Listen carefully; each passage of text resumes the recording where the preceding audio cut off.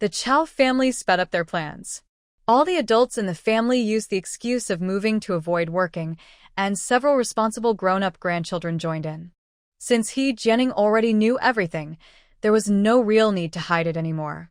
He could tell everyone, at any time. The Chiao family was digging eagerly. Hua Zhao moved some of the boxes further down to make sure they couldn't reach them, even if they worked themselves to exhaustion. Soon the half-month deadline they agreed on arrived. Yishan went to collect the house. The Chiao family had already prepared their excuses. You see, we haven't found a new house yet. Can you give us a few more days? We're not living there anyway, so it's empty, they said confidently. If Yishan's family had many people and needed the house urgently, it would be understandable. But he clearly had a house that he couldn't live in, so pushing them wasn't polite. If he really pushed, they would just leave quietly, and without exaggeration, outsiders might start talking badly about Yishan and his family. From the beginning, the Chiao family never planned to move out within half a month. They would move whenever they found their things. And even if they found their things, they might not move right away. Hua Zhao's grandfather had no place to stay. Yishan's big house could easily accommodate an old man. As for this house, they could just let them stay for a while. They weren't living for free, they could pay rent. Old Mr. Chiao looked at Yishan's back as he left and sneered. Young people are so naive. Yishan returned home expressionlessly. They really don't plan to move. Hua Zhao was angry. I knew their expressions weren't right. They just wanted to trick my ginseng. Yishan gently touched her angry little face, and its soft feel calmed his anger. Don't be mad. I have a way to deal with them. What? Hua Zhao asked with bright eyes. Chao Jian ran into some trouble before. Jianing managed to suppress it, but I can bring it back up and make him leave. They like living in big courtyards, right? When the time comes, I'll send them to some farm or pasture, wild mountains and fields, just for them. Without Chao Jian, the Chiao family would be finished. As for the others, he believed old Mr. Chiao would wisely move out quickly. But then, he would inevitably have to face Jianing, who was determined to protect them. Jianing has his own rules. Since he promises something, he will do his best to keep it.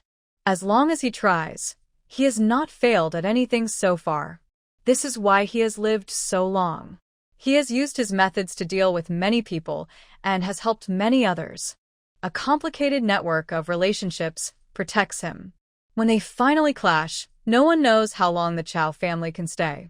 He is worried about delaying Hua Chang moving in. Sorry, I didn't think enough at the time. I should have made them leave immediately, Yishan said. Back then, because of the ginseng, the Chiao family might have moved out that very day. It's not your fault. Who knew there were such hidden truths? Who would have thought that a reputable family like the Chiaos would do such reckless things? Hua Zheon comforted him. If anyone is to be blamed, it's because everyone was being too polite then, and the contracts weren't solid. If this were in the future, with proper contracts, she could sue the Chiao family to death. Yishan gently pinched her face, then turned to leave. After thinking for a few days, he started to guess what Jianing's plan might be. He was waiting to see the two families fight each other, so he could benefit from the chaos. Getting the Chiao family to leave early would also ruin his plans. Hua Zhao held onto his arm tightly. It's almost dark, and it looks like it will rain heavily. I'm scared to stay home alone. Yishan looked up at the sky. It was gloomy, hot, and still with no wind. The humidity in the air was so thick it felt almost tangible. A heavy rainstorm was about to arrive. At such times, it's not safe for Hua Zheon to stay alone at home. The key problem was that Jianing, who was willing to do anything, was watching her closely. In the past few days, he hadn't dared to let Hua Zheon out of his sight for a moment. So, he decided to take her out tomorrow, even if it meant missing one night. That night, sure enough, a heavy storm came. The rain pounded loudly on the roof, making it hard to sleep. Yishan hadn't planned to sleep so early. He still had some parent-child activities to finish.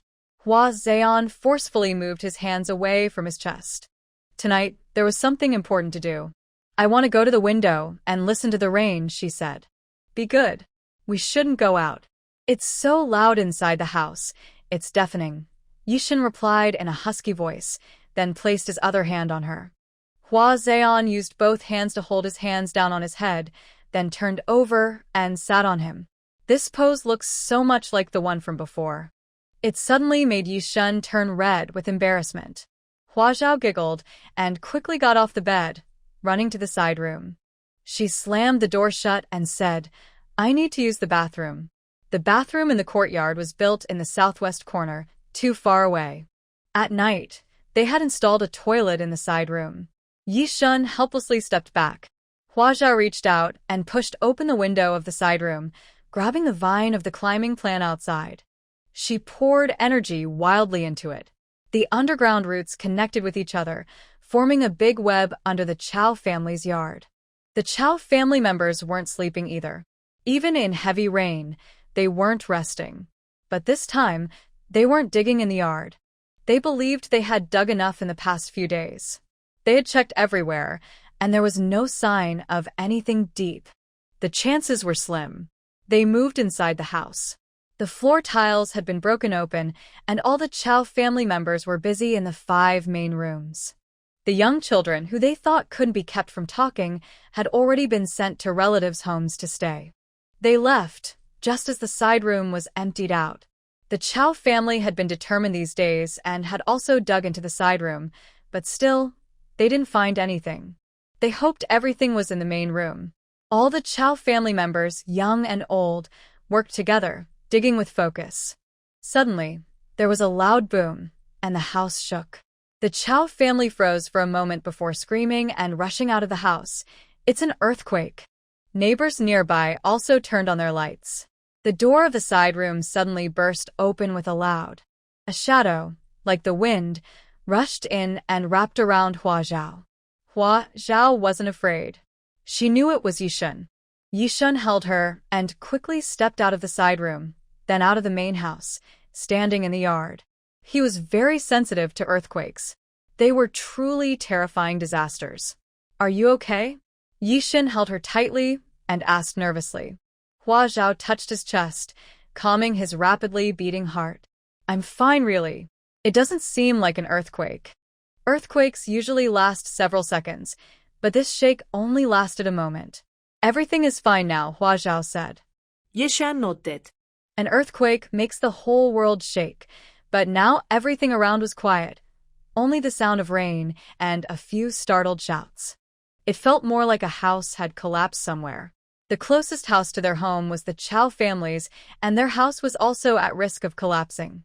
Over the past few nights, Yishan had been watching the Chiao family's progress.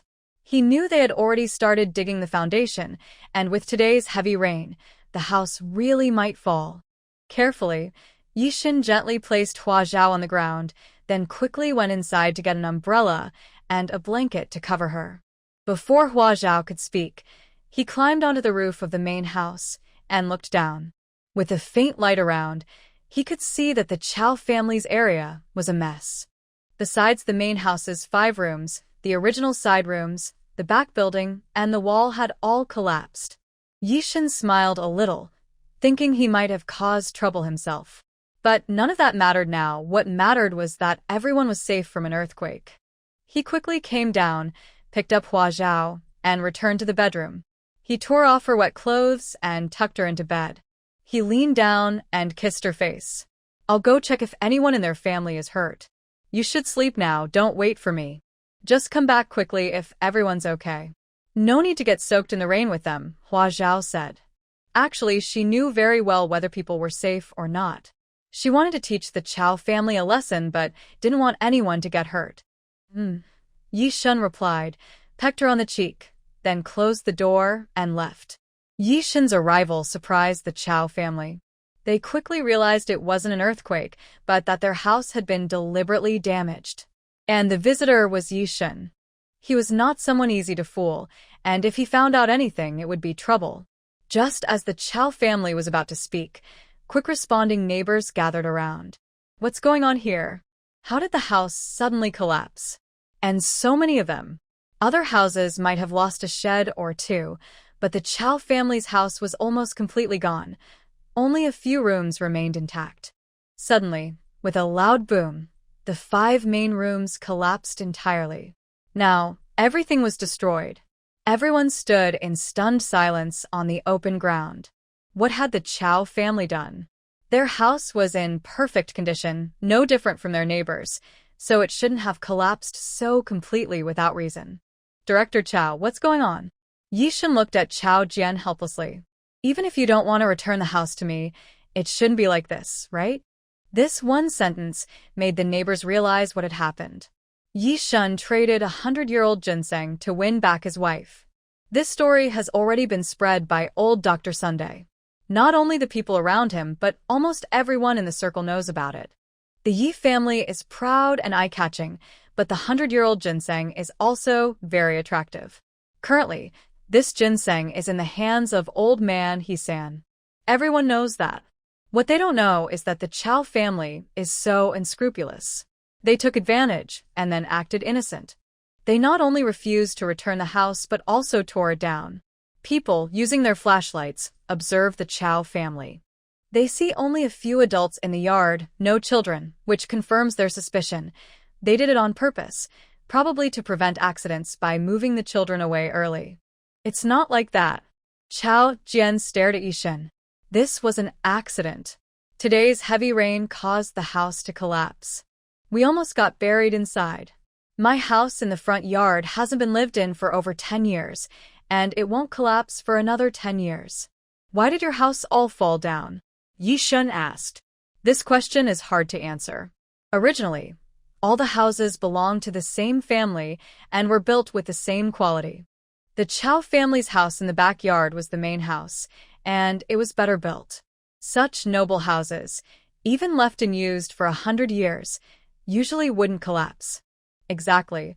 The rain was heavy, and no one knows what happened. We almost had an accident too. Chiao Jian could only cling to this excuse. He couldn't think of any better reason at the moment. Yishan looked at them with a cold smile and said nothing more. Everyone else couldn't stand in the rain and watch the scene. They came to help. But seeing the Chiao family's calm attitude, it was clear no one was hurt. Let's go quickly. Find a place to hide from the rain.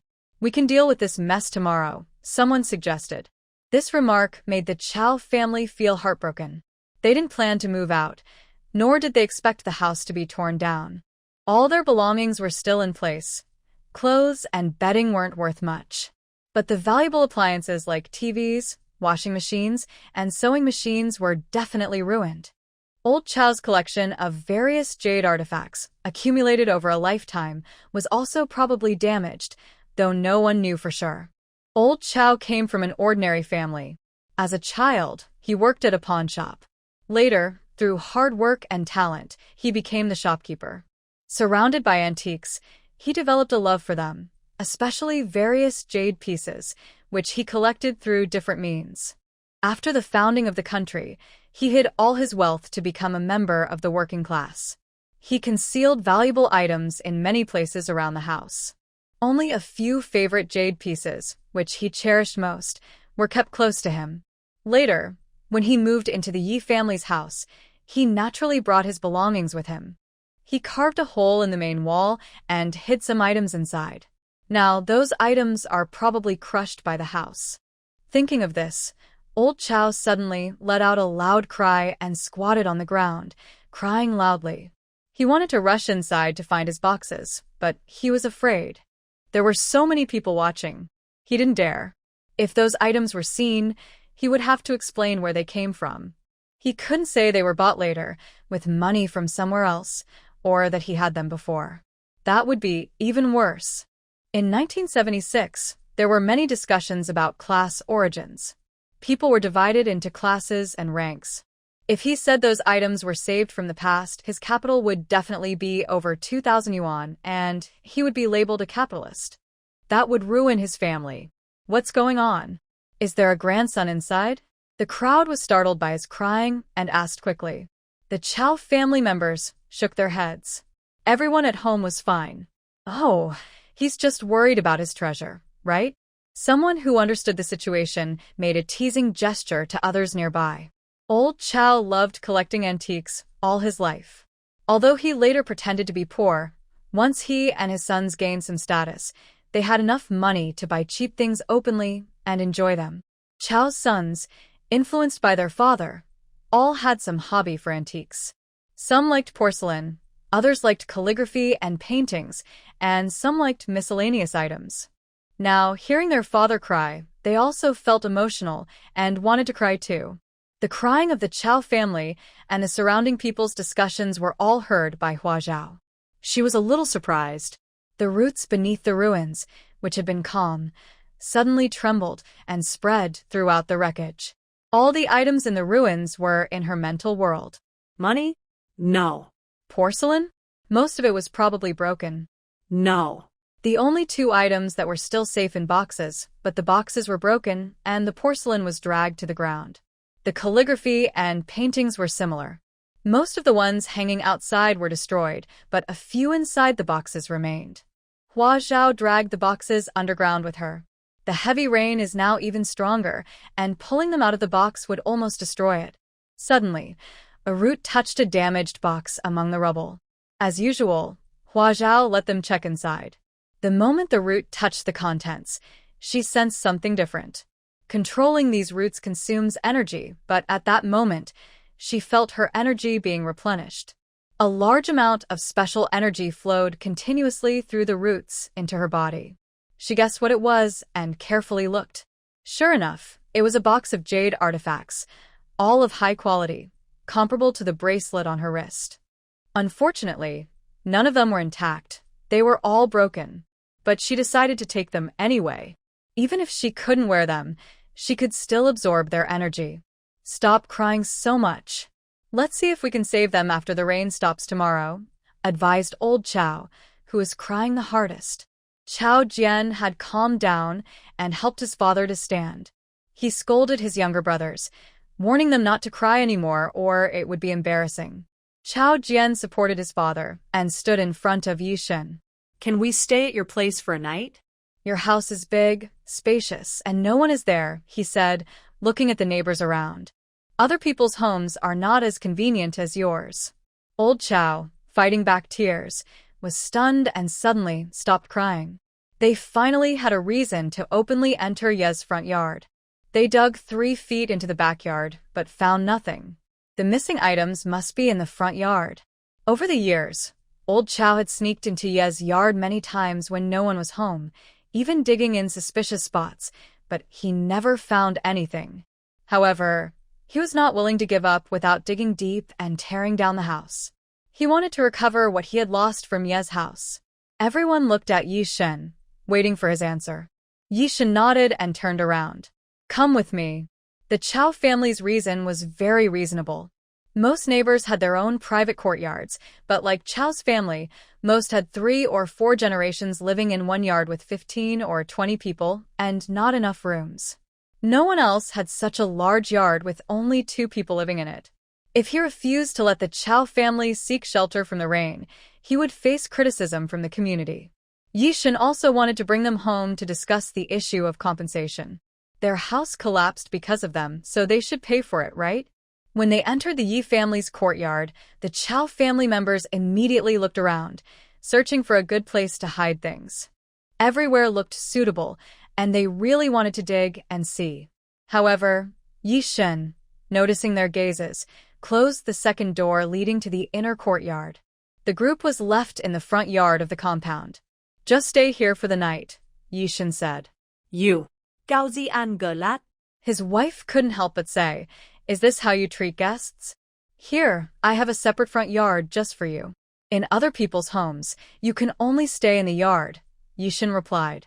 Staying in the yard might be exaggerated, but in others' homes, with so many of them, they could only squeeze into someone else's house, or someone else might squeeze in and give them a room.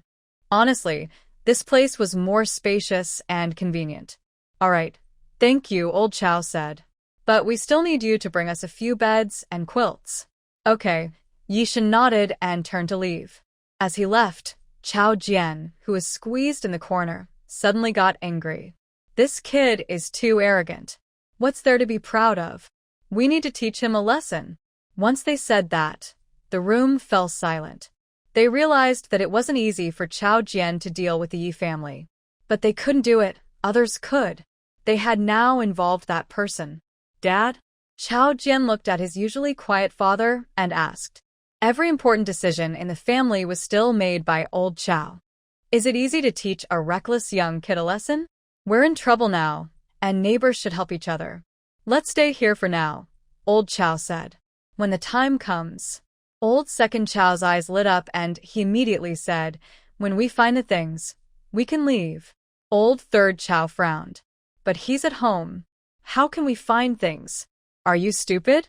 He's not retired yet and he can't stay at home all the time, old second Chiao said. I checked, he still has half a month of leave. But he's gone, and his wife is still living here, right? Old third Chiao still frowned. Old second Chiao paused and said, she's just a young girl from the countryside. What's there to be afraid of? Suddenly, a grandson standing in the corner blurted out, I heard his wife is really pretty. Is that true? His voice was unusually excited. On the day they changed the person, he wasn't at home. Over the past few days, I learned about Yishan and also heard about Hua Zhao's good reputation. When Yishan wasn't home, they lived in the same yard with her. Yishan, who had been standing outside the door the whole time, finally pushed the door open. A cold wind mixed with night rain instantly poured into the house, making the Chiao family feel freezing cold. Even more frightening was Yishan's gaze. Those eyes were as dark as ink, looking at them without any warmth or emotion. Even without anger. That was the most terrifying part. Old Chiao, who had lived through many wars, suddenly felt his legs go weak. When did he stand outside the door? What did he hear? Yishan, listen to our explanation. Old Chiao shakily stood up and said. Now, immediately, right now, get out, Yishan said. She didn't want to waste time arguing anymore. She just wanted them to disappear from her sight. But the Chiao family still wanted to struggle. They hadn't found what they were looking for. Children don't understand. Chiao Jian slapped the young man who had spoken earlier. You know very well how the house collapsed, and I do too, Yishan said. If you don't leave now, I will make everyone understand. The Chiao family members instantly shut up, staring at her in shock. Of course, they could all guess that Grandma Yi had buried something in the yard. As her grandson, how could he not know? Not only did he know, but he probably knew exactly where it was.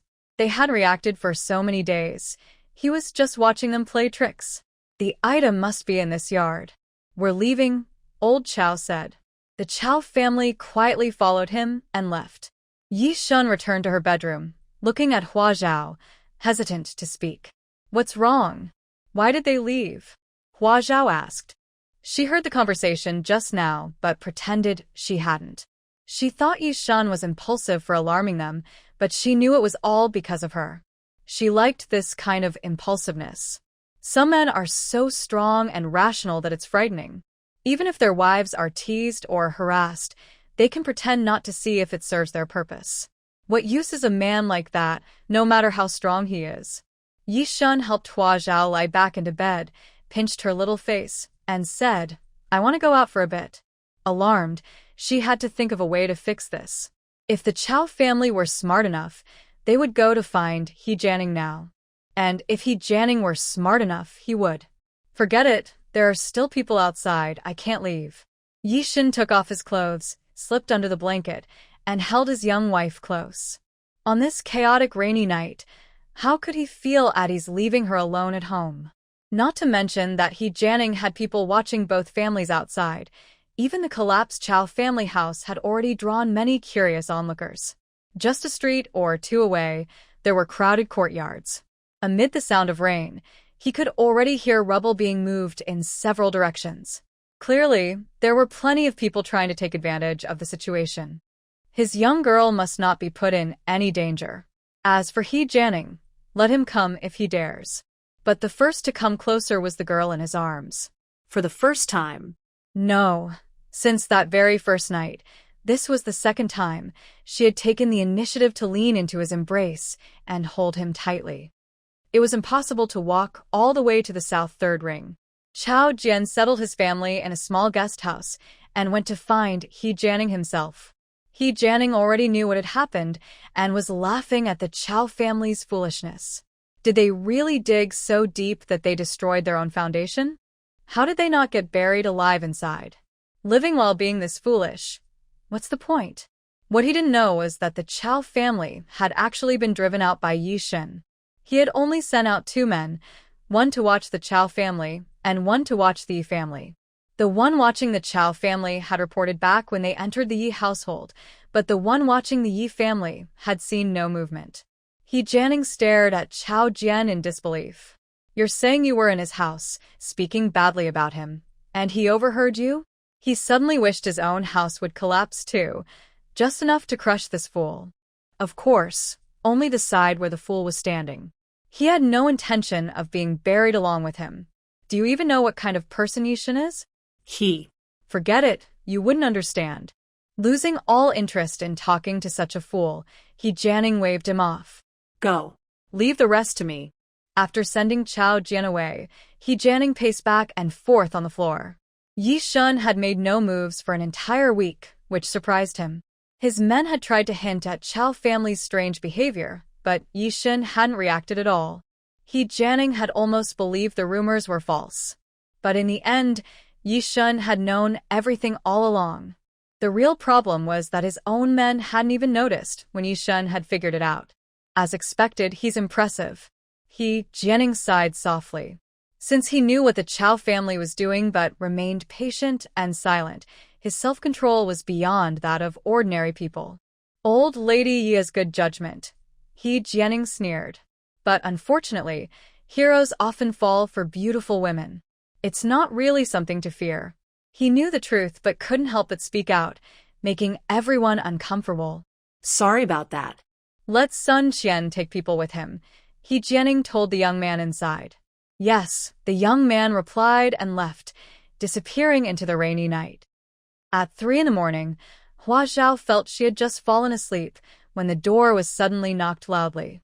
Yishan had already turned over and sat up. He listened for a few seconds, sighed, and picked up the clothes at the corner of the bed, helping her put them on one by one. There are many people outside. They probably don't come with good intentions, Yishan said. Hua Zhao woke up completely and sat up, putting on her coat. Stay inside and don't come out, Yishan ordered before leaving the room. Outside, the heavy rain continued. A group of over 20 people with tools stood outside the door, looking aggressive. Who are you? Yishan asked as he opened the door, facing the man in front. The man was about 40, with a smile that looked like a mask on his face. Comrade Yishan, my name is Sunday. Just call me Director Sunday. We received a tip that your family is hiding a lot of illegal items. We're here to confiscate them. There are no illegal items here, Yishan said. Whether there are or not, you'll find out after searching. Director Sun's smile didn't change. Yishan looked at him for a long moment, then stepped aside to let them in. He knew this was Jianing's backup, just as he expected. Jianing was playing a clever game, letting his hand be exposed so others could hold it. Over 20 people rushed into the yard but didn't move, waiting for orders. In the middle of the crowd, 2 older men held umbrellas, shining their flashlights around to look. This is our expert, very experienced in treasure hunting. In searching for items, Director Sun said with a smile. Experience is good, but don't dig around like the Chiao family in the backyard, messing everything up. They dug up the house, Yishan replied. Ha ha ha, no, we won't do that. Director Sun smiled, but did not comment on the Chiao family's matter. The 2 experts looked around for a while and pointed out a few spots to start digging. One spot was the water well. Another was under the grapevine. This tree was planted by my grandmother before she passed away. I don't want anyone to damage its roots, Yishan said coldly, standing in front of the tree and watching the people ready to dig. His gaze was colder than rain, like icy needles. We'll do our best, a few people replied nervously, exchanging glances. Yishan stood still, looking at Director Sun in the middle of the yard. Director Sun, right? He paused for a few seconds and said slowly, Sun Qian, born in 1932, from Yongchang County, started working at age 16. He surprisingly recited the life story of someone he just met for the first time. Sun Qian stood in the rain, trembling as if falling into an icy pit. For someone like him, an unnoticed minor figure, Yi family's second young master, who usually avoids politics, knew everything about him, even details he himself had forgotten at times. Yi family truly is deep and unpredictable. Even with someone like him, backed by Jianing. Jianing could only seek revenge, right? Everyone be careful. Be careful. Director's son shouted at the people in the yard. Find what you're looking for, but don't damage a single plant or a tree here. Understand? Yishan stood in the rainy night, watching them closely to prevent them from burying certain forbidden items in the ground and digging them up later. He had seen Jianing do this years ago, repeatedly with success. But this time he overthought. These people weren't acting on orders to smuggle things in. They were genuinely looking for something. He believed there was something in this yard, similar to what the Chiao family thought. The reason Yishan hadn't moved these days was that he knew the items weren't in the Chiao family yard but in his own house. He also firmly believed there was something in this yard. Otherwise, Grandma Yi wouldn't have left only Yishan behind. Suddenly, the gate opened again, and another group of people entered. They were all from the Yi family. Everyone came. They had been woken up in the middle of the night by a knock on the door, told that Yishan was in trouble, that the house had collapsed, and they all hurried over in panic. What is going on? Yi Zhenguo asked, looking at the well-maintained house and the crowd in the yard. Yi Feng and Yi Shu found Yishan and asked about Hua Zhao. Knowing Hua Zhao was inside, the two didn't care about what was happening in the yard and went into the house to find Hua Zhao. Meanwhile, everyone else stood behind Yi Zhenguo. Director's son approached Yishan with a cold look in his eyes and said to Yi Zhenguo, "Someone reported that you hid a lot of treasure underground back then. We had to come and check." He spoke as if he was helpless and watched the expressions of the Yi family members carefully. Yi Zhenguo looked calm on the outside, but was startled inside. The other members of the Yi family looked less composed, and their eyes showed surprise all at once. Especially some women, whose eyes flickered nervously. Sun Qian nodded to himself, thinking that He was right. Besides Yi Zhenguo, the others probably didn't know about the treasure. Now, they had to reveal this secret to see if the Yi family would get chaotic. This is all just nonsense, Yi Zhenguo said firmly. Back then, my wife and I dedicated our family wealth to the revolution. The certificate of recognition is still at home. As for this house, which has been passed down for hundreds of years, if there really was a coin or a piece of copper underground, would it be ours? The smart people in the Yi family immediately looked at him. Sun Qian put on a subtle smile, as if Mr. Yi was indirectly admitting something. You're right. If there really was something underground, it doesn't necessarily mean it was hidden by you. But whether it is or not, we should dig it up and see. Yi Zhenguo looked fearless. When they buried things back then, they were very careful. The items known to outsiders, which fell into Ling Hua's father's hands, were not among them. No one could prove those items belonged to them. Trying to use these things to frame him was impossible. It's just a pity for Ling Hua's efforts. Those items were family heirlooms she didn't want to throw away or sell, hoping to leave a memory for future generations. Yi Zhenguo looked at Yishan. Ling Hua was indeed biased. She couldn't share the items equally, so she could only choose someone to entrust them to. She chose her favorite, Yishan. She also thought these things might cause him trouble, but she believed he could handle it. Yi Zhenguo kept his gaze on Yishan, noticing his calmness from inside out, and felt satisfied. In the yard, there are many young, strong professionals. In just half an hour, several large holes over 2 meters deep appeared in the yard. People jumped into the wells and carried out muddy water that looked like small hills, piling high beside the wells. Yi Zhenguo's worried heart finally eased. He personally exchanged and threw things into the well. It was so deep that it should have been dug up long ago. He looked at Yishan, who remained calm and composed. Their eyes met in the rain. Yi Zhenguo felt both proud and happy. When did he move the box of gold and silver to a new place? When they first got the house, he quietly checked. The places where things were buried back then showed no signs of being disturbed. After the house was in Yishan's hands, Yishan only came here a few times and never stayed overnight. Did this happen recently? Could it be after hearing about the Chiao family situation? Someone had told them before that Ye's house had collapsed. They hurried over and, along the way, they sent people to gather information.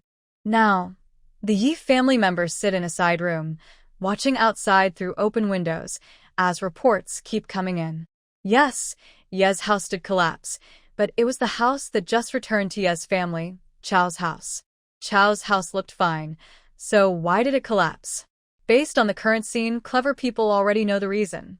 Yi Xinghua and Yi Mao also received many messages through their guards.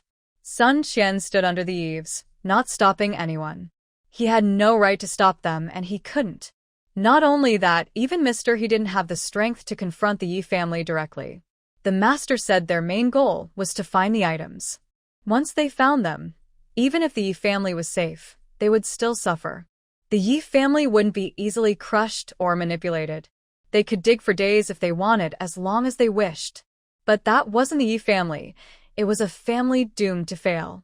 Sun Qian knew that soon higher-ups would come to stop him. He had to find the items before they arrived. Quick, quick, quick. Sun Qian personally supervised and urged everyone to work faster. The grapevine was dug out entirely and placed aside. Yishan stood by the tree, watching a few people. They worked more carefully this time, not daring to damage the roots. They planned to replant it later, so it wasn't a big problem. Yishan stood there, refusing to leave because he suddenly remembered a sentence his grandmother had casually mentioned long ago. When he was a child, his grandmother pulled him to the grapevine and told him, "This is a treasure. You must cherish it. One day, you might have to dig it up yourself." Now, he thought that there must be something special under that tree. However, after digging 3 meters deep, they found nothing.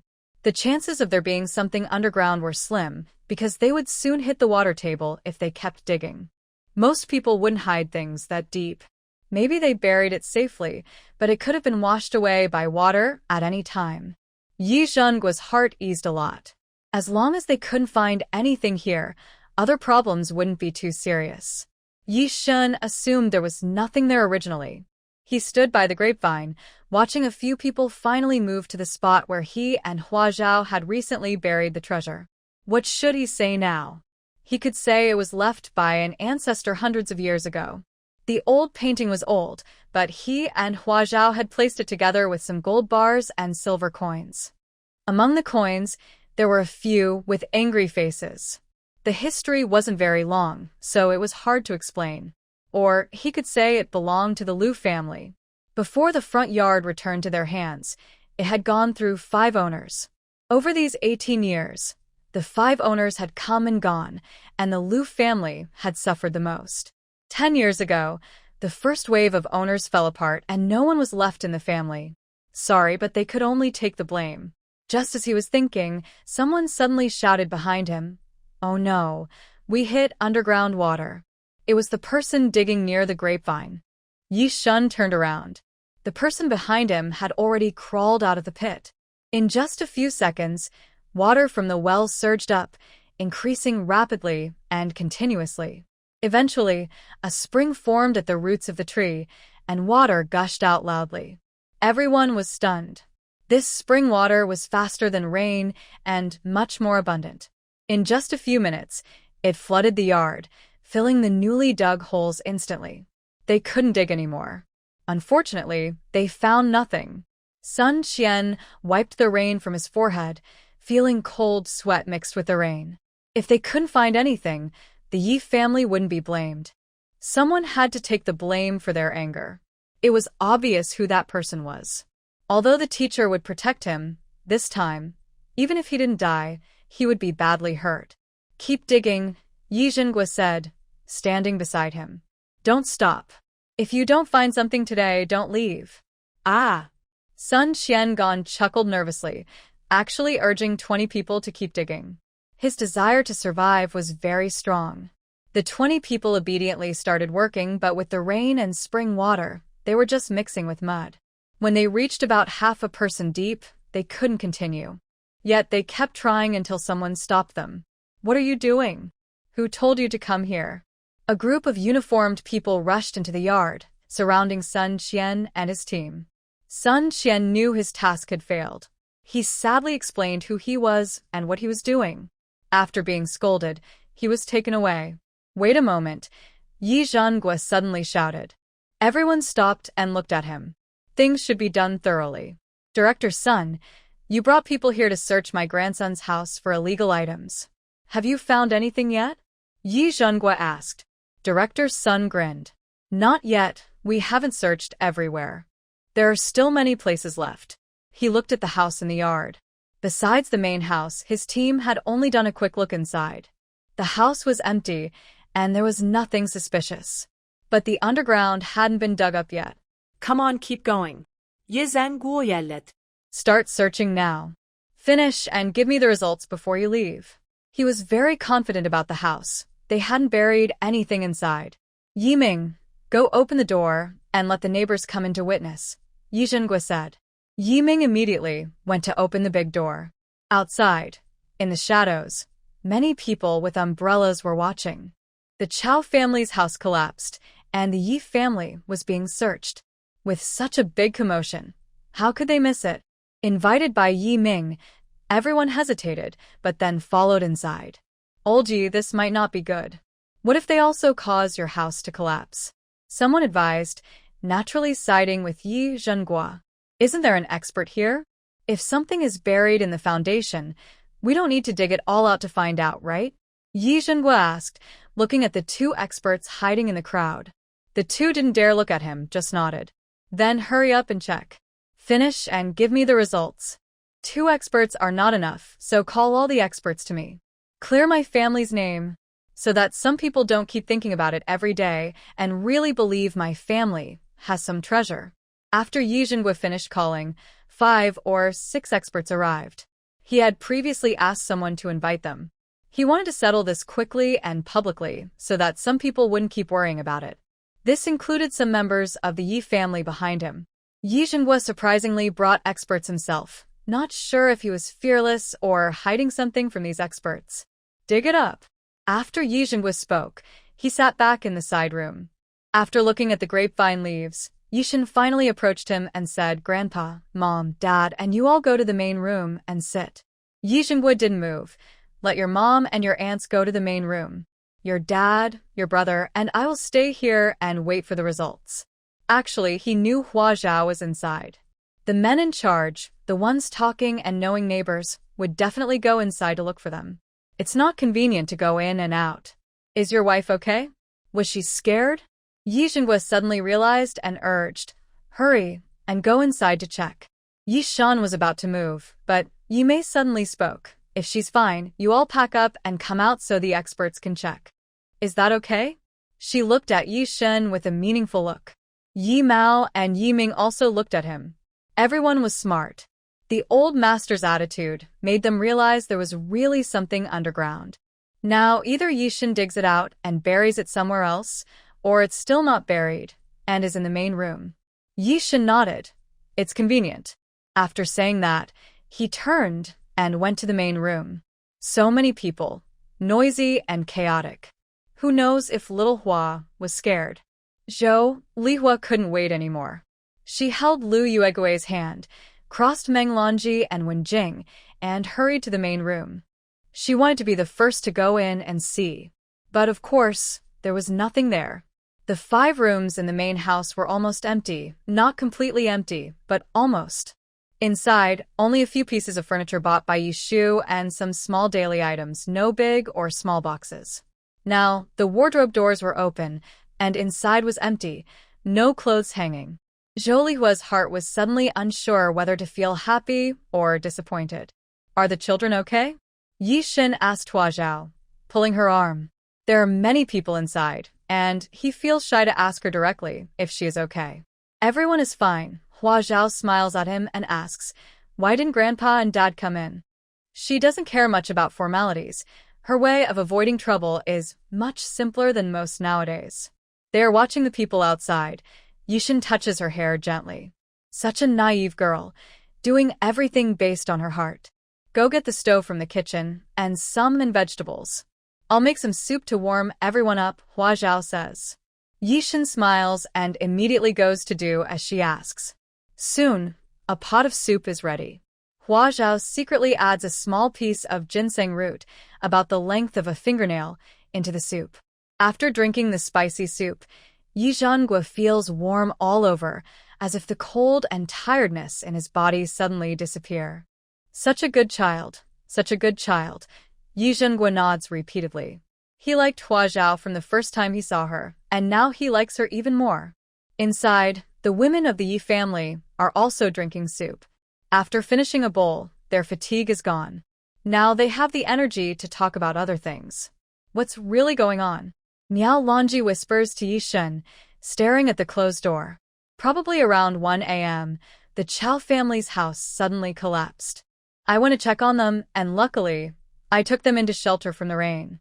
But after a while, they left, and then these people arrived, Yishan explains. Today's unexpected disaster was all Chiao family's trap. The room falls silent. Everyone lowers their heads and sips their soup, unsure whether to believe it or not. Zhou Lihua suddenly asks in a low voice, "You've hidden those things, right?" Everyone's movements stiffen, except Yishan, who looks at her expressionlessly. "What things?" "Oh, we're all family here. Just tell third aunt. She can help you." Zhou Lihua whispers very quietly, "If you have few things, we can help you take them out.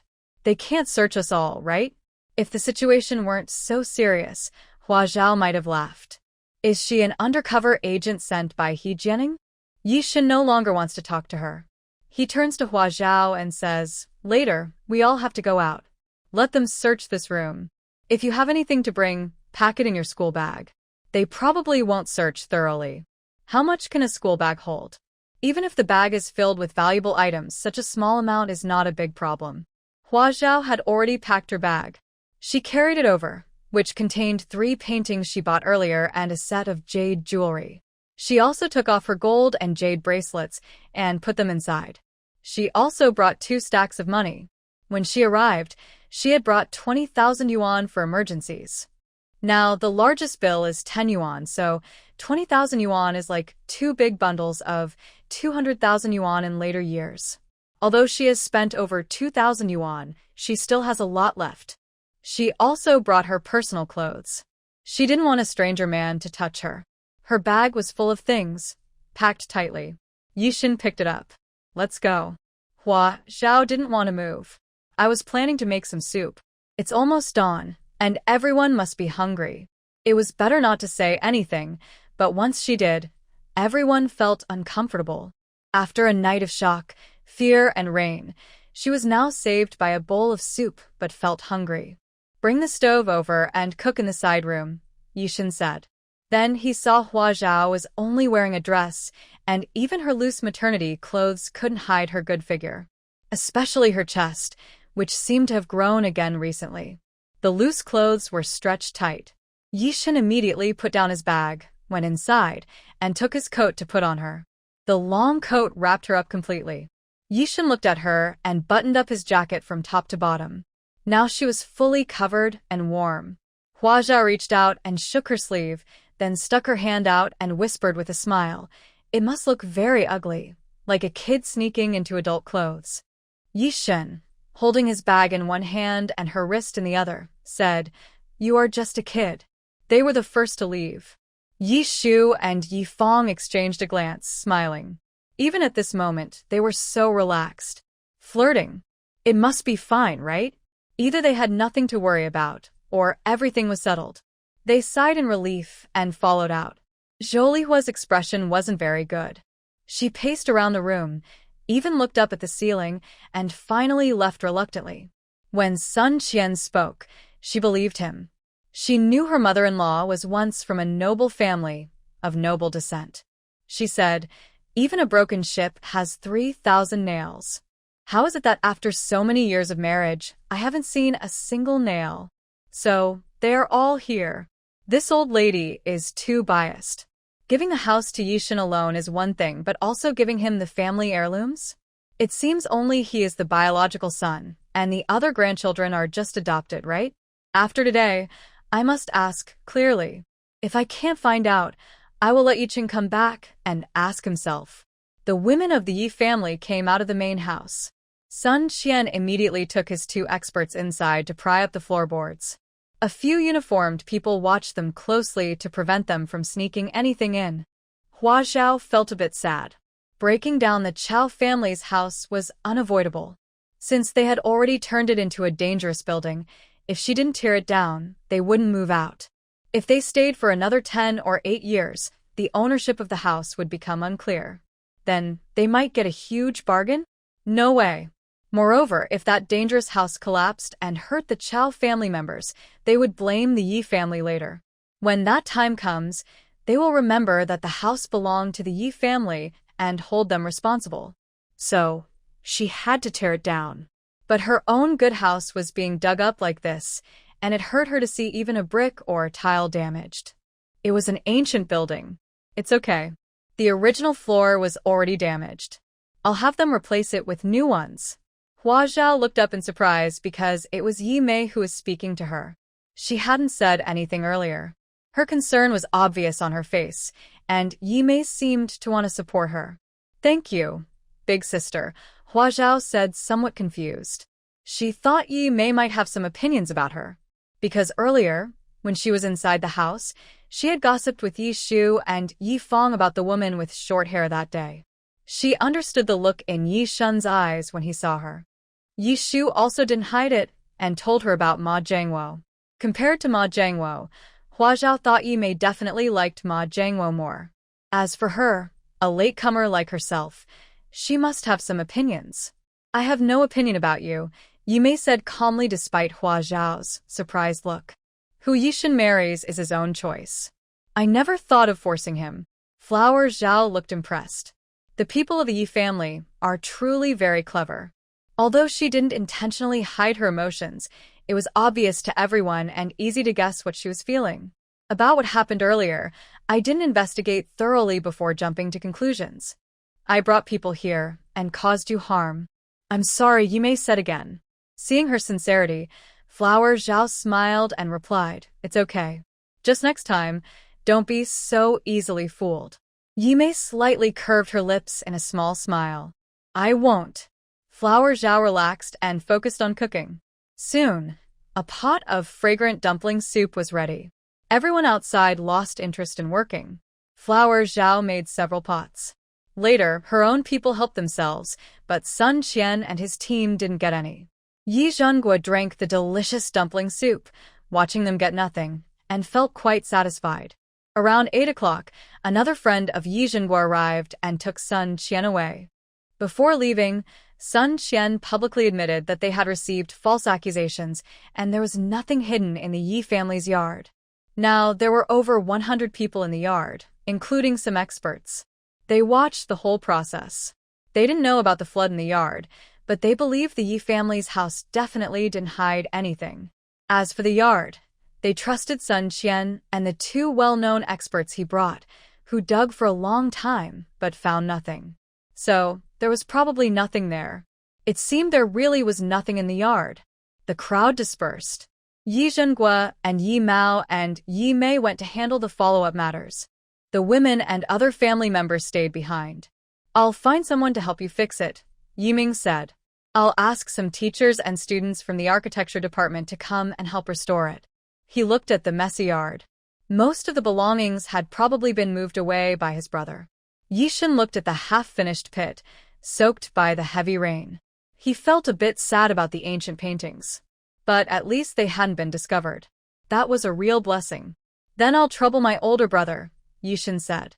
Although the older sister had just suggested that Jianing be responsible, he didn't dare use his own people. If something problematic was buried underground, it could cause big trouble. So, he decided to find someone himself to be safe. All right, I'll go now, Yiming said, calling Wenjing to come along.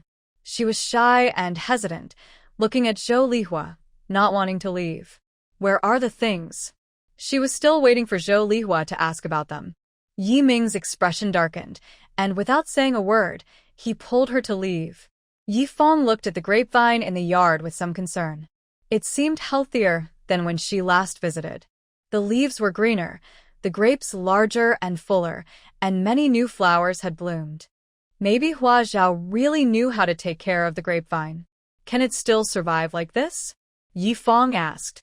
It can definitely survive, but I don't know if we should move it somewhere else, Hua Zhao said, looking at the constantly bubbling spring.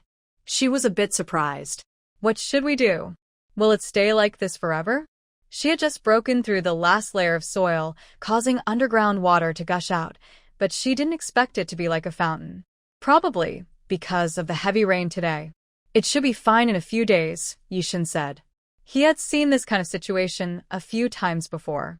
Usually, the water would flow out for half a day or a few days and then calm down. That's good. The grapevine doesn't need to be moved then. Let's keep it here, Hua Zhao said. The group started talking about the unimportant grapevine. Zhou Lihua became anxious. Now there were no outsiders in the yard, but she still whispered, Shinge, where did you bury everything? No one is around now, so let's dig it up and take it away quickly. Yishu rolled her eyes immediately. She remembered that her third aunt used to be smarter. Why was she getting more forgetful as she got older? With so many eyes watching outside, couldn't she think of that? Miao Longji was also angry. It was like pushing their family into a fire pit. Yugue, I'm going home. Are you going back too? Miao Longji asked. Yes, I am. Lu Yugue quickly replied, then linked her arm with Miao Longji and left. Although she also wanted to know if there was anything and where it was, she knew now was not the time to ask or to take anything out. Yi Fong looked at her sister-in-law's unresponsive back, then at Yishan, and asked, Do you want to stay at my place? Hua Zhao shook her head first. I'm afraid I might get into a fight with Kong and I. Why didn't she come to watch the excitement last night? Yeshu sudanni similet. She sleeps like she's unconscious. Unless she wakes up herself, no one can wake her. Even if the house collapses, she won't wake up. Hua Zhao sighed in admiration. She's a tough person. You all should go home and stay there, although Mom might. But little aunt can't stay at Connie's anymore. Connie still snores loudly when she sleeps, like thunder, she said, then gently took Yifang's arm and said, Auntie, I'm really sorry. When Kong Jie comes, I'll have him take her away right away. After saying this, she looked at Yishan. Yishan replied, He will come in a few days. Yishu's smile disappeared, and she nodded. Hua Zhao wanted to go deal with the grapevine roots, but Yishan immediately stopped her. Tell me what to do, I'll handle it, he said. It was still raining outside, and it wouldn't be good if it soaked his wife and children. Hua Zhao chuckled and sat down comfortably. I'm wearing this outfit, so I can't do much work. Then she directed Yishan to cover the grapevine roots with burlap to prevent the heavy rain from rotting them.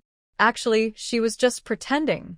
With her around, even if the tree died, it could come back to life. Zhou Lihua sat nearby, quietly rolling her eyes at Hua Zhao.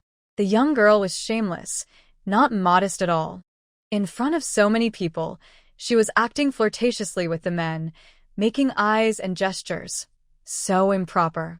After wrapping the grapevine roots, Hua Zhao also packed a few of Yishan's clothes. The group was about to leave, but Zhou Lihua surprisingly didn't want to go. I'll watch over things here. It's messy around, and everyone in the family has left. Be careful, someone might come in to steal, she said. There's nothing valuable left. The rest isn't worth stealing, Hua Zhao replied. Zhou Lihua immediately pointed at the bedding on the bed and a room full of furniture. You, girl, coming from the countryside, how can you be so bad at managing life? Aren't these money? Rural folks probably never earn enough to buy all this. You've only been married a few days and you're already disinterested? She looked at Hua Zhao with a meaningful expression. Hua Zhao immediately felt her arm tighten as Yishan got angry. Auntie, there's no need to waste time here. If you want it, it's not here. Yishan looked at Zhou Lihua. Even if there was, it would be mine, not yours. This one sentence made Zhou Lihua's eyes turn red with anger. She opened her mouth to argue. Yishan said, Speak louder. Jianing's people haven't left yet. They're watching from the roof next door. If you yell and cause him to bring people to tear down the house and find the things and frame our family, you'll be happy? Zhou Lihua was initially pleased to hear there was something. How did you offend Jianing? Is he targeting our family? She immediately looked upset. Why did you offend him for no reason? The previous incident was led by Jianing, according to the guesses of the Yi family, but no one told Lu Yuegui and Zhou Lihua about it. Miao Longji sometimes learns about men's affairs. Lu Yuegui doesn't want to hear it when you tell her, and Zhou Lihua says it's useless to talk about it. She can never focus on the main point. Yishan sometimes regrets that his 3 daughters-in-law were all chosen by his son. He saw something was wrong before, but didn't stop it. Now, it has become a hidden problem for the Yi family. Let's go. Yishan took Hua Zhao's arm and led her out of the waterlogged yard. He looked back at Zhou Lihua at the gate. Zhou Lihua suddenly looked up at the roof next door. Sure enough, she saw a figure flash by. She left the yard feeling dissatisfied. Someone from Jianing's group was watching closely, so she didn't dare to carry anything out. Hua Zhao leaned close to Yishan and whispered, "Third aunt is so confident. So many experts couldn't find anything, but she thinks she can. Is she an archaeologist?" She asked seriously, with a look of curiosity and no sarcasm. But it made others find it amusing. Although her voice was soft, the people nearby heard her. Yi Shu immediately laughed. "Yes, third aunt. When did you start studying archaeology? Do you have any achievements? Have you ever dug up an emperor's tomb?" Unexpectedly, Yi Fong scolded her. "Don't look down on people. Maybe your third aunt is better than some archaeologists." Her tone was very serious. Yi Fong doesn't usually make such cold jokes. She was being sincere. "What do you mean?" Yi Shu was surprised. Hua Zhao was also surprised, blinking her big cat-like eyes in disbelief, staring at Zhou Lihua. This expression was so cute that Yishan slightly bent down and said to Hua Zhao, "Third aunt's grandfather was a famous earth worker. Her father is said to be skilled too. As for third aunt herself, I don't know. Zhou Lihua quickly waved her hands. "I won't do such wicked things. My generation won't do such evil deeds. I won't." Although she doesn't know much, she has been influenced since childhood and knows a little. But this was not something to be proud of. She had never mentioned it to outsiders, not even her grandfather's gambling habit. Her own children didn't know about it. She didn't expect Yishan to find out. No wonder. Hua Zhao looked at Zhou Lihua and suddenly asked excitedly, "Third aunt, did you notice anything?" "Honestly, we don't know if there's anything in the ground. We only guessed based on the actions of the Chiao family." "Can you tell where the stuff is buried?" Zhou Lihua looked at Hua Zhao, her expression sincere and not fake. She truly didn't know. She then looked at Yishan, who had said there might be something. Yishan glanced at Hua Zhao and said, "I just guessed there might be something, but for the past few days, Jianing's people have been watching, so I didn't act. I don't know where to start." "I see." Zhou Lihua believed him. If she knew Jianing's people were watching, she wouldn't have acted either. Would she risk being caught? "I found 3 places. Under the grapevine, an abandoned well, and underground in the southeast corner," Zhou Lihua said with a puzzled look. "Unfortunately, all 3 have been dug up and searched, so probably nothing is left. The others, we might have to dig up all the ground." Yishan and Hua Zhao exchanged looks. Hua Zhao's shock was even greater than Yishan's. Yishan thought she had only found 2 spots, but Hua Zhao knew all 3 were correct. It turns out, no one should be underestimated. "You're all just guessing," Yi Fong suddenly said. "There's really nothing valuable at home. Since I can remember, life has been tight. Whenever there's a little money, my uncle borrows it and loses it. Even mountains of gold and silver aren't enough for him to gamble away. Finally, my uncle lost the house. My aunt, angry, took the children back to the south. My eldest uncle even died sick in a tavern, buried in a simple coffin." Yi Fong sighed. She still had a faint memory of that uncle, an elegant gentleman. He would bring her gifts when he visited, like candied hawthorn, a paper figure, or a small floral hat. He would also carry her on his shoulders and take her to temple fairs. He was a good uncle. But don't mention gambling. As soon as gambling was brought up, he changed completely. Uncaring of family, obsessed only with money. Zhou Lihua didn't comment but said, "Brother Shen, if there really is something, it's something passed down from our ancestors. You can't keep it all to yourself." Yishan simply ignored her. He had never planned to keep all those things for himself. He thought about waiting for the right moment to secretly share them with a few uncles and brothers. But now it seems that giving things to someone like third aunt would only cause third uncle to die sooner and would also bring trouble to everyone in the Yi family. So, he must keep everything for himself. Jianing had already received the news. Didn't find anything? He was a bit surprised. All the key suspicious spots are clear, but we haven't had time to dig elsewhere yet.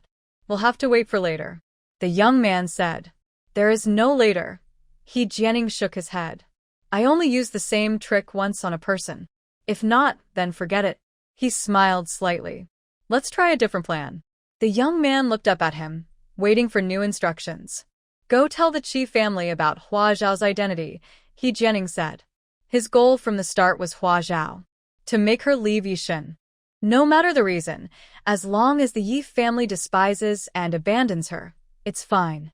If her lifestyle is okay, then send her some trouble. Remember to thank me, Qi family, Jianing said with a smile. Yes, the young man nodded and left. The Qi family was at their wits' end, feeling hopeless. Suddenly, Hua Zhao appeared out of nowhere, climbing onto the big tree of the Yi family. The Qi family would be overjoyed and should thank Jianing properly. The Chiao family returned to their ruined home. By dawn, there were no more sneaky figures on the ruins, but it was obvious that the place had been ransacked. The Chiao family was shocked and, ignoring the danger, rushed inside to search. Old Chiao was the most thorough. Luckily, he quickly found the red wooden box where he kept the jade. It seemed someone had already found it before and left it aside. Just one look shattered his heart. The box was made of redwood, but because it was meant to be hidden in the wall, it was very thin and now broken into pieces. With the box in such a state, the jade inside was probably gone or damaged. Old Chiao refused to believe it. He took out the broken box. Inside, it was not full of bad luck but completely empty, not even a piece of jade residue. Oh heavens, old Chiao suddenly cried. He had spent his whole life collecting top-quality items. Every piece was rare and hard to find. The yard was filled with the sounds of others crying. Someone discovered his beloved porcelain. Trash, someone found her handkerchief with money, but there was no money left inside, and someone couldn't find the box where he kept his paintings. Outsiders could tell what was happening, but no one dared to step forward and advise them. The Chiao family was quite difficult to deal with. They were crying so sadly and seemed to have lost a lot. They would definitely start investigating soon. Now they had entered his ruined house, and they might get into serious trouble. After crying for a long time, the Chiao family left the women to guard their belongings, while the men went out to find a solution. They had to find a place to stay. They couldn't keep living in the guest house. They had no money. They left in a hurry, taking nothing but a little pocket money. They didn't know how many days they could eat. Old Chiao looked toward the Yi family's direction with hidden anger.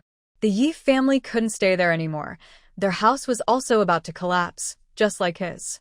But why hadn't they found anything? Was there really nothing? Or was it hidden somewhere else? Old Chiao suddenly remembered Yi Laotai's brother, a famous and gambler in the capital years ago, worse than his own father, who was reckless with money. His father was careless, buying things randomly. Although he was often cheated, sometimes he bought real items, so his money wasn't wasted entirely. But he was different. He lost 9 out of 10 bets, and the one he won was probably because others deliberately let him win. The last loss was terrible. A typical negative example, in the capital back then. His family probably really had nothing hidden. Old Chiao left feeling unwilling. Hua Zhao finally arrived at her in-laws' house, Yishan's parents' home. Before entering, Yishan finally realized and looked at Hua Zhao with some nervousness and apology. He hadn't brought her to his home before. That was a bit unreasonable, and he hoped she wouldn't misunderstand. He didn't do it on purpose. He just forgot that he still had a home here. When he was a child, no one was at home. Later, when he was older, he went to his aunt's house. After that, he joined the army. It wasn't intentional. He simply couldn't remember that this was his real home. But now, his real home was that courtyard. Or maybe not. He looked down at the sweet little girl smiling at him. His true home was where his wife and children were. I've been so busy these days that I forgot to bring you here, Yishan explained clearly. Hua Zhao did not miss his brief moment of confusion. She understood that he truly forgot, not intentionally, and not because he thought she couldn't get inside, so he didn't care. She didn't speak, but someone else did. Zhou, Li Hua blurted out, "You haven't come for several days. What have you been busy with?" "Still not giving up." Yishan calmly replied, "Nothing much." Zhou Li Hua pouted, knowing he wouldn't say anything more. She rolled her eyes at their backs and muttered, "Two people at home, not going out every day, not knowing what they're doing." It's broad daylight immediately. Hua Zhao saw Yishan take a deep breath, looking helpless and frustrated. What could he do with her? Hitting or scolding her was unrealistic, and suppressing her family or her in-laws was even worse. Hua Zhao understood him very well. She quickly pulled him inside, avoiding Zhou Lihua. Making a fuss would only make others laugh at them. Inside, Miao Lanji and Lu Yuegui were chatting. When they saw the big and small bags coming in, Miao Lanji paused, then quickly reacted, her face showing some awkwardness. With this kind of scene, the house really couldn't be lived in anymore. The kitchen floor had been broken open, the stove pit dug out, and the same under the bed in the bedroom. How could they stay here? She should have invited them to come back earlier, but she didn't think of it at all. Yishan forgot this was his home, and she forgot too. Lu Yuegui was not stupid. After a quick glance, she guessed what was happening. She immediately stood up as if nothing was wrong, warmly inviting Hua Zhao inside, even taking her to Yishan's room. Ye's second and third sons had been living out of town for years. They no longer had their own houses in Beijing. When they visited family, they stayed at the old man's place. When they didn't come back, only family members returned, and they stayed at Yi Mao's house. Yi Mao was relaxed about visitors, making it easy to come and go. So Lu Yuegui knew very well how Yishan's house was arranged. Yishan's room was on the top floor at the very west end, a bedroom of about 20 square meters. The room was simple, like the guest room in Yifang's house, with only a single bed, a desk, and a wardrobe. Hua Zhao looked at the single bed, which was less than 1.5 meters long, and hesitated. Luckily, she had lost weight. Otherwise, the bed wouldn't be enough for her to sleep alone, or she might even break it. Yishan, who was behind her, also looked at the single bed and was very satisfied. Hua Zhao put down her luggage, quickly tidied up the bed, then went downstairs to prepare lunch. Lu Yuegui was very pleased with her own hard work, but she was a bit unhappy with Yishan, who was following her into the kitchen. "Brother Shen, such a big thing happened at home. Why didn't you go out with your grandfather and father to handle it?" She pushed Yishan away. "Your wife is at home, and she has nothing to do. You should go do the manly things." Yishan turned aside to avoid her hand, took the kitchen knife from Hua Zhao, and cut the thin potato strip she liked, saying, "The most important thing I should do now is to stay with my wife." Jianing came for him, wanting him to become a son-in-law of the He family, so she naturally targeted Hua Zhao first. This sentence made the women in the room feel a bit embarrassed. Miao Lanji couldn't hold back and glared at Yishan. "You, a grown man, say such things in front of so many people. Aren't you ashamed?"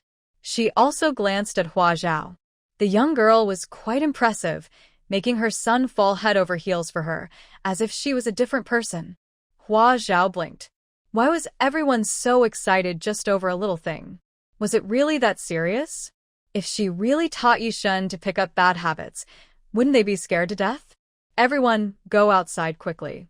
The kitchen is too small to fit so many people. The two of us will cook lunch," Yishan said. Lu Yuegui immediately widened her eyes. "You can cook?" She then glared at Hua Zhao. "You let him cook?" "Just helping out." Yishan frowned and looked at his sister. Yishu immediately pushed Lu Yuegui out, looking distressed. "Second aunt, you don't need to worry about young people's matters. Hua Zhao is pregnant now, and she's been busy all night. She's too tired. Let Brother Shen help her." This worked. Lu Yuegui didn't make a fuss anymore, but she said, "Then let me go and help Brother Shen." I want to do something. Oh, second aunt, I have a good girl in our group. She's 18, tall and pretty, with big eyes and long eyelashes. She loves to talk and laugh. She said she wants to find a soldier. Do you think Brother Tao or Brother N might have time to check her out? Yishu said. Lu Yuegue immediately forgot about the kitchen and asked eagerly, Is she very pretty? Very pretty. Yishu'un 어땠? Is she more beautiful than Hua Zhao? Lu Yuegue asked again. Yishu. No? Lu Yuegue looked a bit disappointed. She then asked, How much less pretty is she? She realized that her previous way of thinking might be wrong. The women she introduced to her son were all well-educated and polite, but compared to Hua Zhao, they just couldn't compare. She decided to change her approach and find someone as beautiful as Hua Zhao. What was Deep Gear like back then? He was much more determined to find a wife than her family's Tao and Un. They always used him as a role model and shield. But what happened? As a man, he probably couldn't handle Hua Zhao's clever tricks, right? To have grandchildren sooner, she didn't mind finding her son a pretty wife, even if her family background was average. Yishu nodded and responded, feeling worried. She thought it wouldn't be easy to find 2 more sisters-in-law like Hua Zhao. If she set that standard, her 2 younger cousins might stay single forever. She traveled all over, meeting many beautiful actresses, but she hadn't seen anyone who could compare to Hua Zhao. In the kitchen, Yishan brought a chair for Hua Zhao to sit on, and then closed the door. That way, no one could see if he was helping or cooking. Zhou Lihua kept an eye on them and suddenly rolled her eyes. Then she brightened up. Maybe when they were alone, they would say something important? She stood up, but someone grabbed her arm. Third sister-in-law, do you think you've done enough to get Brother Xing transferred back to the capital? Yi Fong asked. Zhou Lihua immediately sat down and hurriedly said, Not yet. We're waiting for the old master to give the go-ahead. If he's busy, big brother, or you can say something too. She stayed in the capital working on this, but she hadn't seen the old master in days. Yi Mao was the same. He hadn't come home either. They seemed busy with something else. She was getting anxious. If nothing else worked, maybe Yi Fong's husband Qin Xiangdong could help arrange a job. What kind of job do you want? Yi Fong asked. Something similar to his previous one. That way, he can take over faster, Zhou Lihua said with a smile. Lu Yuegue, who was listening to Yishu talk about her ideal daughter-in-law, couldn't help but laugh angrily and said bluntly, That's difficult.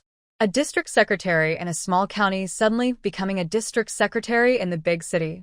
No one in our family has that ability. Yixing was working as a secretary at an agency in a suburb of Shijing. Zhou Lihua immediately lost her patience. What small county? Didn't your big brother say it's Shijing? Shijing, the ancient capital of the 13 dynasties, is even older than the capital city. They are on the same level. What's wrong with a transfer at the same level? Is it difficult? Yishan in the kitchen frowned. Has this third aunt lost her mind? What caused this? How is third uncle now?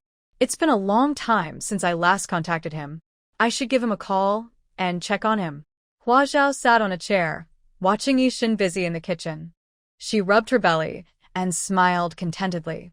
Everyone praised the lunch, saying Yishan's cooking was very good. Only Yi Fong and Yi Shu looked at Yishan. Her skills are still a bit behind Hua Zhao's, but they had to admit she was quite talented. Who knew Yishan had this talent? Yi Shu shook his head with a sigh. Good men belong to others. After eating, Yishan gave his sister a quick signal and hurriedly pulled Hua Zhao upstairs. Hua Zhao whispered as they walked, Is this okay? I didn't cook the meal, but I should at least wash the dishes, right? Yishan stood behind her, blocking Lu Yuegue's view. You cooked the meal, so no need to wash the dishes. You're pregnant, and last night you stayed up all night. You should rest. They barely slept last night. In the first half of the night, they were busy with parent-child activities. And in the second half, they were busy digging the house. His wife was exhausted. Hua Zhao wasn't tired, but she obediently washed up and lay down on the small bed. Luckily, the bed was against the wall. She turned to the side inside, with enough space for Yishan to lie beside her. She patted the spot next to her, blinking at Yishan. Yishan stood by the bed, hesitating for 3 seconds before climbing in. It was just a nap in the daytime with so many people outside. Now there was another topic that third aunt could chew on. But it didn't matter. Let her chew. They had proof anyway. But he immediately regretted it. Xiao Hua, who had just finished washing up, was emitting a sweet, fragrant scent. Surrounded by this tempting aroma, he suddenly felt his heart race and couldn't control his hands. He turned over, holding the fragrant girl in his arms, letting her rest her head on his arm and bury her face in her hair. His voice was hoarse. Sleep now. They only rested for one afternoon. In the evening, they returned home. Yiming had already found a teacher and some students from the architecture department to help repair the courtyard. Yishan had planned to go himself, but Hua Zhao insisted on coming along.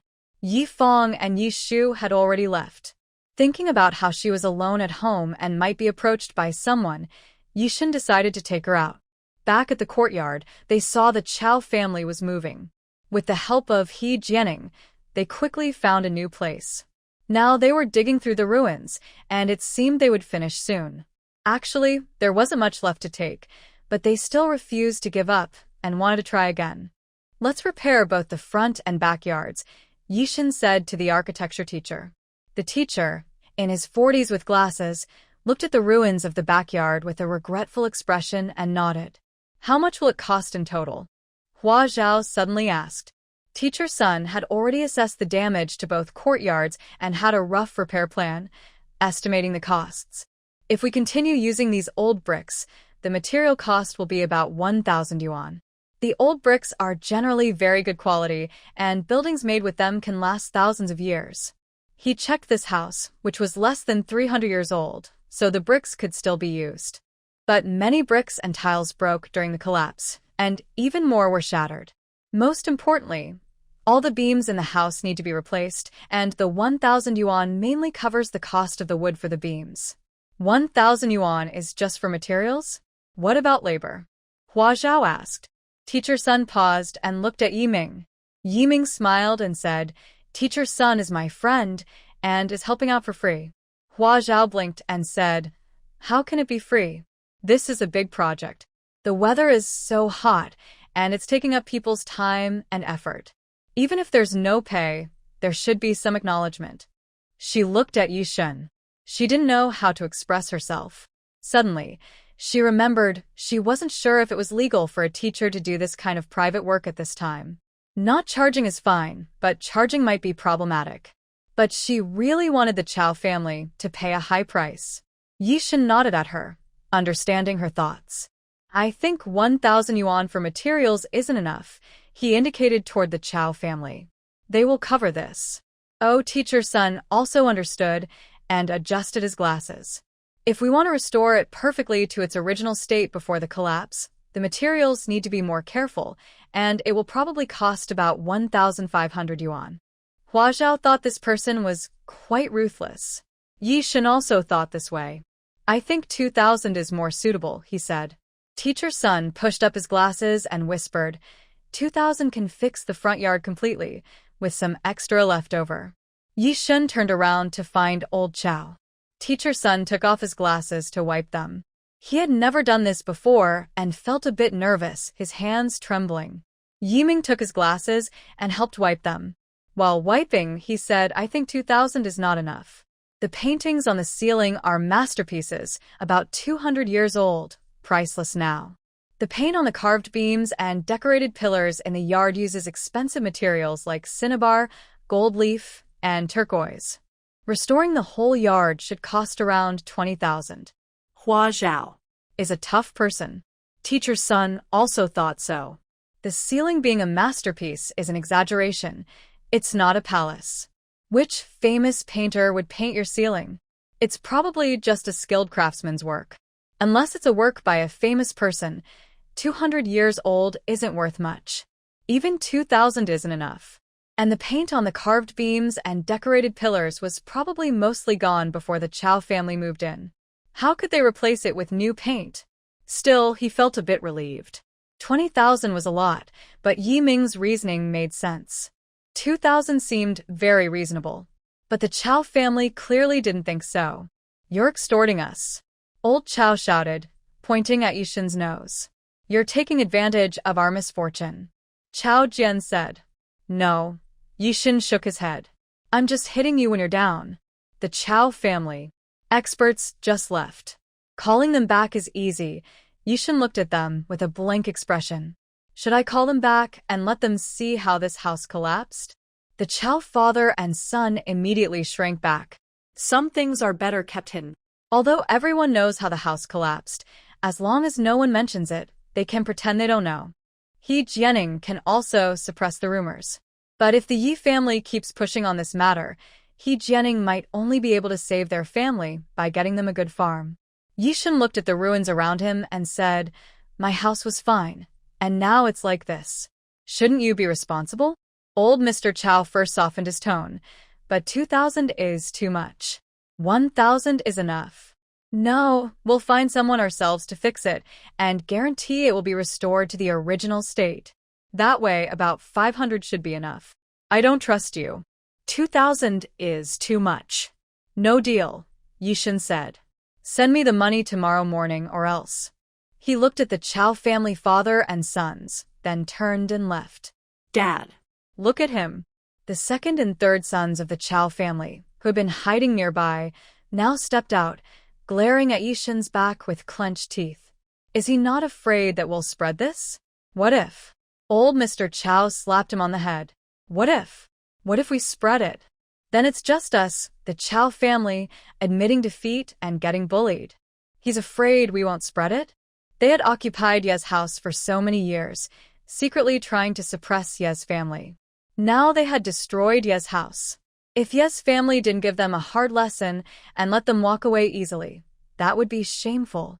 That's extortion, said the third son, rubbing his head with a grievance. We should report him. Puffed. Old Mr. Chiao spat at his foolish son. Ye's family only needs this 2,000 yuan? If you report him, he might really spend all that money on the house, and it still wouldn't be enough. He'd keep asking us for more. By then, it won't be just 2,000. Even 20,000 wouldn't be enough. You have no way to argue. He's just spending the money on fixing the house. Old Mr. Chiao, experienced in these matters, quickly thought through all the possibilities. The third son was convinced, but still looked upset enough to cry. But we don't have any money now. All the savings my wife had are gone. Dad, older brother, second brother, are your money still there? The Chiao father and sons immediately looked like they wanted to cry. Of course, they were all gone. Not just valuable items, even cheap things like iron pots and kitchen knives were gone, probably sold as scrap metal. From a distance, Hua Zhao overheard the conversation. When Yishan returned, she asked, What if they have no money to give? How could that be? Yiming said, They can get an advance on their wages. Besides the older and younger members of the Chiao family who are not in school, everyone has a job. If each of them gets a 2-month advance, that's enough. Oh, Hua Zhao felt relieved. The heavy rain had stopped. Teacher Sun was inspecting the front yard's house carefully, which would help with repairing the backyard. Hua Zhao went to check the spring beside the grapevine. The water flow had indeed decreased significantly and was no longer overflowing. She used the roots of the plants underground to block the water source so that when the water receded, the grapevine could be replanted. Yishan stood beside her, reaching out to pull her arm without caring about the others' gazes. Why is the little girl so curious? She wants to see everything. What if she falls? Yiming looked worried too. You two, go home quickly. Don't scare people here. I can watch over this place. But Yishan didn't want to leave. Someone else was working here, and he needed to prevent them from being discovered. Hua Zhao also didn't want to leave. She wanted to find a chance to get some jade fragments from old Chiao to absorb their energy. However, under Yiming's watchful eyes and Yishan's tugging, she left the spring and went to the well opening. Yiming sighed and said to Yishan, Take good care of your wife. He couldn't watch anymore. In just a short time, he felt sweat on his forehead. Marrying a younger wife was really stressful. Yiming wiped his forehead and went to find Teacher Sunday. He was 6 years older than Yishan and had a deeper impression and attachment to this house. He wanted to talk to teacher's son about the house details and try his best to restore it. Hua Zhao looked at his back and smiled.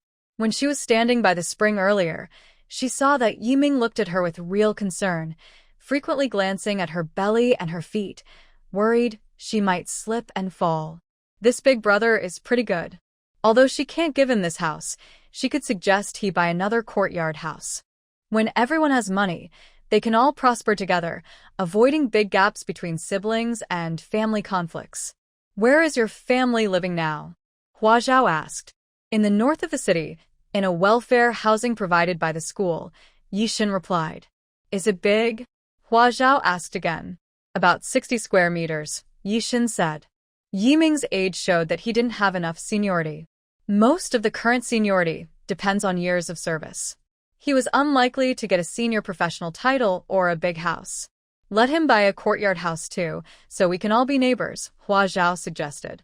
He doesn't have money, Yishan answered straightforwardly. Hua Zhao. Currently, teachers don't earn much. Even as a university lecturer, Yiming only makes about 80 yuan a month, which is already above the average income and considered quite good. Wen Jing also works at the same school, but in the office as an administrative clerk, earning even less, only 60 yuan. Although houses are much cheaper now compared to later times, they are still luxury items most people cannot afford today. For example, the half of the courtyard house owned by the Chiao family is worth several thousand yuan. When the average annual income was only about 500 yuan, it would take ordinary people over 100 years of saving without eating or drinking to buy it. Many people, however, don't even think about buying a house. Unless their family is really crowded, why would they want to buy one? In the future, when they work and have a job, the company will provide a single room for singles. When they get married, the company will allocate a house. Some companies don't do this right away if they are not doing well. They might give smaller or later allocations. But no matter how late or small, the company still provides housing. So, why spend a lot of money buying one? Are they fools? Don't they have enough money to spend? Besides, there's nowhere to buy a house. Private property can only be exchanged, not bought or sold. On the surface, that's how it is. Of course, there are some legal ways to buy and sell houses through special procedures. As for asking Yi Mao and Miao Lonji for money, they probably don't have several thousand yuan either. My sister-in-law's family also isn't easy to deal with. They always find reasons to ask for money, Yishan continued. So I guess my older brother doesn't have much money either. Hua Zhao looked at Yi Ming with sympathy. So unfortunate. She felt she had to help him get rich. Yishan was already tired of her constantly looking at other men, smiling and frowning at the same time. Even his own older brother was not exempt. He pinched her chin and turned her little head to look at him, changing the subject. Why are you coming to the well again? Oh, I just wanted to take a look. Hua Zhao seemed to smell a sour scent and immediately smiled like a little fox who had stolen something. If the situation weren't appropriate, she would have pounced to kiss him. Yishan's frustration was instantly gone. If the situation weren't right, he would have lowered his head to kiss her. Their eyes met, sharing the same meaning. Yishan felt a bit embarrassed first and looked at the water well. What's so interesting about that? I wonder if teacher's son and the others will dig the well. Let's dig it out and put it back into use, said Flower Zhao, noticing others nearby, so she didn't continue teasing. I'm still worried about safety. Yishan still wanted to refuse. The yard has an old, dry well, which isn't good for feng shui, Flower Zhao said.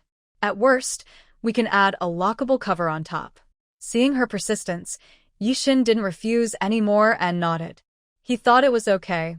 It didn't matter much. Flower Zhao would be moving with the army later, so she probably wouldn't stay in this yard for long. Just as they were about to leave to ask teacher son if he would dig the well, two people, a man and a woman, in their 30s, with good looks and demeanor, entered from outside the gate. They clearly weren't ordinary people. Yishan didn't recognize them, but Yiming instantly recognized them. He glanced at Flower Zhao and then quickly walked toward the door. He smiled as he walked and said, Director Qi, Secretary Qi, what brings you here? You're quite special guests. Yishan and Flower Zhao both thought of something and looked at the two, noticing a hint of Flower Chang's features on their faces. Didn't expect Teacher Yi to remember us. I think we only met once 5 years ago. Chi Baoguo sincerely praised Yiming. Teacher Yi has a good memory. Director Chi's memory isn't bad either. You remember it was 5 years ago, just once, Yiming said, approaching and sincerely complimenting. They shook hands and smiled, but the smiles didn't reach their eyes. Of course, Yiming was younger and more handsome, so his smile looked better. Chi Baoguo, nearly 40, looked very official and couldn't smile as easily as Yiming. Hello, Secretary Chi, Yiming said, shaking hands again with Chi Shulan. Chi Shulan smiled gracefully, exuding the knowledge and manners of an educated woman.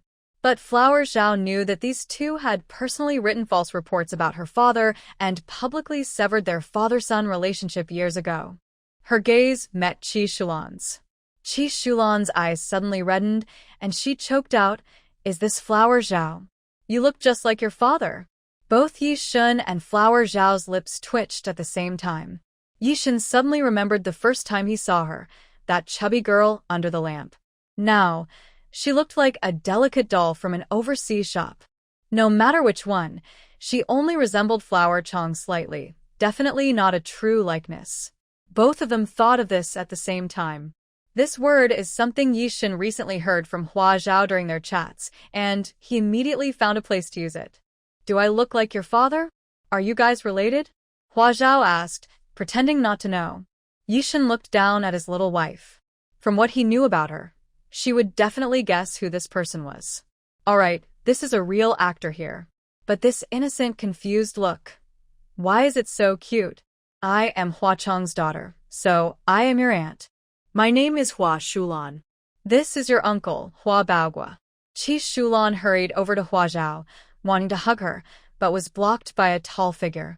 The person she wanted to hug was carefully hidden behind someone. She quickly stopped, looked up at Yishan. This must be Yi family's second young master, right? Just as the rumors said, he looks very handsome, with sharper features than his older brother and a commanding presence. Cold and distant, yet irresistibly attractive. No wonder many young girls in Jingcheng are captivated by him. But none of that matters. The most important thing is that he is the heir of old Master Yi. Chi Shulan's tears suddenly fell. You are Yishan, right? I am your aunt. She never thought she would become Yishan's aunt someday. Wait. Hua Zhao held Yishan's arm and turned to ask from the side, "Aren't you named Chi? Why do you call yourself Hua Shulan now?" Seeing her confused expression, Chi Shulan felt relieved. Her father hadn't told her about the past. I've been named Hua for over 20 years, but after my parents divorced, I followed my mother and took her surname, Chi. Your uncle did the same. Chi Shulan wiped her tears and said bravely, "But we've always kept our father's memory in our hearts and never forgot that our surname is Hua." Oh. Hua Zhao tilted her head in confusion. You haven't forgotten your surname is Hua, but you've forgotten what your father looks like? Chi Shulan's expression froze. Everyone looked at Hua Zhao. Hua Zhao continued seriously, "I don't look anything like my grandfather. No one has ever said we look alike. Are you sure you've got the wrong person? Your father and my grandfather just share the same name." The atmosphere suddenly fell silent. Seeing Chi Baoguo and Chi Shulan's almost broken expressions, Yiming struggled not to laugh. He looked at the little girl behind his brother, tilting her head and appearing very cute from head to toe.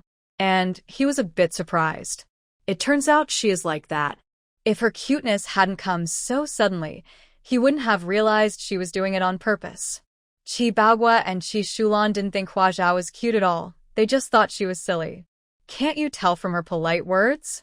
Why take it so seriously? Why ask questions? Isn't she? But my aunt thinks she looks very similar, Chi Shulan said, touching her eyebrows and feeling a bit shy.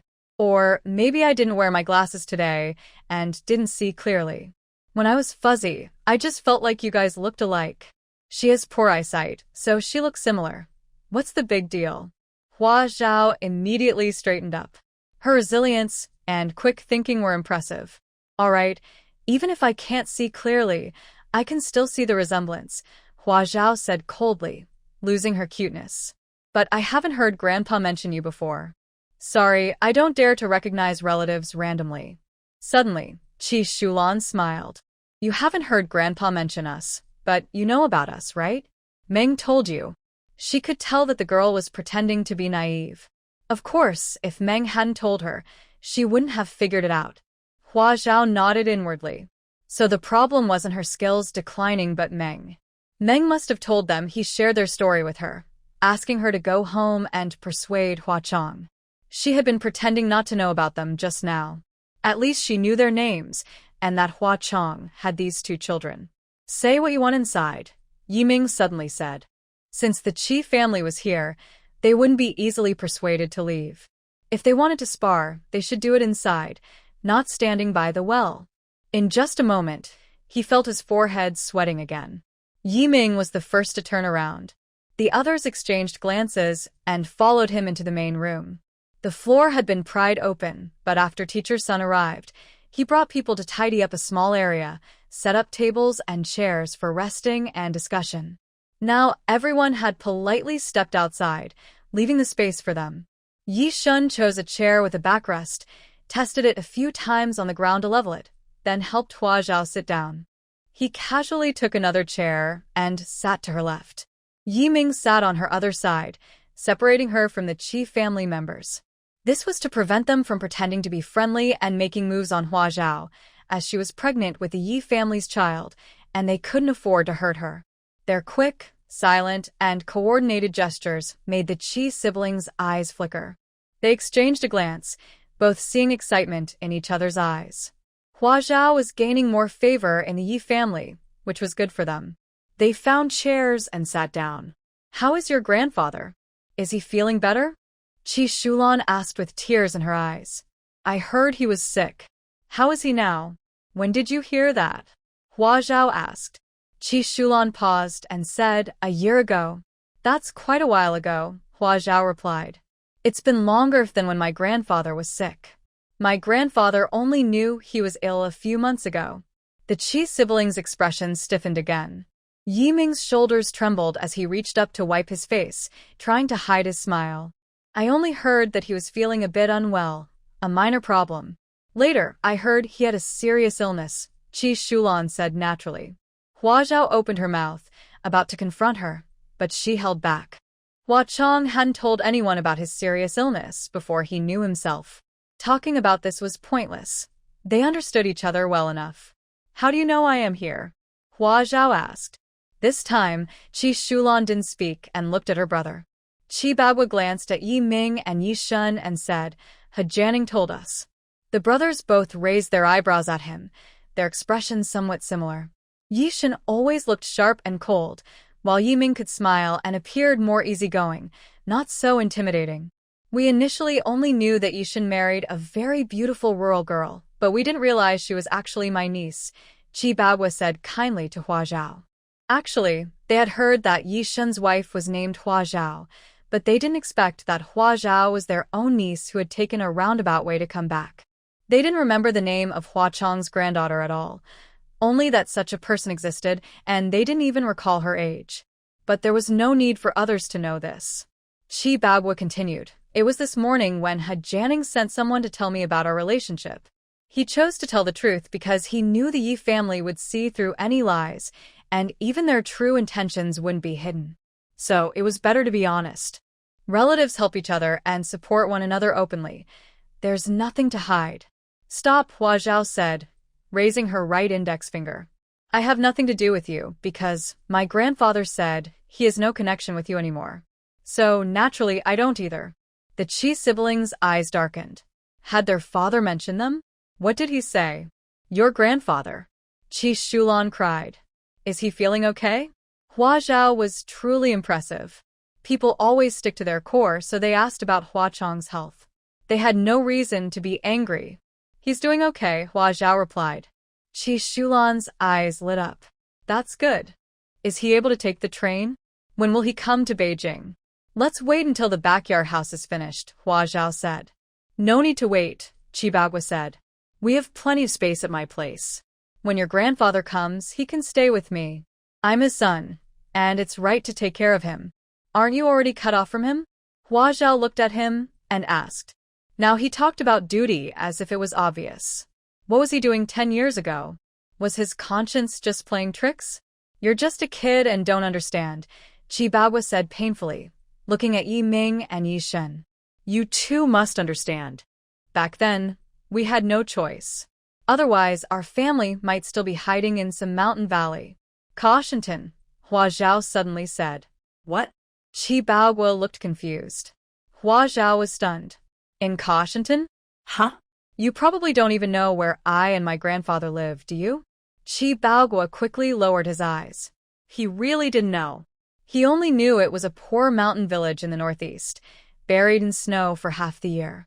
He had only recently started asking about Huachong through Meng, but Meng never mentioned Confrontation. I know. Of course, I know you live in Confrontation.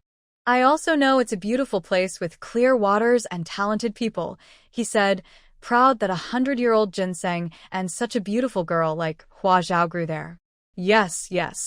Ji Shulan also said for so many years, we've been thinking about Kaoshan village. We wanted to visit you, but my father is very stubborn. Even Meng couldn't get a look. We're afraid that if we go, we might upset your grandfather. So we held back. Hua Zhao suddenly smiled. I was lying to you.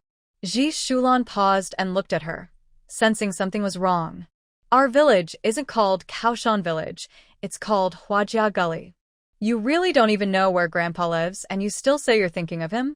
Hua Zhao sneered. Ji Shulan and Chibagwa's expressions froze, losing all warmth and friendliness. This stubborn girl is so annoying. Yishan and Yiming held back their laughter. Yiming glanced at Hua Zhao, who looked serious, and thought to himself how clever she was. With just a few words, she tore off the masks of the Qi siblings. Amazing! It seemed he had learned a trick too. Without false feelings, speaking became straightforward.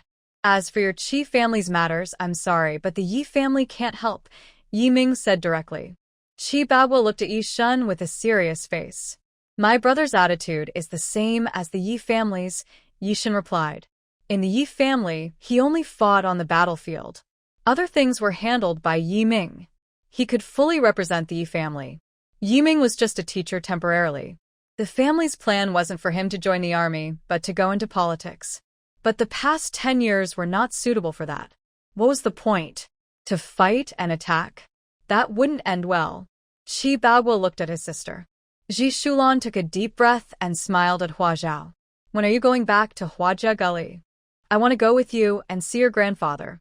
Hua Zhao smiled. I told you, I was lying, there's no Huajia Gully.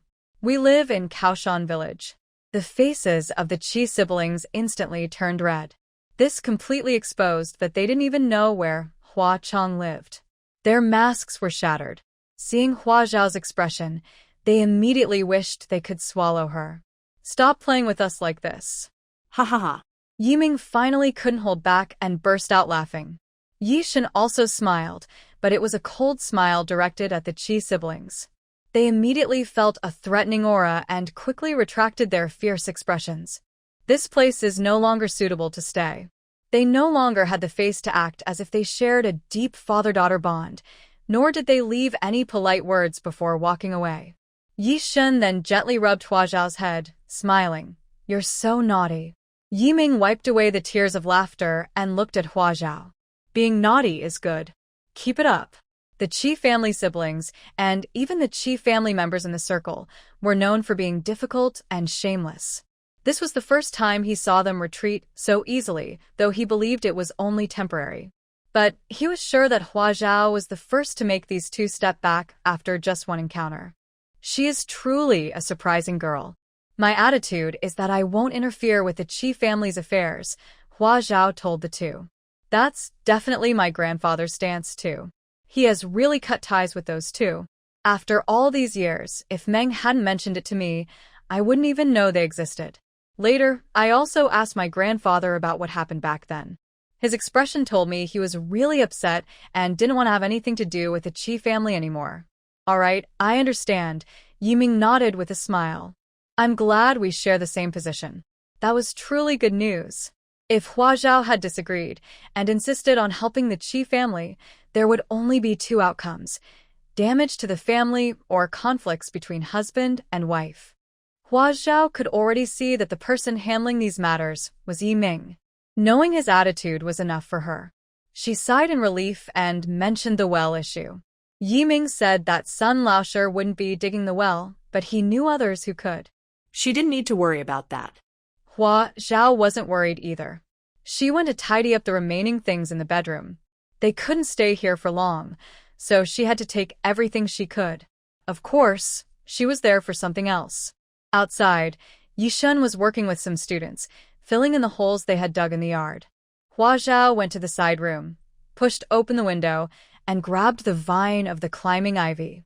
No one noticed that the vine was greener and more lush than before. The large, neatly arranged leaves spread out layer by layer, completely covering the wall.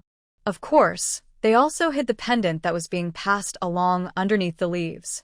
Soon, Hua Zhao grabbed a small tag that was sent from underground. She had previously used her mental power to examine the box of jade. None of the pieces were intact. They were all broken into fragments. However, the mountain water pendant was the least damaged, with only a large, but no breakage. It was also the right size, only half the size of her palm, making it easy to hide. She decided to absorb its energy first. Hua Zhao discovered that she could exchange energy with plants endlessly, continuing until the plants naturally withered away. But exchanging energy with jade was limited. The energy inside the jade was non-renewable. Once she absorbed it, it was gone. Fortunately, jade that had been purified by her energy would still retain its original form. No, its quality might even improve slightly. For example, the jade bracelet she wore earlier.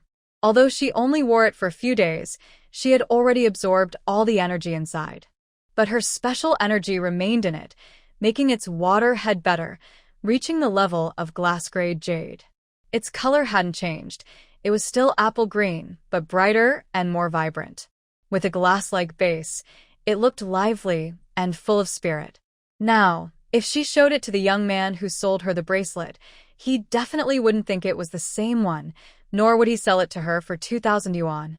That bracelet was now worth at least 5,000 yuan, and in the future, it could be worth 50 million. Hua Zhao seemed to have found another way to make money.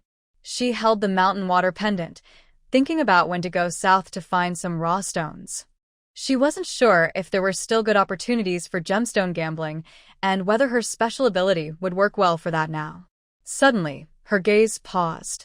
She felt that the mountain water pendant in her hand seemed to have changed a little. What about that? This mountain water pendant was definitely a masterpiece by a master craftsman. It was almost transparent and flawless, with deep and light green hues. Delicately carved into mountains, rivers, and small bridges with houses, it was beautiful. The large in the middle of the pendant had become faint, like a wisp of light smoke. Hua Zhao thought of something. She increased her energy input, and the faint smoke slowly dissipated. The pendant became even more perfect and transparent. Wow, so amazing! Hua Zhao held the pendant up to the sunlight, marveling. This was another skill that could bring her wealth. She planned to try this trick on other objects like porcelain or paintings. Suddenly, she heard familiar footsteps outside. She paused, still holding the pendant without moving. Yishan walked over and saw the pendant in her hand, surprised. "When did you buy it?" he asked. "It's not bought." Hua Zhao quickly dug a small hole under the wall for the plants and said to Yishan, "I saw something flashing there just now, so I went to check and ended up digging this up." Yishan looked at her speechlessly. The small space between the side room and the backyard wall had also been dug before. They found nothing, but after they left, his wife found it. Yishan quickly jumped down, checked the spot she mentioned, and found nothing else. He didn't keep digging but smoothed out the small patch of ground. If there's nothing, forget it. If there is, let it stay underground. Hua Zhao didn't take out the other collections from old Chiao. It didn't matter if she showed the broken pieces, but if Yishan found out later that the fragments had been perfectly repaired, it wouldn't be good. She didn't want to tell anyone about her special abilities, including Yishan. Hide it well and don't wear it for now, Yishan said as he returned to the house. Okay. Hua Zhao put the sign into her pocket. She didn't dare wear it, afraid old Chiao would recognize it. They stayed in the yard all afternoon, and in the evening, they left with teacher Sun and his students. After everyone left, on the way, Yishan looked around quietly and said to Yiming, I found 2 boxes earlier and buried them in the middle of the yard. Yiming nodded, guessing what he thought. If there was nothing in the yard, Yishan wouldn't have spent the whole afternoon working with Hua Zhao. He would have taken his wife to relax somewhere.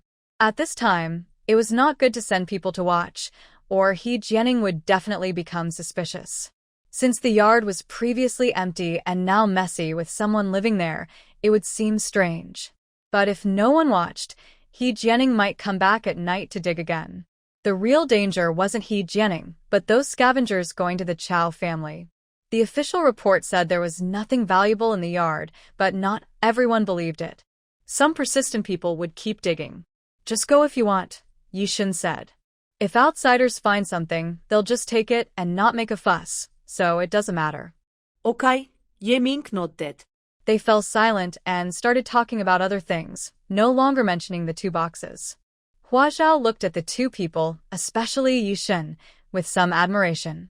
He knew what was inside that box. He had seen the shiny yellow fish and the priceless ancient paintings with his own eyes. But to him, it was all just nothing. This kind of openness is something most people don't have. Feeling Hua Zhao's gaze, Yishan looked at her. Seeing that her eyes showed not sadness but admiration, Yishan felt a strange feeling inside. Yiming also looked at Hua Zhao, with bright eyes. His younger brother could see through money because he was raised with good character and manners. But what about this young girl? Hua Chong. When Hua Chong left, he was already 22. He had seen and understood him. He wasn't a person with high manners. So, this young girl must be naturally different. His younger brother is really sharp. He saw her good qualities right away. Hua Zhao looked at their expressions and shyly hid behind Yishan. They are too kind to her. She has practiced for 2 generations but has never looked down on money. Actually, she feels she loves money even more now.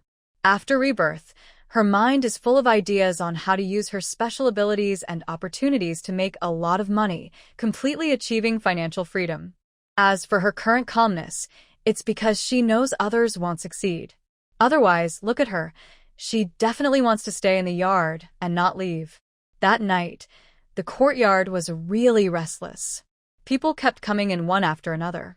The first 2 groups almost fought, but the 3rd and 4th groups arrived one after another, making everyone quiet down. Everyone waved their flashlights around and agreed on a plan. Each group chose a spot to dig, not bothering each other. Whoever digs up something, whether to fight over it or not, was up to them. Hua Zhao only glanced at the plants below and then withdrew her energy, ready to sleep. She wasn't worried at all because she had already moved everything to someone else's yard. Even if they dug through the underground of the Yi family, they wouldn't find anything. But now, sleeping wasn't so easy. She had to get past Yishan first. If she didn't soothe him, she couldn't sleep. Pretending to sleep wouldn't work now. She had to be truly exhausted for him to let her go. The next morning, Hua Zhao was awakened by knocking on the door. Little Hua, get up and eat. Although Lui Weigui called her by her nickname, her tone was not very warm. Her husband had already finished morning exercises half an hour ago, but she hadn't prepared breakfast and hadn't gotten up yet. She was so lazy, not at all like a girl from the countryside. Get up quickly, it's already 6 o'clock. You can't do this in the future. How can you let your husband go out hungry? The kids need to go to school, you know. Second aunt, Yishan appeared at the staircase, frowning as he looked at Lui Weigui. Lui Weigui took her hand off the door and confidently said to Yishan, you care about your wife, but there are principles. A woman must do what she's supposed to do. Otherwise, what's the point of marrying her? Do you want to serve her all the time? Yishan didn't want to argue with her, just said, she didn't sleep well last night. Don't wake her up now. Not sleeping well? I see. Lui Weigui looked at Yishan with understanding. She needed to say something to him. Your wife is pregnant. You should be careful and know your limits. Yishan felt awkward, but Hua Zhao didn't know or care. She was just feeling a bit embarrassed. She yawned, sat up, and got dressed. That's why she thought living with the elders wasn't good. The little romance and sweetness between a young couple could be shattered easily. The knocking at the door downstairs saved Yishan from the awkward situation. Who's at the door so early in the morning? Louis Wegare went to open it herself. Although Yishan's family was entitled to have a housekeeper, Yimao didn't want one. Who knew what kind of person the housekeeper was? Would they gossip? Could they be bribed? Or worse, could they be someone's spy? So, Louis Wegare had been doing chores herself these days. Who are you? Louis Wegare looked at the man in military uniform outside the door, surprised. He looked familiar, but she couldn't quite remember who he was. However, Kong Jie recognized her. Second aunt, I'm Kong Jie, Yishu's husband, Kong Jie said with a sincere and cheerful smile, making people feel friendly. Oh, Kong Jie. I didn't recognize you at first. Louis Wegare warmly greeted him. come in. Why are you here? Have you had breakfast? I came to Beijing for a meeting, Kong Jie said as he walked in. Looking at the empty living room, he whispered, Are my parents still not up? And Xiao Shu? Your father is not at home, your mother hasn't gotten up, and Yishu doesn't live here. Louis Wegare said casually as she headed to the kitchen. Kong Jie paused and asked, Xiao Shu doesn't live here? Yes, she is staying at your younger sister's house with your sister-in-law, Louis Wegare replied. I have heard Yishu mention some conflicts between her and Yishu, but I don't think they are serious problems. The mother-in-law helps the poor and benefits the rich, wanting her sons to have good lives. Is that wrong? No, it isn't. As for the younger sister-in-law being difficult, how many sisters-in-law are easy to deal with? And about the children, it's even more Yishu's own fault. A woman at 30 shouldn't just focus on work and refuse to have children. That's not right. So, in her eyes, Kong Jie is the one who is wronged, and she needs to comfort him. Then I will go to my sister-in-law's house, Kong Jie said, turning to leave. Since her father-in-law isn't home and her mother-in-law hasn't gotten up, she probably wouldn't be happy to see him either. He decided to go find Yishu directly. Wait a moment, Yishan said coldly from upstairs. Seeing Yishan's expression, Kong Jie's grip on his luggage tightened. Yes, have breakfast first before leaving. Why are you in such a hurry? Your wife is probably still asleep at your sister-in-law's house, Louis Wegare said briskly while preparing breakfast. I heard your family used to cook all the time. Look at that, so good. She thought Yishu was at fault in many ways. Let's talk, Yishan said as he came downstairs. Kong Jie's hand on his luggage tightened then relaxed. He put down his bag and nodded to Yishan. Let's talk. Louis Wegare said things that favored him, but he knew the others in the Yi family might not be the same, especially Yishan. His cold gaze told him that the conversation wouldn't be easy. What are we talking about? Brother Shen. Louis Wegare wasn't stupid. She knew Yishan and Yishu were united. She suspected they were trying to make things difficult for Kong Jie. Second aunt, are you making breakfast? What are you doing? Let me help, Hua Zhao said as he came from behind Yishan, glancing carefully at Kong Jie. He looked to be in his mid-30s, tall and strong, with regular features. Not very handsome, but very tough-looking, with slightly darker skin, making him seem like a tough guy. He gave off the vibe of a straightforward, strong man. Hua Zhao didn't comment much. A straightforward man wouldn't have sharp, insightful eyes. Hua Zhao nodded and smiled at him. Ah. Hello. Kong Jie was surprised for a moment before realizing that this was Yishan's newlywed wife from the countryside.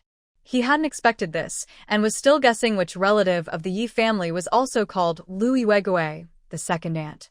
She didn't look at all like she was from the countryside. Are you going to talk to brother-in-law? Hua Zhao turned back and winked at Yishan. Go quickly. Breakfast is ready, and I'll call you when it's time. What are you talking about? Louis Wegare hadn't finished speaking when Hua Zhao took her arm and dragged her into the kitchen. Hey, second aunt, are you making vegetable porridge? I can't do it, so teach me. Louis Wegare rolled her eyes at her.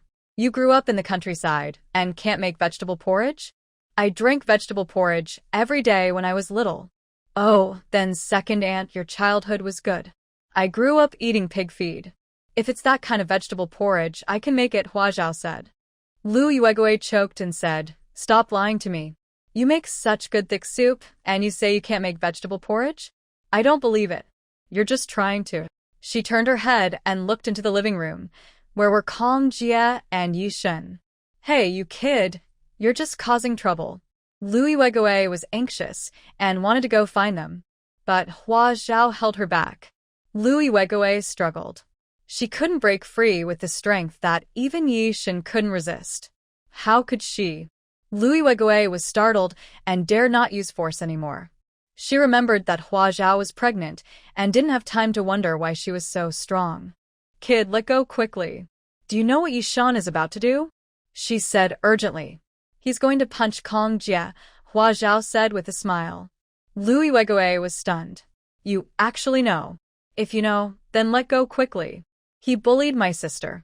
Shouldn't I give him a good beating? Brothers from the same family should support their sisters. What are they for? Hua Zhao said. When did he bully your sister? Listen, don't learn from your eldest aunt. That's not the right way. Women should act like women, have children, manage the household. Every family has some mother-in-law and daughter-in-law conflicts. Honestly, her mother-in-law is quite good. She hasn't hit or scolded her. She even takes care of her, feeds her, and tidies up the house. She's not grateful enough. Hua Zhao didn't want to listen anymore. Second aunt, the pot is about to burn. If it burns, can't you just turn it over? I'm holding you back. I don't have time, Hua Zhao said. Then let go. Lu Yuegui said angrily. Is this kid stupid? I'm not stupid. I just refuse to reason. Hua Zhao looked at Lu Yuegui with a defiant expression. Her words and her attitude left Lu Yuegui stunned.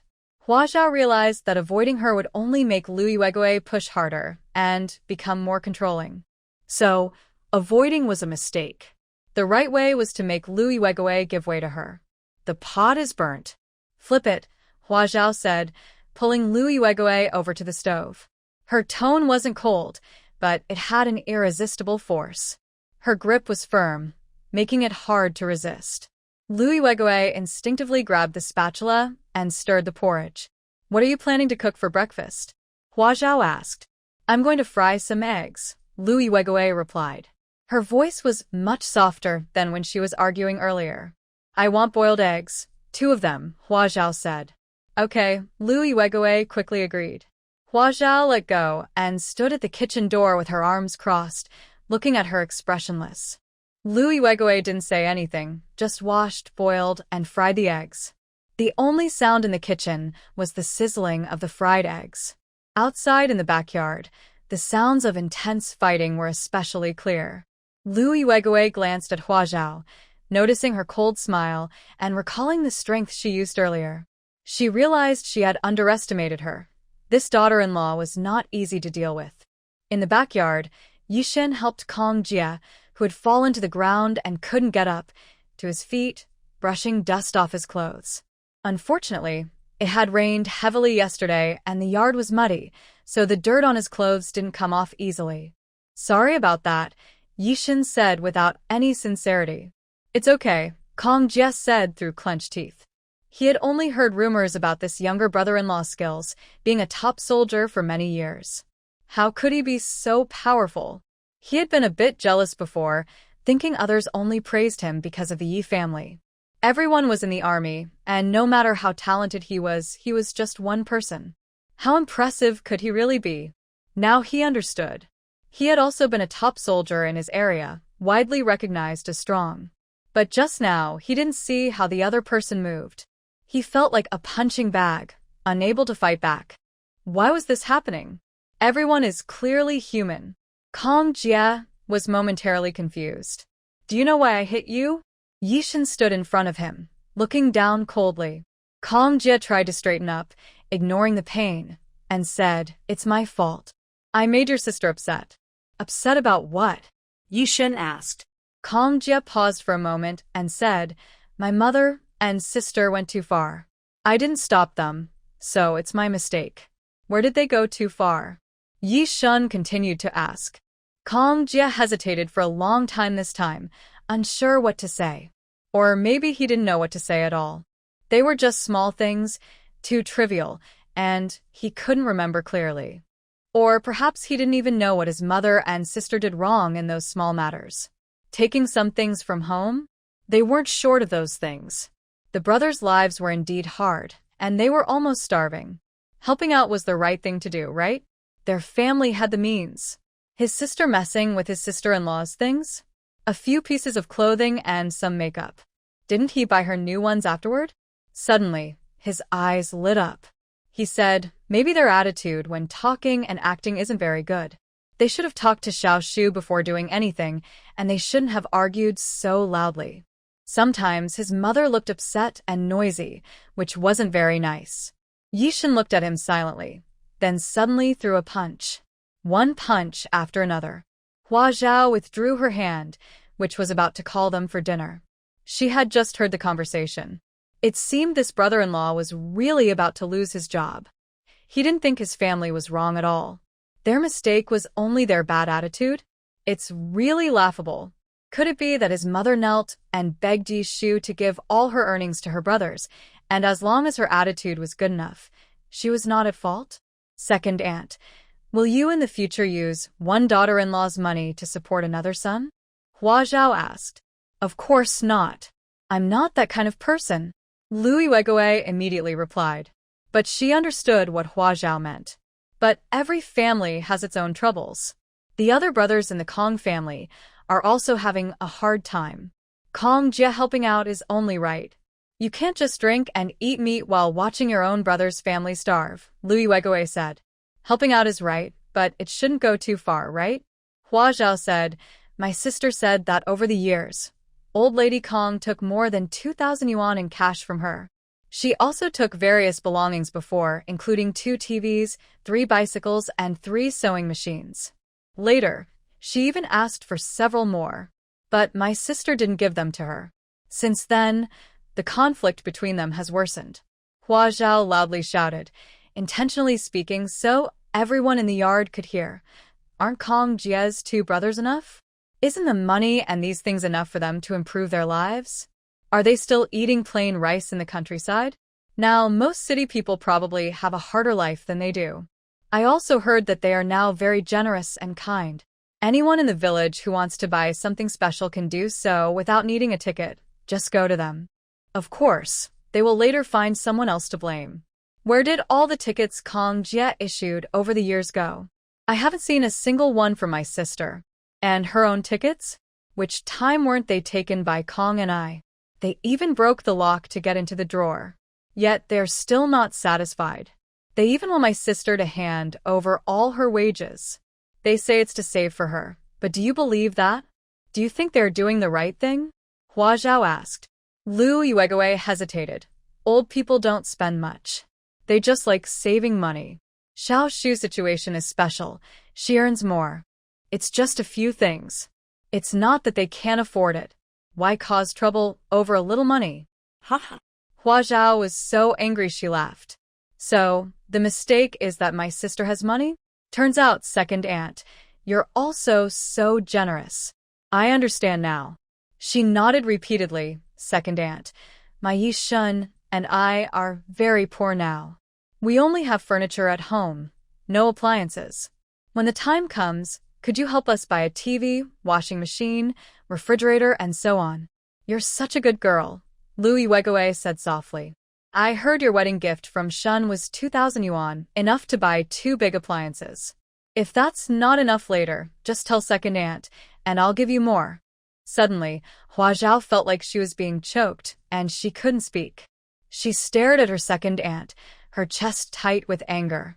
Please, just be a complete villain. She couldn't even scold her anymore. The conversation in the yard had stopped. Kong Jia stood there, stunned and a little shocked. He didn't know if his mother had already taken so much money from the house. He only knew that the old TV at home was gone. He asked once, and his mother said it was broken. A few days later, Yishu bought a new one. When he returned home on his next day off, he found that one was also gone. He asked again, and his mother said it was broken again. After that, the family never bought another TV. He didn't pay much attention, just thinking the TV was of poor quality and kept breaking. Yishu didn't want to waste money. There was no sewing machine at home either because Yishu didn't know how to use it. But she had bought 3 for her brothers, along with bicycles and receipts. He didn't know about these things because no one told him. I don't understand. Why didn't she tell me? Kong Jie muttered. Hua Zhao came over and stood beside Yishan, looking at him. She said, because she wanted to be a good wife and not push the pressure from her mother-in-law onto you, so you wouldn't suffer. Over the years, has your sister ever spoken badly about your mother in front of you? Kong Jie thought for a moment and shook his head slowly. Look at your mother. When has she ever spoken well of my sister? My sister has done so much for you brothers. Has she ever said a kind word? Has she ever shown any gratitude? Every time she sees you, she's complaining and whining, making things difficult for you. Hua Zhao asked again.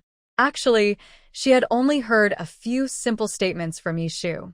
The details were her guesses based on Kong Jie's reactions. Your mother's mistake isn't her attitude, but her lack of conscience, Hua Zhao summarized. Kong Jie thought about all the things his mother had done over the years. It was exactly what Hua Zhao said. Now someone was criticizing her for having no conscience. He felt angry, but had nothing to say. Yishu stood in the living room, desperately covering her mouth to stop herself from crying, but tears fell heavily. After all these years, someone finally spoke out about her feelings. But she didn't expect that person to be Hua Zhao, whom she had only met a few times. When the 3 of them entered the house from the yard, Yishu had already wiped away her tears and was helping Lu Yuegui set the table as if nothing had happened. Why are you here? Yishu looked at Kong Jie in surprise, as if she had just realized he was there. Hua Zhao looked at her with a very realistic expression of surprise. She admired her. The faint redness in her eyes looked like she hadn't slept well last night, not at all like someone who had been crying. No wonder she was a professional actress.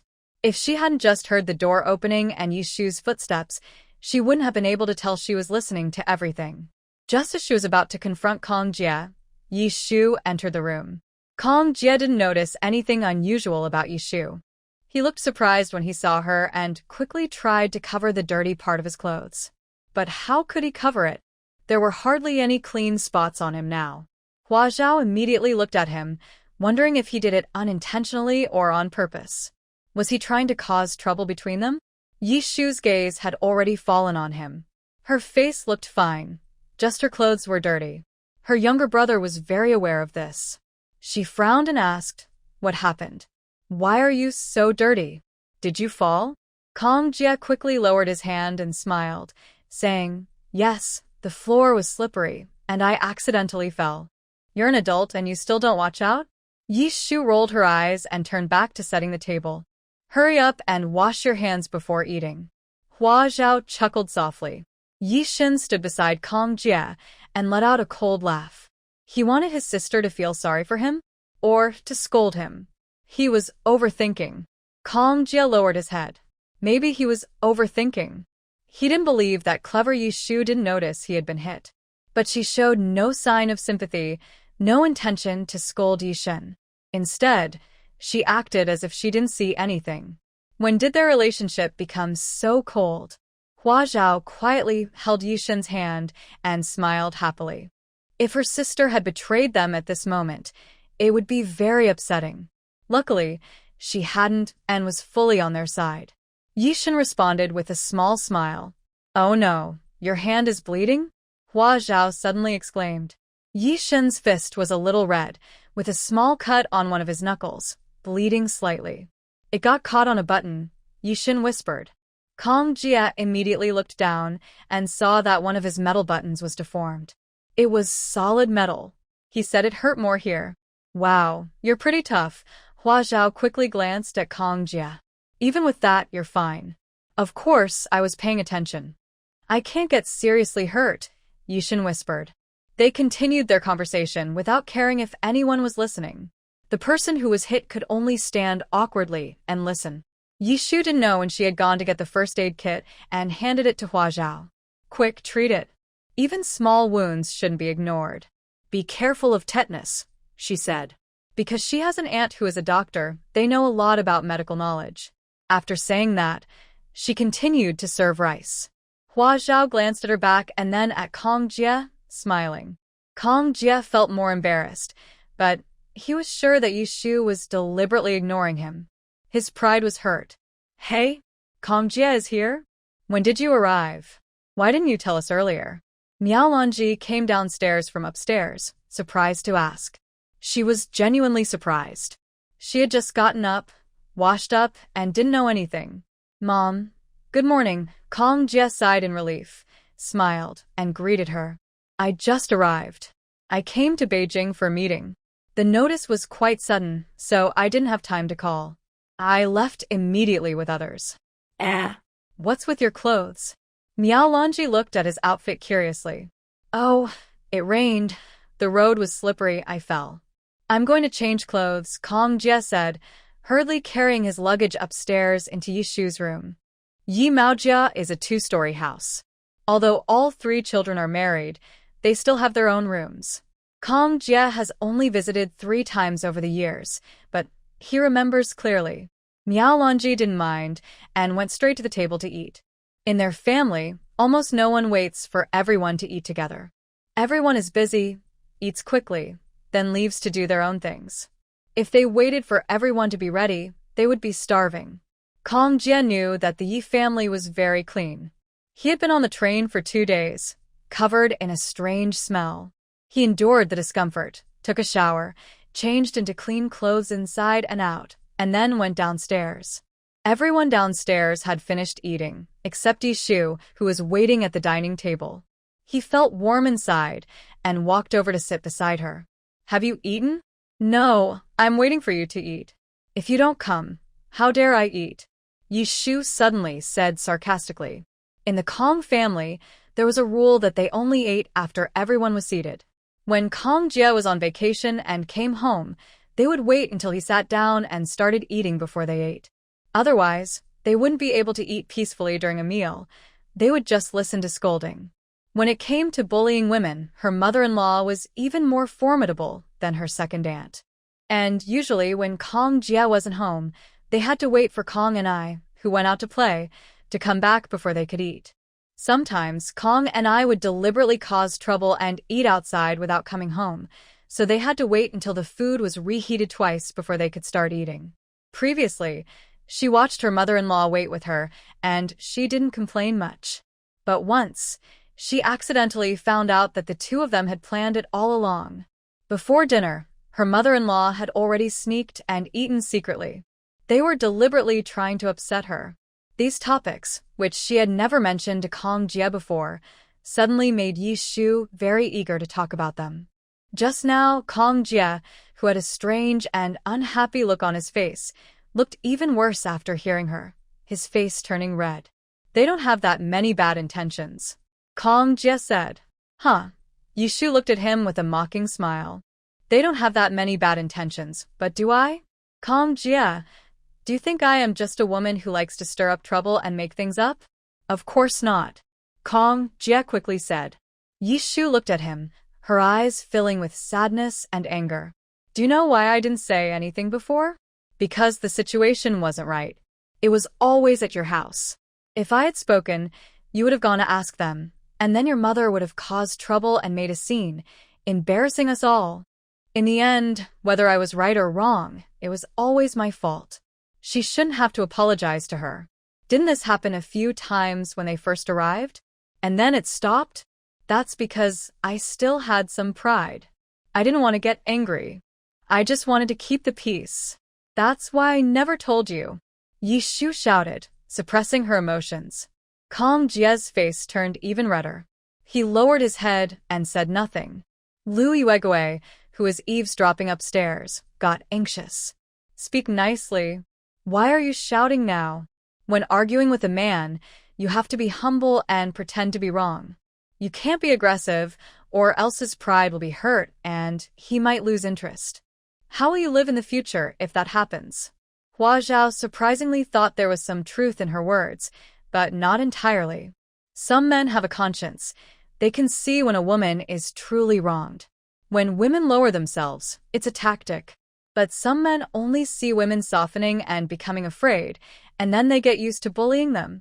Some people just shouldn't be spoiled.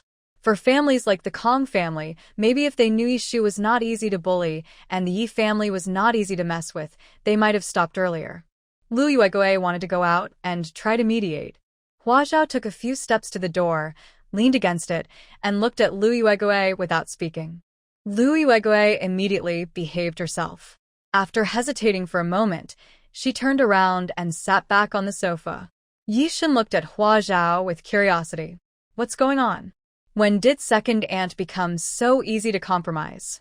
Hua Zhao maintained her sense of authority and only stared at Lu Yuegui. Lu Yuegui no longer dared to look at her or say anything. Suddenly, footsteps sounded outside the door.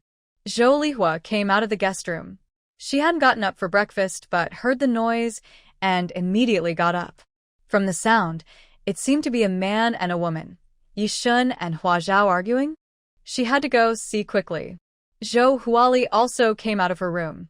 Were Yishu and Kong Jia already on bad terms? Why were they arguing just after meeting? They didn't hear what the argument was about. Suddenly, the door to the next room opened, and both of them were pulled inside. Zhou Lihua was surprised, but when she looked up, she saw Hua Zhao pulling her in, and she felt disappointed. It wasn't Yishan and Hua Zhao arguing after all. Who's downstairs? She asked curiously. No one, Hua Zhao replied. She looked cold and spoke stiffly. Even if her voice was sweet, it wasn't charming anymore and seemed a bit rude. Her attitude was very different from before. Zhou Lihua and Miao Longji both forgot about what was happening downstairs, looking at her in surprise. Hua Zhao realized that the way she handled Lu Yuegui could also work on them. She was too soft and could be bullied by them. It was better to be a little fiercer, then they wouldn't dare to bother her. Of course, this was because the 3 daughters-in-law of the Yi family were all gentle, so she could use strict methods. If she faced someone like Yishu's mother-in-law, she'd have to be even fiercer than her. Only when she was brave enough to threaten with a kitchen knife would she truly scare her. Yishu no longer wanted to argue with Kong Jia. This wasn't the place for fighting. We'll go outside to talk, she said, and stood up, walking out directly. Kong Jia also lost his appetite and followed her out. Now, there was really no one downstairs. Hua Zhao moved aside at the door, sat next to Yishan, and behaved as quietly as a small red flower blooming peacefully on a windowsill. The 3 elders inside the house looked at her in shock, not knowing what to say. Yishan pursed his lips, hiding the smile that was about to form, and pulled Hua Zhao to stand up. We're going to the courtyard. Outside the door, Yishan immediately asked curiously, Second aunt, what's going on? Why does she seem afraid of you? What did you do? Hua Zhao touched her nose and smiled like a little fox. I scared her. Yishan, how did you scare her? I didn't do much, just glare at her, Hua Zhao said, crossing her arms and glaring at Yishan. Her big, clear, moist eyes sparkled with a clever light. Her sharp little face had become a bit chubby lately, looking plump and rosy, like a small bun, making people want to bite her. What was scary about this look? It was more like a tiny kitten just a month old, puffed up and fierce, looking adorable and fierce at the same time, making people want to hold her and squeeze her. But now wasn't the time to hold her. Yishan reached out and poked her soft, white cheek. Why'd he look smaller and smaller? He hesitated to touch her more. The next part was unclear. He remembered the first time they met, under the light, seeing a strong, dark figure who looked about 28. But then, when they met again, she was definitely an 18-year-old girl. Now, she looked more like a girl of 15 or 16. Hua Zhao heard this and giggled, saying, You said it. No more hitting in the future. Yishan's eyes flickered, and he said, Okay, no more hitting. Huh? Why was she so obedient? Hua Zhao looked at him curiously. Yishan changed the subject. How did you scare second aunt? Hua Zhao didn't hide anymore and said directly, I just showed her my strength and told her I was unreasonable. That made her afraid. Hua Zhao spread her hands. She's very timid, and I wouldn't hurt her. Yishan smiled helplessly. Next time, be careful when you scare her. You're really strong. If you accidentally hurt her, I can't even defend you, since she's an elder. Yeah, I know. I won't make things difficult for you, Hua Zhao said. Suddenly, Yishan remembered what she just said. His sister didn't want Kong Jie to be uncomfortable, so she didn't say anything, but their conflicts grew deeper, and they were about to part ways. He immediately said, no matter what happens in the future, you must tell me. If my parents or even my brother and sister-in-law bully you, you have to tell me. Don't be afraid that I'll be upset. That little bit of trouble was nothing compared to Hua Zhao possibly leaving him. Thinking about the scene where Hua Zhao might turn away from him, Yishan, regardless of the situation, grabbed her wrist and looked into her eyes, waiting for her answer. Hua Zhao felt warm inside and smiled, saying, don't worry. No matter who bullies me, I will come to you for support. Although she had no mother-in-law in her past life and never experienced mother-in-law conflicts, she had heard many stories from others about how to handle such situations. The first rule is to find allies and never fight alone. Husband and children are the best allies, especially the husband. You should try to bring him to your side. The second rule is to stay in the background and avoid rushing into conflicts. If anything happens, let the husband handle it himself. They are family connected by blood, and at most, they should only argue verbally. If they need to act physically, they should not be harsh, and even then, not against you. When the daughter-in-law steps in, it's a different story. She will act where it hurts. The third rule is to comfort the husband after he steps in. If someone is wronged or owes a debt, the person responsible should be the one to get angry, and don't take out your frustration on the daughter-in-law. Thinking about these, Hua Zhao playfully laughed while shaking Yishan's arm. Miao Lanji had observed her carefully. Although she didn't like her, she maintained her dignity and didn't make things difficult for her. Maybe it's because she didn't get close enough, so she didn't have the chance. Or perhaps she noticed that Yishan cared about her, so she didn't dare. Or maybe she simply didn't know how to make things difficult for her. Hua Zhao realized that her mother-in-law was somewhat proud and naive. Since she probably hadn't experienced mother-in-law conflicts, she didn't know any tricks. In their recent meetings, her mother-in-law's only attack was indifference. This tactic works well on quiet daughters-in-law, but for her, she could only say she was immune to such subtle attacks. Yishan looked down at the innocent, sweet, and lovely girl smiling happily, and he also smiled. When they arrived at the courtyard, they found it had been disturbed. However, the person who did it was very careful, and before leaving, they restored it to its original state. Yiming approached and nodded to them.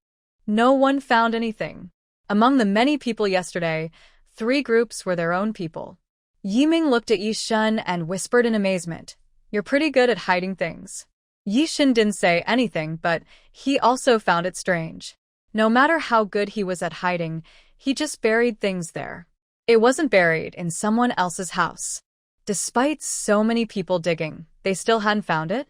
They really weren't being careful enough. Yiming looked again at Hua Zhao, who was hiding in the shade, and said to his younger brother, "I'll stay here and watch. You two can go out and explore. You've been here for a while, but you haven't been to the square yet, right?" Hua Zhao immediately smiled and said, "I just passed by with Annie once, so that counts as going. Besides, it's so close. We can go for a walk in the evening later." She looked at Yishan and said, "Now I want to go to the nursery to buy some fruit trees and fresh flowers. I want to take this chance to decorate the yard." Yishan thought for a moment and nodded. "I'll take you there later." He then turned to his older brother and said, "Kong Jie came, and I told him off." Yiming nodded and asked, "Did you slap his face?" "That's good. What are Xiao Shu's plans?" Yiming asked again. "She wants a divorce," Yishan replied. Yiming frowned slightly. "Is it that serious?" Yishan turned to Hua Zhao and said, "You tell her, what kind of life has my sister been living these past few years?" He hadn't fully shared his sister's hardships with Auntie, let alone the 2 brothers. They only knew that her life seemed unhappy, but not the details. However, Yishan noticed that his sister and Hua Zhao got along very well and talked easily, so she told her everything. That's why he asked her to speak. Yishu had indeed told Hua Zhao some things before, and she added her own exaggerations, which made the two brothers' foreheads throb with veins from frustration. I'll talk to him again when I have time, Yiming said, rolling up his sleeves. Hua Zhao immediately looked at him with suspicion. Yiming was a bit thin, fair-skinned, tall, and refined, fitting the image and temperament of a university teacher. Feeling her gaze, Yiming turned to look at her and suddenly smiled. I also served in the army. Although only for 3 years, I was a top soldier during those years. Wow! Hua Zhao's eyes immediately filled with surprise and little stars. Yishan glared at his brother. Yiming raised an eyebrow at him. Yishan rolled his eyes and grabbed Hua Zhao, pulling her along. Let's go, we're going to the flower market.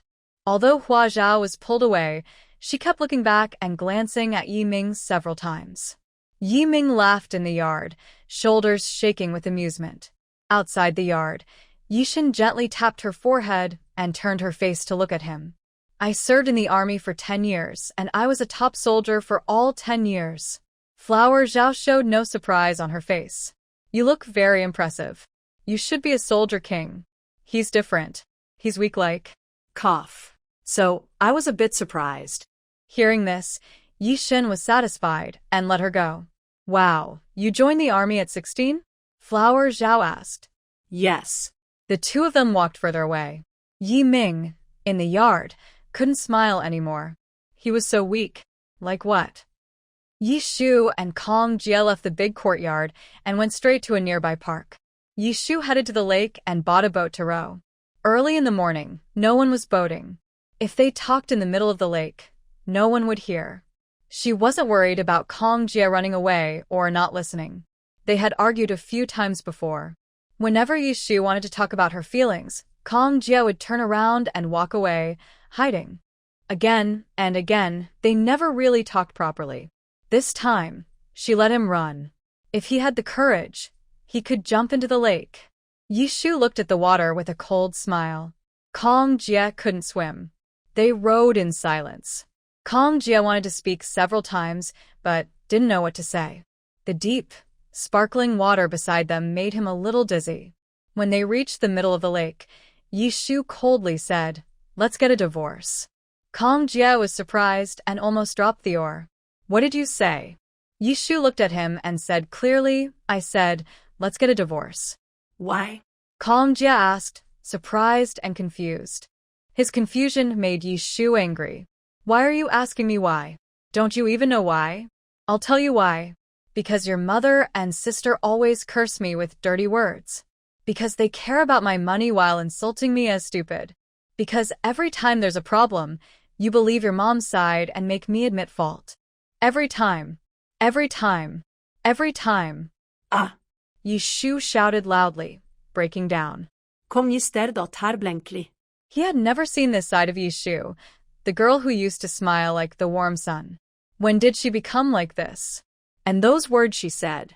"I will make them change. I will definitely make them change." Kong Jia said. "I won't let them curse you anymore. I won't let them ask you for money anymore.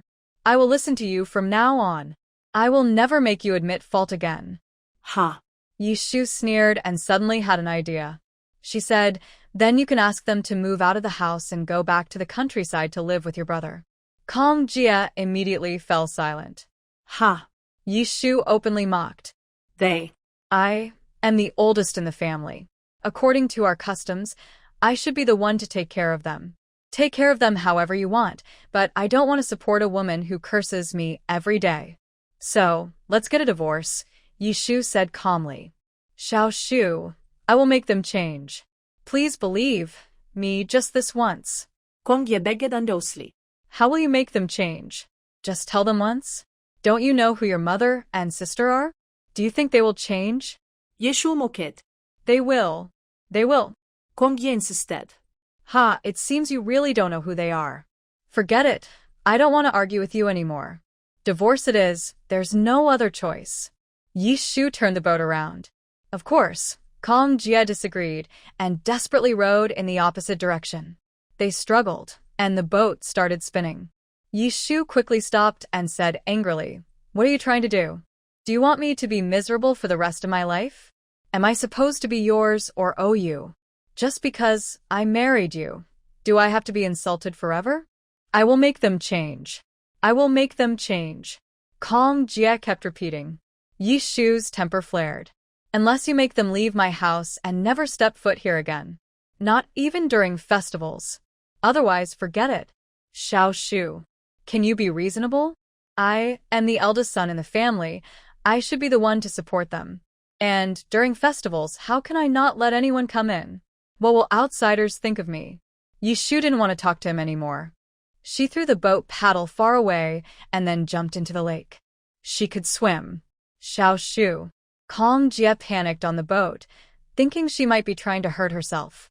But then he saw Yishu swim gracefully away, confident she would reach the shore soon. The other paddle had already drifted far away. He only had one paddle left and wasn't sure if he could row over. He couldn't swim and didn't know much about rowing. Sigas Kong Yesig Hedepli. Hua Zhao and Yishan took a car to the state-owned nursery, where flowers and plants are sold. A beautiful life needs some decoration, and flowers are essential. Each nursery is open to the public, selling various flowers, plants, and different types of trees. The two of them entered the first nursery, where the yard was full of colorful, beautiful, and fragrant flowers. Yishan was immediately overwhelmed by the scent and sneezed. He has never liked things with strong smells, whether it's floral fragrance or perfume. He looked down at the young girl who was just past his shoulder. The only scent he liked in all his life was the smell of his little flowers at home. Yishan moved closer to Hua Zhao and sniffed her hair scent, feeling more comfortable. "Would you like to buy something?" A staff member from the nursery hurried over and asked. The young man, in his 20s, was not tall.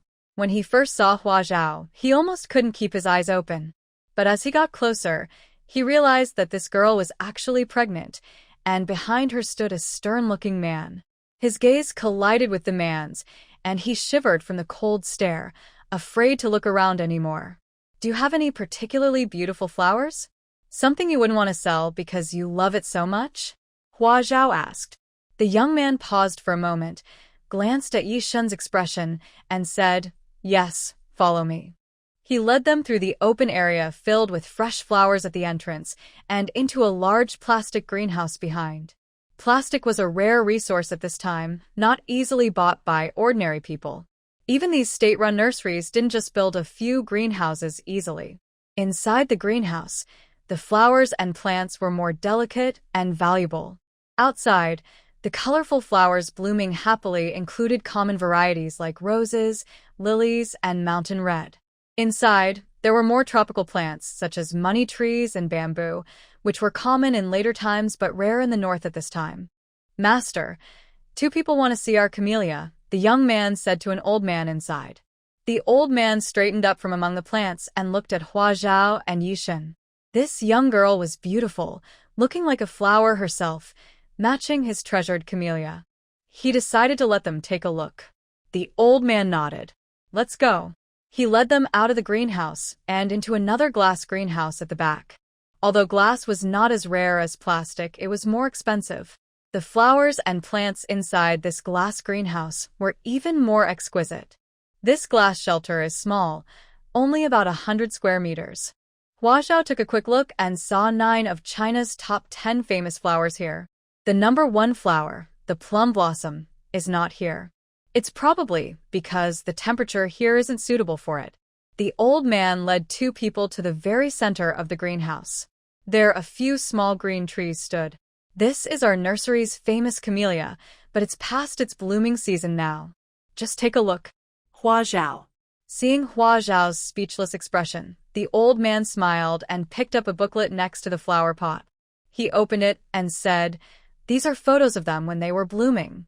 You can look at this too." That was better. Hua Zhao flipped through the booklet. The camellias inside were white and red, blooming beautifully. There was even a 2-tone flower, half pink and half white. "How much for this one?" Hua Zhao asked. "You have good taste, young lady." Our nursery specializes in cultivating camellias, but after so many years, we only have this one two-tone plant. It's not for sale, the old man replied. Hua Zhao. Other camellias are 100 yuan per pot, he added. That's so expensive. Hua Zhao exclaimed. The old man looked at her. These are rare treasures, hard to find. They're over 10 years old. Outside, you can find cheaper seedlings for 1 or 5 yuan per pot. What about seeds? Do you have any? Hua Zhao asked. The old man looked at her again and nodded. Yes, 10 cents each. I'll take some seeds, Hua Zhao said. The old man didn't say anything and turned to leave. Hua Zhao also wanted to follow, but suddenly she caught a strange, fresh scent. The fragrance was elegant and gentle, faint but captivating. Anyone who smelled it would definitely like it and want to smell it again. She turned her head and immediately identified the source of the scent, a pot of orchid hidden in the corner. The leaves of the orchid looked a bit wilted, soft and drooping. The flowers also looked sad and sick. How much for this flower? Hua Zhao asked, pointing at the orchid. The old man looked at it and immediately shook his head. That's a flower given to me by Mr. He. He asked me to help treat it. Honestly, people who don't know how to care for flowers still insist on growing them. He says the fragrance can cure headaches. I've been growing flowers my whole life, but I've never tested that. Yishan immediately frowned. He only knew one person who believed in treating headaches with flower scent. Hua Zhao noticed his unusual behavior and immediately asked, Is it him? Yishan looked at her and thought she was a clever girl. Oh. Hua Zhao followed the old man out of the glass house. After they left, the orchid's leaves drooped completely and withered. The old man took them to another storage room, which was filled with flower and plant seeds. Usually few people come to buy seeds. Flowers and plants are not wild grasses. They don't need much care and can grow well on their own. Some people try to care for them but fail, which is why there is a flower and plant market. However, if someone wants to buy seeds, they also sell them. Yishan pulled Hua Zhao aside, feeling strange. His wife was usually generous with money, but reluctant to spend 100 yuan on a flower pot, yet she wanted to buy something costing only a dime? That didn't seem like her. Although spending 100 yuan on a flower pot was a bit luxurious and unnecessary, if she liked it, it was okay. Hua Zhao smiled at him silently. The flowers they had cultivated were already fixed in shape. If they suddenly mutated, it would be hard to explain. It was better to buy seeds directly. Whatever flowers grew later wouldn't matter to her. The seeds would just be seeds. The old man stood in front of a shelf, where small bags of seeds were hanging with tags. Hua Zhao's eyes suddenly lit up. She pointed at one bag and asked, Wild camellia? Yes, these are wild camellia seeds collected from an old farmer in the south. I plan to use them for breeding, the old man said.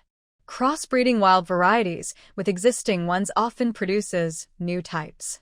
Then, I want this one, Hua Zhao said. The old man looked at her. Since she looked like a flower, he didn't argue with her. I'll sell you at most a handful, he said, reaching out and grabbing a handful. This bag of camellia seeds was varied in size, some big, some small. Compared to other flower seeds, camellia seeds were very large, the biggest about the size of a chestnut, and the smallest about the size of a hazelnut. This handful had only about a dozen seeds. That's enough, Hua Zhao said. She wanted good seeds so she could grow them herself. After taking the seeds, Hua Zhao looked at the rows of shelves filled with bags of seeds and didn't want to leave. Master, can you give me some of those seeds too? I want azaleas, peonies, and daffodils. The old man got angry. This girl didn't seem like someone who genuinely loved flowers. She was just here to cause trouble. No, I won't sell them, he said. Do you buy flowers here? Hua Zhao asked. Hua Zhao smiled and said, I have a few very nice flowers at home. I can't keep them all, and I don't want to throw them away. My relatives don't know how to care for plants. I want to find a new owner who can take good care of them. But going out blindly to find someone isn't practical, so... The old man looked her over from top to bottom. We only sell here, we don't buy. Hua Zhao was a bit disappointed. She thought this might be a good way to make money. Each pot costs 100 yuan, which is much more profitable than selling bean sprouts. Sigh. Days when the flowers haven't bloomed yet are really tough. You're not allowed to sell here or there. Making money is so hard. But you can leave them with me. When I find a suitable buyer, you can talk directly, the old man said. Hua Zhao's eyes lit up. Selling on consignment? And it's free? It must be free. If they charged, the nursery would get into trouble. Thank you, sir. When I decide which flowers to find new owners for, I'll come back to see you. Good flowers are important. Ordinary ones won't do, the old man said. He loved flowers passionately. When he heard someone had good flowers, he would try to see them. If Hua Zhao brought good flowers to him, that would be even better. If the flowers were really good, he would buy them himself. If not, he would let her take them back. If they were okay, he would give her a place to keep them. Hua Zhao paid 1.8 yuan and left with 18 seeds. Outside the nursery, Hua Zhao asked Yishan how Jianing still has quite a few problems, and he still has headaches? Yes, Yishan nodded. He's been unhealthy since he was a child, with all sorts of issues. I heard he had migraines in school. One day, the Hao family started searching for fresh flowers, claiming that some flower scents could help treat Hao Jianing's headaches. Yishan suddenly similet. But he doesn't know how to care for flowers. Whatever he plants usually dies. Even a gardener living with him couldn't help. He always finds reasons to kill the plants. Over the years, they've been looking for fragrant plants. I see, Hua Zhao nodded. I heard he lives in a nursery. Which one? Yishan pointed down the main road. The third one, a nursery that sells fruit trees. He had recently found out more about Hao Jianing. He also heard how Jianing's health was improving and that he was trying to get back to work. Oh, Hua Zhao said noncommittally. The two of them continued to the next nursery. The manager of this nursery is very easy to talk to. Hua Zhao said she wanted to buy more kinds of flower and grass seeds. The seller didn't refuse and sold as many as she wanted, just taking the money. Hua Zhao bought a big bag of seeds and left. Yishan felt a bit speechless. It was clear that his spendthrift wife was happy with so many seeds. Some were expensive, some cheap, but altogether it cost over 100 yuan. The important thing was, with so many seeds, she could plant dozens of acres. Their yard isn't that big. It was a bit wasteful. But never mind. When she bought the seeds, her face was really happy. Spending 100 yuan to make his wife happy was worth it. I'll take them back and plant them in the village, Hua Zhao said. Our family's private land isn't useful. The grain team gives us food, and we have enough vegetables in our yard. The stuff grown on the private land can only be sold, but not for a good price. I plan to plant some flowers, herbs, and fruit trees there. She pulled Yishan along to a nursery that specializes in selling fruit trees. Yishan stopped and didn't move. Let's go to another one. What's wrong? Are we afraid of them? No, they're probably the ones afraid of us, feeling guilty for doing something wrong. Hua Zhao said. Yishan looked at her and smiled. With her confident attitude and her soft little voice, she still looked cute and fierce at the same time. But she was right. He wasn't afraid of He Jianing. He just didn't want He Jianing to see Hua Zhao. He didn't know why, but he just didn't want He Jianing to see her, not even a glance. But Hua Zhao was more energetic than him, and he didn't dare argue with her. After hesitating for a moment, she pulled him into the nursery. Hua Zhao used choosing trees as an excuse to walk around the yard. But the yard was very big. Not only did they sell saplings here, but it was also a real orchard, selling Pinggu peaches. Through the sight of each peach tree, Hua Zhao saw the middle of the peach forest and noticed a man looking at some documents. Her gaze shifted to this man, then she looked at a special herbal shop. It was a large herbal shop, with 3 walls filled with professional Chinese medicine boxes. It was quite complete, better than most herbal stores. She didn't see a box specifically for ginseng. But that was okay. The ginseng was grown by her. Its energy resonated with hers. If they were too far apart, she couldn't feel it. But if they were closer, she could sense it. This is also why she insisted on coming here. She wasn't foolishly provoking anyone. She was actually a bit afraid of meeting He Jianing. Someone who does things so ruthlessly, she fears he might kidnap her or have someone hurt her directly. If something happens to her or her child, it would be a deadly to the Yi family and Yishan. She had no intention of provoking anyone. Hua Zhao calmed herself and carefully searched for the ginseng. It definitely hadn't been processed. It should still be alive, and as long as it was alive, she could exchange energy with it. Soon, she sensed a faint energy. Following it, she found the ginseng that still had about 4/5 remaining.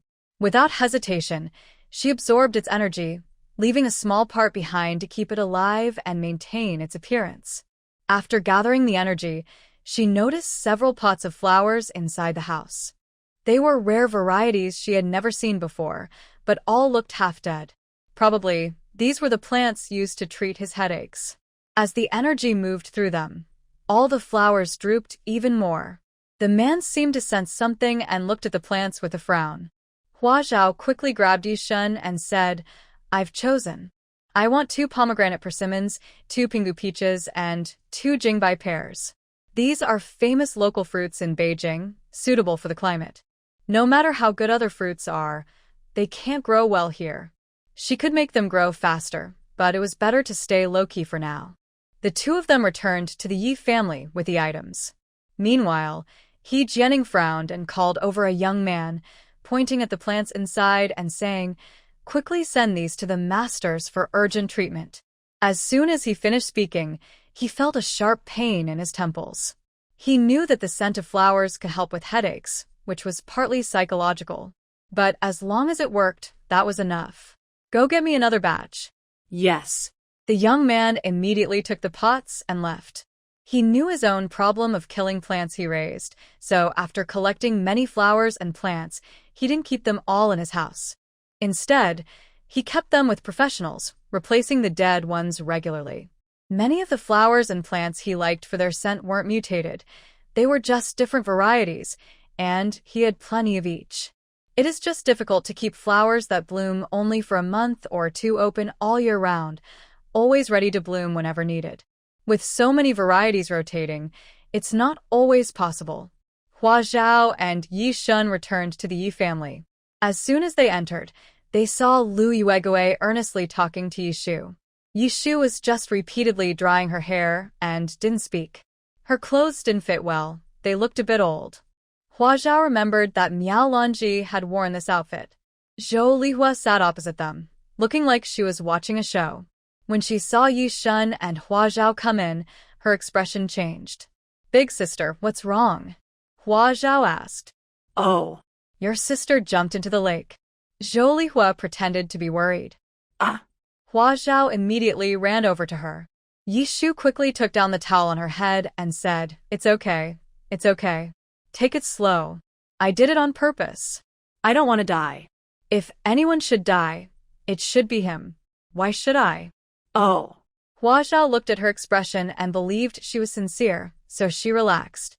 But she was a professional actor, so she wasn't sure if she was right. Seeing that Hua Zhao was really worried, Yishu smiled and said, "It's really fine. We went boating on the lake, but we couldn't agree, so I swam back." He stayed on the boat. Yishu raised an eyebrow at her, smiling proudly. "He can't swim. I wonder if he can get ashore today." "Oh." Hua Zhao finally smiled and looked at her with admiration. "That's a great idea. Sister is so clever." She went over and held Yishu's hand, whispering, "Does Yishan know how to swim? Maybe I can use this trick someday?" Yishu was surprised for a moment. Seeing her brother's stiff face, she burst out laughing. "Haha, why is this girl so funny? You'll be disappointed. Our Sean is good at everything.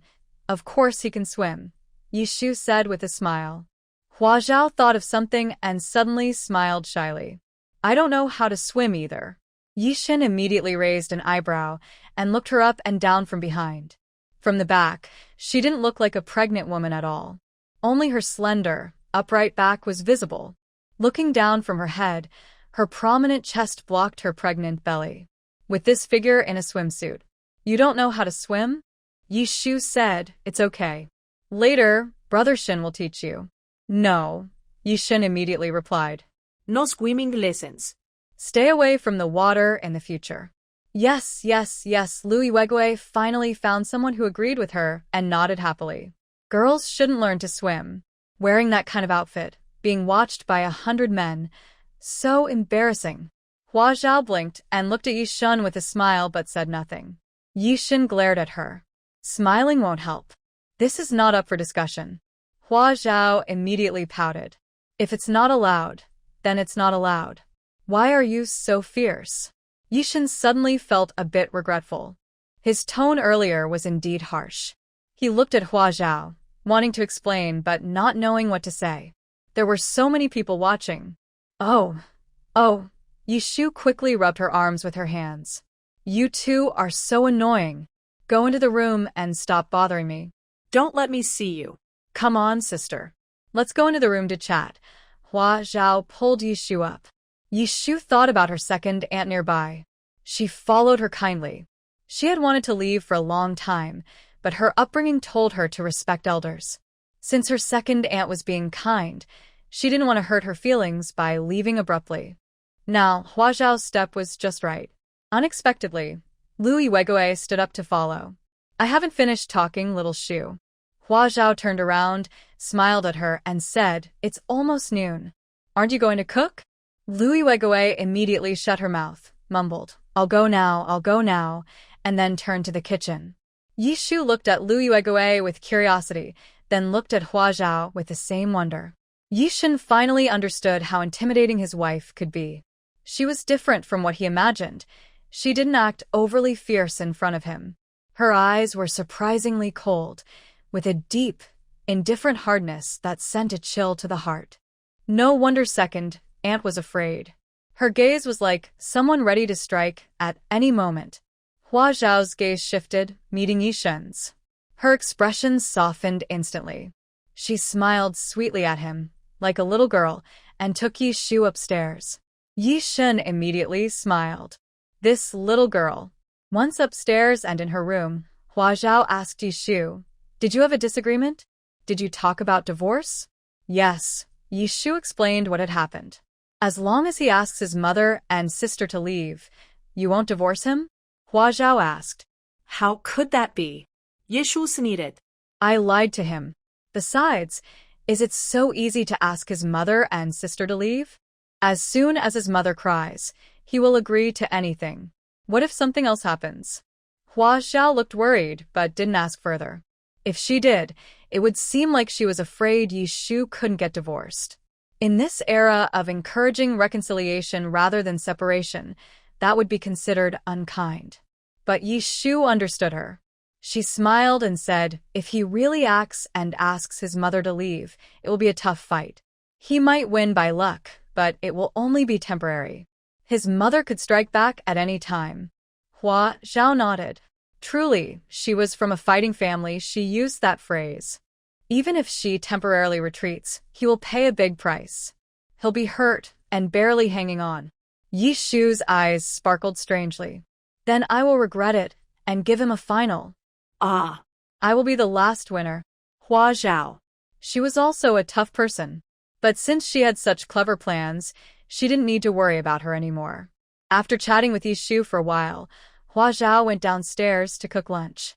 She disliked Lu Yuegui's cooking. Her taste was picky now, and she couldn't eat it. What's wrong with second aunt? Doesn't she cook at her own house? That shouldn't be, Hua Zhao asked. Yishu said, how could she not cook? But some people just don't have that talent. No matter how long they cook, it's all in vain. Lu Yuegui was clearly one of those people. I am too, Yishu said with a shrug.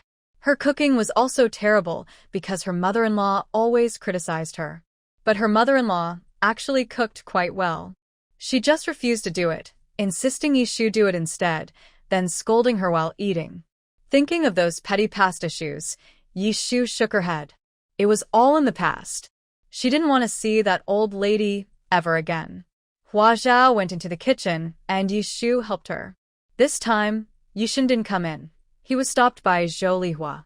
Brother Shen, I want to ask you something, Zhou Lihua said. Go ahead. Yishan sat opposite her. But you know the rules of the Yi family. If it's within the principles, no problem. But if it's outside, you'd better not bring it up. Within the principles, Zhou Lihua immediately said, "It's not about helping you find a job. You haven't achieved that yet. Actually, I heard that the Huazhao family has some wild ginseng. Are there any over 50 years old? Give a few to Aunt San. She needs them urgently. I'll pay you later," Zhou Lihua said. Yishan paused for a moment. This Aunt San is really… What do you want the ginseng for? Giving as a gift? That touches the rules of the Yi family, Yishan said. I'm not giving as a gift. It's for my father. His health has been getting worse recently, and I want to help him recover, Zhou Lihua explained. How many can you use for yourself? Yishan asked. Well, just a few. One ginseng lasts a month, so a few would be enough. What do you think? Zhou Lihua replied. Lu Yuegui on the other side couldn't hold back. Ginseng is good, but you can't eat it all the time. One per person per year is enough. Eating one a month, especially over 50 years old, might be too much and cause problems. Oh, I just keep some. Over 50 years old ginseng is rare. If I don't store some when I find it, it'll be too late once I finish the current one, Zhou Lihua said. Huazhao in the kitchen couldn't listen anymore. She handed the spatula to Yishu and walked out. Aunt San, you're so sensible. You know good things should be saved for emergencies, Huazhao said, walking to the sofa, pushing Yishan aside and sitting directly opposite Zhou Lihua. In the war between mother-in-law and daughter-in-law, men usually have to step in, but when it comes to other relatives, they can't refuse. So, the wife often has to be the bad one. Coincidentally, I understand that too. We do have some ginseng over 50 years old, but I keep it for my grandfather. His health isn't good either, so he needs good nourishment, Huazhao said. You? Zhou Lihua was angry. You're now our Yi family's daughter-in-law. Everything should be for the Yi family. When the family is in trouble, why not lend a hand? Fine. Aunt San won't ask for much. Just share half with me. First, the Yi family isn't in trouble. It's you who are in trouble, Huazhao said, raising a slender, white finger and shaking it. Second, putting the Yi family first. Yishan still has grandfather, father, mother, and himself. All these people are more important than you, right? With so many people, there's not enough to share. You. Zhou Lihua was furious. She didn't expect this girl to be so eloquent. She stood up and looked at Yishan. Is your family run by her? Can she decide everything in your house? Yishan leaned back on the sofa and, mimicking Huazhao's tone, said, First, the matter you're asking about is not my family's business. It belongs to Hua's family, and she should decide. Second, in our small home, she is indeed the one in charge. Zhou Lihua immediately looked stunned and wide-eyed. Lu Yuegui wanted to say something, but when she met Huazhao's gaze, she quickly turned and went to the kitchen. Oh no, the vegetables are burning. Hurry, add water. As soon as she entered the kitchen, Lu Yuegui felt relaxed. This was her battlefield. Third aunt, Yishan stood in the living room, staring into Zhou Lihua's eyes. His tall stature and strong presence made Zhou Lihua feel weak and afraid to look directly at him. What are you doing with the ginseng? We all know what's in your mind. Lying won't help, Yishan said. I will tell Grandpa, Dad, and third uncle about this. Stop, stop, stop. Zhou Lihua suddenly panicked. Don't tell third uncle. I'm bothering you with my family matters. If he finds out, he'll be angry. Please don't say anything. Yishan looked at her deeply. He had to call his third uncle about this. You little kid. Why are you meddling in adult affairs? Zhou Lihua said anxiously. Yishan sudanli frovnet. Have you already done something? Who are you giving the ginseng to? Who can help you and Yixing transfer jobs? Oh no, that's not true. Zhou Lihua's forehead even started to sweat. Yishan's brow furrowed tighter. Suddenly he asked, He Jianing? Zhou Lihua trembled instantly. Yishan relaxed his brow, but his eyes grew serious. Huazhao looked at Zhou Lihua in surprise, marveling at He Jianing's ability. He had already infiltrated the Yi family? Yishan didn't say anything. He picked up the phone and made a call. Zhou Lihua sank onto the sofa, feeling defeated. Yishan turned to Huazhao and said, Go eat. Afterward, go upstairs to rest. Don't wait for me. Oh. Hua Zhao obediently went to the dining room. Yishan didn't say anything else. He just sat across from Zhou Lihua, staring at her intently. This probably put a lot of pressure on Zhou Lihua. After Hua Zhao went upstairs, Yi Jinghua, Yi Mao, and Yi Mei returned. They went to the study, but soon came out again. It seemed she had explained everything quickly. Zhou Lihua lowered her head, packed her bags, and then got into Yi Mei's car. Yishan stayed behind, while the others left. What's going on? Hua Zhao asked softly. Although there were no outsiders around, this was her first time experiencing such a situation. She felt a scary sense of pressure and didn't dare to speak loudly. It's nothing much, Yishan said. A few days ago, Jianing accidentally met Aunt San and felt sorry for her. He even said he could exchange ginseng to help their family get new jobs. Just like that? So straightforward? Hua Zhao asked in surprise. She thought there might be some secret plot or that they had caught some evidence of Zhou Lihua to threaten her family. But it turned out they were talking about a simple deal. Yishan nodded. Jianing is that kind of person. He can play tricks in the dark or be honest and open. If he can't persuade Aunt San with promises, he might resort to threats next. Hua Zhao nodded, learning from him.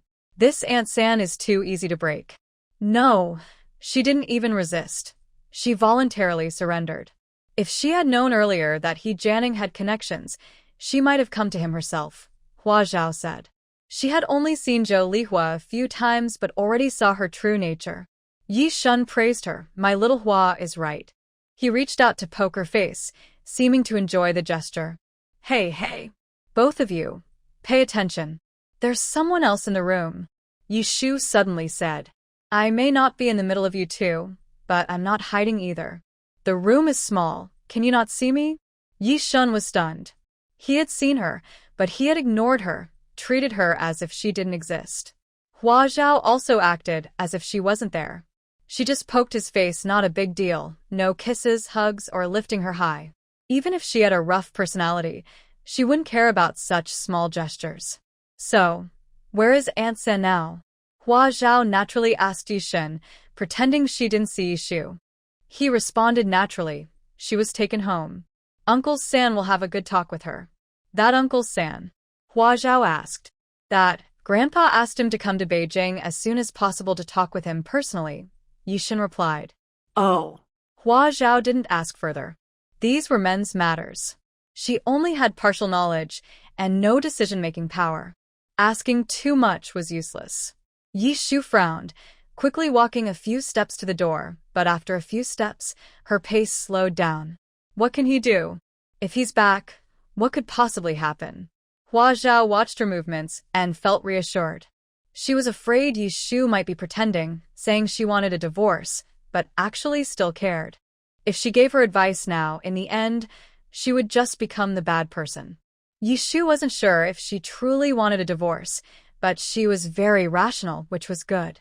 After a few people went downstairs, they saw Kong Jie soaking wet and shivering like a drowned rat. Yishu frowned and walked over to examine him. Did you fall into the water? Were you saved? Who was it?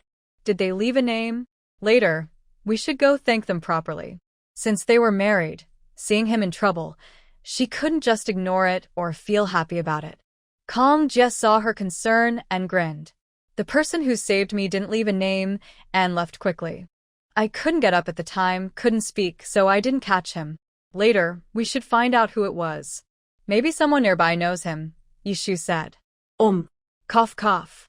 Kong Jie bent over and coughed a few times. What's wrong? Choked on water? Come on, let's go to the hospital. Yishu immediately grabbed his arm and pulled him outside. Yishan reached out and grabbed his other arm, smiling as he said, Did you jump in yourself? Trying to make your sister feel sorry for you? Yishu was stunned. She immediately shook off Kong Jie's hand, looked at him with disdain, and her brief concern was instantly replaced by anger. He was actually playing tricks on her. I didn't. Xiao Shu, you believe me. Kong Jie looked at Yishu anxiously. I believe my brother more. Yishu replied. I didn't. Kong Jie kept saying this to the siblings. If you really fell into the water, your leather shoes would have been lost. Yishan looked at his shoes. Even if they weren't lost, they would be covered in mud from the lake bottom when you got out. But look now, these shoes don't look like they've been in water at all. Kong Jie shrank back and froze. Ha! Yishu stared at his shoes and suddenly sneered. You took your shoes off before jumping in, right? Trying to win back your wife, but too stingy to part with a pair of shoes. In your mind, I'm worth less than a pair of shoes. She was mocking herself. How could she be so blind to fall for such a man? However, to Kong Jie's ears, it sounded different. He felt that Yishu was mocking his poverty. He comes from the countryside, grew up poor, and lost his father at a young age, enduring many hardships. For him, leather shoes were something he never dared to dream of owning when he was a child. After joining the army, he finally could afford leather shoes, one pair after another. He treasured each pair, polishing them until they shined, keeping them in boxes and rarely wearing them. But whenever he was with Yishu or visited her home, he would always wear them. Yes, I pretended to fall into the water to make you feel sorry for me. But isn't pretending to fall into the water okay? Do I really have to drown for you to be satisfied? Kong Jie scolded. Yishu immediately slapped him. Kong Jie's eyes turned red instantly, and he stared at her angrily, panting heavily. In front of so many people, she didn't even leave him any dignity. After slapping him, Yishu felt a bit regretful, but she refused to show weakness and glared back. This made Kong Jie feel even more humiliated. He clenched his teeth and turned to leave. But Yishan grabbed him firmly. Trying to run again? I heard every time you want to say something to him, you run away and avoid the problem. Go upstairs, talk to your sister clearly, then bring your sister and leave. Let go of me. Kong Jie was angry and shouted without thinking. Yishan ignored him and dragged him upstairs. Kong Jie swung his fist. Then, along with Lu Yuegui's exclamations of "Oh no!" and "Oh no!" Yishan was hit and kicked as he pulled him upstairs. His big fist hammered on him like a hammer, thudding loudly. Hua Zhao watched, feeling the pain, worried about Yishan's hand. Yishu followed upstairs expressionlessly. Yishan threw Kong Jie into his sister's room, but didn't go in himself. Hua Zhao and Lu Yuegui hurried after them. Lu Yuegui even forgot Hua Zhao's fear and asked worriedly what happened. Did they argue? Why? Seeing Yishan, she immediately complained, "Why did you hit so hard? How is your sister supposed to get along with him in the future?" Kong Jie is clearly petty, proud, and vengeful. Yishan and Hua Zhao looked at her. This second aunt really. Hua Zhao smiled and said loudly, "Second aunt, your sister has been caring about his reputation and thinking for him all these years. And look what happened. He was treated like a doll, and they could shape him however they wanted. Today, Brother Shin hit him. Does he dare to hit his sister? If he dares to hit her even once, I will beat him to death," Hua Zhao said fiercely.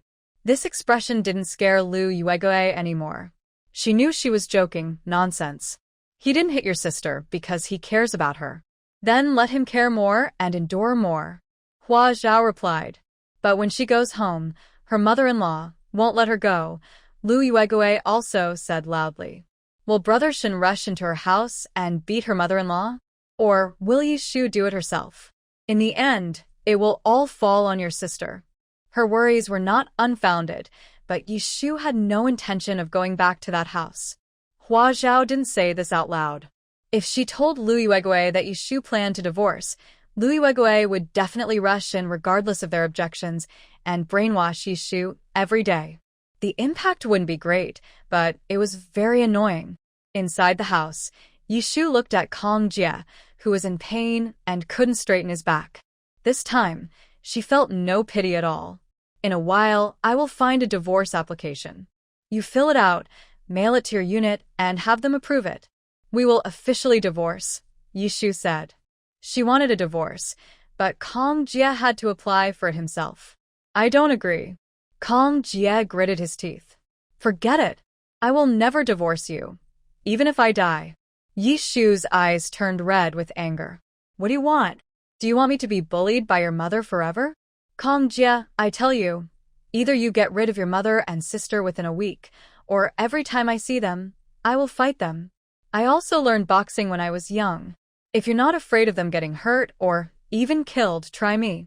Yishu said as she kicked towards Kong Jia. She wasn't joking. As the eldest granddaughter of the Yi family, she was born before the founding of the country, during wartime. She was raised as a boy. Her martial arts were not as good as her two brothers, but among women at that time, few could compare to her. Over the years, she had become a bit rusty, but her fighting skills were enough to show Kong Jia her strength. Kong Jia didn't dare to fight back, but he couldn't control Yishu. He couldn't catch her fists or block her legs. Her strength wasn't great, but hitting pressure points still hurt just as much. Within a few minutes, Kong Jia was kicked so hard that his eyes were spinning. In past years, how did I not realize that my wife was so amazing? Kong Jia thought as he lay on the ground. Yishu tidied up her clothes, feeling refreshed. The frustration she had held in for so many years finally eased a little. She looked at Kong Jia on the ground and sighed, I never had the chance to show this before. I didn't want to hit you. I just wanted to show my best side, like when you first met me. But now, I don't even want to see you. Get up, go to Annie's house, bring your sister, find a guest house to stay in, and after the meeting, just leave quickly. She actually told him to leave. That word hurt more than when Yishu kicked or hit him. He felt his dignity being trampled on and crushed. Kong Jia suddenly jumped up from the ground, pushed open the door, and rushed out. Yishu quickly followed behind. She needed to go to Annie's house to watch the door. Once Kong Jia and Kong and I left, who knew if they would lock the door? Big sister. Big sister. Hua Zhao shouted. His luggage. Yishu immediately turned back, quickly packed up Kong Jia's luggage, and then chased after him. Louis Weguei. She didn't even have time to stop him. Oh, you two, always causing trouble. She scolded. It's okay, second auntie. Don't you know that couples sometimes fight because they care? Not arguing all the time isn't good either. A little quarrel and a bit of fuss can make things more harmonious, Hua Zhao said. Oh my.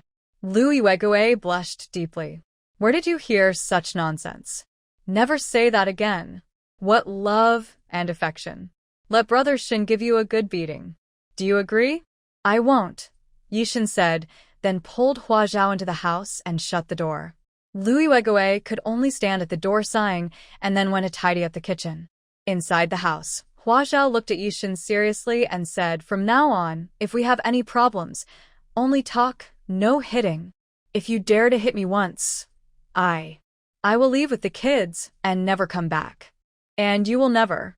The rest of her words were stuck in her throat as she saw the sharp, intense look in Yishan's eyes. At that moment, she truly felt a wave of deadly anger. She also knew where the problem was. Just joking, you took it seriously, Hua Zhao patted his arm and softened her tone. From now on, no more jokes like that. Yishan said sternly, with a serious face. The premise is that you are not allowed to hit me. That punch, how painful it was. Even someone as strong as Kong Jia winced when hit, but she would cry when it was her turn. Don't worry, I definitely won't hit you, Yishan said. Probably because he couldn't win. If he could, she wouldn't be pregnant with their 2 children. Hua Zhao followed his gaze and remembered her own strength from back then. By the way, from now on, teach me martial arts. I must not waste this divine power.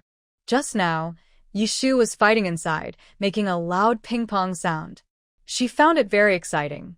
Every girl dreams of being a hero when she's young. She also wants to have good martial skills. Unfortunately, in her past life, she just went to school and worked normally. She did sign up for a martial arts class, but after a few months of practicing fancy moves, she ran out of time. Her spare time was all spent on academic subjects.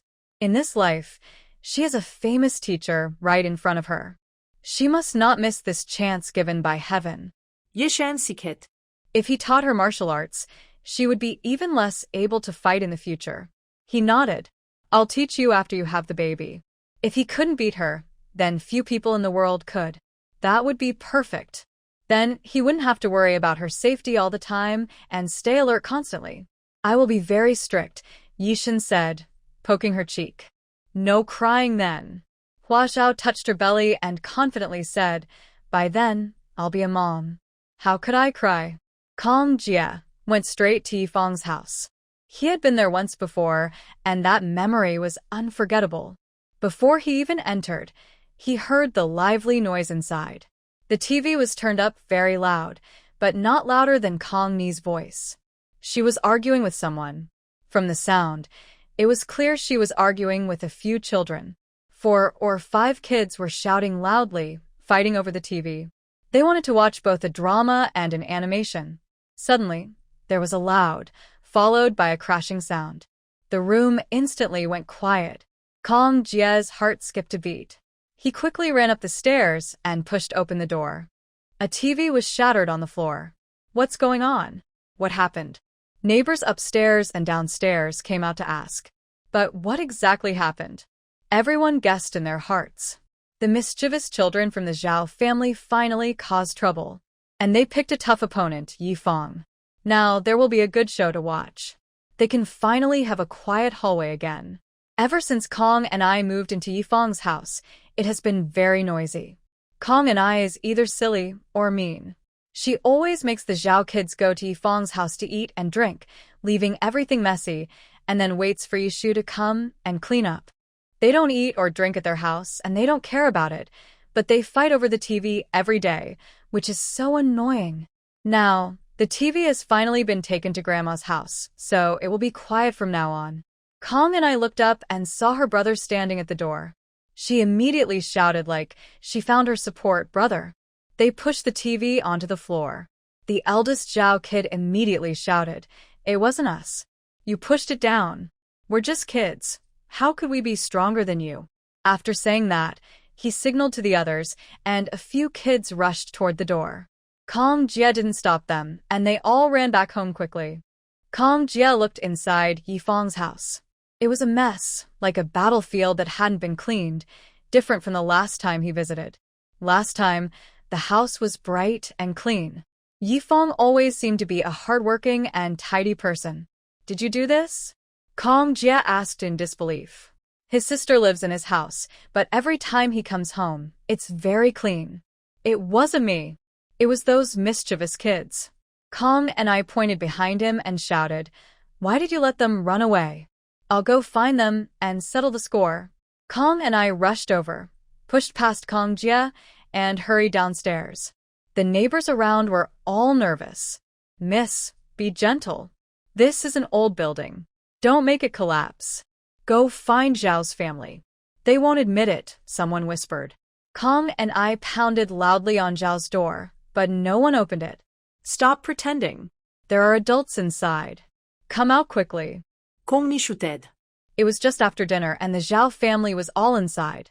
"If you don't open the door, I'll break it down." She kept hitting the door hard, shaking the dust off the walls. The Zhao family's door finally opened. Zhao's wife stood inside, hands on her hips, shouting, "What are you doing? Are you destroying the house? Your child broke Yi family's TV. Hurry up and pay for it." Kong Ni shuted. "It's okay to have some food and drinks. Yishu's aunt wouldn't argue about that. Yishu would clean up if the house got messy. But a TV is a big problem, especially since Yifang's TV is a color one. I heard it costs over 1,000 yuan. Even if you have money, you might not be able to buy it." Pa. Zhao's wife spat at her. "My child said it was clearly you who broke it on purpose. You're deliberately causing trouble for Yi family and making the kid take the blame." Since her brother went to the army, Kong and I hadn't been bullied before. After a few years of bullying others, she couldn't stand being falsely accused now. She immediately rushed toward Zhao's wife. Suddenly, there were screams inside. Zhao's wife isn't easy to provoke, but she was loud and started hitting. In just a few moves, Kong and I grabbed her hair and started hitting her. The Zhao family members froze for a moment and rushed to help. Zhao zigan kiket Kong Ni. Just then, Kong Jia came downstairs and saw everything. He couldn't stand to see his sister bullied, so he rushed in to stop the fight. The house was small, especially the living room. 5 or 6 people fighting inside quickly broke everything they could. The tiny 7-inch black and white TV from Xiao's family fell to the ground and shattered. The sound of breaking glass snapped everyone back to their senses. They all stopped fighting at once. "Pay for my TV," Xiao's wife shouted, pointing at Kong and I. This was broken by you. "What does it have to do with me?" Kong and I refused to admit it. Xiao's wife tried to make a scene again, but she looked up and saw Yishu standing outside the door. Her eyes lit up immediately. "Yishu, look what your sister-in-law did to my house. Everything's broken. You have to pay."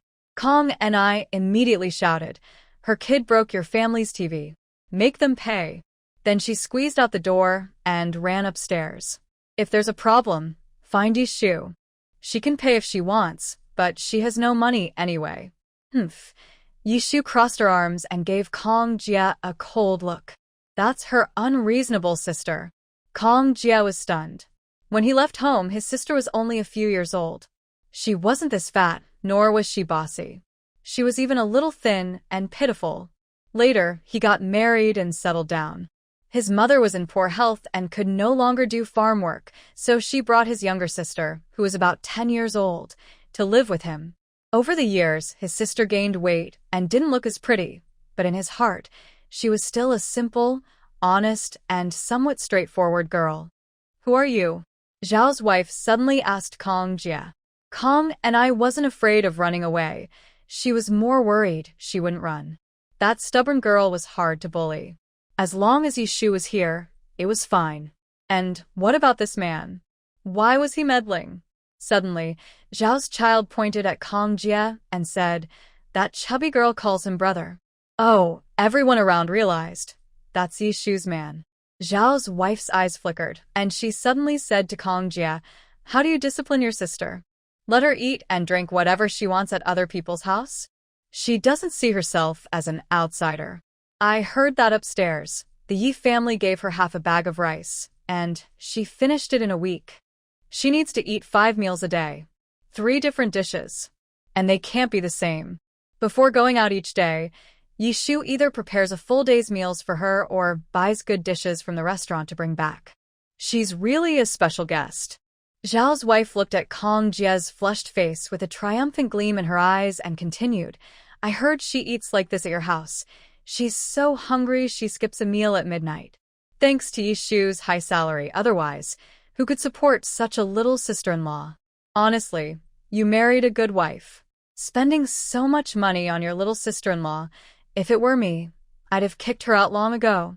All these were things Kong and I boasted about to her family, bragging about how good her life was, how impressive she was, and how obedient her sister-in-law was. If she didn't listen, she wouldn't come home, and she'd go hungry. Zhao's wife wasn't saying this out of sympathy for Yishu. She just wanted to stir trouble. She was subtly implying that her own wife earned a lot and supported the family. No man could stand that, right? Kong Jia was so embarrassed he didn't know where to hide. He turned to leave. But Zhao's wife grabbed him roughly. "Hey, don't go. How can we compensate for the things in this house?"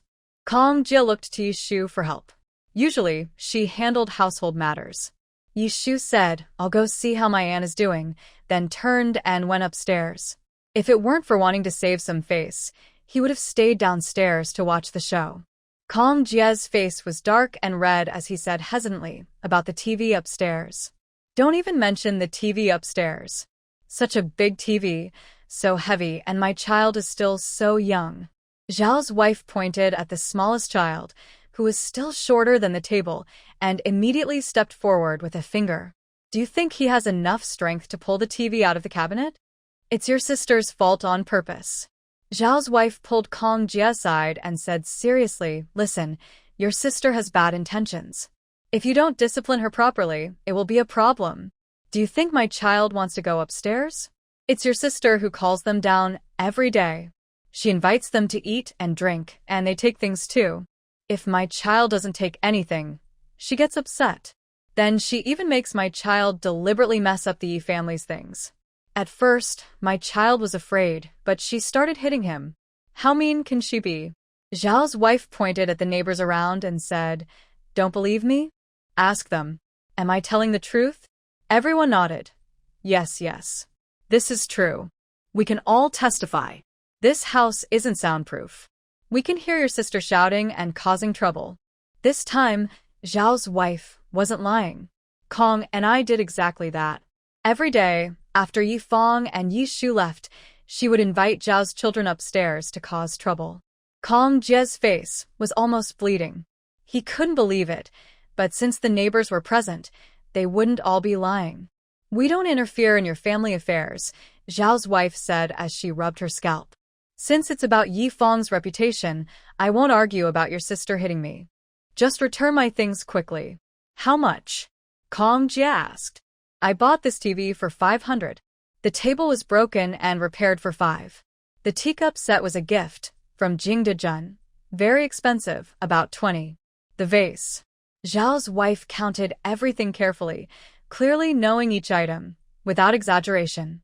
But since she was talking about old things breaking and being replaced with new ones, Kong Jie felt embarrassed to argue with her. He had never argued about such things before. These were all his mother's or Yishu's matters. In the end, the total came to over 600 yuan. Besides the TV, which was valuable, the rest of the stuff was old and not worth much. I don't have that much money on me, Kong Jie said. It's okay. I think you're a good person and honest. Zhao's wife still held on to Kong Jie and wouldn't let go. Everyone witnessed this. Do you admit this debt? Kong Jie nodded under everyone's watch. I admit it. Good, that's enough. I'm not worried about you not paying back. Anyway, your wife earns a lot and has money. Remember to ask her for the money later. Don't delay it, Zhao's wife said with a smile as she let go. Kong Jie frowned and went upstairs. As he opened the door, he saw Yishu busy tidying up. She was quick and efficient, clearly experienced. In just a short time, the once messy room was almost cleaned up. His chubby sister was sitting at the table eating buns. Yishu was sweeping up TV crumbs when she saw him and suddenly smiled. How will they pay for the TV? Kong Jie se face d'arken instant-li. What could he say? That he never earned money from the other side? Or that he admitted the TV was broken by his sister? And tell the truth. Did you break the TV? Kong Jie asked as he closed the door. No. Brother, it was her kid. You don't believe me? I'll hit her. Kong and I threw her bun onto the already cleaned floor and stood up to rush outside. Stop right there. Kong Jie's face turned black as he shouted in a low voice. Kong and I was a little scared and obediently stopped. Clean up the floor, Kong Jie said sternly. Kong and I turned to Yishu and said, talking about you. Clean up the floor. Kong Jie angrily raised his voice. I'm talking about you. Oh. Kong and I hesitated, then went over, took the broom from Yishu, and started sweeping the floor. The bun filling scattered everywhere. She swept several times but couldn't get it into the dustpan. Her movements didn't look like someone used to doing chores. Who used to do the housework at home? Kong Jie suddenly asked. His mother always told him that Yishu didn't do anything at home, that she was just a rich girl who didn't know how to do chores, and that he and Kong and I did all the housework. He never doubted it. When he first married Yishu, she really didn't know how to do chores. He was the one doing everything. Of course, my mom and I did it. Kong and I answered quickly and loudly, holding the broom. Ha. Yishu responded with a cold laugh and sat down in the chair. Then you should wash the dishes today. Why should I wash them? Kong and I blurted out. Yishu looked at Kong Jie and gave another cold smile. Kong Jie lowered his head, afraid to meet her gaze. Downstairs says your sister-in-law cooks for you every day? Kong Jie asked again. Kong and I opened her mouth, softly saying, sometimes she's lazy and just buys me a bun to get by. Besides, she's my sister-in-law. What's wrong with her cooking for me? Kong Jie lowered his head even more. His mother said Yishu couldn't cook, and he believed it. Every time he came home during his holiday, his mother was the one cooking. Downstairs also said that you call her children up every day to eat and drink, deliberately causing trouble? Kong Jie asked. Downstairs says. Why do you believe everything they say? Are you still my brother? I don't have such bad intentions. Boohoo Kong and I cried and ran into her room, slamming the door shut. Ha. Yishu chuckled again with a cold laugh. The room fell completely silent. Suddenly, Yishu asked this TV, "Are we not going to compensate for it?" "Yes, yes, yes, of course we will," Kong Jia said, adjusting his expression and sitting next to Yishu, trying to sound agreeable. "Let's just pay for the TV ourselves and give it to Aunt." "We pay?" Yishu turned to look at him. "Why should we pay? Your sister broke it. Why should we pay?" Kong Jia looked a bit embarrassed. She's still young, just a kid. She hasn't married or has any income. As her older brother and sister-in-law, we should be more understanding. Ha. Yishu looked away, expressionless. "She's your sister. If she causes trouble, you should take responsibility." "That's right. But don't include me. If you want to pay, you pay yourself." "All right." Kong Jia nodded happily. His wife was still so easy to talk to. She agreed with just a few words. Ha. Yishu only wanted to sneer today. "Do you know how much this 14-inch color TV costs?" "How much?" "Not cheap, right?" "I heard it costs around 1,000 or 2," Kong Jia said, knowing a little about these things. "It was over 2,000 when I bought it, but it's been a few years. I'll decide and give you a discount. Let's say 2,000, Yishu said. In 1970, China had its first domestically made color TV. Yi Fong bought one when they first became available. Okay. "Whatever you say," Kong Jia said happily. Ha. Yishu smiled again and said, "Kong Jia, let me do some quick math for you. When we first got married, you had no money at all. You sent all your wages from those years to your mother, right?" Kong Jia suddenly remembered something, and his smile disappeared. Yishu turned to look at him. He nodded gently and said yes. "During the first year of our marriage, your salary was only 55 yuan. Every month, you sent 30 yuan to your mother. You had your own expenses too. That year, you only gave me 130 yuan in total." Kong Jia didn't say anything. "You don't even remember these small things, and I don't care about them either," Yishu said comfortably. "But I keep a record. I note down all my income and expenses, even small things like buying a hair tie. The family's account book is in the drawer by the bed, you know?" "I know." Kong Jia replied. "But you've never looked at it, right?" Yishu finished and sneered. It's unclear whether she thought he was too proud to look or too afraid. Kong Jia stayed silent. Yishu got up and went inside, then took out a brown notebook. She sat down again and opened it. "In the second year of our marriage, your salary increased to 60 yuan. You sent 40 yuan to your mother each month. That year, I only received 95 yuan from you. The third year," she actually brought the account book.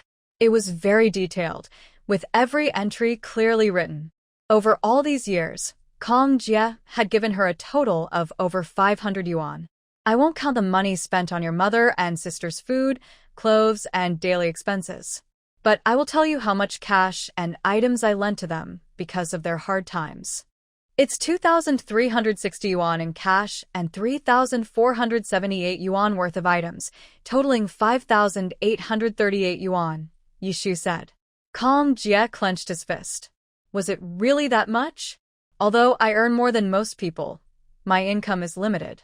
Honestly, I only have a few dozen yuan left in my pocket now. I can't keep filling your bottomless pit, Yishu said. Kong Jia clenched his fists tightly, his face turning dark and then red, then dark again. Yishu suddenly brightened her eyes and said, "If you want me to go back home and continue living with you, that's fine. But first you have to pay back the money you owe me. Those cash and appliances are not given to you brothers for free. Your mother once said they were loans. As brothers, we should settle accounts honestly. Everyone has their own family and life now, and it's not right for one brother to support another brother's family. This is what your mother personally told me. She also wrote me an IOU, but only one. It was when your mother first borrowed money, and she took the initiative to give it to me, claiming it was from your brother. After that, she didn't mention the IOU again. I thought, we are family and she can't just ignore my money, so I didn't ask for it back. Now go and ask her to return that money." Yishu took a piece of paper from her notebook and held it out to Kong Jia. It was messy handwriting, definitely your older brother's, showing a loan of 500 yuan. Kong Jie didn't say anything. Oh, she might not admit it now, Yishu said. But it's okay. You can go back to your hometown and ask. I heard your two brothers built 5 big brick houses, with all the appliances. Find out what they spent the money on. How much do I need to pay downstairs? Yishu asked. Kong Jie replied narkli 650. I don't have that money, Yishu said, reaching into her pocket and pulling out some change. This is all I have. I don't know how many days your sister can eat with this. Suddenly, the door to the guest room was pushed open forcefully. The wooden door hit the wall and bounced back. Kong and I blocked it. You're lying. When I came, I saw you had several thousand yuan in your bag. Kong and I said, then rushed to the master bedroom to search Yishu's backpack. The bag with the money was still there, but the money was gone. Kong and I started rummaging through the drawers. Yishu looked at Kong Jie and said, See, this is how it is. My things, you sister can search freely. When I arrived, I did have several thousand yuan, but after counting here, I was short by 200. Kong and I paused her search. Kong Jie felt his face flush with embarrassment. Is this how your aunt's house should be? Let her rummage through everything? Yishu asked. Kong Jie immediately shouted, Come out here. But I haven't found the money yet. Kong and I shouted. She's hiding the money and won't give it to you. That's all our family's money. Yishu said nothing, only curling her lips into a mocking, cold smile. At this time, no man would be proud to earn less than a woman. In fact, it's considered embarrassing for others to know such things. Few men would shamelessly claim that their wife's earnings are theirs. Come out. Kong Jie shouted. Kong and I reluctantly came out. Don't worry about that money either. When I came, I took all my money with me. I spent some on furniture for my brother, and a few days ago, your sister-in-law took a set of jewelry worth 2,000 yuan from my brother-in-law and didn't return it. I paid her back. Wasn't that jewelry returned later? Why don't you ask for your money back? Kong and I shouted at Yishu. Her attitude was disrespectful. This was something Kong Jie had never seen before. Of course, before, every time he went home, Grandma Kong would hold Kong Ni's ears and remind her of things all day long, just to prevent her from making mistakes. Today, Kong and I had just caused trouble, and it had been a long time since anyone had whispered advice in her ear. She had forgotten, and she talked to Yishu as if it was just an ordinary day. She was truly a straightforward girl, with little guile. Yishu only spoke to Kong Jie. That jewelry wasn't returned by her. It was taken off her by Zhao Jie himself. I also didn't plan to get that money back. It was just a gift for my sister-in-law. A gift of 2,000 yuan. How dare she? Kong and I was upset. What's wrong with 2,000 yuan? I spent over 5,000 yuan on your brother. What's wrong with giving my own brother 2,000? Yishu said loudly. I can spend my own money however I want. You. Kong and I pointed at her and shouted, You said those were borrowed from my brothers. You want to take them back. They weren't given for free. Yes, Yishu nodded and said to Kong Jie, Whenever you want that 5,838 yuan back, I'll go get that 2,000 yuan back. She knew it was impossible. Her mother-in-law wouldn't return the money even if she jumped into a well. Suddenly, there was a knock on the door. Yishu, have you finished counting the money? Count it and give it to me. I need to go to work. If Kong Jie had a cut on his face now, all his blood would flow out through it. Yishu shrugged and said, I don't have any money. Kong Jie froze there, feeling that the knocking was more irritating than ever. But just a friendly reminder, Kong Ni's bag probably has more than 650 yuan. Yishu suddenly said. Connie and Kong Jie were both surprised. Connie looked at Yishu in fear. You're talking nonsense. I didn't do anything. She quickly ran back into the room and slammed the door shut. Yishu sneered again. Kong Jie's face was almost steaming with anger. His sister was only 18 or 19, still looking for a good job. Even if they had money, it should be just some pocket money from their mother. How could she have 650 yuan? Most families don't have that much savings.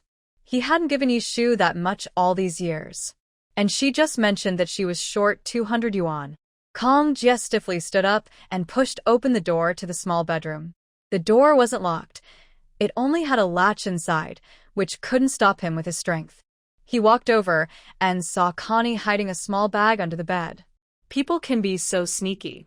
Kong Jie stepped closer and pulled out the bag from under the bed. Connie immediately rushed forward.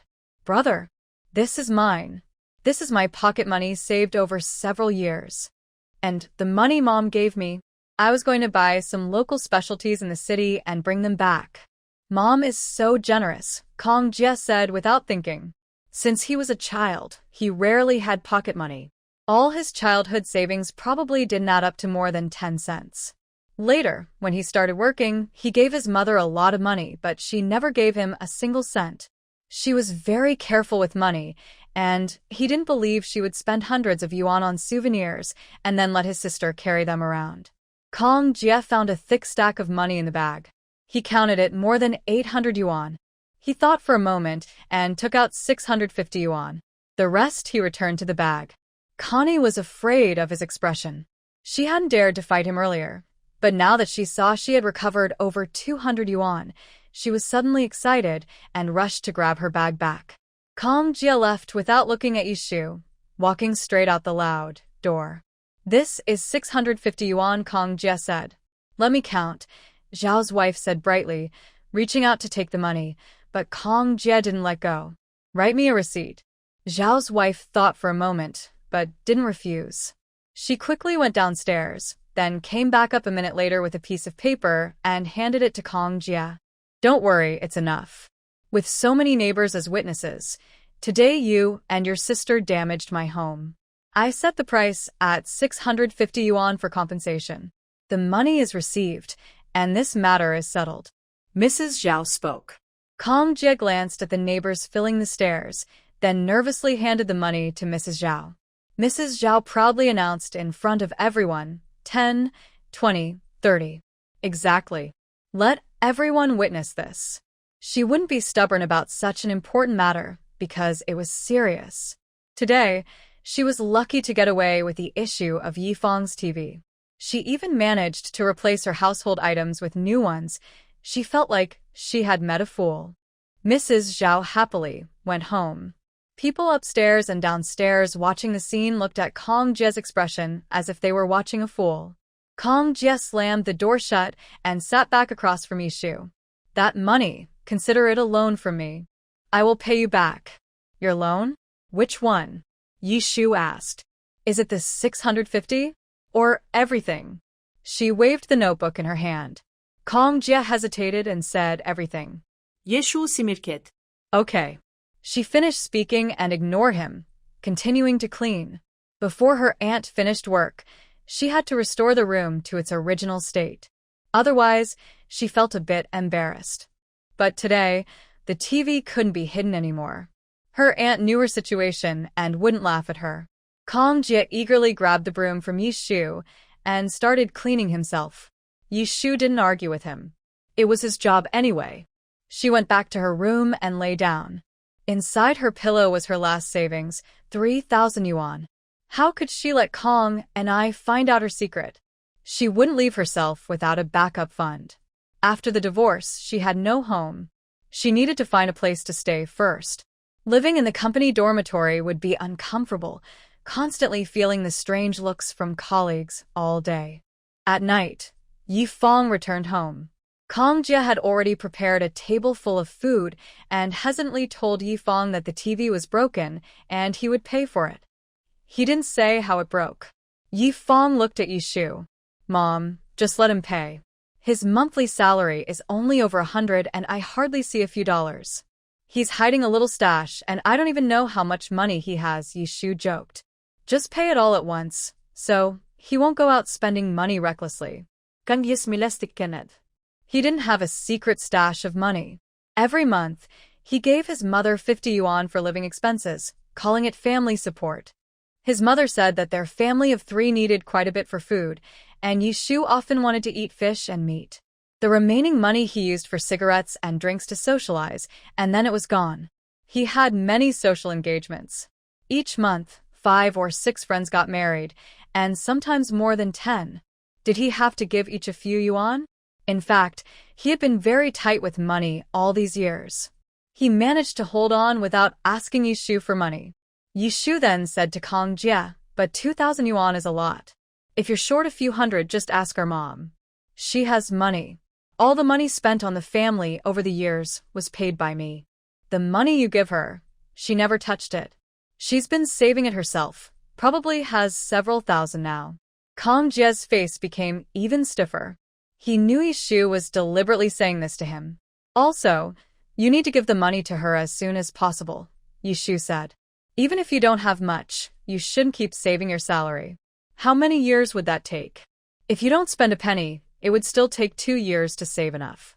Can my sister go 2 years without watching TV? If you gave our mom half of your salary like before, it would take 5 or 6 years. Would my sister really go that long without watching TV? Besides, I will give the money to my aunt as soon as possible, Kong Jie said nervously, stiffly. No need to rush. Yifang glanced at Yishu and said, just give it to me within a month. Kang Jie. At the same dinner table, Kong and I was furious. But under her brother's glare, she didn't dare speak. She was also a little afraid of Yifang. After dinner, Kong Jie eagerly started clearing the table.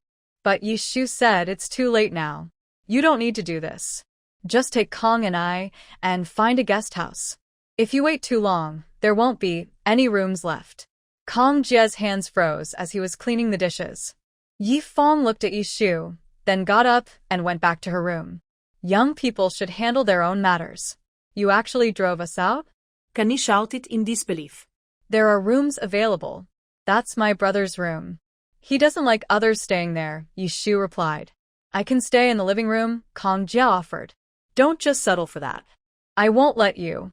You sleep in the living room. My aunt has to get up at night, so it's not convenient. Yishu said, you should hurry and go call your mom. Pay back the money early, so my aunt can watch TV sooner. I've brought your luggage. It's right there. Hurry and take it, then go, Yishu urged him. Yifang was just a door away and could definitely hear their conversation. Her sister was staring at him intently. In front of both of them, Kong Jie looked embarrassed and pleaded with Yishu. He stiffly picked up his luggage and looked at Kong and I. Big brother, why should we leave? Kong and I didn't want to go. Living in this big house with good food and comfort was much better. She didn't even dare to turn over on the narrow bed at the guest house. Stop talking, pack your bags quickly, Kong Jie said. Seeing his dark face, Kong and I didn't dare to argue anymore. She slowly packed her things and followed Kong Jie out. Before leaving, she turned back and spat harshly at Yishu. When she looked back, she saw Kong Jie glaring at her fiercely.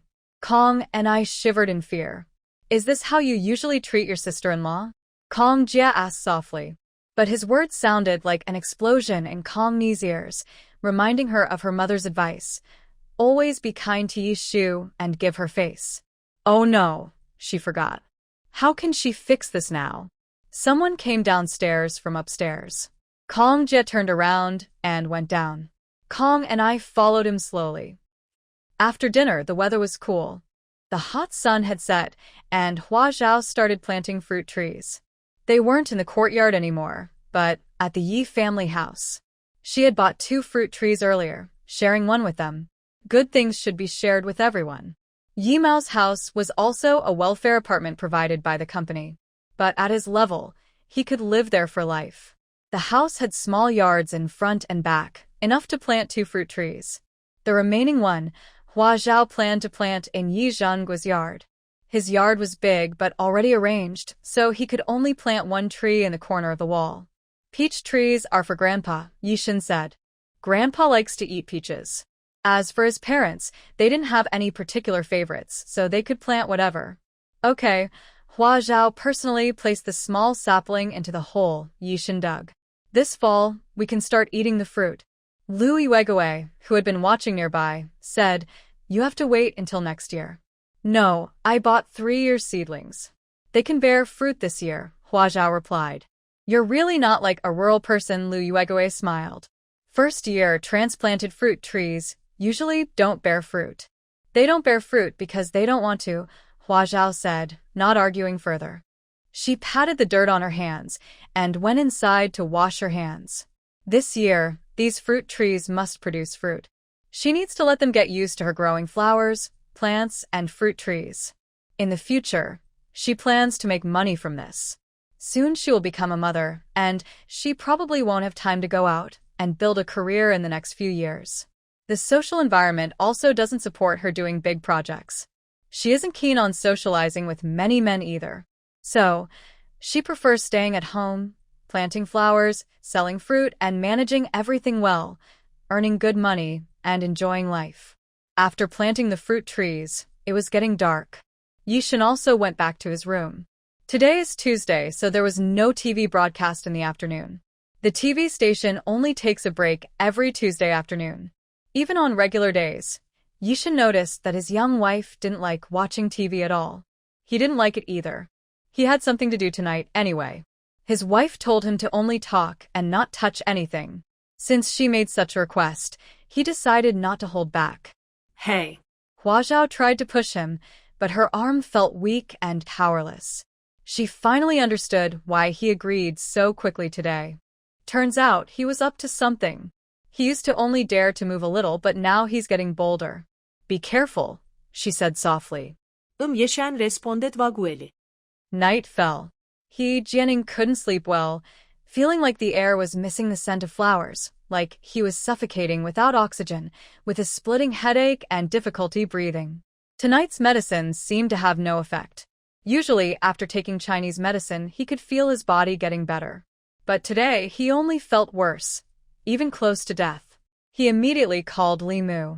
Li Mu came over to check his pulse, and quickly noticed something was wrong. He hurried to examine the leftover medicine. The herbal residue is not the problem. It's just that every time he finishes boiling the herbs, he is reluctant to throw away the ginseng, which seems a bit off. He immediately asks Jianing to open the safe for inspection. Such a precious and life-saving item, Jianing keeps locked in the safe, personally cutting off a small piece for his subordinates to boil each time. It's impossible to be wrong. No one else can access it except me, Jianing says with a frown as he unlocks the safe. Even if there's a problem, it happened during this batch of medicine. He didn't personally prepare the herbs, he handed them over to Sister Li to boil. Li Mu remained silent. Sister Li. He doesn't dare to guarantee anything because today, the ginseng indeed had an issue. When he pushed it, it shattered into pieces, unlike before. The safe opens, and Jianing carefully takes out a purple sandalwood box, which also has a lock. It's a complex Luban lock. He believes that only he can unlock it. Even if someone else could, it would take them several days. After a series of complicated operations, pressing and twisting, the box opens. Inside lies a century-old ginseng, lying quietly. The ginseng looks exactly the same as the last time he saw it, just like when he first received it. Except for the part he consumed, everything else remains unchanged. This ginseng's appearance is etched into his mind. It is part of his 10-year lifespan. Li Mu sniffs carefully, moving his nose. Something's wrong, he says, cautiously picking up the ginseng from the box and tugging at a small root to taste it. Something's not right. The smell is different. This is definitely not the same ginseng as before. What? Jianing's eyes instantly turn red, filled with rage. He also pulls out a root to taste, and indeed, it's different from the last time. Once, he couldn't resist temptation and tasted the ginseng alone. The rich flavor and the feeling of lightness that spread through his body disappeared. Now, it tastes like chewing on wood shavings. But Jianing examines the ginseng carefully. The mark he personally carved on it is still there, unchanged. The safe is right under his bed. When he took the medicine this morning, the effects were still good. He hasn't left his room all day, so how could someone have replaced the ginseng? Then the problem is with this ginseng, Li Mu says. Jianing's eyes turn fierce instantly. Did the Chiao family or the Yi family sell a fake ginseng? But he quickly realizes that's unlikely. The medicine's effects earlier were excellent. It couldn't have been fake. I have never heard that 100-year-old ginseng only has a few days of medicinal effect. Li Mu sighed deeply. Maybe we didn't store it properly, so it's spoiled. It should be kept in a dry, ventilated place, not in a safe during this hot weather. It might have gotten damp, moldy, and rotten. Forget that this is a fresh ginseng, Li Mu sighed again. Actually, it wasn't that he forgot. He had previously told He Jianing how to store it, but He Jianing didn't listen, and insisted on locking it in a safe.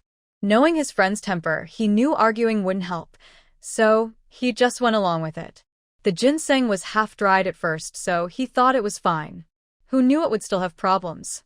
Now, for his friend's face, he could only take the blame himself. When he realized he wasn't being plotted against, He Jianing's face looked much better. All these years, he had been scheming against others and would never allow himself to be outsmarted. Where would he put his face if that happened? Xiao Zhao. He Jianing rubbed his temples and called out to the door. The young man who had been following him immediately stepped in quickly. During the day, you mentioned something about Yi family's daughter-in-law, Zhou Lihua. What happened? He Jianing asked with a frown. Xiao Zhao seemed to have told him about this earlier, but he was suffering from a terrible headache and had no energy to listen. Zhou Lihua couldn't get the ginseng, and then Yishan guessed she had contacted you. She was taken back to Xijing by the Yi family, Xiao Zhao said. He Jianing's expression was unusually blank. Ginseng? Didn't I tell her to buy it? Didn't I give her the money?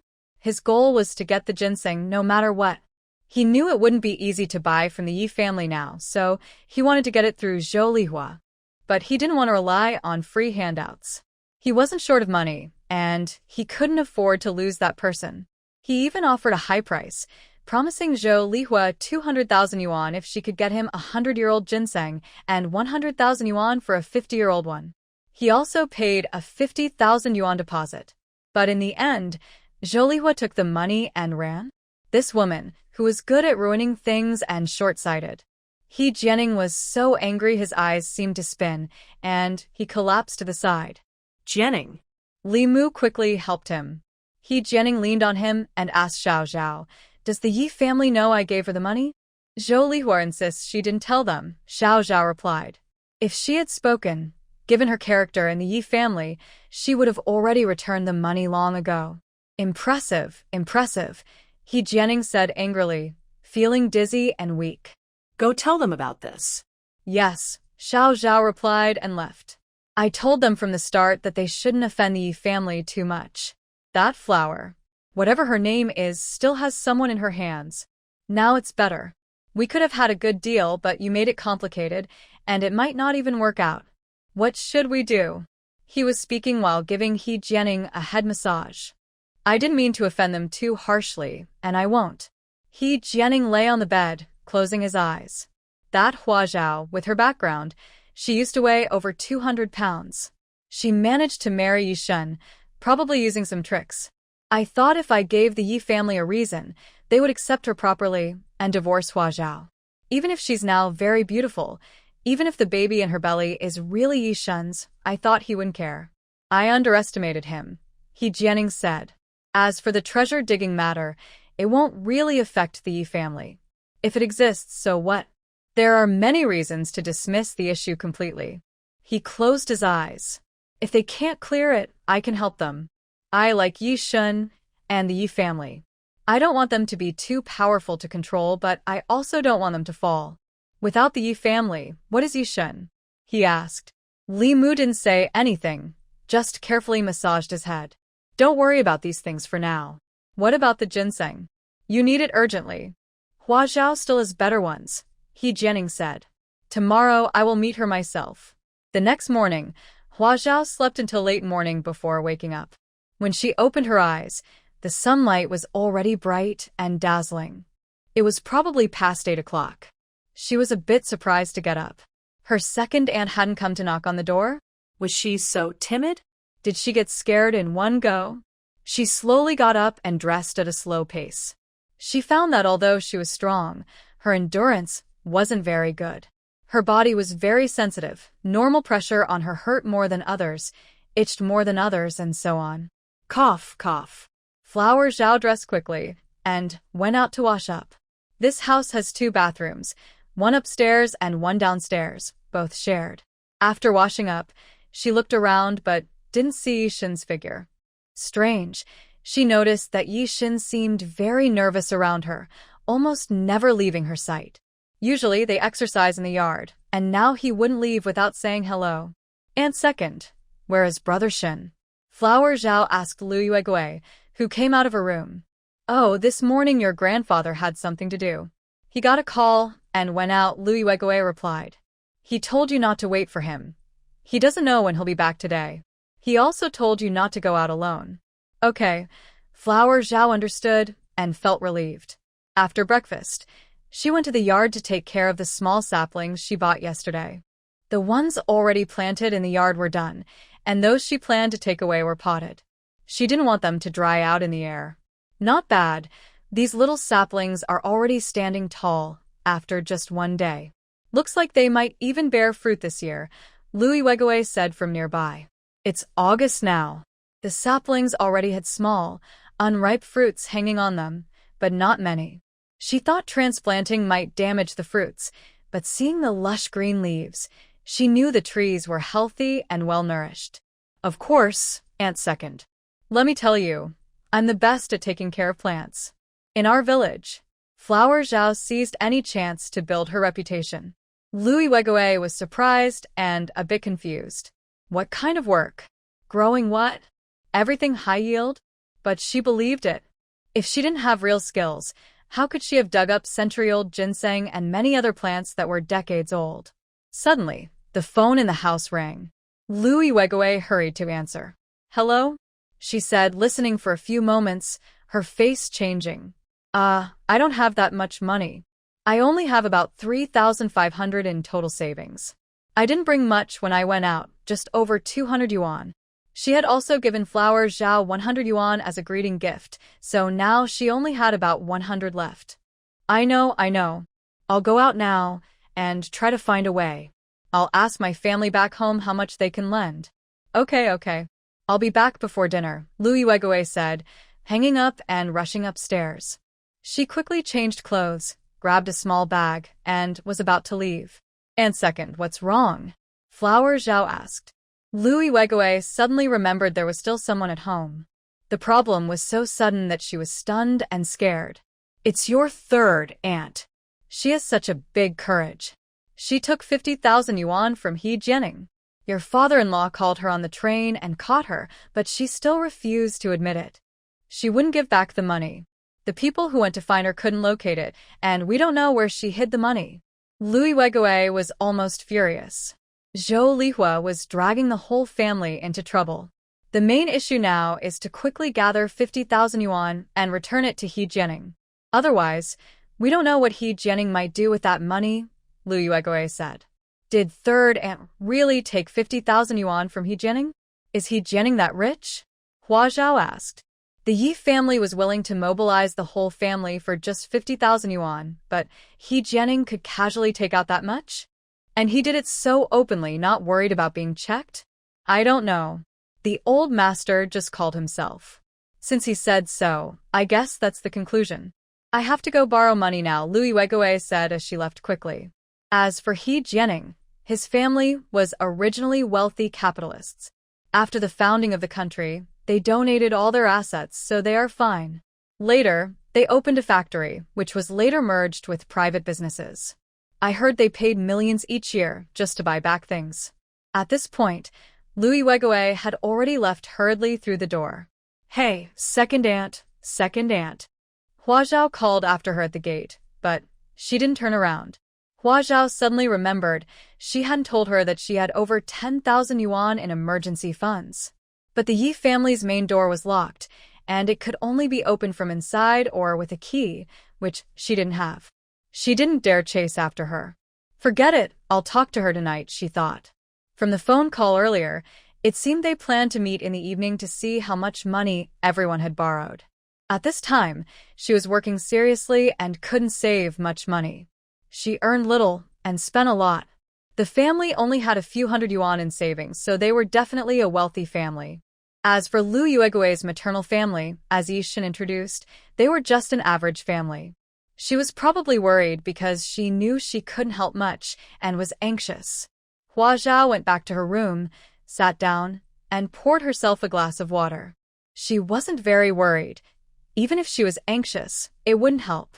If she was asked to go out and earn money now, Suddenly, Hua Zhao's eyes lit up as she thought of a quick way to make money. She went to the corner of the yard, pulled out an empty flower pot, filled it with soil, and carried it upstairs. Then she drew the curtains and locked the door, planting a ginseng seed. The flower bloomed and withered, stopping after 70 cycles. 100-year-old ginseng should not be common. Otherwise, it wouldn't be valuable. Hua Zhao let the ginseng shake itself, easily lifting it out of the soil. Then, with a sudden burst of energy absorption, the thick layer of seeds in the pot dried up and turned to ash. She used a small shovel to stir them, mixing them thoroughly with the soil. Next, she paid attention to details to make the ginseng look like it had been in the ground for a year, so it wouldn't be hard to explain. She used her energy to treat it. With her experience, she quickly made it look like it had been growing for a year. She held the ginseng, feeling a bit satisfied that it had no consciousness. At first, she discovered that after exchanging some energy with the trees, they could communicate with her simply. Many-year-old plants could do this, and so could ginseng. But later, she found that if she quickly accelerated their growth, they wouldn't develop consciousness and would remain just plants. This was good because otherwise, eating plants would be like listening to their screams, as if they were alive, which she couldn't bear. She simply couldn't stand it. Hua Zhao took out her backpack and stuffed it into a piece of clothing. Now she needed to figure out how to explain the sudden appearance of the ginseng to Yishan. She had told him before that she only brought a few ginseng plants, and they had already been given away. Now another one appeared without explanation, as if she was hiding something from him. Suddenly, her eyes caught a thin of cloth. The reason came. Inside this narrow cloth was the 1,000-year-old ginseng root she had prepared for Yishan in case of an emergency. He hadn't had a chance to use it before, so she forgot about it and didn't tell him. Hua Zhao looked at the 70-year-old ginseng in her hand, thought something was off, and then grew another ginseng in the flower pot, this one 130 years old. She wanted to give her husband a life-saving ginseng, and it couldn't be worse than the ones she had already sold. What would that say about her? Now, all her good intentions were wrapped in this small cloth, which had now become a rough cloth bundle. Fortunately, Yishan didn't have the habit of rummaging through her belongings or checking her luggage before. Now she could say whatever was here. It seems this habit will need to continue for him in the future. Just after zipping up her backpack, Hua Zhao heard the doorbell. She thought someone was back, so she hurried to open the door. But outside stood a stranger, a man about 28 or 29, very tall and thin, with a pale, sickly look on his face. Yet, he stood straight, and there was a sparkle in his eyes. "May I ask who you're looking for?" Hua Zhao asked politely with a smile. The man paused briefly, squinting as he quickly sized her up, then gave a faint smile, a look of realization flashing in his eyes. They say heroes find it hard to pass the beauty's test, and this test was no easier. "Are you Miss Hua Zhao?" I'm here to see you. "I have a matter to ask for your help with," he said with a gentle smile. "You're looking for me?" Hua Zhao was surprised. She came directly to the Yi family's door to find her. Asking for help? She hadn't expected that. Who are you? She asked with doubt. My surname is Jianing. Oh, Hua Zhao suddenly understood. So it was him. She looked him over from head to toe. The man whom many avoided like the plague actually looked so refined and gentle. At first glance, he seemed similar to Yi Ming, but Yi Ming's eyes were clear and pure, and his smile felt like spring breeze. Jianing's aura was different. With the same gentle smile, his seemed more profound and unfathomable. Her sudden understanding surprised Jianing. Did she know him? How much did she know? "Can we go inside and talk?" he asked politely. Hua Zhao shook her head. Sorry, no. "There's no one else at home now, so it's not convenient to invite you in. Let's just talk here." In a time when etiquette was still strict, her answer was perfectly reasonable. All right, he nodded. He understood she was telling the truth. The people who should be inside had already been asked to leave. I'm not feeling well and need ginseng to save my life, Jianing said, rubbing his temples. His head seemed to hurt more today. He continued, I heard Miss Hua still has 100-year-old ginseng? I wonder what conditions are needed to buy it. Hua Zhao blinked, thankful he didn't call her Miss Hua girl. She also somewhat understood what Yishan said. Jianing is a person who doesn't follow usual rules.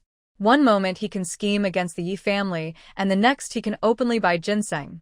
Didn't the Chiao family give you that 100-year-old ginseng? Hua Zhao asked suspiciously. Hearing this, Jianing felt a headache coming on. He was really embarrassed to admit that such a precious item was in his care and had been damaged. It was a great shame. One ginseng isn't enough. My illness needs long-term nourishment from ginseng, so the more the better, Jianing said. As for the price or conditions, you can name anything. Actually, I have a question I've never understood, Hua Zhao said with doubt. She was too beautiful, her voice sweet, and she looked young. Her innocent expression made it hard for anyone to resist. Go ahead, Jianing replied patiently. With such a face, no one could get angry, right? Even he felt his restless heart gradually calm down. No wonder men like beautiful women. Just looking at her makes you feel at ease. Jianing never cared much about marriage or romantic relationships, especially looking down on men trapped by women, thinking they are, and pathetic. But now, he was starting to understand men's nature a little. I heard that ginseng was very helpful to you? Hua Zhao asked. He already knew that. Jianing nodded. Yes, it was very helpful. I came today mainly to thank you in person. Thank you for finding the wild ginseng and saving my life. He spoke sincerely, looking genuine. But Hua Zhao was not convinced. How do you plan to thank me? Having someone dig up my family's land? Having the Qi family come to bother me? Having Zhou Lihua cause chaos in the Yi family? Your way of thanking is really quite special. Jianing's mouth twitched, but his faint smile grew wider, eventually turning into a big laugh. He liked people who spoke honestly. So, he decided to be honest too. He put aside his pretenses and said directly, although you or your grandfather dug up the ginseng, you didn't think of me, nor did you plan to sell it to me. In the end, it was the Chiao family who paid the price and gave it to me. So, I can only thank the Chiao family. He smiled and said, someone used a medicine to save me. Of course, I should thank the person who saved me first, then the medicine maker, right? Or maybe I should directly thank the ginseng and the mountains and waters that nurtured it. Hua Zhao nodded but said nothing.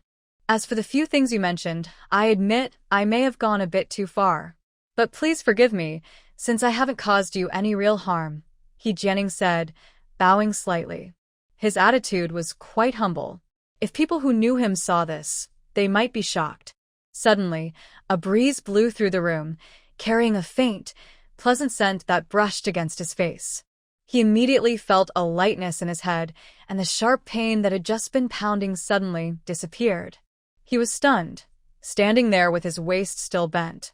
The breeze blew for a few more seconds, then shifted direction and disappeared. The fragrant smell also faded, becoming barely noticeable. Jianing straightened up and looked sharply at Hua Zhao.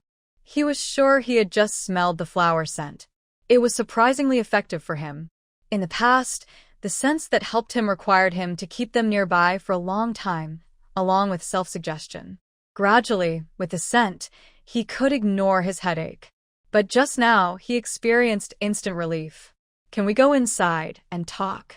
Jianing asked again. He stepped closer to Hua Zhao, using his height advantage to look into the house of the Yi family. Was there some rare flower or plant inside that he didn't know about? Over the years, he had seen most of the strange flowers and plants in the world, but this one from the Yi family was definitely new to him. He had to get it. Sorry, no, Hua Zhao frowned because he was too close. Jianing immediately stepped back. Then, as for the ginseng, let's wait until the Yi family members return to discuss it. I can't decide on this, Hua Zhao said. Jianing's eyes lit up. He had mentioned ginseng twice earlier, both times using the phrase century-old ginseng. She didn't object to it, which meant she still had some. He felt a long breath of relief. As long as she had it, he could find a way to get it. He was only worried if she didn't. The ginseng is yours. You can decide whether to sell it or not. Why do you need the Yi family's approval? Jianing asked simply. Hua Zhao smiled. The ginseng is mine, but whether I sell it to someone who isn't kind to the Yi family should agree, right? Otherwise, I'd be just like Zhou Lihua. Would you like to do something that makes others angry but makes you happy? Jianing looked at her soft, innocent face and paused. This time, when facing Jianing, Hua Zhao didn't act like a naive girl as she did with others. She didn't pretend to be sweet and simple at first. Instead, she chose to stand her ground. Although she was resistant to meeting him before, now that they had met and couldn't avoid it, she decided to face him bravely. There's no need to pretend to be naive with someone like him. He would see through it in no time. It's better to let him know she's not someone to mess with. Before he tries anything, he should think carefully. Jianing started to reconsider Hua Zhao's importance. At first, he thought she was just a girl with a common name, a village girl attached to a powerful family, someone easy to ignore. Now, he realized she was more complicated than he thought. The Yi family didn't marry an useless village girl that would weaken their strength. So, is the Yi family in charge of the 100-year-old ginseng? Do you have any conditions? Anything you want? 10,000 yuan? A big house? A good job? Even a government position? His voice was tempting, but he emphasized 100-year-old ginseng a little more. Hua Zhao nodded. Don't worry, the 100-year-old ginseng will be better than what you got last time. I don't want anything myself. The conditions of the Yi family are my conditions. Or maybe they don't want to sell to you at all. She spread her hands. In that case, I'm sorry. Jianing just looked at her steadily. She was really smart. The Yi family finally found a capable woman who could make up for their weaknesses. Thinking of the women in the Yi family, they really weren't impressive. This time, they finally found someone clever. Bring the Yi family members back. I want to rest inside. Goodbye. Hua Zhao said calmly, then turned and went into the house, closing the door. She realized that Yishan and Louis Weguei were probably sent away by him, which is why he dared to come so openly. Before coming, he might have thought she was a naive village girl who could be easily fooled, just waiting for no one to be home to trick her into selling the ginseng. Jianing stared at the closed door, feeling that with it shut, he couldn't smell any more of her faint fragrance. Suddenly, he smiled. The Yi family quickly returned home. The first to arrive were the men of the family. Old Master Yi, Yi Mao, Yishan, and Yi Ming. As soon as they got out of the car, Yishan rushed forward and directly asked Flower Zhao nervously, "Did he scare you?" Flower Zhao paused and smiled. "It's already good that I didn't scare him." "Did he call you directly to ask you to come back?" "What did he say?" The men from the Yi family didn't speak. They just looked at her expressions. Her smile was still so beautiful and pure, like a flower. Yes, she wasn't scared at all. Everyone felt relieved. Yi Ming even shouted, "He scared me to death." He had just returned home with all the family savings, 500 yuan given to Grandpa, and was about to leave for work to get an advance on his salary, when the phone rang. It was actually Jianing calling. "He said he came to talk to you, and mentioned you still have a 100-year-old ginseng. He wants to come over to discuss buying it," Yishan said, carefully checking her body parts with his eyes. Having a 100-year-old ginseng isn't scary, but what is frightening is that Jianing actually came directly to Flower Zhao's house. And at that time, she was alone at home. Who knows what that crazy Jianing might say, or do to Flower Zhao. Threats, intimidation, even physical harm. Although he might not actually do anything serious, he is still a crazy person. All along the way, Yishan's mind was filled with bad guesses, and he felt anxious. But now that he saw Flower Zhao was fine, his heart finally calmed down. Everyone sat on the sofa, and Yishan, regardless of the situation, still held Flower Zhao's hand. No one minded. Yi Mao asked, "Do you still have the 100-year-old ginseng?" Yi Ming asked, "Did you agree to sell it to him?" Old Master Yi said, "Tell the whole story from the beginning." Flower Zhao nodded and said, "He didn't come in." She recounted everything, including her conversations with Jianing. After she finished, the living room was quiet. The men of the Yi family looked at her silently. Flower Zhao also decided not to pretend to be naive or sweet in front of the Yi family anymore. Gaining family approval is not simply about being naive or sweet. You need to show them your abilities to earn their respect. The Yi family members also began to see Hua Zhao in a new light. Although her performance today was not extraordinary, she was calm and clear-headed. She didn't let Jianing gain any advantage. For an 18-year-old girl from the countryside, that is very impressive. Who is Jianing? He is someone who has been involved in official circles for many years and can easily be manipulated or led astray by others, often being pulled along by a few words. But Hua Zhao was very clear-minded. Not only did she not get led around, but she also made Jianing follow her instructions. This is not just clarity, it is quite powerful. Only Yishan and Yiming from the Yi family have shown such capability among the younger generation. And when it came to handling the ginseng, she prioritized the Yi family's interests, which was very surprising. She is not unaware of the value of century-old ginseng. When she exchanged the Chiao family's house before, she learned about it thoroughly. The conditions Jianing proposed were very attractive. Anyone would be tempted. But she was not swayed. At this moment, old Ye's worries seemed to be eased. The family's policy of letting children find their own partners is not wrong. The real mistake was that his 3 sons were blind. Just look at Xingur's good judgment. The other women of the Yi family also hurried back at this time. They didn't receive calls from Jianing himself. Instead, they heard messages from various people on the way home, telling them to come back. Yi Shu placed 3,000 yuan on the table. "This is all I have, but I can ask my colleagues to lend some. Maybe I can get a few thousand more?" She wasn't very sure. Her relationships at work weren't very good. Her family was well off. She looked good, was capable, but her personality was a bit cold, so she wasn't very likable. At this moment, probably few people would help her. Liu jo ikke skejlig klotset her bag. When she arrived at her parents' house, she was immediately turned away. Several nephews were getting married this year, and their wives borrowed money from her instead. Miao Longji took out 1,000 yuan and placed it on the table. "This is borrowed from some colleagues. I'll go get the money from home now." She went upstairs, found a small leather bag, which contained over 20,000 yuan. Yimao has a high salary, over 300 yuan a month, plus various benefits.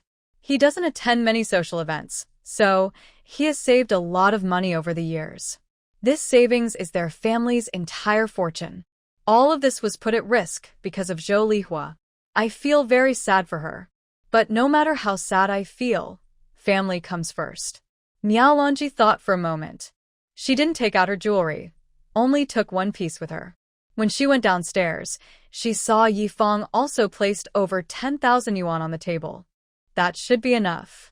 The old man probably still has 1 or 2,000 yuan, but she's not sure. The old man doesn't spend money on social events, but he likes to give money to his friends. He has many friends, so maybe he doesn't have much money now. Then Miao Longji saw that Hua Zhao also had a small cloth bag in front of her. Oh right. Yishan also gave her 2,000 yuan. She heard that Yishu also gave her 2,000. Together, that's 4,000, still a lot.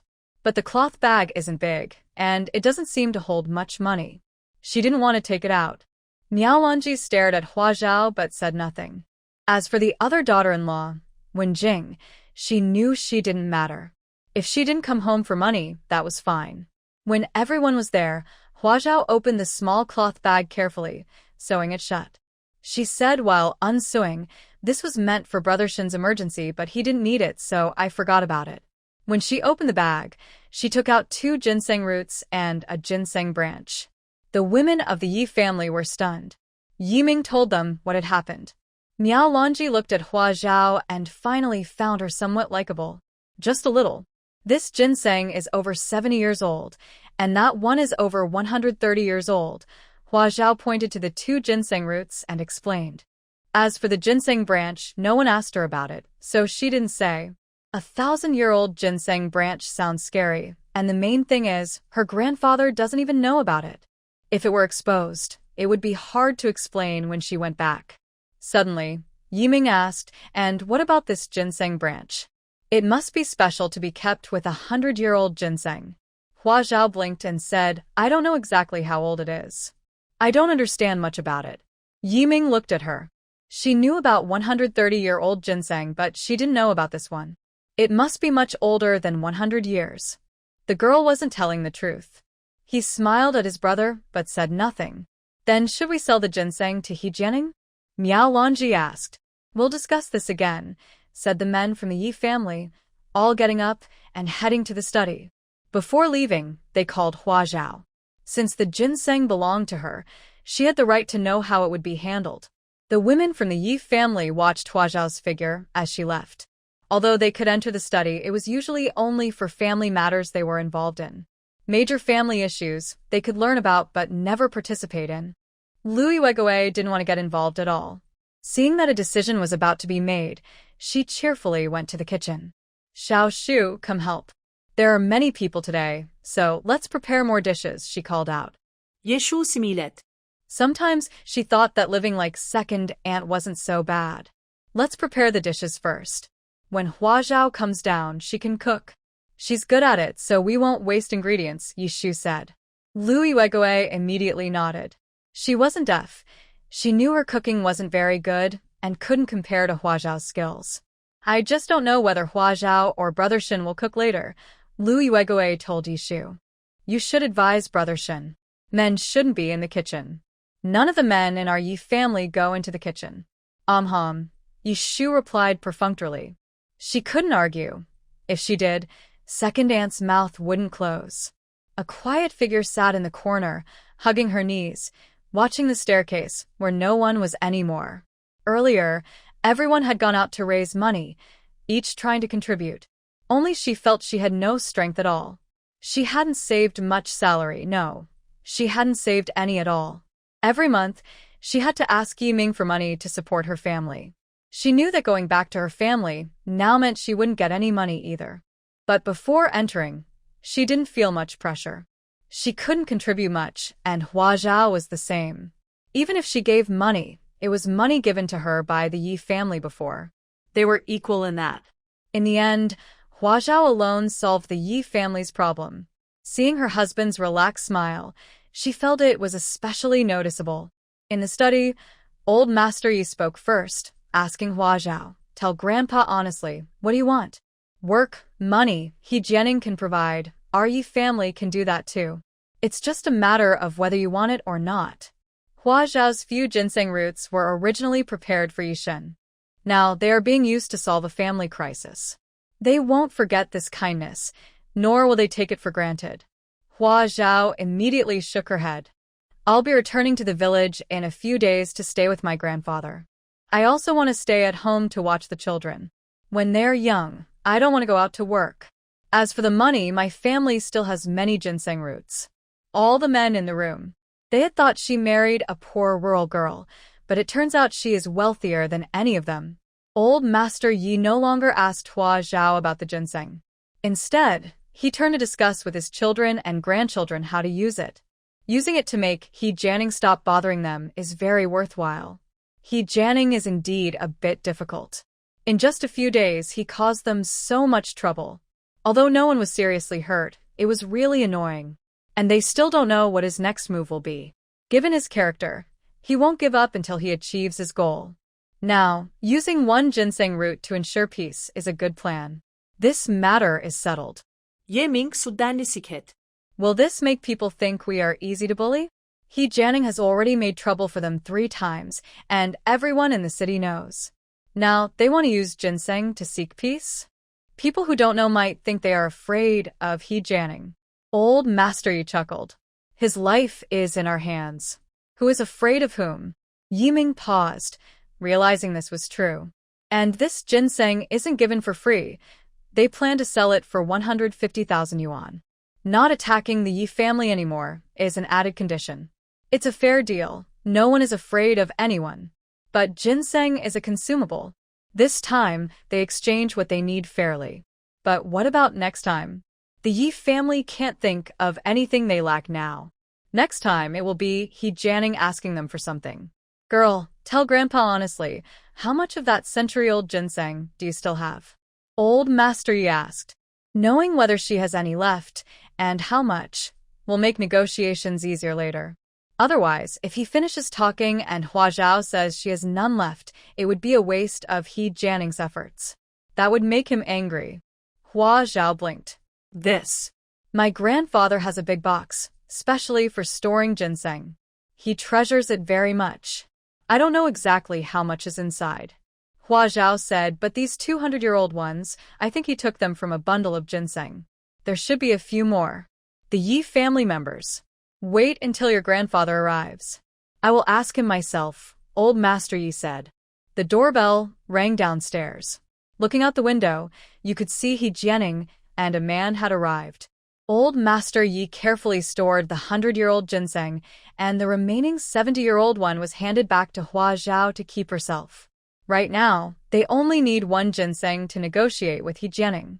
It's this one, and they haven't decided how to reward Hua Zhao yet. If there's more needed later, they can discuss it then. The remaining root of the ginseng was also carefully stored by Hua Zhao. Yiming looked at her and smiled, saying, Don't you know? It's clearly very precious. Hua Zhao pretended not to see and looked again at the two ginsengs, absorbing about 1/3 of their energy.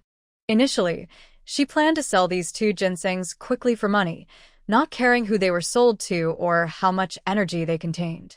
But now she knew they would be sold to Jianing, so there's no need to give him extra benefits. The 100-year-old ginseng sold to Jianing earlier couldn't compare to these two. That one was grown from ordinary ginseng seeds before Hua Zhao arrived. Now, these two were grown from 5,000-year-old ginseng king seeds. The 130-year-old one probably has the power of about 200 years or more.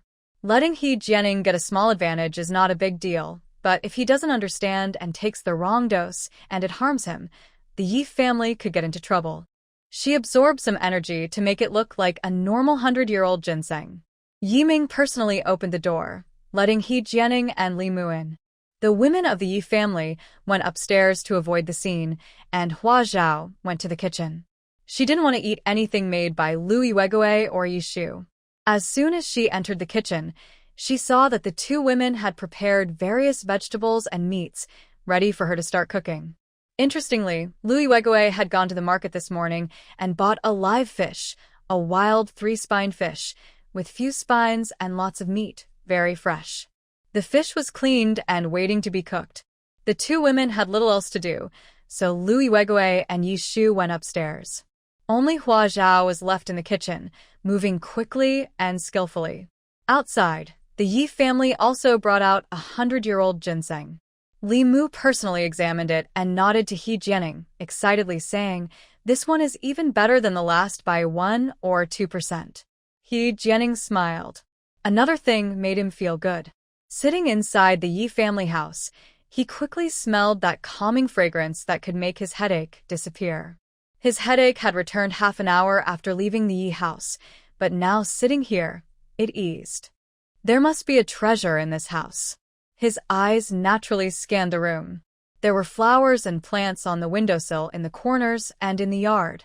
But they were common varieties, so they shouldn't have any special scent. Maybe they had mutated? What are your conditions? Jianing asked directly, without beating around the bush.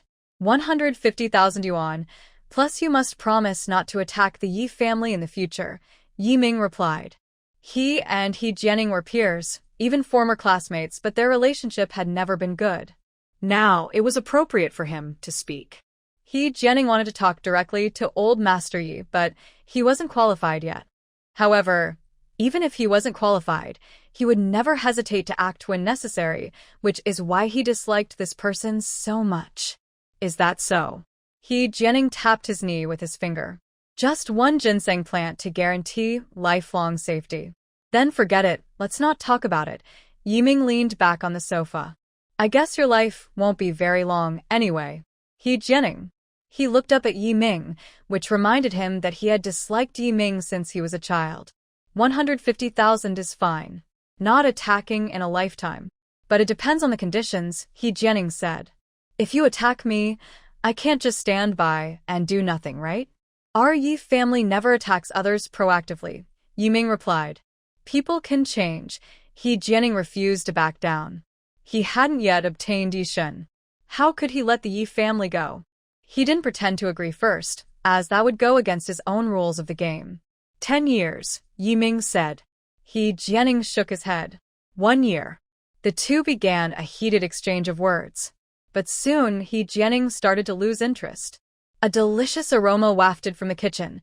The smell of braised fish was so rich that everyone in the house suddenly felt hungry. Jianing was even a bit afraid to speak, worried he might drool. He ate all kinds of strange medicinal dishes every day. How long had it been since he had a proper meal? Especially this smell. It's a fragrance he's never smelled before.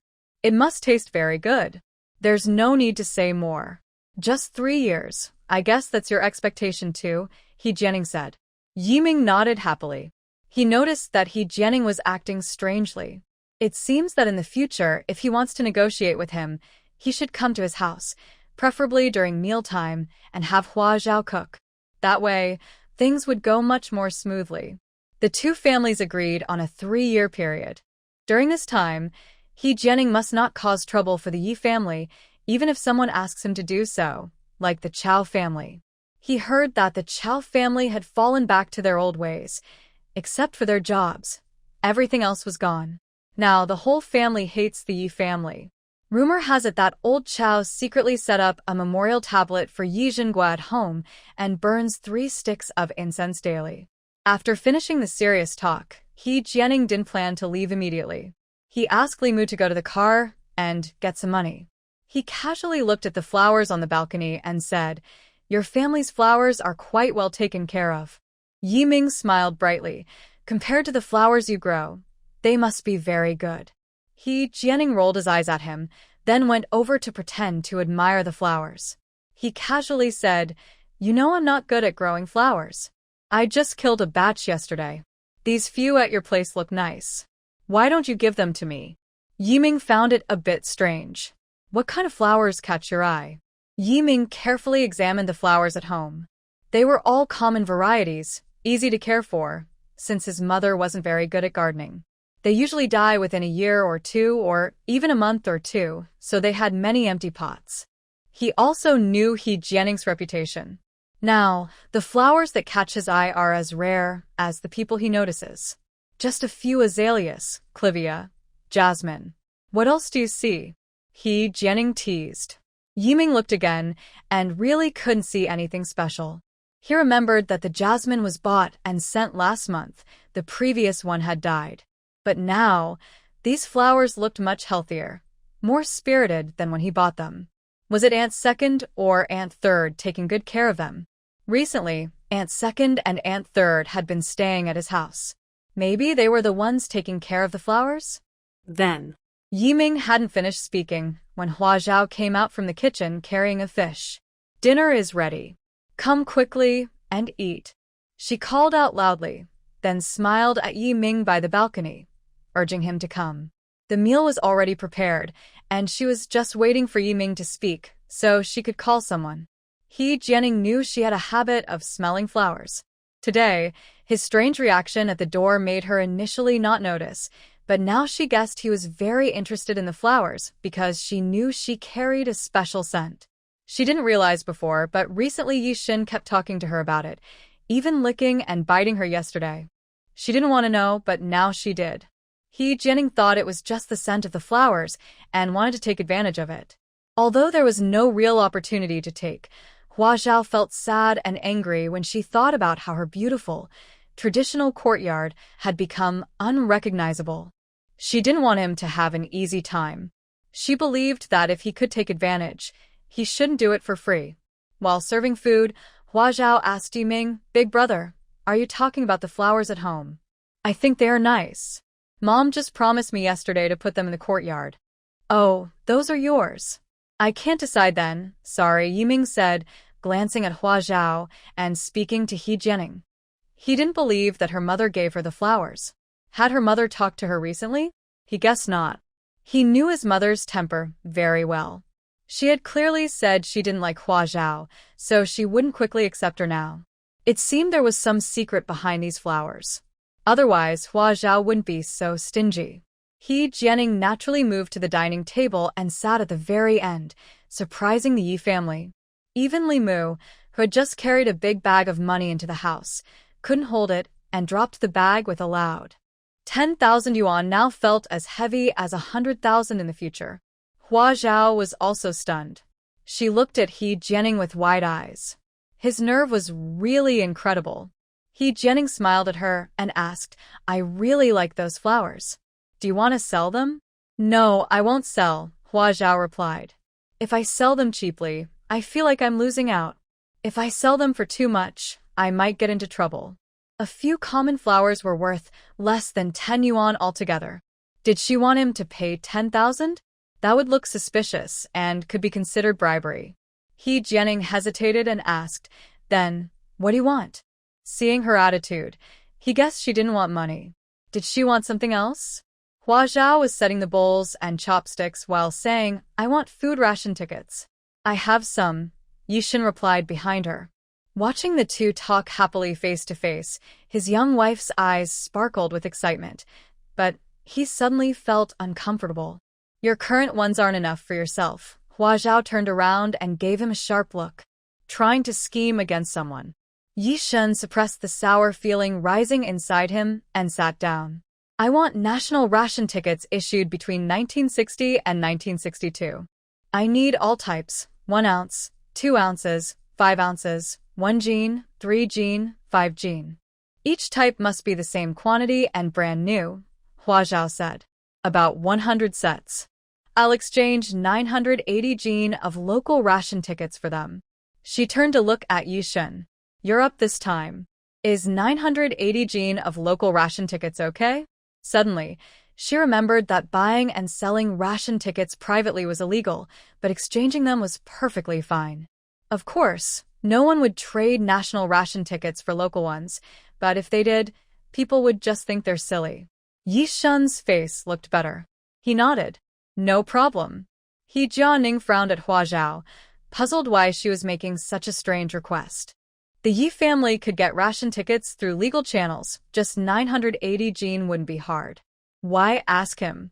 Why specifically want national ration tickets from 1960 to 1962? And brand new ones at that? They wouldn't give him more ration than he already had. What kind of strange condition is this? The only difficult part was that they had to be brand new, but that wasn't a problem for him. He could check the warehouse. They must have some. Is the Yi family setting him up? Jianing suspected everyone. Hua Zhao set the bowls and chopsticks and said, that's the only requirement. No other conditions. When you bring the ration tickets, we'll move the flowers. She explained that these ration tickets, in a full set, could be worth between 30,000 and 80,000 yuan in the future. Since she wanted brand new ones, their value would only increase, continuing to rise. After all, they are rare, non-reproducible items. Oh, by the way, do you have any ration tickets for planes, ships, or trains that were made but never issued back then? If so, just find a few for me, Hua Zhao added. These are worth about 10,000 to 20,000 yuan each. With the Yi family's resources, Hua Zhao thinks that now, if they specifically search, they can find a lot. But in the future, when everyone looks back, will they realize that the Yi family did this? There's a risk they might be accused of misusing national resources. 100 sets of supplies are worth several million, even tens of millions. Oh, and about exchanging ration tickets, we can't let that get out, Hua Zhao said. If anything goes wrong, it will all be blamed on Jianing, since he was the one who looked into it. Jianing was silent for a few seconds, then nodded at her. From a literal point of view, he didn't see any traps, so he agreed to try. Hua Zhao happily carried the dishes she divided upstairs. In today's environment, many families have men and women sitting separately, especially when guests come over. If the guest is not well-liked or has a thick face, no one really wants to sit with them. Li Mu's face felt a bit hot. Where should he go? To the table? He was a little scared. He knew what Jianing had done to the Yi family and also knew he wouldn't be easily limited by the 3-year restriction. If he was so easily bound by rules, he wouldn't be so intimidating. Also, just now, Lan went to find Jianing while he was there. They didn't hide anything from him. He knew what Jianing was about to do. Even now, he still dared to sit at the same table with them? That's not just thick-skinned. It's simply shameless. Jianing waved at Li Mu. Put the money down and come eat first. He acted naturally, as if he was the head of the house. Yiming blinked, feeling a bit embarrassed to say anything bad about him. He himself felt awkward. Yishan found it hard to say anything either. As an elder, he used to be familiar with old He. He was a very wise and capable man, but unfortunately, he passed away early. His sons all went astray, and they're no longer on the same path. Li Mu looked at Jianing, took a deep breath, and nervously went over to greet the Yi family again. Then he sat down awkwardly. Yishan politely said a few words, and everyone started eating. At the dining table, the food was quickly finished. The Yi family members all come from military backgrounds, so they eat fast. Now, they were also deliberately quick. Jianing hadn't finished half a bowl of rice, but they had already put down their chopsticks. Jianing regretfully put down his chopsticks, feeling uncomfortable about being watched while eating. His pride wouldn't allow him to do otherwise. Everyone still wasn't very familiar with each other. Your cooking is really good, Jianing complimented. Thank you, Yishan replied with a proud and boastful smile. Jianing smirked slightly. Actually, my Lamlin's cooking is even better. Li Mu shot him a sidelong glance, thinking, is it okay to say that? Yishan Saebros Taichet. Jianing probably didn't know that he had tasted Lamlin's cooking and almost got sick from it. It was when Lan was trying to impress him, making a bunch of delicious dishes. She knew he wouldn't want them alone, so she gave them to the group, and they all sat together to eat. At that time, no one knew she made the food. When they tasted it, they immediately called the chefs over to scold them. Were they undercover agents sent by the enemy? Then the chefs, feeling wronged, said Lan had given the food, and everyone finally shut up. If you like it, eat more, Yishan said with a smile.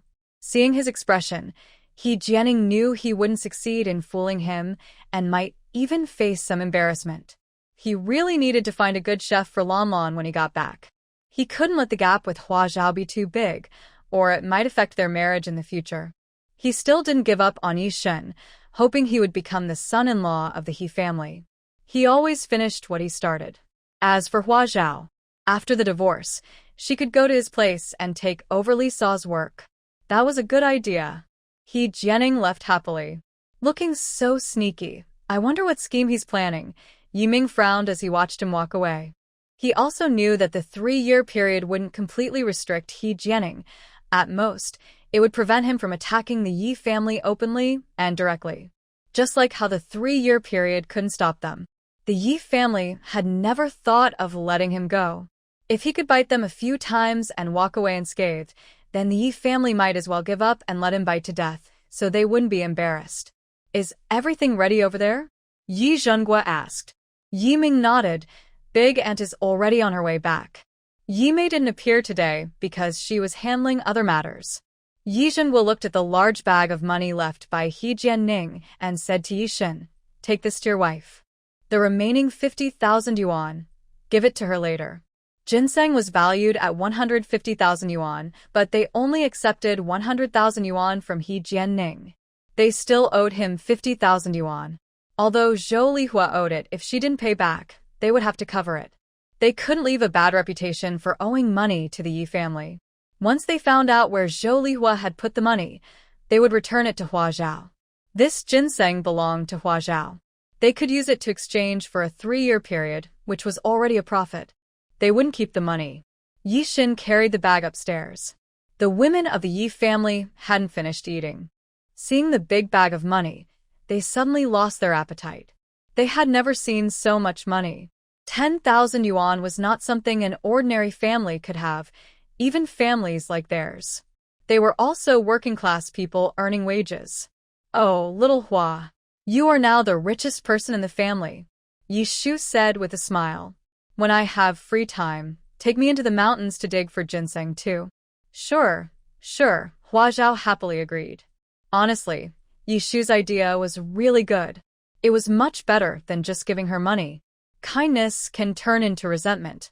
She had lent Yishu too much money without reason, and she might even end up resenting him. Once, someone had killed a relative over owing too much money. Although Yishu didn't seem like that kind of person, that's human nature. Wen Jing only glanced at the money bag, then reluctantly looked away, staring at her rice bowl. She was just a rural girl. Hua Zhao happily counted the money, but suddenly felt something was wrong. She seemed to have forgotten something. What's wrong? Is there a problem? Yishan kept his eyes on her and asked immediately when he saw her expression. Because they approved of Jianing, they only looked at the money roughly. It was real money, and the amount was enough. Even if there was a mistake, it was probably just a few dozen yuan off. Hua Zhao didn't answer him. Instead, she quickly ran to the window and shouted, "Hey, wait a minute." Her voice was very sweet and easy to recognize. Jianing was walking slowly and hadn't gone far. He immediately turned back and looked at Hua Zhao at the second-floor window. "Come back. I need to talk to you," Hua Zhao shouted.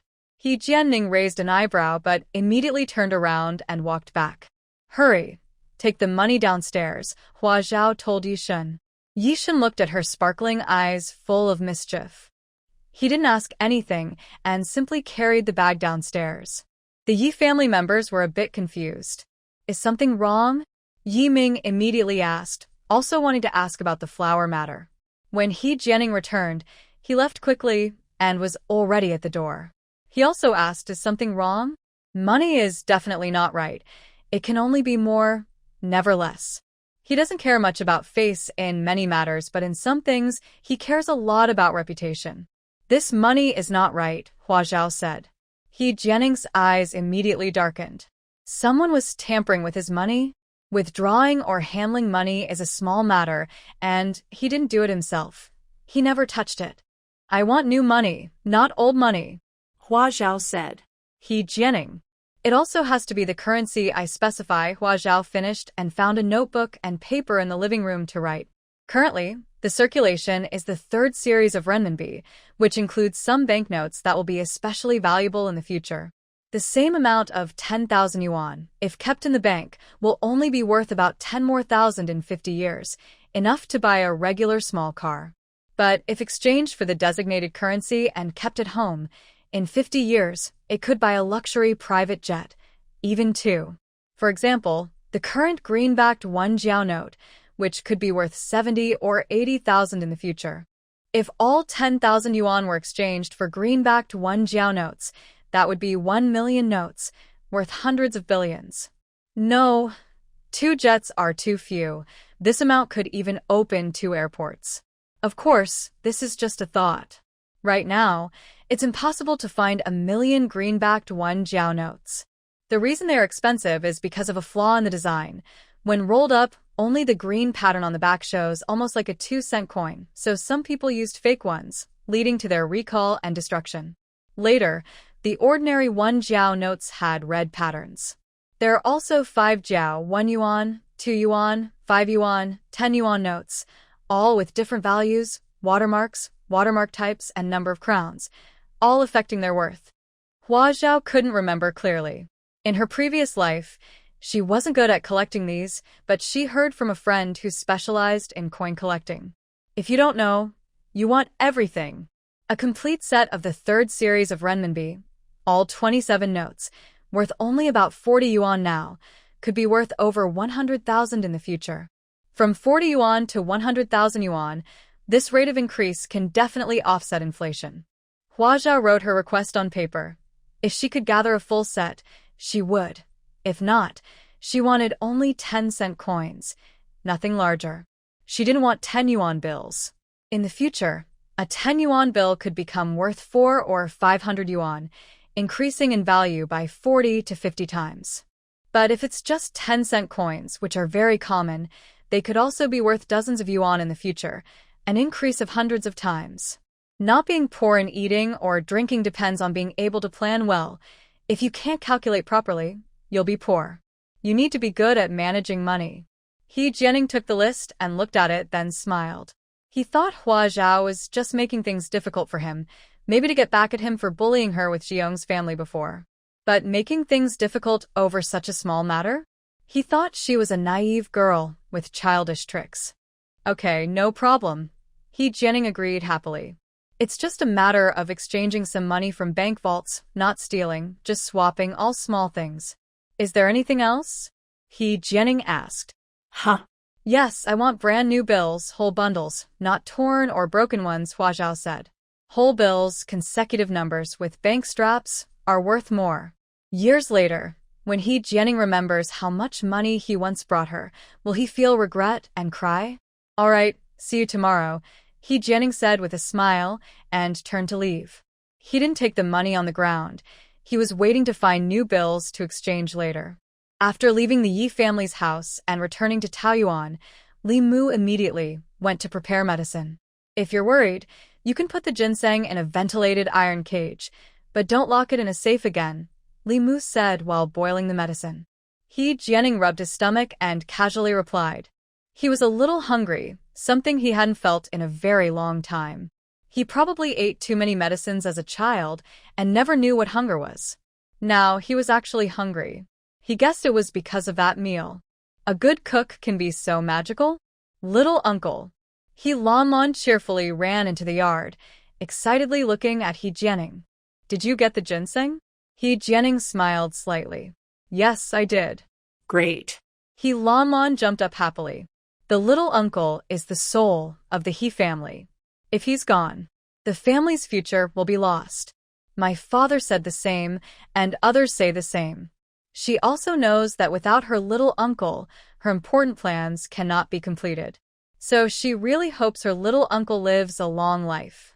Little uncle, my people are ready. When do we start? Lanmon asked. Jianing's expression paused. Li Mu, who was sorting herbs, looked at Jianing. Seeing how thick-skinned he was, buying life-saving herbs from others, eating their food, and then suddenly looking for a man, I think he can't do such things. Anyway, he feels he can't do that. If he hadn't known him since he was very young, he doesn't think he would be friends with Jianing. Jianing snapped back to himself, shook his head, and said, Disband the people you found. Lanmon was surprised and shouted, Why? Jianing looked at her with some annoyance. Lanmon immediately lowered her head and shrank back. I will go tell them now. She hesitated and turned to leave. Jianing frowned. After a few seconds, he called her back. Wait a moment. Lanmon quickly turned around, excited. You've changed your mind? His face showed more displeasure, and his cold voice carried a chill. If I told you to withdraw the people, then do it cleanly. Don't come back and say you didn't notify them in time, and they went ahead with the plan. He stared at her, speaking slowly and clearly. I've changed my mind. Don't act on your own. You might ruin my plans. His eyes were dark, like an endless abyss. Lanmon had never seen her little uncle speak to her with this kind of expression. She was so scared her face turned pale. She quickly replied, I understand. I will definitely withdraw the people. I won't let them find Hua Zhao. Their only goal was to break up Yishan and Hua Zhao. There are many ways to do that. What didn't work before, today they will try a different one. Earlier, Jianing asked Lanmon to find some men, create opportunities, and take a few photos of Hua Zhao. Sneaking around, talking secretly, walking in deserted alleys, staying close, acting flirtatiously, opening and closing doors. They wanted to create the illusion that Hua Zhao was involved with multiple people. Forcing Hua Zhao to be photographed in such a way is not an option, as it would offend the Yi family badly, especially once they knew Hua Zhao's status in the family. But taking a few photos and making up a story is possible. Originally, they planned to finish the story and then share the photos with their circle, making the Yi family lose face and Hua Zhao feel ashamed. Outsiders only believe what they see and rumors, not people's character. Such a shameful daughter-in-law, the Yi family probably wouldn't want her anymore. This wouldn't break the 3-year agreement. If the daughter-in-law is poorly raised, the Yi family only feels embarrassed, but their strength remains. This isn't considered a serious attack on the Yi family. That was the original plan, but now Jianing doesn't want to do it that way. The young girl is naive and inexperienced. If she can't handle the shame, it could be bad. Where can he find such a good cook? After tasting Hua Zhao's cooking, he never wants to eat Li's food again. It's like poison. Remove the man and replace him with yourself, Jianing suddenly said to the somewhat discouraged He Lanlan. Huh? He Lanlan didn't understand. It's safer to directly target Yishan, Jianing said. He Lanlan looked more confused. He hadn't said that before. Earlier, he said to target Yishan directly but was worried about angering the Yi family, so he suggested targeting Hua Zhao. Jianing frowned and said, I went to the Yi family today and found that Hua Zhao's position there is hard to shake. Just a few photos, and even knowing she was framed, they might still protect her. They still need Hua Zhao's people to hold on to him, so they won't give up on her easily. Better to target Yishan. Go and make Yishan fall for you. Maybe even get pregnant. I'll find a way to make him responsible for you, Jianing said straightforwardly. He Lanlan's face turned bright red. She stammered, It's not that easy to make him fall for me. He won't bite. Oh. Have you tried? Jianing asked. He Lanlan shyly stomped her foot. How could she tell her little uncle, a grown man, about such things? But if she wanted her little uncle to help her, she had to say it. I once hid from the rain with him in a cave. I leaned on him, and he pushed me away. He Lanlan was almost too embarrassed to speak. She was embarrassed to do that, and even more embarrassed that she didn't succeed. Jianing looked her up and down, and she felt even more shy. Jianing looked at her, and her appearance and figure couldn't compare to Hua Zhao. However, when Hua Zhao was with Yishan, wasn't he over 200 pounds? Even though it was nighttime and Yishan was blind at the time, did he really lose all feeling? With such a large mass of over 200 pounds, couldn't he feel anything? Was he drugged at that time? What kind of drug could make a man unconscious, but still retain his abilities? As far as he knew, no such drug exists now. Moreover, Yishan should have a high resistance to drugs. Or maybe Yishan just liked that kind of experience? People find it hard to understand how Hua Zhao managed to succeed in the first place. Eat more in the future. Try to reach 200 pounds, Jianing said. Hua Lanlan's face turned green. Was her little uncle joking? If she gained 200 pounds, what would she need Yishan for? She would die. Jianing paced slowly inside the house with his hands behind his back. Hua Lanlan didn't dare to disturb him. She knew her little uncle was deep in thought. You're still not brave enough, he said after walking a few rounds. He guessed Hua Zhao was able to succeed because she was proactive, while Yishan wasn't that kind of person. Although Hua Zhao didn't seem like it either. But she's just a young girl, fearless and bold. I'll find a chance to make him lose some mobility, then let you two be alone. When the time comes, you'll naturally take the next step. Jianing looked at Hua Lanlan and asked worriedly, You know exactly how to do it, right? The kind that can lead to pregnancy. Hua Lanlan's face turned red, as if blood was about to drip. She nodded hard, struggling. Li Mu beside her also blushed deeply, wishing he could find a medicine box and hide inside, pretending he didn't exist. He had no idea his uncle was so bold. Could he speak about such topics in such a casual tone? Especially about his own niece. But awkward questions only matter if the person involved feels awkward. For others, it's just embarrassing. All right, wait for my notice, Jianing said. Hua Lanlan ran away like she was escaping. Li Mu finally picked out the herbs and went to the side room to brew some tea. Jianing felt that although he didn't drink any medicine today, his body was much better than yesterday. He took out the paper Hua Zhao had written on from his pocket and carefully read it again. Her delicate handwriting wasn't very beautiful, sometimes with it that disrupted the aesthetic, but each carried a certain spirit. According to the letter she sent to Yishan, she had just started learning to write. Jianing was a bit moved. It was impressive that he could write this much in just over 3 months. He hadn't seen the letters Hua Zhao wrote to Yishan, but those letters had to be checked before reaching Yishan. Since they weren't secret, it wasn't hard for him to find out if he wanted to. Jianing called Xiao Zhao. Prepare according to these instructions. Make sure everything is new, cut into strips, bundled, and include ration tickets. Thinking about the ration tickets, he quickly wrote on a piece of paper, use as many of the special airplane ration tickets as you have. Xiao acted quickly. Just after Jianing finished taking his medicine, Xiao returned with a truck. The truck was half full. He didn't bring many new bills since many versions had been destroyed and were no longer issued. He brought a lot of 1-cent coins, which took up space. Jianing checked the money and then went straight to the Yi family. Although they were supposed to meet tomorrow, he liked to come early. He kept thinking about that faint fragrance. His memory had no smell, but if he could really get that scent, he would keep it in the house and smell it every day. The Yi family wasn't surprised by his quick return. It suited Jianing's straightforward and decisive nature. He always acts quickly, cutting through problems without delay. He never procrastinates. If he wants to do something, he does it immediately, often within a day. The men of the Yi family had all left on errands. Even Yishan was taken away by old Master Yi, who was acting mysteriously, busy with who knows what. But since they expected Jianing to come again, the women of the family stayed at home. Huazhao asked them to help count the RMB. They didn't need to count each bill individually, just bundle counts. She also wanted them to wear gloves while counting because some bills had fingerprints and some didn't, which affected their value.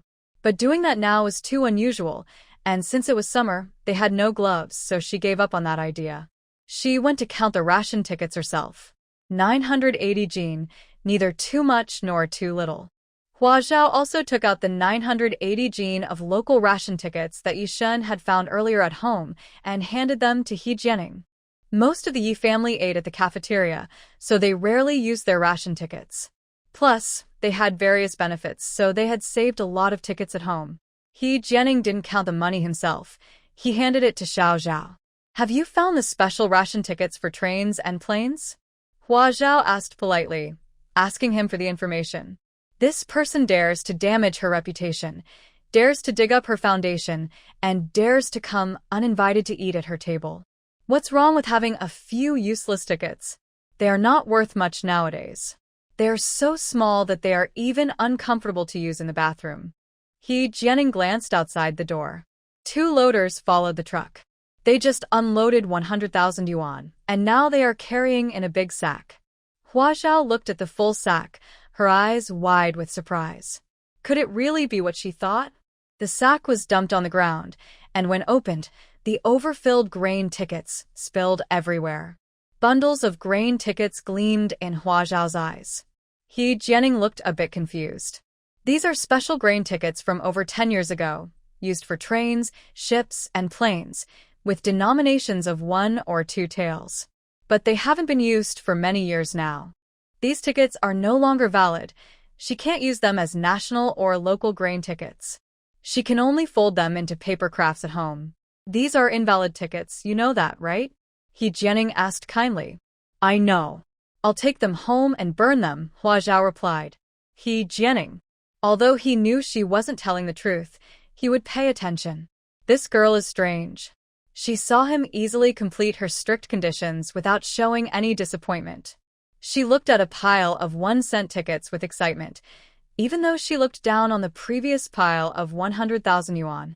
The chubby girl was used to being the center of attention and thought a big pile was good? Such a strange girl. Because of this, he didn't bother to smell the plants in the Yi family house. The one that caught his eye was just glanced at before being loaded into the car. Huazhao wasn't distracted. She said to him, look carefully. There are only 8 pots of flowers on the first floor of the Yi house, and they are all yours. The deal we discussed earlier doesn't include the flowers upstairs, right? Jianing sniffed and said, that doesn't include the upstairs. Then we haven't swapped these 8 pots of flowers either. Do you agree with that? Huazhao asked again. Jianing looked at her, rare for him to be so cautious. He had already checked each of these 8 pots before, making sure they hadn't been swapped. Then it's a clear deal, Huazhao said. Jianing looked at her for a while and then smiled. There were still women from the Yi family in the house, his mother-in-law, his aunt, his sister-in-law, his older sister-in-law, and the one negotiating with him was the youngest, her. He could tell that the women from the Yi family were also confused. Miao Lanji and Yi Fong tried to speak several times, but couldn't get a word in. Hua Zhao handled everything very well, greeting him confidently and calmly, without needing their help. This was the kind of daughter-in-law the Yi family should have. Jianing smiled, and that made him want to break them apart even more. Once the deal was settled, he should have left. But he didn't want to go. It was dinner time. What are we having for dinner? Jianing asked. His question froze everyone in the room. Hua Zhao blinked twice, unsure of what to say. She had never seen someone so shameless. They weren't friends, they were enemies. Wasn't that right? Whatever we eat tonight has nothing to do with you, Hua Zhao said. Goodbye, I won't see you off. In her past life, as a beautiful girl, she had learned how to refuse shameless men. Since he dared to ask, she had every right to refuse. Jianing was stunned. He had never met someone so disrespectful before. He nodded regretfully. All right, goodbye. Since they had refused, he felt too embarrassed to stay any longer. Hua Zhao watched his back for a few seconds and then called out, "Wait a moment." Jianing quickly turned around with a smile. Are we having fish again tonight? The fish at lunch was really delicious. Hua Zhao. There are a few pots of flowers upstairs. I'll give them to you, she said, glancing at the full sack of train, ship, and airplane special ration tickets on the ground. She couldn't estimate the value of this sack. She felt a little guilty about accepting it so easily. Most importantly, she was afraid that Jianing would realize that the flowers on the first floor weren't what he wanted, and then suspect something upstairs, causing trouble. So, it was better to give them to him now. Jianing's disappointed face faded as he put away his smile. Hua Zhao had already turned to go upstairs to get the flowers. Yishu stood up and followed her. She had already begun to admire Hua Zhao. Because of Jianing's reputation, she doesn't dare to talk much with him. Although they are the same age, it feels like they're on different levels. If Jianing had asked her just now, she wouldn't have dared to refuse. Hua Zhao's innocence and fearlessness are really nice. There are only 3 small flower pots upstairs, placed in the room, and they are no different from the varieties downstairs, which are rhododendrons and jasmine. The flowers in the Yi family haven't been carefully cared for by Hua Zhao. They only exchanged some of her unconscious energy with the flowers, so they look a bit better than others' plants, but no special effects are expected. Hua Zhao is willing to give away the flowers she has. Both of them took the flowers to Jianing. Hua Zhao had already opened the door and was waiting nearby for him to come out. He couldn't stay any longer, so he turned and left. Inside, the Yi family members were a bit quiet. They didn't say much about Hua Zhao's fuss. They were all a little confused by it. They had a good 10 yuan bill, but they didn't want it. They preferred the 1-cent coins, which were so many that several bags couldn't hold them all. She had never seen a 10 yuan bill before, or maybe she just thought 1-cent coins were more convenient for buying candies. And those ration tickets. Although exchanging them locally for nationwide use earned some money, did the Yi family really need that small profit? And those useless ration tickets. A whole big bag of them. Was she really planning to burn them for firewood?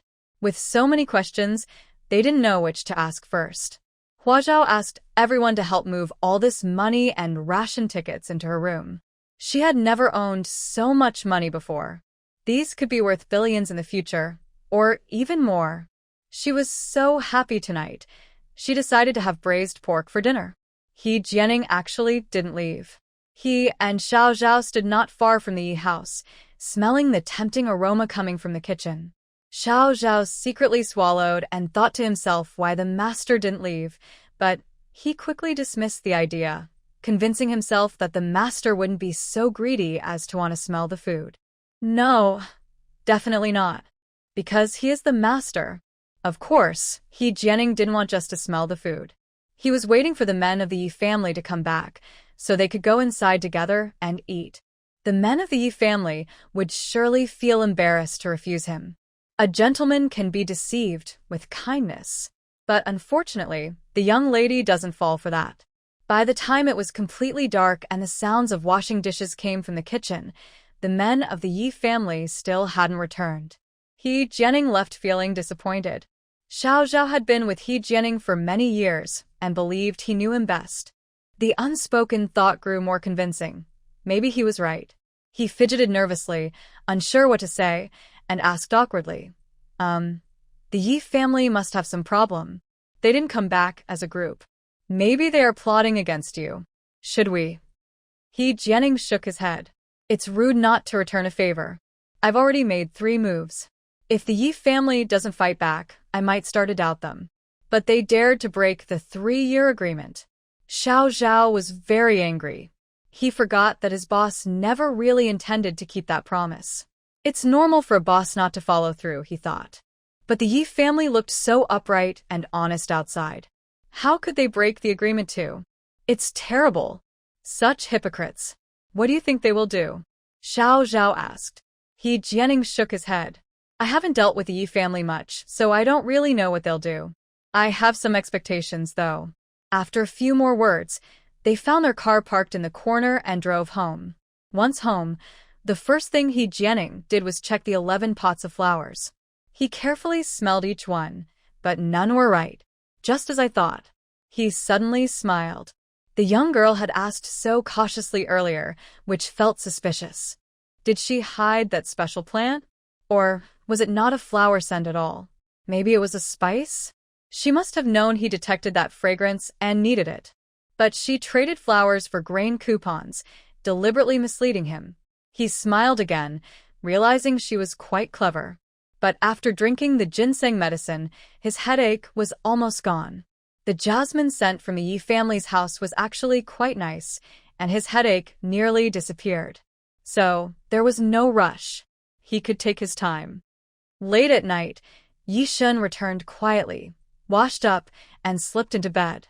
Hua Zhao immediately woke up. Why did you come back so late? Her sharp nose caught a whiff of earthiness, and she muttered, Did you dig a tunnel? Yishan hugged her and nuzzled her, then whispered in her ear, You really have a little dog's nose. You can smell that? Did you really dig a tunnel? Hua Zhao was surprised. She lowered her voice. Did someone find out? Or did you move it? No. Yishan knew exactly what was in his own yard. He gently brushed her smooth hair and said, Those people have already left. The remaining few are our own people. Officially, they were digging for treasure. In reality, they were guarding. They had been digging for several days. The outsiders had already left because they knew that continuing would either hit underground water or cause the house to collapse. Since they still hadn't found anything, it seemed there was really nothing underground in the Yi family's yard. So, what did you go do? Hua Zhao asked. Yishan replied, I went to dig at the He family's place. Hua Zhao. Luring the tiger away from its mountain? Hua Zhao's eyes sparkled. While he was out, you went to dig at his house. Did you find anything? Yishan rubbed his nose against hers, smelling nice and feeling soft. But this time, she guessed wrong.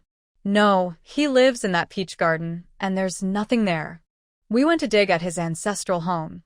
That's where the good stuff is, Yishan said. Thinking about the He family's background, Hua Zhao leaned into his embrace and nodded. Of course, good things should be buried in their own yard. It wouldn't make sense to bury them elsewhere. With the He family's background, as long as they wanted to hide something, it was definitely in their yard. Did you dig them out? Hua Zhao asked. No, I just put some in, Yishan said. Hua Zhao. Yishan's hand moved over her body, feeling the smoothness and gentle curves. His voice was husky as he said, I can't just dig underground to find things.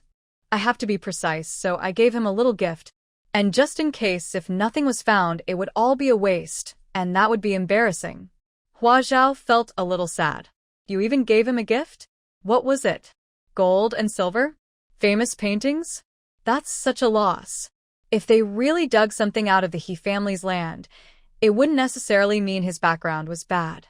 His background was already poor, but it had been cleaned up by his ancestors. Now, if there was really something, whether it could be pinned on him was uncertain. Even if it was, the 10 years would soon be over. These things should be returned. All confiscated and recorded items, if they could still be found after a few years, had to be returned to the original owner. This was really a good deal for him. Where was the logic in such a trap? Yishan chuckled. A little money-minded. He took a deep breath to calm his restless emotions and began telling a story to Hua Zhao. Those items are quite special. They were Jianing's debut works back then, and he's still given them now.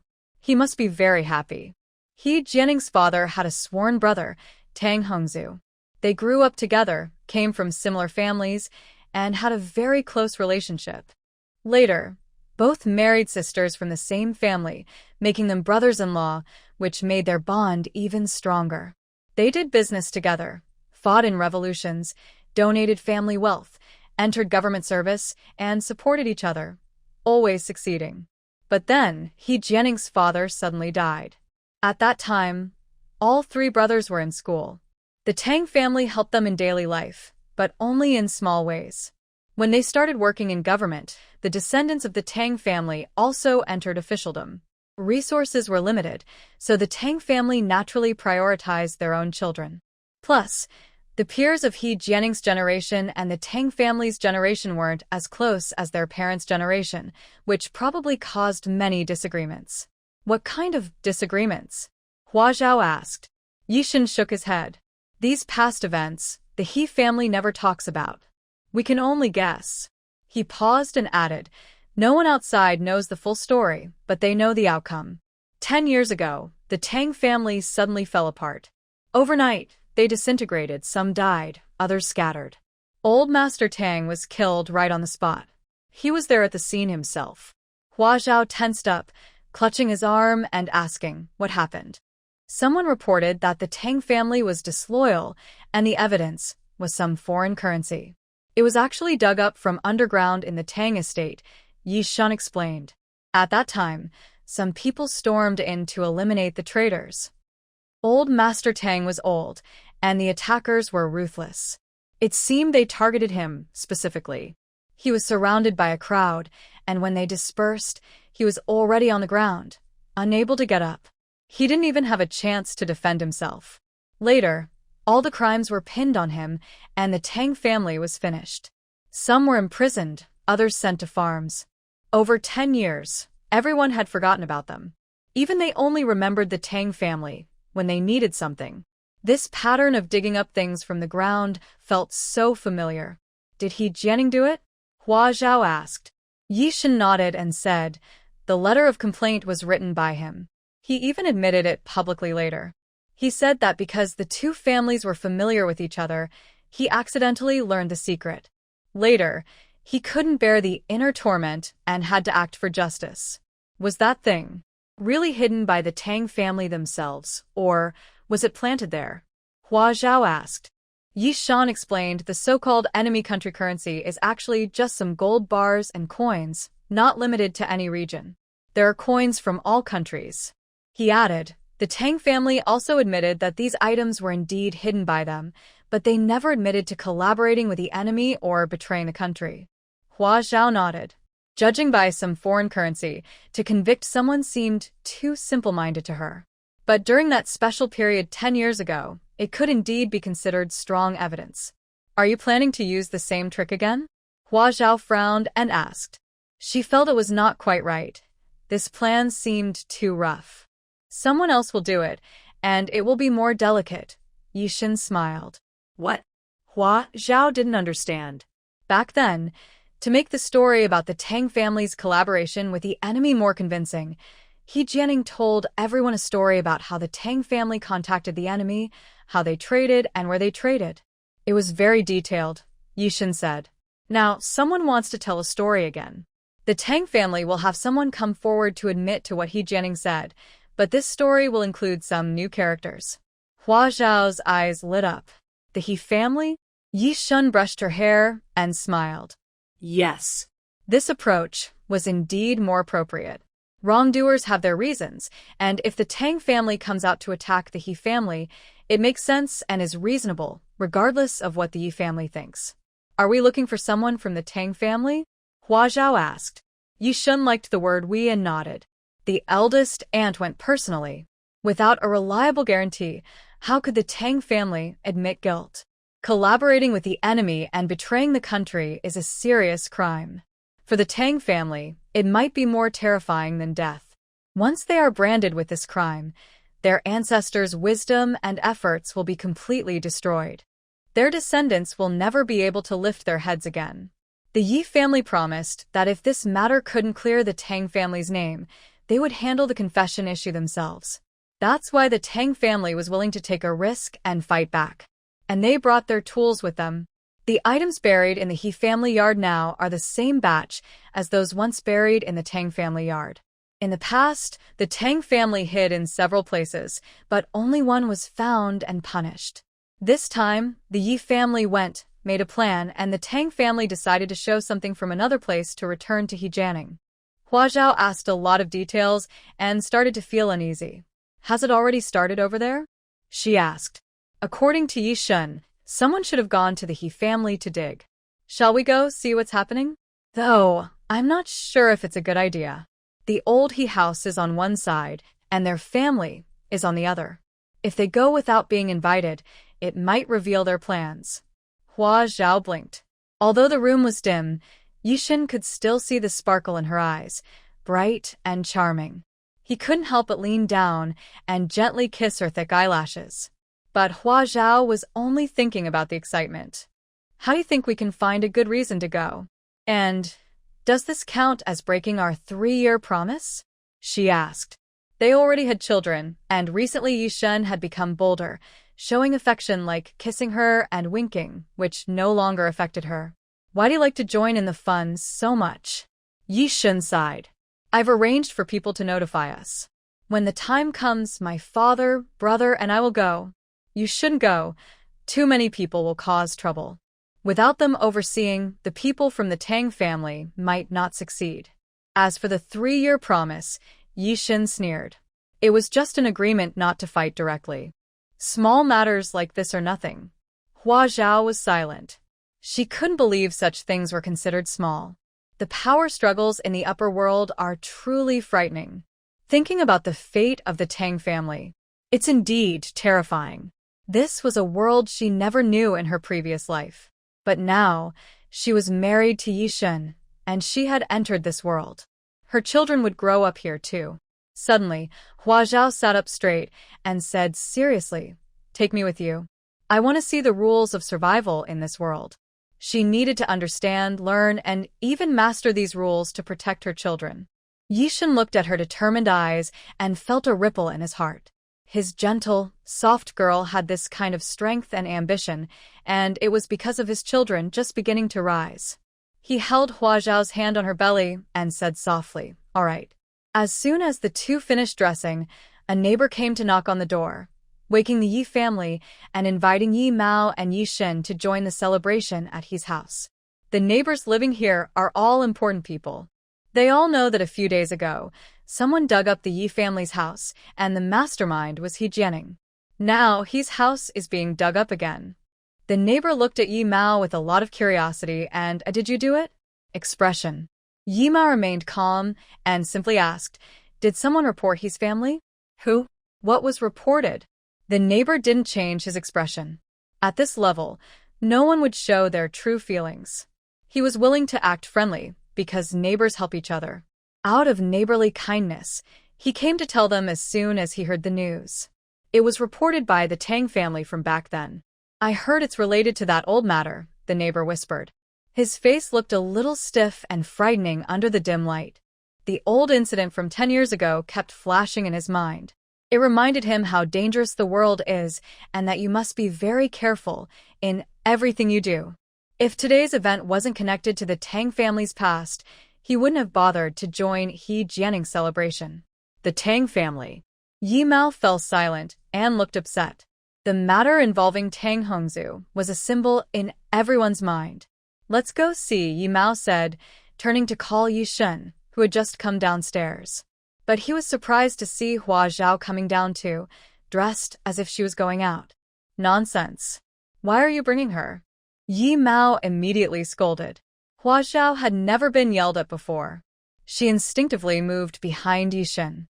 His loud voice was like a thunderclap, startling her. Yi Mao's face twitched. He forgot, this wasn't his soldiers, nor were they tough old men. This was a delicate young girl, and she was carrying the family's eldest grandson. He couldn't scare her. He hesitated, unsure how to speak gently. He had never learned how to be gentle. Hua Zhao saw his awkwardness and smiled instead. She leaned out from behind Yishan and gave him a sweet smile. I can't sleep. I want to go for a walk. Will there be a fight over there? Hua Zhao was momentarily stunned, but her smile quickly lit up her face. She poked Yishan. Yishan stopet yemao. She's fine, just ate too much tonight. A walk will help. He pushed his father out the door, and Hua Zhao obediently followed behind. Yimao looked back at her with a frown, but didn't stop her. Instead, he went around Yishan to the living room to pick up the phone. Shaoli, bring 10 people with cars to pick me up. He has drivers and guards, but he didn't have anyone living at home. Originally, he didn't plan to bring anyone today. Just him and Yishan. Who would dare to bother them? Who could? But with Hua Zhao here, he had to be extra careful. 10 people might be a bit few, but if he brought more, Jianing might misunderstand. Forget it, let him think what he wants. His daughter-in-law is more important. He'll just have 10 people follow from a distance. Hua Zhao watched Yimao make the call and thought he was quite adorable. Half an hour later, a jeep arrived at the He family's gate, with a truck following not far behind. In the dark, 20 figures jumped down swiftly and quickly disappeared into the shadows. The He family compound is a large, independent courtyard. The two brothers, He Jianye and He Jianwei, live here. Only He Jianing moved out because she found it too noisy. Now, the gate is wide open, revealing faint figures inside. Outside, in the shadows, many onlookers are gathered. Someone is causing trouble for the He family? Such things happened a few years ago, but since He Jianing's reputation grew, it rarely happened anymore. This time, it's said that the Tang family members from years ago have returned. But weren't the Tang family already gone? Why are they back now? And how are they able to block the He family in the yard or dig around so openly? All signs point to one thing. When Yi Mao and Yishan appeared at the gate, all eyes were on them. Someone hurried over from behind. Hua Zhao turned to look and saw Yiming. Yiming exchanged a quick glance with Yishan, nodding slightly in a way only they could see. Then he saw Hua Zhao and was so startled that his eyes widened. Why did you bring her here? Yiming whispered harshly to his brother. Hua Zhao whispered to himself, I'll just take a quick look. Yiming continued to glare at his brother, thinking it was all his fault. His ears were surprisingly soft. But now it was too late to say anything. The show had already started inside, and they had to step in and support. Yiming turned around and followed Hua Zhao, and the group entered the He family's courtyard. The scene in the courtyard was very similar to the Yi family's past. Over 20 men holding shovels looked ready to act at any moment. 2 experts were examining the area, searching for the best spot to strike with their shovels. A young man stood in the middle of the courtyard, facing the 3 He brothers standing together. Both sides faced each other quietly, and the air seemed to be on the verge of exploding. That was until the Yi family arrived. He Jianing looked up and immediately smiled. He slowly approached, politely greeted Yi Mao, and then said to the man in the middle of the courtyard, Your backup has arrived. Now you can start. The Yi family members remained calm. They knew they couldn't hide anything from He Jianing, and they didn't want to. But in front of so many people, they wouldn't admit anything. Yiming stepped out from behind, frowned, and asked, What backup? What does your feud with the Tang family have to do with us? We're just here to watch the show. Many people like to see He Jianing's trouble, isn't that okay? He Jianing smiled. Just as he was about to speak, he saw Hua Zhao behind Yishan and paused. Meanwhile, the men holding shovels received orders and immediately moved, making the scene lively. Hua Zhao didn't look at He Jianing. Instead, she focused on the Tang family member in the middle of the courtyard. He looked to be in his early 20s, wearing rough cloth clothes with patches. At first glance, he looked like a country boy, but his straight back and calm demeanor showed he was different. The young man also turned to look at the Yi family. Under the dim light, his features were faintly visible. His sharp face was framed by bright, intense eyes filled with hatred, glaring fiercely at He Jianing's back. He Jianing seemed to sense something, turned around and smiled at him. Jianing, long time no see. You've grown so tall and strong. He looked emotional as he spoke to Tang Jianing. Actually, he had only just arrived at this courtyard. After Tang Jianing and his people entered, they only showed their stance but didn't speak to the He family. The person negotiating with the He family was Lu Chong, Director Lu, who had taken over Sun Qian's position. Now, the person in charge of searching for anti-animal items at someone else's house is him. Lu Chong's words to the He family were exactly the same as what Sun Qian told Ye's family before, word for word.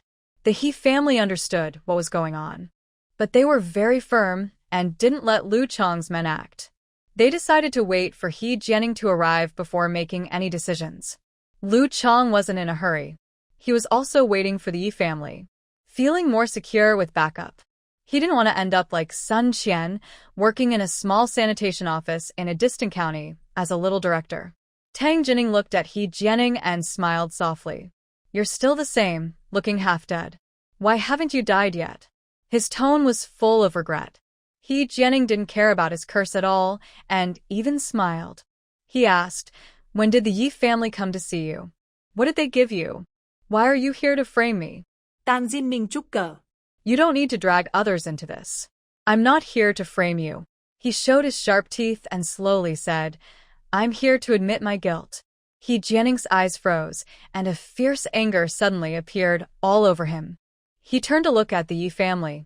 Yi Ming stepped forward, blocking He Jianing's view, so he could only see him. He looked confused. What kind of expression is that? The Tang family has finally admitted guilt. You should be happy. The truth is finally out, and your name is cleared.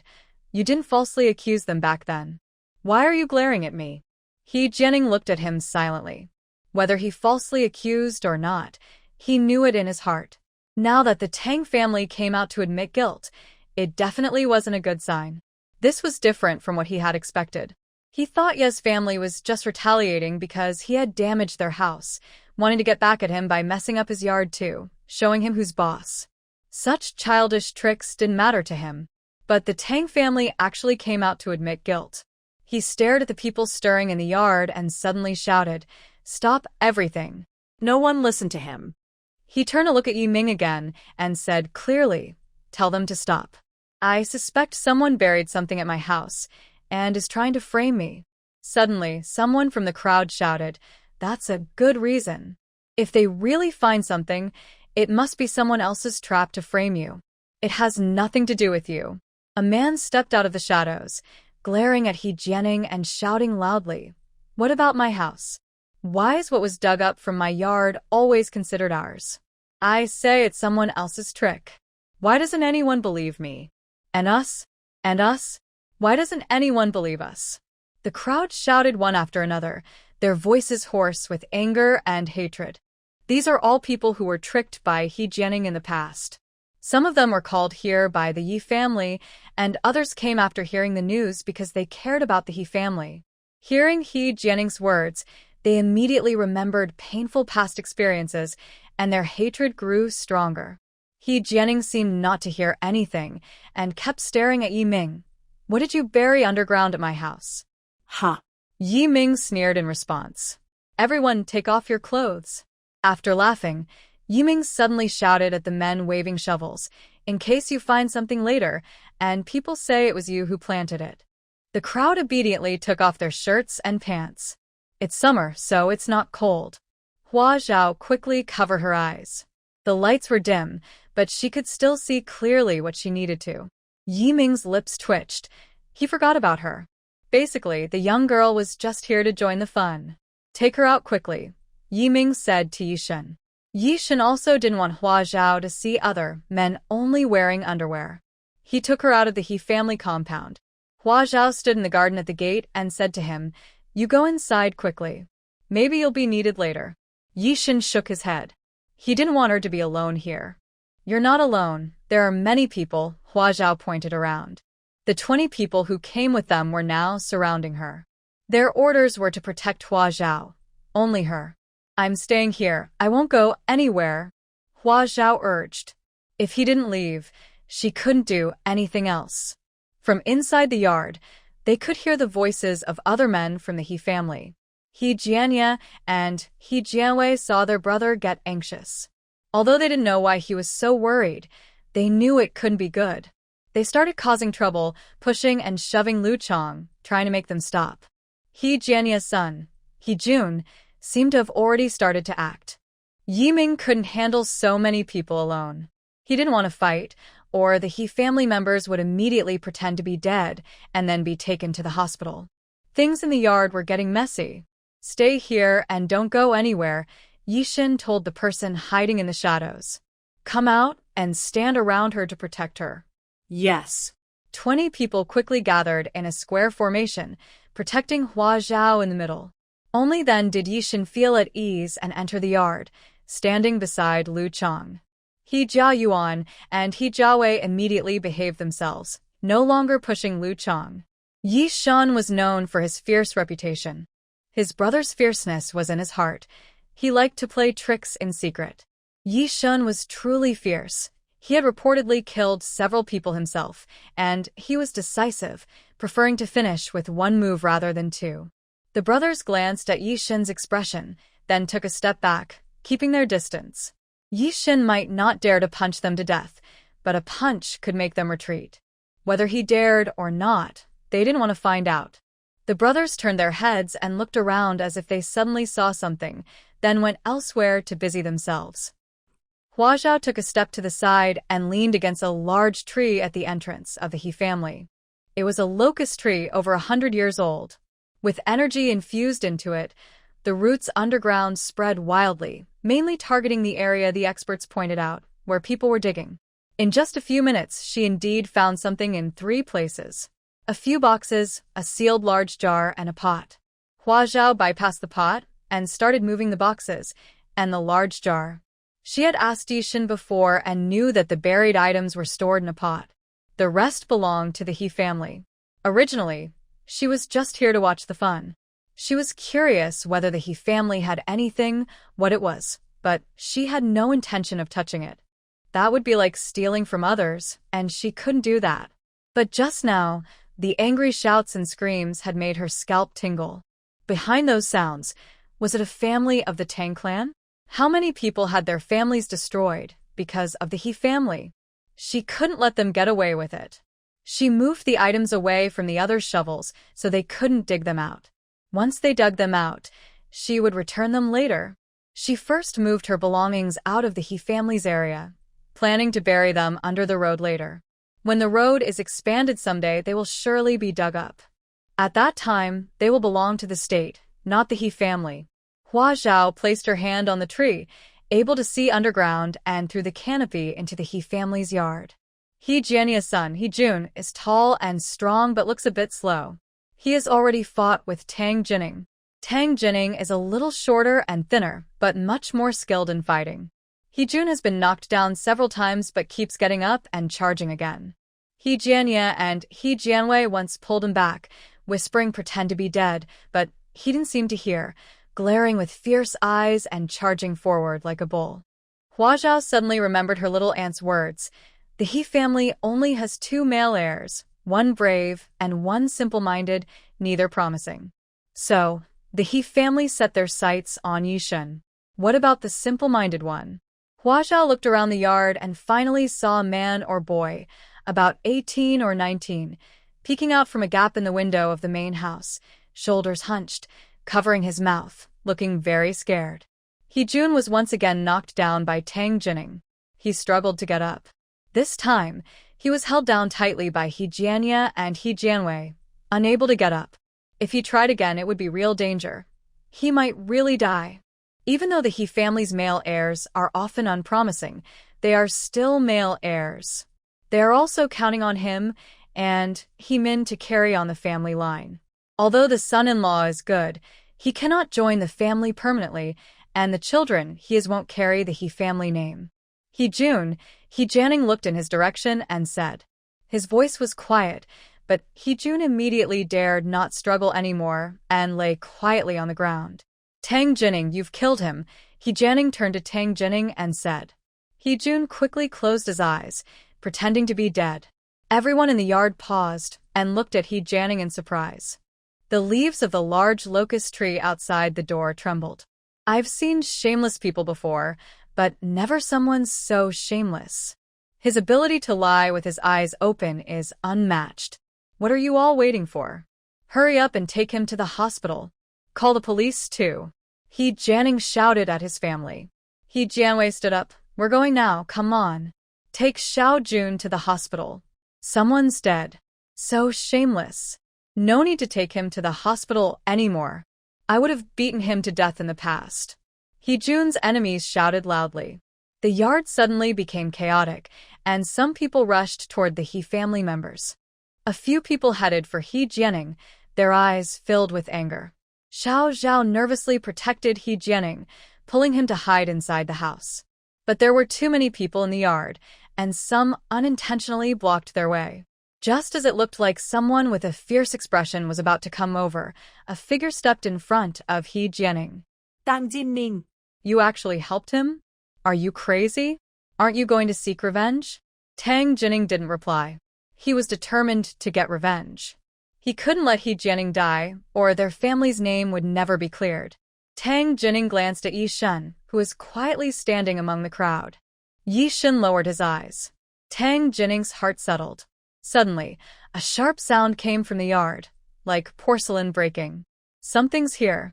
A young man digging loudly shouted. What? What? Everyone's attention was immediately drawn. The young man didn't speak again. He jumped into the hole and dug vigorously. Soon, a broken jar half buried in the ground appeared. He tried to pull it out, but it wouldn't budge. Through the jar's opening, he saw a flickering light. With a flashlight shining on it, the light was dazzling and golden. The people around the hole also saw it and gasped in surprise. Jianing's expression darkened. Nothing should be in that spot. Tang Jining slowly turned to look at him, showing a cold, white smile, and said clearly, Jianing, I came to confess. My grandfather did some business with a foreigner back then, selling things to them. But he said that it wasn't just his business. Your He family was involved too. The money was shared equally, half for each of us. You know where our half is buried, and we know where yours is too. It was just that you were so eager to persecute us back then that you didn't give us a chance to speak. Jianing, if you accuse my grandfather of selling out the country, then what about you? Tang Jining's eyes turned red, as if he was shouting with all his might. The items inside the jar were gradually taken out, and finally, the jar itself was dug up. Tang Jining kept staring at Jianing and smiled. Even this jar looks just like the one from back then. My grandfather said your father personally bought this jar, and he gave 2 to my father. Your family still keeps several. Director Liu glanced at Yi Ming, who nodded in response. Immediately, Director Liu shouted, Search. Half of the people dropped their shovels and rushed into his side room. This jar wasn't a fancy one. In the past, wealthy families might have used it to store grain or pickled vegetables. It wouldn't usually be placed in the main house as a decoration, as that would be embarrassing. About a dozen people rushed inside, and screams immediately filled the room. A few young people ran out of the side room. His family used to be very prominent, with a large courtyard. But due to recent policies, they rented out half of it. Now only 2 courtyards are used, with 2 brothers and their families living there, and the side rooms are also occupied. He Lamon was inside, and hurried out in a panic. Yishan, how could you do this? He Lamon ran to Yishan, glaring and stomping her feet. Her tone sounded more like a scold than a complaint. Hua Zhao immediately looked at her. Last time, she didn't realize she was somewhat a rival, so she didn't observe carefully. Now she saw that this person was quite pretty, with a gentle kind of beauty. She had a good figure, wearing fitted pajamas that showed her curves, with prominent, long white legs. Most of the men in the yard immediately turned their attention to her. Hilamon seemed to realize something was wrong and suddenly screamed, crossing her arms and hiding in Yishan's embrace. Yishan frowned, took a step to the side, but Hilamon quickly moved into Lu Chong's arms. Oh no, this isn't right, Lu Chong raised his hands with a smile on his face. He Lamlin's face turned green. You're going too far. He Jianye ran over a few steps, took off his coat, and draped it over his daughter. He shouted at Yishan and Lu Chong. Suddenly, a loud shout came from the kitchen behind them. Found it. Then, several men carried out 2 jars. The jars contained rice or pickled vegetables and were quite heavy. Lu Chong tidied up his clothes, took a deep breath, and approached He Jianing. He said, "Secretary, this is exactly the same as what you found in the Tang family yard years ago. Plus, the charges are the same. Do you want to come with me now?" He Jianing had only taken a long sick leave and had not resigned, so people still called him by his official position. He Jianing didn't look at him. Instead, he glanced at Tang Jining and then at the distant Yi family members. He smiled and said, "Good tactics. Just mutual respect," Tang Jining replied. He Jianing didn't say anything. He just smirked and straightforwardly followed Lu Chong. When passing the gate, he turned his head and smiled at Hua Zhao, acting polite as if they just met by chance in a park, nodding in greeting. Hua Zhao was a bit surprised. Someone with such strong mental strength, she had only seen a few in her past life, each involved in major cases. Well, Her previous job meant she probably wouldn't recognize many good people either. He Jianye and He Jianwei were also taken away, and Tang Jining followed behind them as they left together. The onlookers dispersed, but the person holding the shovel didn't leave. Director Liu said they couldn't leave until they dug as much as the Yi family had. They didn't want to leave either. These were the same people who had dug up the Yi family yard before. Sun Qian was sent away, but they weren't. They were all just following orders, unable to act freely. The Yi family hadn't made things difficult for them. Everyone was grateful. Few people could understand their difficulties. If it had been someone else's family, they would have been blamed and sent away with Sun Qian. So, everyone worked hard, and soon there was nowhere left to dig in the yard. Hao Jun, who no longer needed to pretend to be dead, immediately stopped and went to fight. He was knocked down by Yi Ming with a few punches and kicks. The heads of the He family were no longer there, so after hitting him twice, this fool wouldn't go back to complain. "Let's go," Yi Ming told his family. It was time for them to leave. Hao Lanman stared at Yishan's back with hatred. If she didn't like her, that was one thing. But daring to hurt her family, she wouldn't let him get away with it. Not in this life. Back home, it was already dawn. Hua Zhao immediately went to sleep. Today, she pushed herself too hard, relying only on the roots of a tree to do a big task in a short time. She felt a little tired. Yishan saw her pale face and felt very worried. She didn't dare to bother her and let her rest quietly. At noon, when Hua Zhao woke up, Yishan was already gone, called away by Yi Mao. Yishu was sitting in the living room. When she saw Hua Zhao come down, she immediately asked, "What happened last night?" After asking, she was surprised and suddenly smiled. As the eldest granddaughter of a Yi family, she was dealing with such a big matter, yet she had to ask her younger sister-in-law, who had only been here a few months. It was really impressive of her sister-in-law. Hua Zhao didn't know what she was smiling about and told her what happened last night. After listening, Yi Shu sighed, so Jingning came. "I wonder how Jingye and Jingwei are doing." Huh? Hua Zhao was surprised. What kind of names did the Tang family give? Jingye, Jingwei, Jingning? Or Jianye, Jianwei, Jianing? Yi Shu nodded. At that time, the two families were on very good terms. The He family's child was born first and named first. I heard the child's name was decided by both families together. After the Tang family's child was born, they gave a similar name. Originally, the Tang child's name was Shui, Shouwei, Shaning, but I don't know why they changed it later. Yi Shu looked a bit emotional. I saw Tang Jingning when he was a child. He really liked He Jianing. He always followed him around, like a little follower impossible to chase away. I never thought the person who came yesterday was him. I thought it was Tang Jingye. Hua Zhao's eyes widened like a cat's. She remembered Tang Jingning's angry shouts yesterday and seemed to feel a different kind of pain. The big brother she once admired had caused her family to be destroyed. The hurt was definitely multiplied. Stop talking about this. It's time to eat, Lu Yuegui came out of her room and said to Hua Zhao. She had heard Yishan briefly mention what happened last night in the morning. She wasn't curious about the details. Even if she was, it wouldn't help. Those were men's matters. Second Aunt is cooking? Hua Zhao was surprised. Lu Yuegui immediately gave her a reproachful look. My cooking skills aren't great, but I can make plain porridge and boiled eggs. That's still okay, right? You can drink some porridge and eat 2 eggs to fill your stomach. I've prepared the dishes and fish. Later, you can cook for yourself. She noticed Hua Zhao loved fish.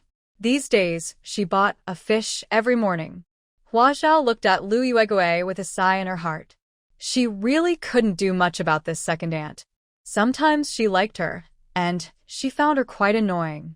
Sometimes she found her quite adorable. Never mind, eating is the most important thing. After finishing the meal, Hua Zhao still had things to do. After Hua Zhao finished cooking lunch, Yishu felt very satisfied. Don't follow the army. Come to Beijing and stay. I can come over and visit you for meals, Yishu said. Lu Yuegui immediately smiled. That won't do. If we weren't married, it would be fine, but now that we're married, Brother Shin can't be away from his family. But you need to be careful, Lu Yuegui told Hua Zhao. Don't rely on him too much, especially when you're about to give birth or during postpartum. You can't let him do whatever he wants. Hua Zhao blinked. Did she accidentally get involved in something big? Yesterday, she couldn't even listen to the phrase spanking is love. But now it's different. It's just the 3 of them in the house. She has to take on the role of a family elder and teach them women's matters. And Xiao Shu, Hua Zhao will stay in Beijing. You should go back to the south and live well with Kong Jie. Have a child soon. Once there's a child, life will have hope. Lu Yuegui said to Yishu. If you give birth to a boy, your mother-in-law will definitely like you more. Yishu forced herself not to roll her eyes. Ahem, sister. Let's go out for a walk and digest the food, Hua Zhao suggested. Yishu immediately stood up. Look at you 2 kids, so disobedient. Second aunt is experienced and speaks wise words. Yes, I understand. You're all well-meaning, but our generation is different from yours, Yishu said as she headed outside. Second aunt, I've invited some colleagues over tomorrow. You can come and see then. Oh. Okay. Hearing this, Lu Yuegui hurriedly stopped teaching them and went to find her purse. She wanted to buy some more fruit at the market to entertain the guests tomorrow. Maybe her future daughter-in-law is among them. Second aunt, I and my sister are going to the nursery. Brother Shin is back. Tell him not to worry, Hua Zhao said. Oh, that's not good. Lu Yuegui was anxious again. Brother Shin said you shouldn't go out alone. Hua Zhao linked her arm with Yishu. Just the 2 of us. Well. All right, Lu Yuegui agreed. Actually, she thought Yishan was overreacting. Pregnant women can't go out? When I was pregnant, I didn't miss anything and even went on long walks with my child's father. If Yishan is so easily surprised, I wonder where the other children are now. Hua Zhao held hands with Yishu as they went out. On the way, Yishu couldn't help but talk about the day Kong and I broke the TV and her past actions, like deliberately involving Zhao's children in trouble. In the past, she didn't want to mention these things because she felt ashamed. But now she found she liked Hua Zhao very much, liked this young girl who looked only 15 or 16. She felt they were actually the same age, and she understood everything Hua Zhao said. She also understood all her unspoken worries. A true confidant, that's all. So she wanted to tell Hua Zhao everything. After hearing this, Hua Zhao really wanted to go and scold Kong and I. Where is Kong Jie now? Has he looked for you since? Yishu shook her head. No, he hasn't. Has Kong and I come here? Hua Zhao asked. No, Jesu replied. Kong and I is actually a bit afraid of her brother. If he doesn't let her come, she won't dare to. Hua Zhao sighed in relief. Her brother still has some shame. Otherwise, he would be difficult to deal with. Can he still get money from the TV show? Hua Zhao asked again. Yishu shook her head uncertainly. He doesn't have money, but his mother does. She took some money for me. Not all of it went to her two sons in the countryside. She kept some for herself. But I don't know if she can give any to Kong Jia, Yishu said. His mother treats him a bit differently. How so? Hua Zhao asked, surprised. According to reason, Kong Jia is the oldest in the family and parents should favor him, but they don't. Once, he drank too much and cried while telling me about his childhood. He never had pocket money, even though his younger siblings did. His mother never gave him any. Maybe because he's the oldest, his mother deliberately made things hard for him, making him suffer, work hard, go hungry, and be exhausted, thinking to toughen him up. Or maybe some people just prefer their younger son. Hua Zhao said. Yishu suddenly laughed. Wow, you can even recite poetry now. He certainly doesn't have that awareness. Didn't you see the way she looked at me and the things she did? I really wish I had a bad relationship with Kong Jia, so she would be upset and angry, and she would feel better. Some mothers-in-law are just like that, said Hua Zhao. Yishu still shook her head. I just feel something is wrong. That old lady doesn't seem very kind to Kong Jia, unlike how she treats his two younger brothers. She smiles differently at each of them. After she got married, she visited Kong Jia's hometown and met his family. Let's see if Kong Jia asks her for money this time, she said. At this moment, Kong Jia was waiting for his mother's call. He sent a telegram home, saying he had an urgent matter and needed money. He asked her to send money quickly and included the address and phone number for the transfer. Knowing his mother was careful with money, she would definitely call to ask about it. Sure enough, the phone rang within the expected time. He nervously answered, and it was indeed his mother's voice. Hello, is this Jia? Yes, Mom. What urgent matter do you have? Why do you need 2,000 yuan? Hearing his mother's voice, Kong Jia remained calm and steady, as if she was asking what he had for lunch. He clenched the phone tightly. Mom, I have an urgent need, he said more strongly. It's very urgent. What kind of urgent? Why do you need so much money? Did you get into trouble? Lu Xinhua asked. Kong Jia's heart sank again. He held the phone tightly and said, I didn't get into trouble. I am sick and hospitalized, and I need money. Lu Xinhua was worried. You're sick? What illness needs so much money? Don't you usually get free medical care? And you're in Beijing, right? Yishu is there too. Won't she give you money if you need it? That troublemaker. I told you she's no good. She doesn't share your worries. When you're sick, she doesn't help. She refuses to give money. Kong Jia's heart felt like it was floating in water, up and down. Mom, I am sick. Will you give me money? There was silence on the other end of the line. The silence felt like needles stabbing Kong Jia. Mom. Hello? Hello? Hello, hello? What kind of broken phone is this? I can't hear clearly. Yeah. Yeah. Can you hear me talking? Beep. The call ended.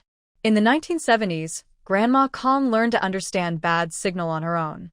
The phone in Kong Jia's hand suddenly felt very heavy, like 1,000 pounds, making it hard for him to lift his arm. He knew that if he told his mother the truth, that Kong and I had broken Aunt Yishu's TV and that he needed to pay for it, she wouldn't give him money. But he didn't expect that when he told her he was sick and needed money urgently, she wouldn't help at all. 2,000 yuan isn't much. He already gives his mother 60 yuan every month for living expenses, more than half of his salary.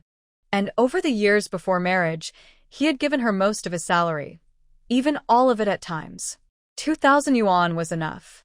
Plus, she asked for money from Yishu under various pretenses. She should have that 2,000 yuan. There was something he hadn't told Yishu. He once saw a ledger in the bedside table a long time ago, but he never looked at it again. Maybe his mother really had no money, and she had given his money to his two younger brothers. She was unwilling to give him a penny. When he was sick, she didn't help him at all, but she gave his money to his healthy brothers. It's the same son, but why is the gap so big? Isn't it said that all parts of the hand are flesh? Even if some parts are more, some less, maybe he's just a fingernail. Kong Jia left the post office and wandered aimlessly on the street, feeling more and more sad as he thought about his mother's favoritism. Lu Xinhua, who had hung up the phone, spat and said, That troublemaker is in Beijing. If she's really sick, does she need my money? Her eyes lit up as she thought of the most reasonable explanation. She's divorced from me, got soft ears, and was fooled by that troublemaker to come here and scam money. Surprisingly, this explanation was close to the truth. Pa. That heartless troublemaker. She wants to fight with me. Lu Xinhua cursed as she walked away. She suddenly ran into a neighbor from her home, her face falling, and she burst into tears. Oh, my life.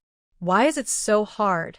My daughter-in-law is bullying me to death. Yishu always believed that family secrets shouldn't be shared outside because if couples fight, neighbors might gossip. So she never told neighbors or outsiders about her family or her mother-in-law. Lu Xinhua found out about this and was very happy. From then on, she said whatever she wanted. She can sing and act, and when she cries, she looks more upset than a little vegetable. Almost everyone believes her. When saying goodbye to Yishu, people naturally point fingers and make sarcastic remarks. Yishu knows what's going on. She tried to defend herself a few times, but after being defeated by Lu Xinhua's acting skills, she stopped arguing. She also lost her good attitude toward the neighbors who gossip. This made her living environment very depressing, and she no longer had a bright smile. But now, Yishu and Hua Zhao walk hand in hand through the flower market, smiling like sunflowers. I like sunflowers. They look pretty when they bloom, and they taste good when they wither. Yishu said happily. Then buy a few to plant in my yard. In autumn, I'll roast sunflower seeds for you, Hua Zhao replied. Yishu laughed loudly. Just a few plants won't produce enough seeds for me to eat in a day. Look at my sunflower teeth. She grinned, showing her 2 front teeth with small hollows in the middle. But the ones I grow will definitely taste better. I promise you'll never want to eat others' seeds again, Hua Zhao said confidently. Really? Yishu didn't believe her. She really loved sunflower seeds. Since she was a child, she didn't have many snacks. The most common were sunflower seeds and peanuts. They all taste similar, raw, roasted, or burnt. Oh, when I go back to my hometown, I'll mail some to you. My sunflower seeds are almost ripe, Hua Zhao said. She had planted a whole circle of sunflower seeds in her yard. The big yard could produce 2 sacks. Seeing her confident look, Yishu started to believe her a little. Hua Zhao seemed honest and hadn't exaggerated anything so far. Deal. When the time comes, send me some. I want the roasted ones. I don't like the raw ones for frying. And also, send me a big jar of your pickled vegetables. Brother Shin said your pickled vegetables are especially delicious. Yishu finished, thinking of her brother's words and swallowing hard. She had pulled Yishan aside a few times to gossip about Hua Zhao and him. Their familiarity didn't look like people who just met. The unintentional understanding between them was like an old married couple. She was very curious. In the end, she found out about Yishan and Hua Zhao's letter exchanges and the pickled vegetables. Yishu admired Hua Zhao very much. To win the man's heart, she was willing to learn. And she was doing pretty well. She looked at the character and was only slightly behind her, which was quite impressive. She didn't like studying since she was young. She preferred singing and dancing, so she joined the art troupe. Yishu was busy chatting and didn't notice that Hua Zhao had pulled her into a nursery. When Hua Zhao smiled and greeted someone, she finally realized what was happening. Master, I'm here again. Hua Zhao greeted an old man selling camellia seeds. The old man remembered her and had been waiting for her flowers. Seeing her come empty-handed, his face immediately fell, and he huffed. Hua Zhao. This old man has a big temper. If she were in the future, she wouldn't dare act so bossy unless she was a real expert. Hua. I forgot to bring them today. Tomorrow. I will bring them tomorrow, Hua Zhao said with a forced smile. I'm here today to buy a few pots of flowers. I'll look around myself. You don't need to see me off. After saying that, she pulled Yishu toward the glass greenhouse. The old man glared at her twice but didn't call her back.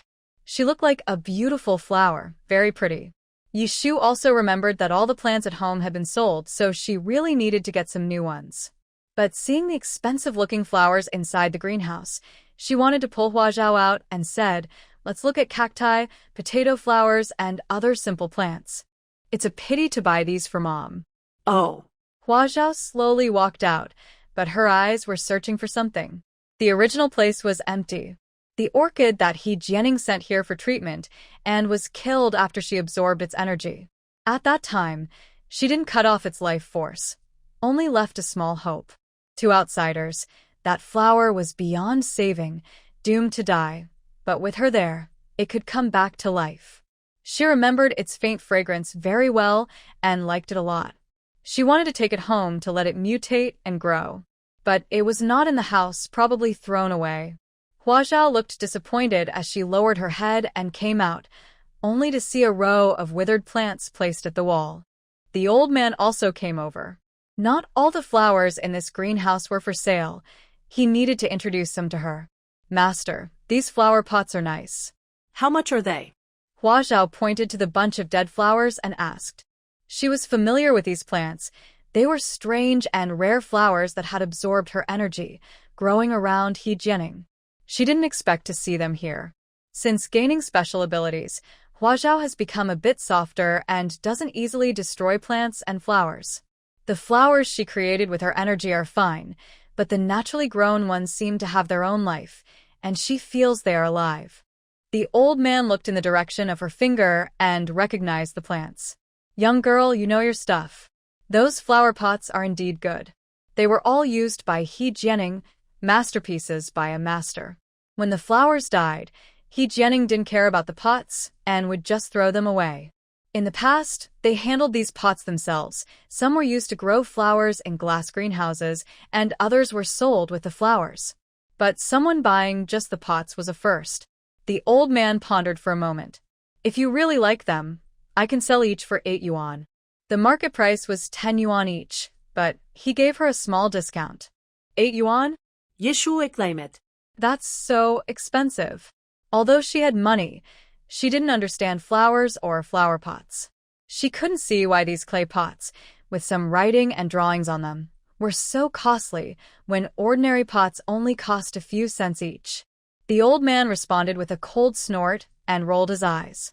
He didn't recognize even Master Fan's work and clearly was an outsider. He didn't want to speak. Hua Zhao didn't know who Master Fan was either, but she thought these pots were worth 8 yuan. The simple brushstrokes depicting flowers and plants on each pot were very vivid, almost like art. 8 pots of flowers. No, 8 flower pots. I'll take them all. Hua Zhao immediately paid. The old man was happy. See, that's how a person who knows quality behaves. Suddenly, Yishu remembered Hua Zhao carrying a bag of money and said nothing more. Flowers are meant to be enjoyed. If left too long, bugs will eat them. She stepped forward to pick up a flower pot, intending to remove the withered flowers and empty the pot. Wait, Hua Zhao quickly stopped her. "I want those flowers. The soil looks good, so let's keep it. We won't have to dig for more soil. But the soil has killed the flowers, so it can't be used anymore," Yishu said. "I think it's fine," Hua Zhao said, grabbing the flower pot from her. "If you say so, then it's fine," Yishu said, no longer arguing. It was just a small matter. They chose a few more ordinary flower pots, mostly azaleas and jasmine, and then asked the nursery workers to deliver them home. The nursery has a special flat pedal tricycle for delivering goods to big customers, but there is a fee. Excited about the flowers she had been longing for, Hua Zhao no longer wanted to browse and pulled Yishu to go home. Just outside the nursery gate, they ran into Kong Jia. He looked distracted and was walking aimlessly on the street. When his eyes briefly caught sight of the two, he didn't pay attention at first, but in the next moment, he snapped back to reality. After all, one was his wife, and the other was strikingly beautiful. Yishu. What are you doing here? Kom je claimed happily. Yishu fronet. What bad luck to meet him. But judging by his recent state, Yishu gave Hua Zhao a quick look. He probably didn't get any money. Hua Zhao understood immediately and asked Kong Jia directly, "I heard your sister smashed her aunt's TV. Did you promise to pay 2,000 yuan? Are you ready?" Kong Jia's face twitched. He glanced at Yishu.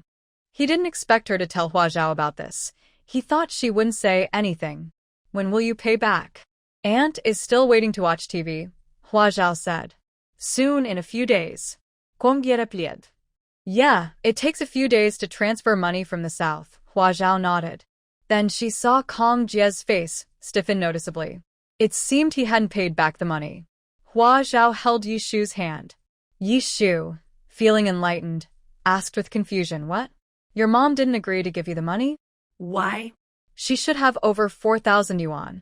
I once saw her counting money and hiding it under her bed. Kong Jie looked visibly stiff. Hua Zhao squeezed Yishu's hand and almost laughed. She exaggerated further. What? 4,000 yuan. Isn't she just an old rural woman with no job? Where did she get so much money? Yishu sighed. Well, she has a good son who respects her every month. Of course, she has money. What? That money was given by her brother-in-law? Then why didn't she give it to him in an emergency? Hua Zhao asked suspiciously. She didn't give it to her brother-in-law. Where would he get so much money? Borrow from colleagues? What's the reason? Be honest. That would be so embarrassing. The two of them took turns teasing, making Kong Jie's face turn red with embarrassment. Hearing this, he couldn't help but reply, that money was my retirement fund for her. It's hers now. If she doesn't give it to me, that's her choice. Ah. I remember now. Hua Zhao interrupted him. Isn't that what they say? Giving you is kindness. Not giving you is your duty. Oh, TSK. Tisk. She looked at Kong Jie with a sympathetic expression. This mother, surprisingly, shows no kindness toward her son. Kong Jie realized what she said and couldn't say anything more because Hua Zhao was right. The money was given by him, and part of it was from Yishu. Now he says he needs it urgently because he's sick, but she refuses to give it. Where is the kindness? Big sister, let's go, Hua Zhao said pitifully, giving him a look that meant she was letting him go, and she pulled Yishu to leave. If Kong mother doesn't give Kong Jie money, she can't keep pressuring him. No amount of money can defeat a brave man. If she pushes him too far, he might do something wrong just to save face, which would be bad for the entire Yi family. After all, he is still the son-in-law of the Yi family. Yishu also thought this way. She was worried Hua Zhao would continue, but now that she sees Hua Zhao taking the initiative to stop, she likes this clever girl even more. Her political awareness is higher than her mother and two aunts. Maybe just a little less than her eldest aunt. As they turned to leave, Kong Jie caught up and said, Yishu, let's talk. Yishu was surprised and looked at him, scoffing, really? You suddenly want to talk to me? Then let's go to the middle of the lake. I'm afraid you'll change your mind halfway. But Kong Jie first looked at Hua Zhao, not avoiding this sister-in-law's gaze. It seems he can talk to her first. Hua Zhao. Someone suddenly shouted ahead. Hua Zhao recognized the voice and looked up. It was Su Mei, the woman they met on their first day in Beijing. Su Mei looked at Hua Zhao with a strange smile. Hua Zhao frowned slightly at her, noticing her smile was so unpleasant, not knowing what she was planning. Yishu also frowned as she looked at Su Mei, feeling that she seemed familiar, but couldn't remember who she was. Do you know her? She asked Hua Zhao. Does Hua Zhao have acquaintances in Beijing? Su Mei, Hua Zhao simply replied. Yishu was stunned, surprised to see Su Mei. How did she become like this? She knew Su Mei, a little girl who used to follow her brother around when they were young. She was pretty and lively. She once thought she could be her younger sister-in-law. Yishan's cold personality needed someone with a different character. She had spoken kindly of Su Mei before, but her brother only said she was annoying. She thought he was too young to understand, but he would understand when he grew up. However, when he grew up, Su Mei got engaged to someone else, then broke off the engagement and had a miscarriage. She had heard about these things and felt sad. But hearing about something and seeing it are two different things. The strange, mean woman with a harsh face in her middle age was actually Su Mei. She shyly lowered her head and took a step back. She had only been looking at Hua Zhao earlier and didn't see Yishu. If she had seen Yishu, she definitely wouldn't have come forward. She knew she was completely different from her past self and didn't want to see the surprise in the eyes of those who knew her before. But suddenly, she remembered why she had become like this. She raised her head and gave a strange smile to Hua Zhao. "You're really impressive. Helan Lan couldn't beat you." A rural woman. She thought Helan Lan could defeat her with one move. But she had been watching for over half a month and only heard that the Helan family was cooperating with the investigation. She was stunned. But she was even happier about that. If the Helan family was finished, Helan Lan would be nothing. How could she still act like a proud young lady? Falling from the clouds and breaking into pieces. She must be in pain. Last night, Su Mei was laughing loudly at home when she suddenly received a message from Helan Lan's messenger. Hua Zhao didn't want to talk to her and pulled Yishu to leave. But Su Mei saw Kong Jie standing behind her, walking with her. They were close, obvious acquaintances. Hey. Where's Yishan? He's not here now, so you're flirting with other men? He doesn't look as good as Yishan. You're not picky, huh? How can you flirt with someone like? Shut up. Yishu suddenly turned around and shouted, "Su Mei, how did you become like this? Spouting nonsense about others without thinking? Don't you have a brain when you talk?" Su Mei's face twisted a little. She said whatever came to mind, no matter how harsh. The more unpleasant her words, the more people believed her. She looked around proudly, and sure enough, many people stopped to watch her after her comment about flirting. The passers-by looked at Hua Zhao with teasing eyes. She was so pretty, she had a lot of confidence to act mischievously. "Is that Hua Zhao? Impressive. Your older sister-in-law dares to flirt with other men right next to you, and she even helps you talk. How do you do it?" Su Mei continued. Yishu was so angry her hands trembled, but she usually didn't argue, especially not over such nonsense. She simply pointed at Kong Jie and said, "This is my husband. We are walking together. Is there a problem? You're just disgusting." Huh? Flirting with your own brother-in-law? That's bold. Su Mei exaggerated loudly. More people gathered around, and those far away heard her and came over. Yishu almost fainted from anger. Su Mei. Shut up. Kong Jie was also furious, his face darkening, but he wouldn't argue with the woman. Hua Zhao, however, was completely unbothered. There's no point in getting mad at a crazy person. She knew her words might cause trouble in the industry, but as long as it didn't affect her career, it was fine. And who are these passers-by? Do they even know each other? Let's go, sister. Later, we need to send a message to the Su family. Why did they let her out again? If it's really necessary, just send her to the hospital. This keeps happening. What if she hurt someone? Hua Zhao said as she walked. Everyone listened and thought, maybe she's mentally ill? Su Mei also heard this, and her face twisted in anger. Seeing this, everyone agreed she looked like a mental patient. Yishu hesitated for a moment, forced a smile, and nodded. Yes, we can't let her continue like this. She needs to see a good doctor. Even though she had a miscarriage and was rejected in her engagement, she shouldn't give up. Life must go on.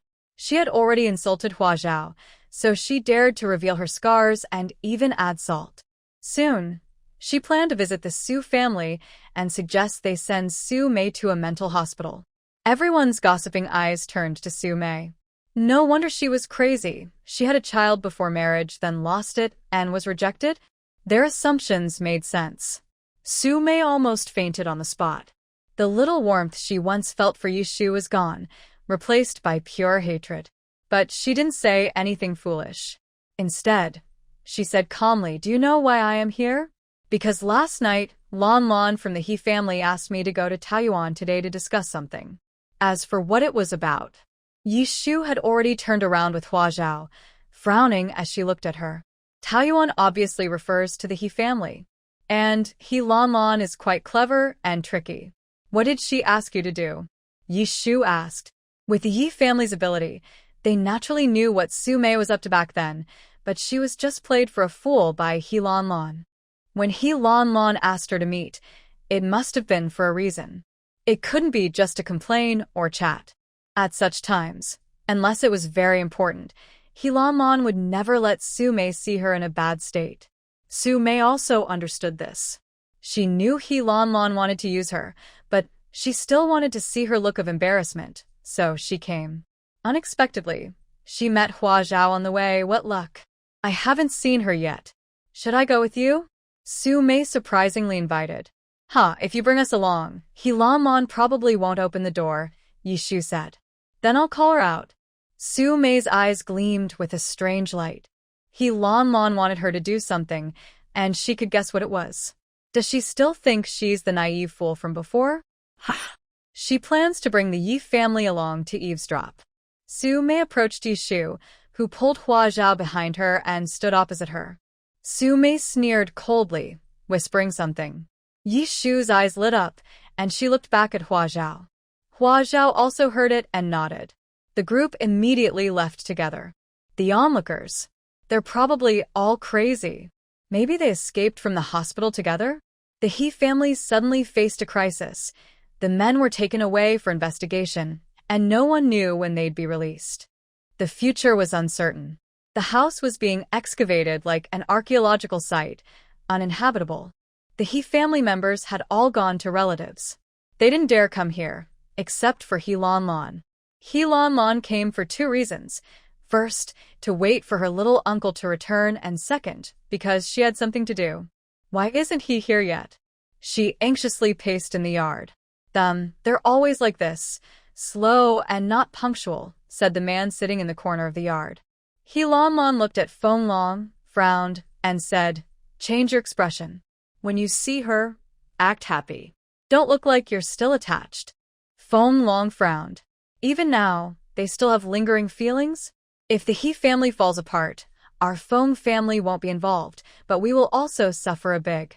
Because of the He family, we arranged good positions for relatives. Will those be taken away? In this circle, that's how it always is. People lose favor and friends scatter. As the son-in-law of the He family, I can't escape. My boss, who has always looked down on me, will surely seek revenge. I think we should focus on how to save Uncle, or at least meet with him. Why are we bothering with Su Mei? What's her use? Feng Long was unhappy with He Lan Lan's plan. Women are women. Even now, she still isn't focusing on the main point. He Lan Lan got angry. You don't understand. I'm trying a different approach. If we cause chaos in the Yi family, they won't have time to bother with us. Then, when we make our move, it will be twice as effective. Of course, she knew deep down that this wasn't entirely true. Feng Long hesitated, but had to admit she had a point. Su Mei is useless. She can't do anything, he stubbornly said. Don't worry. With you here, even she will do her best, He Lan Lan said with a sly smile. She was indirectly praising his charm. Feng Long modestly shifted his position and looked at her curvy body. If the He family falls, it won't be all bad. The white swan turning into a bald chicken. He could do whatever he wanted. After waiting a while, through the open gate, they finally saw a figure at the end of the path. He Lan Lan lowered her voice. You'll see what I mean soon. Don't worry, Feng Long also whispered back. He Lan Lan stood in the yard, looking anxious, waiting for Su Mei to come in. But Su Mei stopped at the gate. Wow, this yard is so beautiful, she said sarcastically. He Lan Lan forced a smile. My uncle's yard is naturally beautiful. I just wonder if he can still live here in the future. Maybe they'll give him a small room with iron bars? Haha, Su Mei exaggeratedly laughed. He Lan Lan's face darkened. Su Mei. Watch your words. When my uncle comes back, I will tell him. Su Mei's laughter suddenly stopped. She was genuinely afraid of Jianing. She had been too excited thinking about the person behind her. Seeing her embarrassed face, He Lan Lan was pleased. She modestly said, come in. Su Mei took a step forward, then suddenly stepped back. You want me to come in? Do you think I'm your follower? Bah. Come out. You.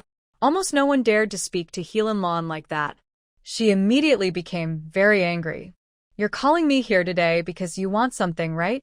Su Mei stood outside the door proudly.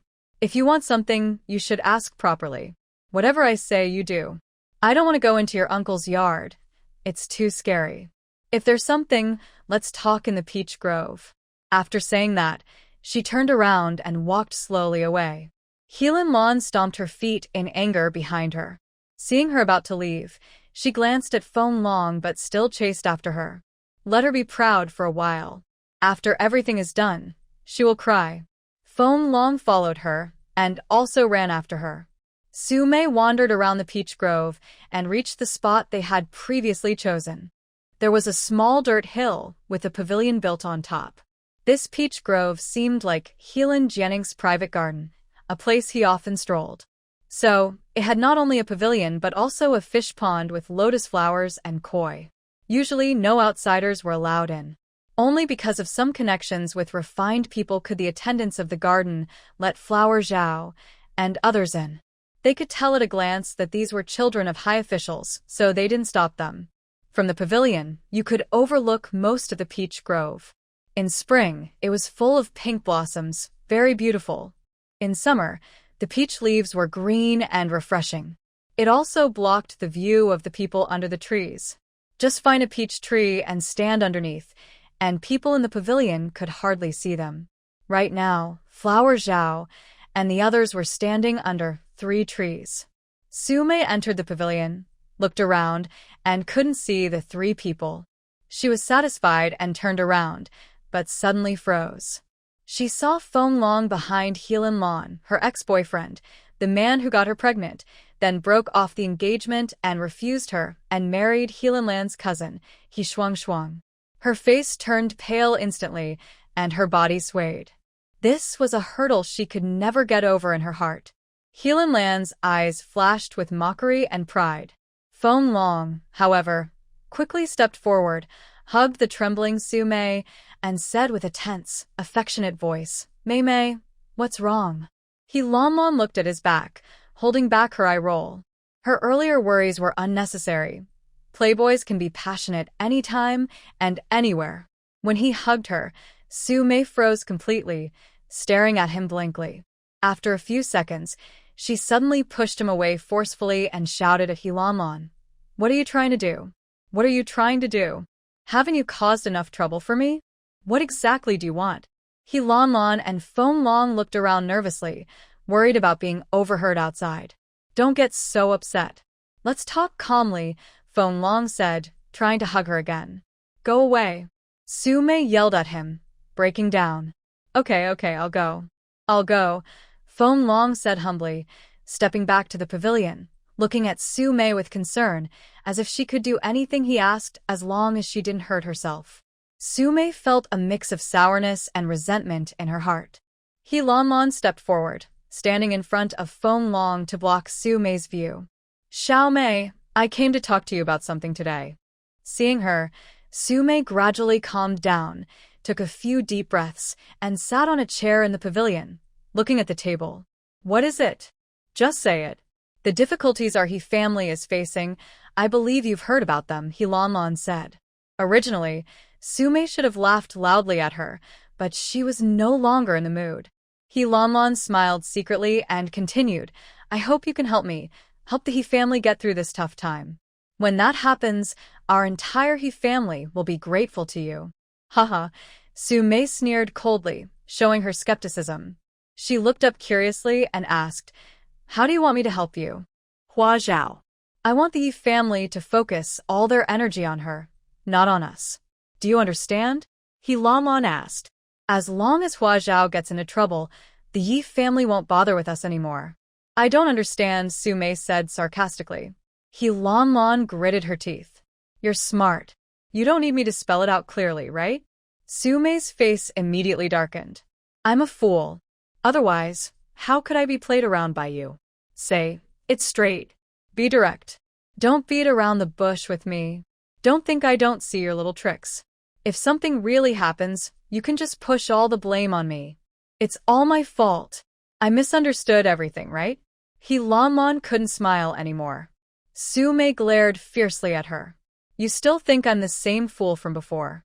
Bah. Helan Lan looked expressionless. Let me make it clear. I want Hua Zhao to have big trouble, serious trouble. Either she dies, or the baby in her belly dies, or they all die together. How they die is up to you. Su Mei's eyes gleamed proudly as she looked at the trees outside the pavilion. Everyone must have heard that, right? He Lan Lan continued. After it happens, Feng Long will divorce He Shuang and marry you. Su Mei's eyes widened suddenly, and her gaze fixed on the green peach tree. She regretted it. She shouldn't have let them overhear. Feng Long divorcing He Shuang? Marrying her? In that moment, Su Mei's mind flooded with this dreamy idea. If that day really came, it would be the peak of her life. It would prove she wasn't out looking for some wild man and getting pregnant with a stranger's child. Feng Long wouldn't want her then. The child would be Feng Long's. Otherwise, why would he marry her? All the insults He Shuang had thrown at her before, she could return them all. The shame she once lost, she could regain it. People who once looked down on her would be shocked. She and her family could finally stand tall and be proud. Moreover, marrying Feng Long was her best choice. Marrying another man, he would surely dislike her for not being for having been pregnant and having had a miscarriage. But marrying Feng Long was different. She could be confident and justified. Su Mei's back straightened instantly, then quickly bent again. She regretted so much now. She shouldn't have let Hua Zhao overhear nearby. Now, she had lost her chance. How about it? Think it over, He Lan Lan asked, but she was confident inside. This was Su Mei's weakness. She wouldn't refuse. Su Mei really wanted to agree, but it was too late. She could only walk this dark path all the way. You're asking me to kill Hua Zhao? I can't do that. That's a life-threatening thing. If the Yi family finds out, they'll surely kill me, she shouted loudly. He Lan Lan panic. What are you shouting about? Killing someone? Shut up. She stepped closer and lowered her voice. Who told you to kill? You can also just push her or give her a kick. Just find an opportunity. That's so simple. Why don't you go do it? Su Mei mocked sarcastically. He Lan Lan was embarrassed and said, Our family has no adults now, so I have to handle everything inside and outside. I don't have the time. Besides, I did this out of kindness from the past. As long as things go well, Feng Long will be yours. Huh? Su Mei suddenly laughed wildly. The kindness from the past? Bah. She spat harshly at He Lan Lan. You still dare to talk about kindness from the past? Do you think I'm naive? You're trying to trick me. If I succeed, even if I'm careful, the Yi family will definitely find out it was me. Because you will inform on me. Cover up the crime. And you want to marry Feng Long? Marry a ghost. He Lan Lan kept her face straight. This fool had learned from her mistakes and was hard to deceive now. This time, I swear it's true. He Lan Lan looked troubled. She gritted her teeth and said, Honestly, my sister has wanted to divorce Feng Long for a long time. We were about to handle the paperwork, but then this happened at home. I begged Feng Long to agree to this condition. She glanced at Feng Long. Of course, he's also worried that the He family will fall apart and drag him down, so he agreed to help. If the He family stays safe, his future is secure. As someone who helped, my little uncle will definitely see you as a benefactor. For his sake, Feng Long wouldn't dare to neglect you. Su Mei suddenly looked suspicious and suspiciously at the two. Feng Long is divorcing He Shuang? Why? He Lan Lan lowered her eyes. The fool was still a fool. Her roots were still there. Feng Long, you tell her, He Lan Lan said, lowering her head, as if she found it hard to speak. Actually, she hadn't thought about how to say it. She didn't expect Su Mei to refuse. She thought that once she revealed the condition, Su Mei would kneel and thank her. Feng Long wiped his face. When he lowered his hand, his face was full of bitterness, partly embarrassed, partly desolate. He said with difficulty, It's Shuang. She's involved with someone outside. Xiao Yu, he's not my child at all. What? Su Mei's mouth opened in shock. He Lan Lan was also surprised and looked at him sharply. She just wanted him to make up a lie, but how could he say such a thing? Smearing her cousin's reputation, she would also be implicated. Feng Long also shot her a subtle look. Who's to blame? It was her poor start. She insisted on saying he and He Shuang wanted a divorce. What's the reason for the divorce? It can't be that he's fallen for someone else again, right? If so, what's with all the deep feelings for Su Mei? Feng Long looked up and gazed at Su Mei with deep affection. Because of this, the He family agreed to my divorce from He Shuang and promised that as long as I didn't reveal anything, they would continue to support me after the divorce. So now I am willing to do my part for the He family. Otherwise, if he was at fault and wanted a divorce, would the He family break his leg? After the divorce, they would definitely humiliate him. He also wouldn't be thinking about helping the He family now. He would prefer they fall into trouble first so he could stay safe. With just a few words, Feng Long filled in the gaps, making his lie seem more believable. He Lan held back her anger. Su Mei also started to believe him a little. Mei, I've really never forgotten you all these years. I know I was wrong back then. I made a mistake, but Who is He Shuang's wild man? Su Mei interrupted him sharply, as if she hadn't heard. Feng Long hesitated, looking uncomfortable. I don't want to say. The He family won't let me. He looked at Su Mei and begged, please don't tell anyone about this. The He family said if it gets out, it will ruin their reputation. Their promise to me will be invalid. Then neither of us will have a good outcome. Oh. Su Mei responded blankly. If He Shuang really had a wild man, she believed it. She had seen that person, flirty and mischievous, clearly not a good person. And indeed, not a good person. She was engaged to Feng Long at the time, and she managed to get pregnant before she could. Huh. Su Mei's eyes lit up. Could it be that the father of that child was a married man? Was she trying to use Feng Long as a sincere partner? Now that everything was exposed, the He family was trying to find a way to make up for Feng Long. She imagined some details herself, making her story seem more real. But unfortunately, even if it was true, it was too late. Su Mei suddenly lost interest. You all can go find someone else. Find a fool to play with. I'm not joining in anymore. She stood up and left. Hey. Why won't you agree? He Lanmon called after her. Feng Long. As long as you agree, you can get married. Hee. Su Mei turned back and looked at her with a strange smile. People who think others are fools don't realize they themselves are the fools. He Lanmon thought she was being mocked and stomped her foot angrily. Su Mei left the peach garden and waited at the street corner. Soon, Hua Zhao and the others appeared. Did you all hear that?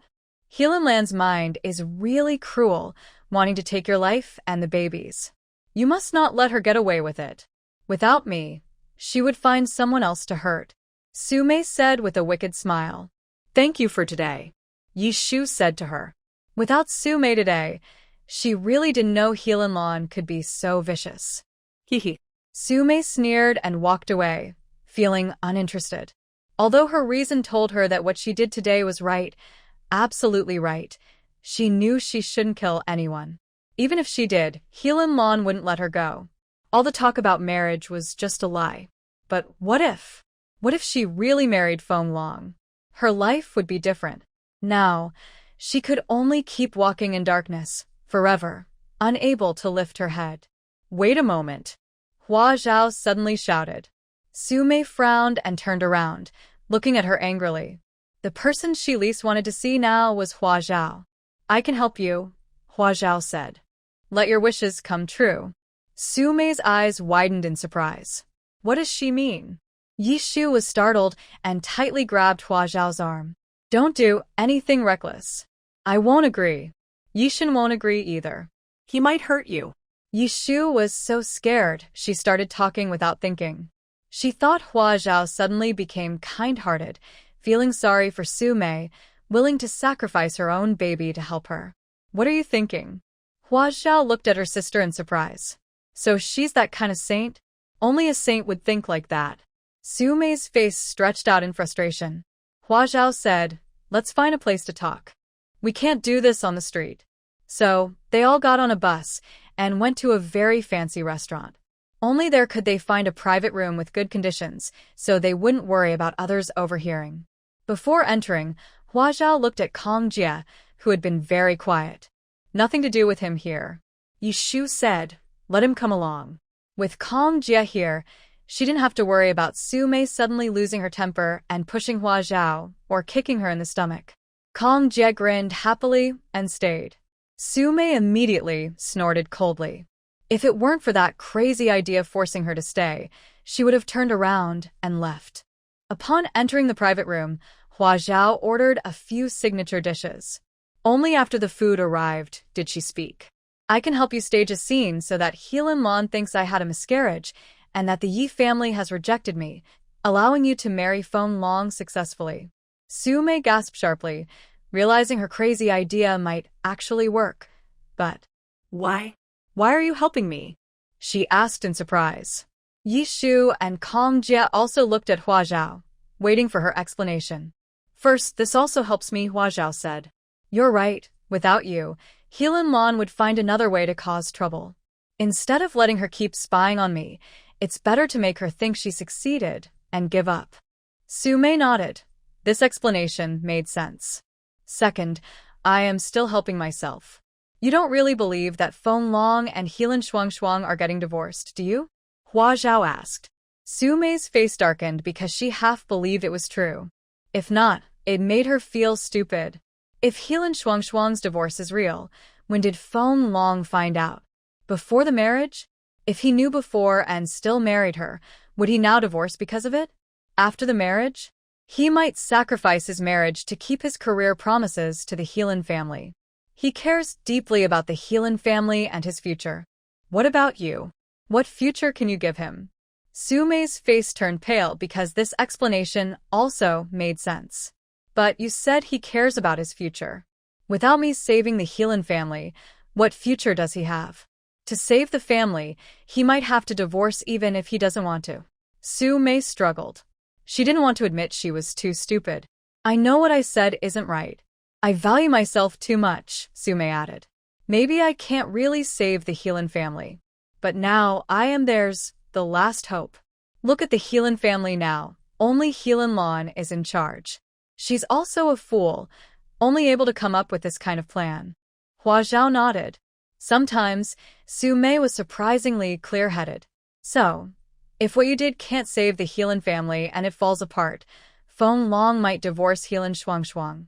But will he marry you afterward? Hua Zhao asked. Su Mei shook her head with a pale face. He will marry another noble lady. If you succeed in saving the Heilin family, and they rise again then.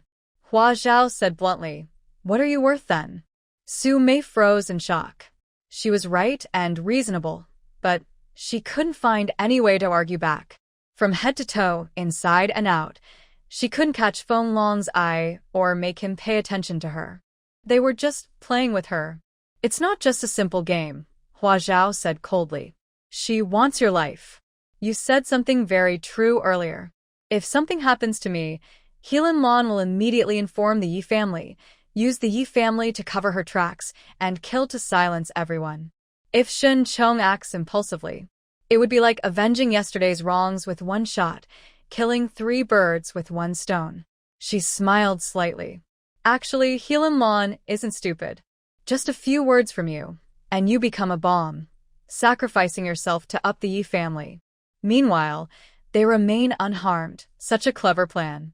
Su Mei trembled with anger, wishing she could rush back to Taoyuan and up Heilin Lan. But she looked at Hua Zhao.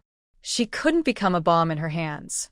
Hua Zhao was very clever, just a few words, and she made Su Mei hate Heilin Lan and Feng Long with all her heart, though she already hated them deeply. But she had to admit, for a moment earlier, she wavered. When she saw Feng Long's caring eyes, she had a fleeting illusion that he still loved her. Yi Shu and Kong Jie both looked at Hua Zhao in surprise, not expecting her to see through everything so clearly. They hadn't thought of these details.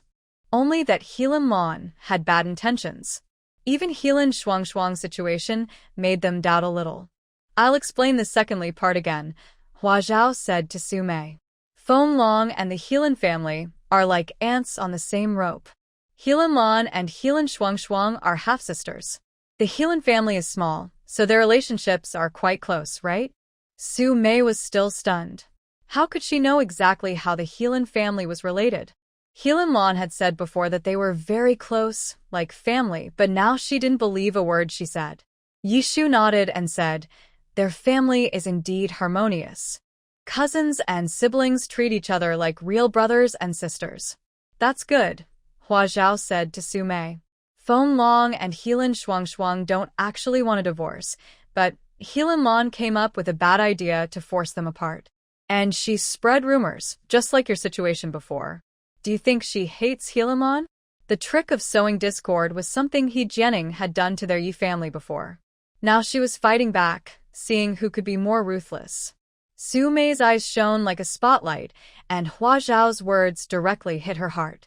Marrying Feng Long to make He Shuang experience her own pain? There's nothing better than that. But... Su Mei still had some sense, or maybe she just didn't trust anyone easily anymore, especially not Hua Zhao.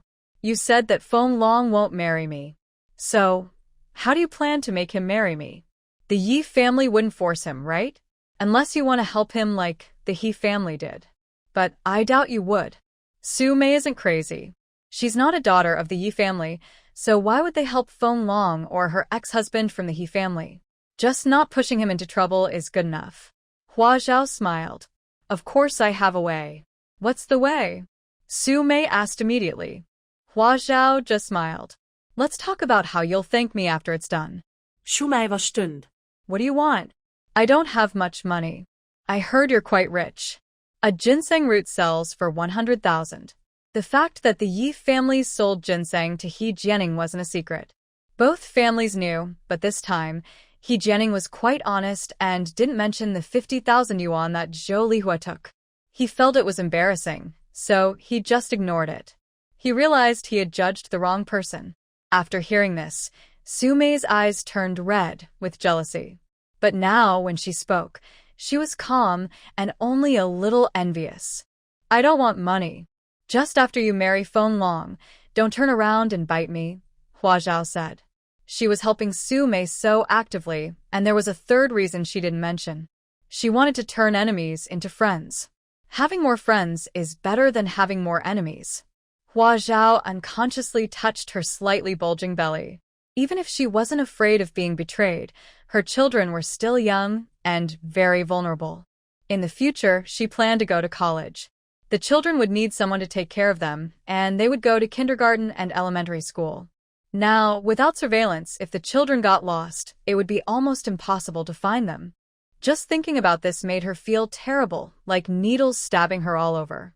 So, she wanted to eliminate all the dangers she could see. Seeing Hua Zhao's expression, Su Mei was sure she was serious.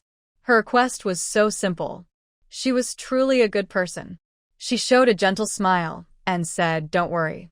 I, Su Mei, am clear about my enemies. If someone is my enemy, I won't let them go. If someone is my friend, I will never betray them." Although she no longer had friends. "If you really marry Feng Long, the past was my fault. I took my anger out on you," Su Mei said. "Once it's done, we will be friends from now on." She suddenly laughed at herself. "Or maybe you don't want to be friends with someone like me, and that's okay. Anyway, I won't hurt you again. If I knew Feng Long and the He family were trying to harm you, I would still warn you." Hua Zhao smiled and immediately reached out her hand. "Deal." Su Mei looked at the small white hand in front of her for a few seconds, then slowly put her hand in. It was immediately grasped and shaken. Her heart seemed to warm with the touch. "Can we talk now?" "Do you really have a way to make Feng Long marry me?" Su Mei asked. "Do you think they will admit to today's agreement after everything is settled?" Hua Zhao asked. "It's not about whether they will keep their promise, but whether they will admit that today's agreement happened." "No," Su Mei shook her head. "Then we make them admit it." Hua Zhao turned to Yishu. "Sister, do you have a small recording device? One that can record?" China had its own recorders since the 1950s, but by the 1970s, recorders were very large. Hua Zhao remembered that in the 1980s, small portable ones became popular. Was there an early version in 1976? Yishu understood what she wanted. She nodded immediately. Yes. Our group has small, portable ones. I have one at home too, but I didn't bring it. As for the capital's family, It seemed they only had a big one. But this is the big city. With money, what can't you get? Just visit the overseas store, and as long as you have foreign currency, you can buy almost anything from around the world. Let's buy a new one, Yishu said. Hua Zhao felt relieved. As long as there was one, it was enough. She then explained to the still somewhat confused Su Mei, a recording device can record sound. You know that, right? She looked at her expression, as if she didn't know. Later, you go find He Lan Lan and Feng Long and confirm your mission with them face to face. Record it, understand? Hua Zhao asked. Su Mei quickly understood and nodded brightly. I get it. With that recording, not just this time, but for the rest of my life, He Lan Lan and Feng Long will be under my control. Afterward, Hua Zhao carefully taught her how to operate the recorder so it wouldn't be discovered, which key questions to ask, how to ask without raising suspicion, and how to guide the other person to reveal the answers she wanted. She was very skilled at this. After all, that was her job. Su Mei and Yishu listened, both surprised. Even Kong Jie suspected that Hua Zhao might be a member of a special team, which is why she married Yishan. Her rural background was probably just a cover to protect her. How do you know all this? Yishu asked curiously after the matter was discussed. Hua Zhao smiled. My grandfather taught me. Oh, I see. Yishu felt relieved. Now she understood that Hua Chong was quite capable. He was said to be very impressive back in the day. Her grandfather even said that if Hua Chong had chosen to stay, he would probably be a big boss now. But everyone has their own path. He chose to step back then. The group parted ways at the restaurant, agreeing to meet later in the evening at a certain time and place to give Su Mei the recorder. After leaving the restaurant, Hua Zhao and Yishu hurried home. Yishu found some of her mother's saved $200, which she hadn't decided what to buy yet, and went to the overseas Chinese market to buy a large recorder about the size of a lunchbox, along with a few tapes. Hua Zhao tested it. The imported equipment was quite reliable. When starting to record, there was a slight click, but during recording, it was very quiet. If you weren't paying close attention, it was almost inaudible. That evening, Kong Jie personally handed the recorder to Su Mei, teaching her how to use it, then went back to Ye's house to report to Yishu and Hua Zhao. All right, you can go now, Yishu finally said to Kong Jie, a sentence she had been holding in all day. Kong Jie awkwardly stood up and headed toward the door. Xiaoshu, when you have free time, let's talk. You saw how busy we are now. I haven't had any free time lately, Yishu replied. Kong Jie nodded. He only knew that the Yi family was wealthy and prominent. Everyone admired and envied his father-in-law's status, and some looked at him with jealousy and disdain. This made him very uncomfortable. In the eyes of those who know him, his first label will always be Yejia's son-in-law. Everything he has gained is because of the Yi family. But today, he saw the dark side behind the fame. He was directly targeted and threatened with his life. This time, they aimed at Yi family's daughter-in-law. Who knows who will be targeted next? The daughter of the Yi family. Xiaoshu, come home with me, Kong Jie blurted out. Yishu frowned. I think you should go back to the guest house and see if your sister's starving. Kong Jie was pushed out the door. Standing at the gate, Yishu looked at him with a frown. After thinking for a moment, she said, Thanks for today. And you must not tell anyone what happened. If you do, she smiled slightly. You saw it too. My brother, younger brother, and sister-in-law are not easy to bully.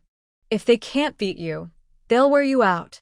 Kong Jie thought about Yishan's tough fists and Hua Zhao's skills in digging holes for the He family today, and shivered. That night, Yishan didn't come back.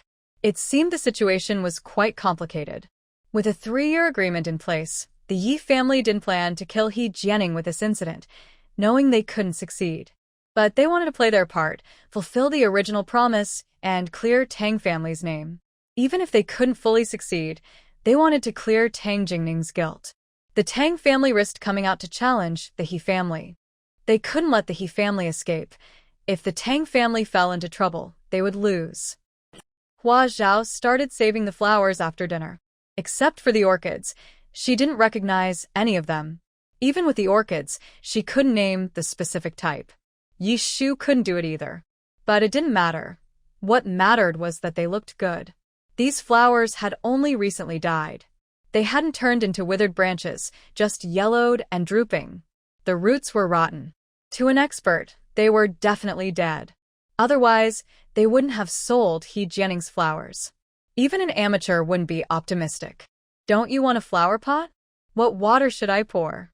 These flowers look like they can't be saved, Yishu said nearby.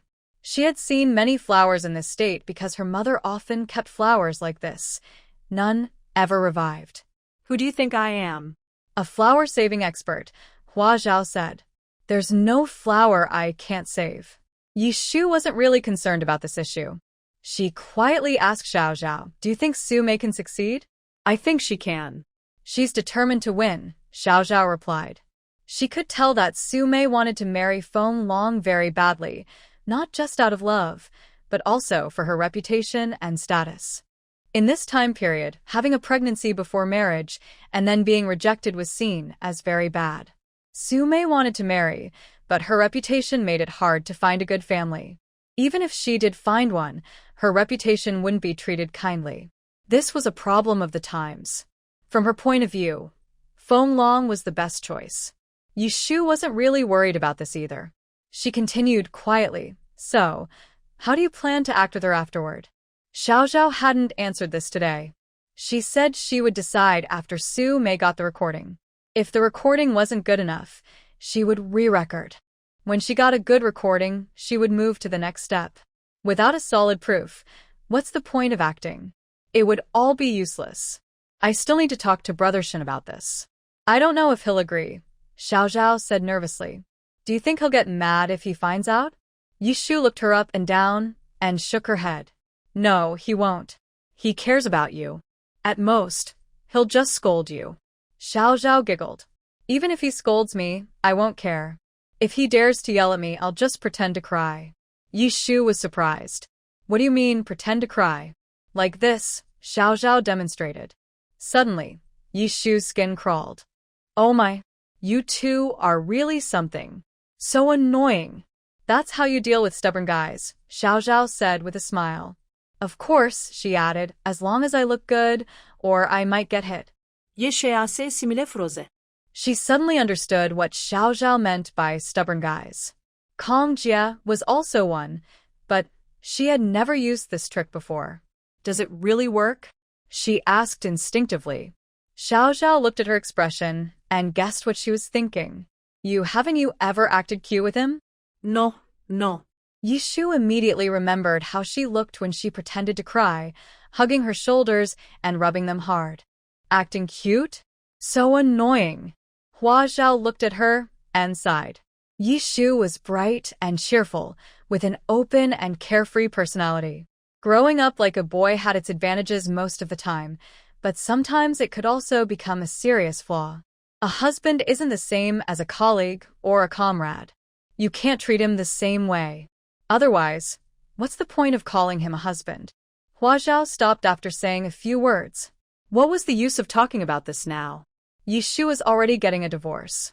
In the future, if you meet someone you like and get married again, remember to be gentle with him.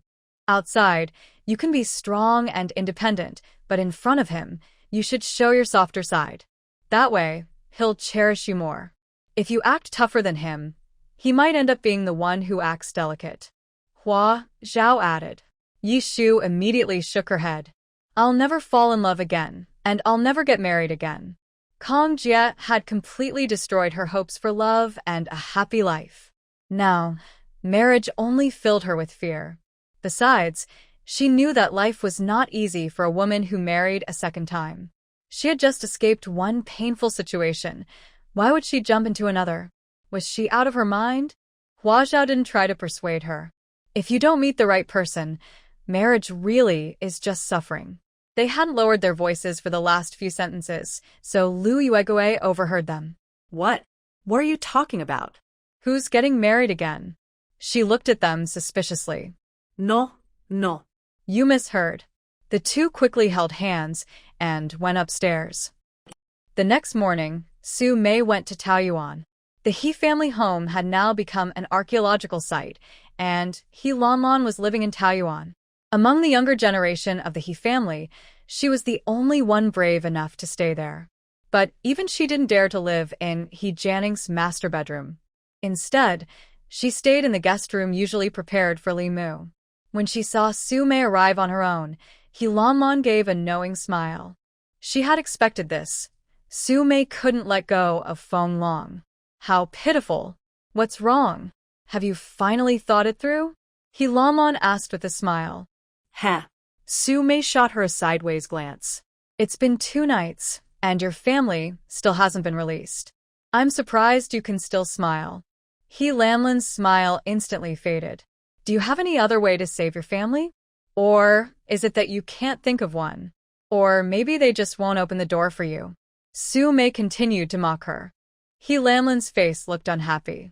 Of course, she had tried to help her family and asked others to speak on her behalf. But as Su Mei said, all the people who used to be friendly had shut their doors, and even when they entered, they acted as if they didn't know her. Her little uncle wasn't finished yet. They would regret it someday. Stop talking about me. Tell me, what are you here for today? He Lanlan wanted to take back control.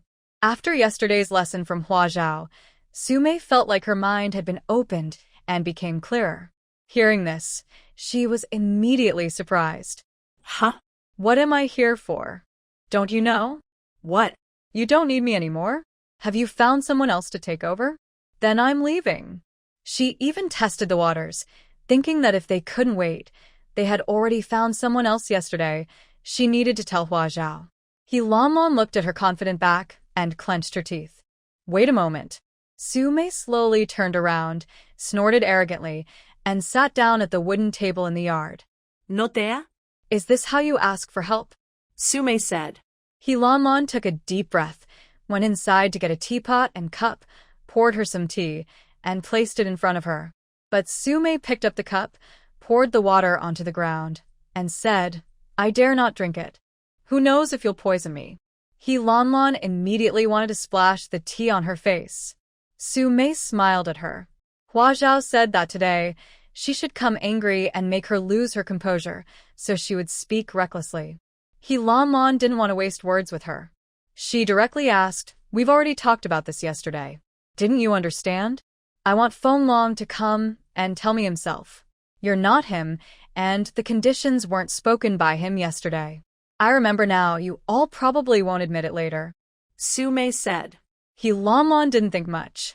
She believed she was doing the right thing. If she didn't confirm again, it would be as foolish as before. Okay, I'll have him come immediately. He Lanlan happily turned around and went inside to call Feng Long. She wasn't afraid of Su Mei making demands. She was only worried if she didn't. As long as she dared to ask, she would agree to anything. Anyway, she had no intention of following through. Initially, she could play her like a fool, and now she could do it again. Feng Long arrived quickly, just a few words exchanged. If he could really help save He Jianing, that would be perfect. His younger brother would surely remember his kindness. Mei, have you eaten breakfast? Feng Long opened his lunchbox. I remember you love the steamed buns from the south side of the city. I bought some just for you. Eat it while it's hot. Su Mei looked down at the steaming lunchbox, secretly sneering inside. Yesterday, Hua Zhao analyzed her thoroughly. She now fully understands Feng Long and herself. If she had any youthful charm or a good family background before, now she is disgraced, aging, and her family is declining. What could Feng Long see in her now? It's just a game for him. But this time, they are after her life. Su Mei picked up a bun and ate it bite by bite, but she could no longer taste the same as before. Feng Long was nearby, offering tea and fanning her, taking care of her more attentively than when they were in love. Su Mei ate silently, expressionless, and said, I need to go to the bathroom. Feng Long was handing her water, but his face stiffened. Such rudeness. Hua Lanlan smiled and said, The bathroom is over there. Su Mei picked up her bag and left. Hua Lanlan suddenly frowned. The bag was quite large and looked like it contained many things. Nowadays, people don't carry so many belongings, and Su Mei usually doesn't bring a bag when she goes out. Why are you still carrying a bag to the bathroom? Just leave it here, Hua Lanlan joked. We won't peek. But Su-mei turned around, opened her bag, and revealed a large roll of pink sanitary tissue. Look. I'm not like you, able to buy sanitary pads. I'm poor, so I can only use tissue. Sanitary pads had been popular abroad for decades. Although not common in China, children of high officials could still buy them. Hua Lanlan used sanitary pads herself and once kindly gave Su-mei a few. Hua Lanlan's doubts were eased. Su-mei carried her bag into the bathroom. After closing the door, she quickly unrolled the tissue, revealing a recorder inside, and pressed the start button. Then she took a small plastic bottle from her bag, poured blood plasma onto a stack of folded tissue, and threw it into the trash. Hua Zhao said she should pay attention to details. After 2 more minutes, Su-mei returned to the yard, hung her bag on herself, and looked ready to leave. She directly asked, "Just tell me, what do you want me to do?" He Lan frowned and said, "Didn't we already talk about this yesterday?" Her little uncle told her that some words should not be spoken lightly, as they could be used against you. Now I have to guess again. Su-mei suddenly got angry, slapped the table, and stood up to leave. Feng Long quickly grabbed her. Mei, don't get so upset. Let's talk nicely. He glared at Lan. She was so happy she couldn't believe their promise, couldn't believe she would marry him. Then she should say it to her many times. It's just a few words. Lan frowned and said, "We asked you to find a way to deal with Hua Zhao." Su-mei sat back down, proudly crossing her legs. "Speak louder." "I didn't hear clearly." Lan gritted her teeth and said loudly, "I asked you to find a way to deal with Hua Zhao." Su-mei nodded happily, switching to the other leg. "What way?" How do I deal with Hua Zhao? "That's your business," Lan said angrily. She couldn't just tell her step by step what to do, in case she told someone. Hua Zhao said this wasn't important. The next thing was, to what extent should I deal with her? Su-mei asked loudly. Lan frowned and suddenly fell silent. Su-mei's heart also tightened, but Hua Zhao had considered this possibility too. She continued, "If you don't tell me, I will. I'll pull her hair out, slap her twice, and that will be your task done, right?" It's not that simple, Lan said. "At the very least, you need to get rid of the baby in her belly. Otherwise, it won't meet our requirements." Su-mei's lips curled quickly, and she said loudly, "As long as you get what you want, you'll let Feng Long divorce Helan and marry me?" Feng Long nodded. He felt very proud. He had hurt her so much before, and now, thinking about marrying him, she still couldn't help but smile. What a foolish woman. He looked at Su-mei affectionately, but inside he sneered. Why had he fallen for her? Now, standing together, others might think she was his mother. Marry her? Dream on. Speak. Don't you have a mouth? Su-mei looked at his proud expression and knew what he was thinking. She also hated herself for being blind. How could she have fallen for such a man in the first place? When he yelled at her, Feng Long immediately lost face. But he was good at pretending and knew when to hold back. He forced a smile and promised, "As long as you do this, I will divorce He Shuang and marry you. Mei, I've always had you in my heart. Only you." Su-mei nodded with satisfaction and asked He Lan, "You just said the lowest standard is to get rid of Hua Zhao's baby. What about the other standards?" What are they? "If I do it, what do I get?" She's pretty bold. She really dares to kill? She's already willing to marry Feng Long. What more does she want? He Lan was full of doubts. "You've wasted so many years in the hospital," Su-mei sneered. "Don't you know that women who have miscarriages can easily bleed heavily and die? If I make her have a miscarriage, at worst, the Yi family will beat me up. They won't kill me. But what if Hua Zhao dies from the miscarriage? Will I still be alive? Will you protect me then?" Yes. Feng Long quickly nodded. "We will definitely protect you. When the time comes, your little uncle will be out too. With him protecting you, you'll be safe." Su-mei looked at He Lan. The suspicion on her face had disappeared. Su-mei sighed in relief and nodded. "I believe in Mr. He Jianing's strength. As for you guys, haha." She sneered and continued, Mr. He knows about this and agrees, right? Yes, little uncle knows. Actually, he's the one who told us to do this. He Lamon said. She thought this would make Su Mei trust her more. Good, she's also dragging He Jianing into this. Su Mei nodded. Hua Zhao's task was considered done. I trust Mr. He, but I'm taking such a big risk. Shouldn't I get some benefits? Su Mei asked. Yes, He Lamon said excitedly. As long as Hua Zhao is dead, whatever you want, just ask. I want 100,000 yuan, Su Mei said. He Lamon understood. She was jealous when she heard Hua Zhao had 100,000 yuan. Or maybe she just wanted money to rely on. 100,000 yuan? She's worthy. Okay, no problem. He Lamon happily agreed. The He family wasn't short of money. The ransom money from the joint venture was enough for them to spend a lifetime without running out. Although the money was shared among the 3 brothers of the He family at that time, if things really happened, she had the right to use 100,000 yuan. No, what was she thinking? Why did she want to use 100,000 yuan? Since Hua Zhao was dead, Su Mei had to immediately prepare to be buried with her. She wouldn't spend a single cent. Ha ha. The pride and mockery in He Lamlin's eyes were clear to Su Mei. These ungrateful people, she wanted them to live in fear forever. All right, let's go over the matter again, Su Mei said. What task do I need to complete? What benefits can I get? He Lamon frowned again, but she just thought Su Mei didn't trust her and wanted to confirm once more. Fine. She would say it again, since no one else was listening except the 3 of them. This yard's main person, even if someone outside the wall eavesdropped, they wouldn't hear clearly. Even if they did, it didn't matter, they wouldn't admit it. He Lamon said, as long as you get Hua Zhao's child aborted, Feng Long will divorce He Shuang and marry you. If Hua Zhao unfortunately dies because of you, our He family will protect you.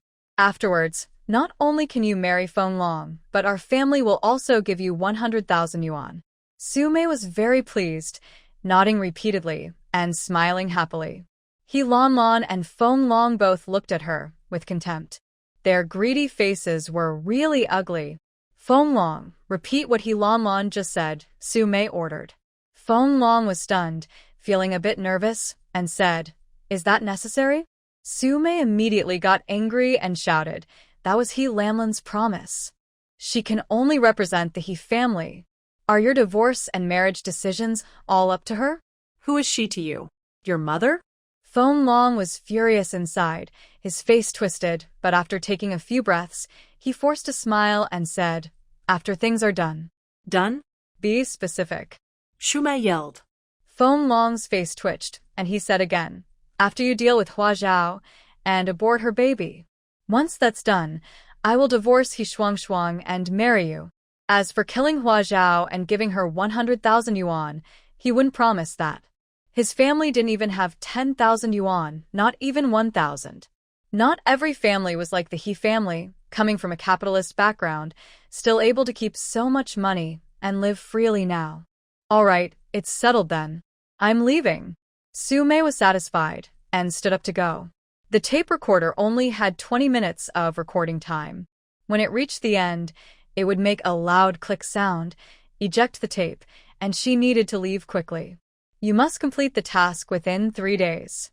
He Lamon suddenly said. She was worried that if they took too long, the accusations against the He family would be cleared. She disliked Hua Zhao, but her main goal this time was to help Wei by distracting the enemy, hoping her little uncle would have less pressure and be able to focus on solving the problem himself. If you don't finish it, there will be no reward. He Lamon pressed. Okay. Su Mei replied without turning back. Just wait to hear good news. He Lamon and Feng Long kept watching her figure until she disappeared. Why do I feel like she's acting a bit strange today? So jumpy? He Lamon suddenly said. Heh. Feng Long smiled smugly. She's excited. That silly woman. As soon as she heard about marrying him, her eyes lit up. He Lamon nodded. She had heard that Su Mei had been like this for years, sometimes acting crazy. Before, she even confronted Hua Zhao, claiming she had a marriage agreement with Yishan, and the date was set, just waiting to get things done. Ugh. She's crazy for thinking such things. When the time comes, she'll just say Sume is crazy. A lunatic who would do anything. She's just jealous of Hua Zhao and wants to deal with her. If she tries to turn them in, it's all nonsense. No one should believe her. Sume left and took the bus to the courtyard house of Hua Zhao and Yishan. They had arranged to meet there. The Yi family's big courtyard was too crowded and conspicuous, so they couldn't meet there. This area was surrounded by tall gates and fewer people, quiet and peaceful.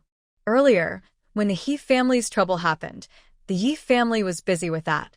Yiming also went there. No one was watching the renovations or for other reasons. Anyway, teacher's son and his students hadn't come these past few days. Hua Zhao and Yishu arrived early in the morning, waiting for Sume's news. Kong Jia arrived even earlier than them, coming with them to the Yi house. Yishu nodded in agreement. She was worried that Sume might have some unexpected trouble again, and during negotiations with the He family, she might turn against them and come to bully Hua Zhao. That would be the end. It was safer to bring a bodyguard.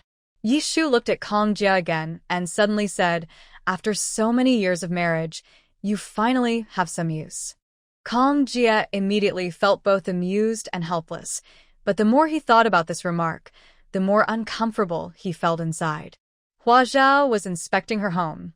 The yard had been leveled, the tiles replaced, and even the grapevines had been put back into their pits.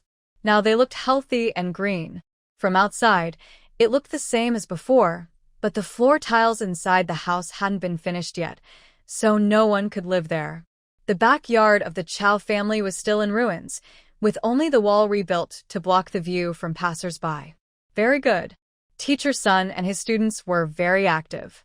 Now they're hiding, probably afraid of getting caught in the conflict between the Yi family and the He family. It's normal, Hua Zhao thought, and she didn't find it strange. She went to the grapevine and exchanged energy with it, making its life stronger. Then she picked a bunch of grapes. Kong Jia quickly understood and went to the well to fetch a bucket of water to wash the grapes. The well had been cleaned and refilled by Yi Ming, and the water was sweet. Hua Zhao was very happy, eating grapes happily, and she also shared a bunch with Yishu. Yishu had no mood to eat grapes, especially since she remembered the grapes in the yard weren't very tasty. Seeing Hua Zhao carefree, Yishu felt both amused and helpless. How can your heart be so big? You can still eat now. I didn't sleep well last night, and my heart is pounding. What if Sume betrays us at the last moment? What if she's discovered? Will He Lanlan and Feng Long?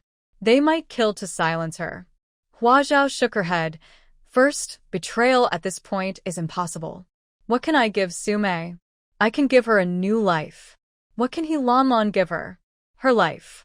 Why would she betray us? Second, the chance of being caught is small.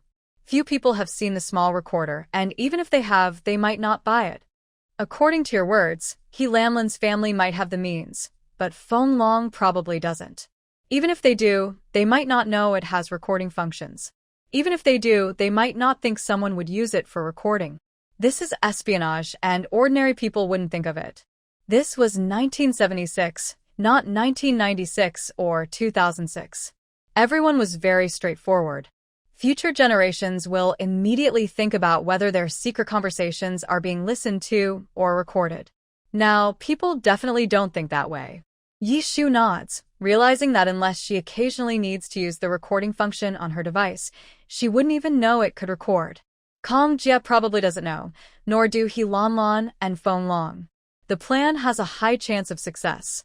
If by any chance we get caught, He Lanlan wouldn't go as far as killing to silence us. Right? Hua Zhao isn't very sure about this.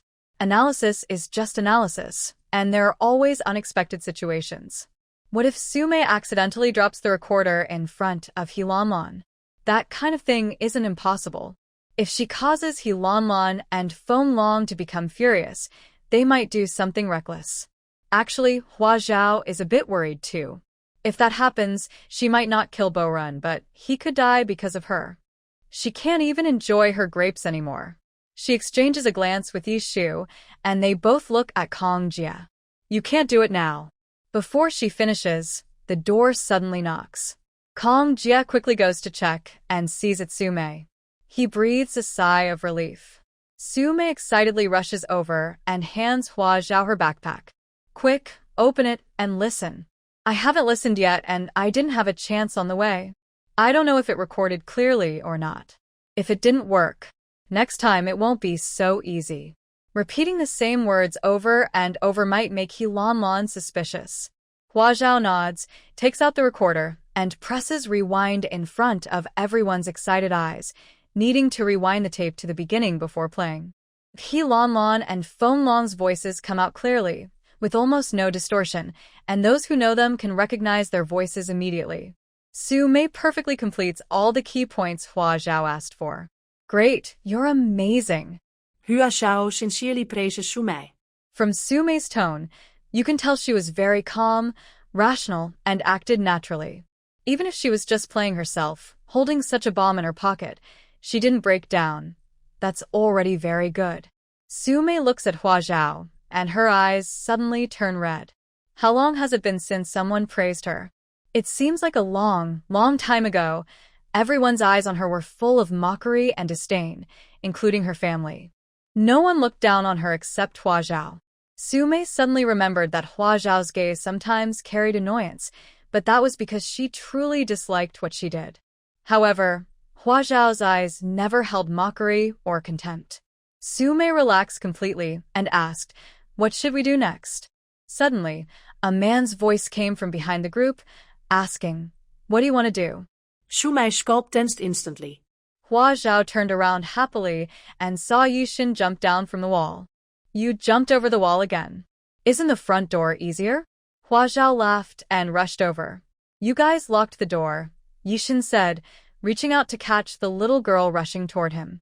Seeing her bright, sweet smile, his tense nerves eased. After 2 busy days, he finally found time to visit home, only to be told by a second aunt that Hua Zhao, Yishu, and Kong Jia had gone to the courtyard early in the morning. She also said they had gone out shopping all day yesterday. Yishan felt something was wrong. It was normal for Hua Zhao and her sister to go out together, but taking Kong Jia along was unusual. So he hurried over immediately. They were definitely planning something. Yishan saw a rare recording device on the table and a strange woman he didn't recognize. He frowned and looked at Su Mei, feeling she looked familiar. Su Mei froze completely. At first, she thought their plan had been overheard by a stranger, but then she saw Yishan. She recognized him at once. It had been 10 years. She thought she had forgotten his face, and usually she couldn't remember it. But now, seeing him again, she realized his image was always engraved in her heart, never forgotten. He still looked the same, tall, handsome, cold, and distant when he looked at people. No, the way he looked at Hua Zhao was warm, gentle, something she had never seen before. Su Mei quickly looked away, not wanting to see anymore. That warmth didn't belong to her, never did, and never would in the future. She felt resentment and bitterness toward Yishan, but she was also very clear-headed. She knew she was no longer qualified, since the day she got engaged, since her miscarriage, since she was rejected in marriage. When she first saw Hua Zhao, she caused trouble out of pure excitement. After that, she never went again because she became more aware. Yishan finally recognized Su Mei. He stared blankly at Hua Zhao, then looked at the others, puzzled about how they ended up together and seeming to plan something. "What are you all trying to do?" he asked curiously. Hua Zhao suddenly became timid and blinked at Yishu. "Can you help me say something?" Yishu thought for a moment and suddenly burst into laughter. "Are you good at pretending to cry?" Just cry and say it at the same time. "He probably won't dare to yell at you." Ha ha ha. Hua Zhao was also amused by Yishu. She giggled and gently shook Yishan's arm, acting cute and spoiled. With such a charming look, how could Yishan be heartless? "What exactly are you trying to do?" he asked again, his voice softening a little without realizing. Even if he was cursing his own child, whether in imagination or acting, Hua Zhao suddenly couldn't speak. Thinking about it, she felt a pang of pain herself. But her rational mind told her she couldn't back out now. The plan had already started, and there was no turning back. Hua Zhao looked at Yishu again. Yishu understood her feelings and said to Yishan, "Just listen." She replayed the recording. Before it finished, Yishan's whole body was filled with a murderous aura. Hua Zhao clearly saw a dense blood-red energy gathering around him, growing stronger and thicker. She was startled and immediately hugged Yishan's arm. Fortunately, Su Mei warned us beforehand. Yesterday, we bought a recorder and gave it to her. She re-recorded the evidence, and now, the next step is to act out a scene, making Helan Lan think she succeeded. Acting out a scene isn't enough. Yishan shouted. What kind of scene? Being beaten? Being pushed down? No way. Hua Zhao still held his hand. She really wanted to cry out loud, but Yishan's intimidating presence was too frightening. She couldn't cry, so she could only speak with difficulty. That's impossible, it's just for show. I have a plan, listen. Hey, that's a good idea. That's a good idea. Yishu immediately said after hearing it. She had never seen her brother look so scary and was worried Hua Zhao might get hurt. Even just being stared at by him was pretty intimidating. Hua Zhao was brave enough to hold his hand now. Although Yishan's face still looked grim, after hearing Hua Zhao's idea, he felt much better. As long as she wasn't really hurt. I need to be there in person, Yishan said. No, I can't do that, Hua Zhao firmly refused. If you're here, does Su Mei still have a chance? It just doesn't seem real. Yishan's face darkened instantly, but he couldn't find anything to say in reply. Could he thank her for the compliment? Besides, is the He family finished? Have they been convicted? If they really have been sentenced and sent away, we wouldn't need to worry anymore, Hua Zhao said. But she didn't really believe that was likely. Yishan shook his head. A special investigation team was sent from above. No one can get close. We also have to stay on the outskirts to prevent anyone from approaching, like those who are pleading for the He family. This was also an opportunity to see the hidden connections of the He family. You never knew until you looked. Once you saw, it was shocking. Among those they thought were neutral from his side, or from her side, there were people secretly pleading for the He family. Or perhaps they were specifically asking for leniency for He Jianing. Everyone's bottom line was the same. If they had to be convicted, either one of the brothers could take the blame, or both together. He Jianing, no matter what, had to be protected. It's truly frightening how powerful that influence is. He really didn't have time tomorrow. In fact, he should leave now. Hua Zhao guessed his expression and felt both relieved and reluctant at the same time. Go ahead and do your work. Don't worry, I and the kids will be fine, Hua Zhao said, squeezing his hand. Don't forget who I am. No one can beat me. Yishan's whole palm suddenly went numb, as if hit by 2 hammers at once. Such terrifying strength. He sighed and carefully asked Hua Zhao about the specific details of her plan for tomorrow. After thinking it over repeatedly, he made many changes and instructed them to carry it out. Since he wouldn't be there, Kong Jie had to be present. Yishan looked at Kong Jie, who immediately straightened his back. Don't worry, I will protect your wife. Yishan frovnet. That sentence sounded so awkward. But there was no time to dwell on it now. He finally looked at Su Mei, feeling hesitant. Su Mei was also a special person to him.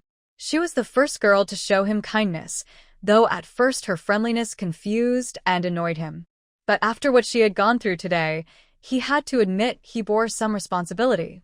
If he hadn't avoided her, refused her verbally, or been dismissive, but instead had firmly slapped her, would she have stopped liking him? Would she have waited until he was 23, or held a grudge against Helan Lan, leading her to plan Feng Long's downfall? Then she wouldn't be in her current situation. Because of this, he couldn't truly refuse Hua Zhao's plan. I'm sorry, Yishan suddenly said while looking at Su Mei. Tears immediately welled up in Su Mei's eyes. At first, she just silently cried, then she started to sob loudly. Yishan knew, and he apologized to her. All her years of frustration finally found its source, and was released. Yishan left, and before he did, Hua Zhao handed him a bunch of grapes to boost his energy. He looked a bit tired. Yishan smiled and accepted it. As he climbed over the wall, he popped a grape into his mouth, but He immediately frowned. The taste was off. Grandma's grapevine is used for making wine. It's sour with just a little sweetness. When they were kids, they only ate it when there was nothing else to eat. But now, this perfect balance of sourness and sweetness felt like it belonged to someone else's vineyard. Yet, he clearly saw Hua Zhao pick the grapes herself from the tree. Oh well, maybe the soil changed, and so did the grapes. Yishan finished the grapes quickly, and his expression sharpened. The He family He Lan Lan. Su Mei cried happily and thoroughly, then lifted her head. She seemed to have become a different person. The lingering gloom around her seemed gone, and her once harsh, carved face softened. She looked like a normal person, even appearing several years younger. Her worries had eased significantly. She was waiting for the plan to succeed, and the remaining worries would surely disappear too. Having overheard Hua Zhao and others discussing everything earlier, she was confident about tomorrow's plan. Feng Long couldn't escape now. Hua Zhao also handed her a bunch of grapes. Su Mei instinctively took one, her eyes brightening immediately. She ate one after another, then suddenly remembered to say, "These grapes are so sweet. I've never tasted such delicious grapes." Her attitude toward Hua Zhao changed. It was no longer the jealousy and scheming of their first meeting, nor the awkwardness before. Now, she felt relaxed and natural, like a friend. Yi Shu's eyes suddenly became a little moist. She remembered the person who always followed her behind, laughing carefree, calling her sister with a big smile. "I didn't know my grandma's grapes were so tasty," Yi Shu said, not wanting anyone to notice her unusual mood. She casually picked a grape from a bunch and ate it. Huh? She quickly looked at the grapevine. Did the previous owner graft it? Maybe, Hua Zhao replied with a smile. That's a good reason. In the future, she could try grafting more plants. Any mutations could be explained as grafting. That night, Yishan still hadn't come back. Hua Zhao held Yishu's hand and carried her backpack, telling Miao Lanji that they were going to stay at her younger sister's house for a few days. Miao Lanji looked at Hua Zhao, thinking she finally felt her cold attitude and felt embarrassed to stay at home any longer. Although she wasn't busy with the He family's affairs these days, she still left early and returned late. Hua Zhao rarely saw her, and when she did, she just nodded politely, like meeting a new colleague at work. Even that was better than how she treated the young girl. When she saw the girl, she would smile, but when she saw Hua Zhao, she didn't even lift the corners of her mouth. She wanted to suppress her daughter-in-law's arrogance. They had only been married a few days, and she already had her son under control and was helping her cook. Yishan hadn't helped her at all. If she kept acting so boldly, wouldn't she just ride over her? Hua Zhao didn't have much energy left. If she hadn't just seen Miao Lanji, she would have forgotten this was her home. Really, being so busy even after retirement, so exhausting. She and Yi Shu went to Yifang's house. Yifang was overjoyed when she saw them. Tonight, she wouldn't have to eat pickled vegetables. Hua Zhao also came with an empty stomach. She went into the house, put down her luggage, and headed to the kitchen. Yi Shu pulled Yifang into the room and whispered about the plan for tomorrow. This plan required the younger sister's full cooperation. Yifang listened, surprised and amazed. "You two kids are so brave," daring to scheme against her and the He family. Although she didn't hear the recording, just hearing about it made her realize its power was no less than the jar from the Tang family. When the He family just got out of the Tang family's jar, they would fall into Yi family's recording again. That was truly. Remove the recordings. I have nothing to do with this. I'm just a background character. Yi Shu smiled and said, "From drafting to perfecting and implementing this plan, it's all Hua Zhao's work. I'll just call out tomorrow. Little sister, help." Yifang patted her and looked at the busy figure humming a sweet tune in the kitchen. She really didn't want to admit it, but she was a tough person. The tough person prepared a full table of food, making the children downstairs cry with hunger. After eating, the three of them discussed the plan several times and decided it was fine. Yifang got up and left the room. She still needed someone to cooperate with her.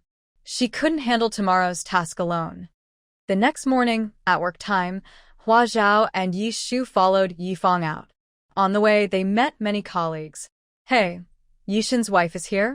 Long time no see. I thought she went back to her hometown. Someone saw Hua Zhao and started chatting. Why go back? Now that she's in the big city, she can't go back to the countryside. The Yi family can't keep anyone? Where is she working now? Everyone was friendly and chatting as they walked. Hua Zhao walked slowly. Those who really wanted to talk kept pace with her, which drew some attention. Sume came from behind and saw Hua Zhao. She immediately spat at her. Stealing my man. This made the crowd pause in surprise. Then they exploded in reaction. How can you talk like that? Who's your man? Are you crazy? Before Hua Zhao could speak, others defended her. Sume's attitude was really infuriating. I'm talking to the... What's it to you? Sume crossed her arms and pointed at everyone, shouting, Are you all in this together? This angered everyone, and they started criticizing Sume. Sume argued fiercely, surprisingly not losing ground. After all these years, she had become skilled at arguing. Hua Zhao watched for a while, then pulled Yishu to leave. Suddenly, Sume shouted behind her, Don't go, and made a move to chase. How could the kind-hearted people let that happen? Sume was crazy, and Hua Zhao was pregnant. If they fought, it would be bad. So, everyone stopped her. Sume fought with the crowd and finally stormed off, angry and not going to work anymore. No one found it strange. Her small hospitals had nurse got her position through connections, so she still received her salary without working. Over the past few years, Sume often didn't go to work, and it was said she didn't get along with her colleagues. Indeed, who would want to be close to her? Being near her seemed to stain people, making others think they were alike. So, at work, no colleagues even talked to Sume. At home, Jianing looked at her daughter and sighed. She saw the argument downstairs but didn't go down to intervene. Why bother? Forget Yishan. Don't think about him anymore. It's useless, Jianing said. Shameless trash. How dare you go out and fight? You've brought shame to the Su family. Suddenly, the bedroom door swung open. An old woman cursed loudly while searching for something. She saw the teapot on the table, grabbed it, and threw it at Sume. The teapot was filled with hot water. Jianing screamed and dodged. Sume had been prepared for her grandmother. She moved quickly and avoided the splash. The water didn't hit Sume. The old woman, still angry, cursed loudly. Why aren't you scalded to death? If you were, the Su family would be innocent. You disgraceful thing. Why don't you just die? Because I still need my monthly paycheck, Sume replied coldly. The old woman suddenly choked, as if her throat was caught. Sume's reputation was already bad, but she could still live at home because she handed her salary to the old woman every month, without fail. Her salary was very high, about 70 or 80 yuan a month, nearly twice that of ordinary people. The old woman didn't want to part with this money. In the past, everyone knew this, but never spoke about it openly. Today, Sume said it herself, and the old woman's face lost its color, as if she was greedy for money. Get out! Get out! Who needs your dirty money? Can that little money restore our Su family's reputation? You shameless thing, you're so embarrassing. She yelled. Sume seemed not to hear her. She went to her room and shut the door. The Su family's house was about the same size as Yifang's, but more people lived there, grandparents, parents, 2 brothers with their wives, and several nieces and nephews. All that was left for Sume was a small balcony partitioned off, just enough for a small bed that was so tiny she couldn't stretch her legs. After closing the door, Sume's gloom immediately disappeared, and she showed a big smile. She knelt on the bed, peering out the window, waiting for Hua Zhao to come back. The preliminary act was over. Once she returned, the main event could begin. At noon, Hua Zhao and Yi Shu returned with bags and packages. Walking through the neighborhood, Hua Zhao glanced toward the Su family's house and saw Su Mei by the window. Su Mei immediately waved to them and nodded. Hua Zhao and Yi Shu exchanged a look and went back to Yifang's house. Yifang wasn't home at noon. She was preparing at the hospital. 10 minutes later, Sume came out of her room. At this moment, the house was lively. Grandpa, Grandma, older brother, sister-in-law, and a few nephews who had just finished school filled the small house. Seeing Sume, the atmosphere suddenly became silent, as if the sound had been turned off. Both sister-in-laws rolled their eyes at Sume and turned away. The brothers and nephews continued their activities, ignoring her as if she didn't exist. In this family, Sume was like invisible.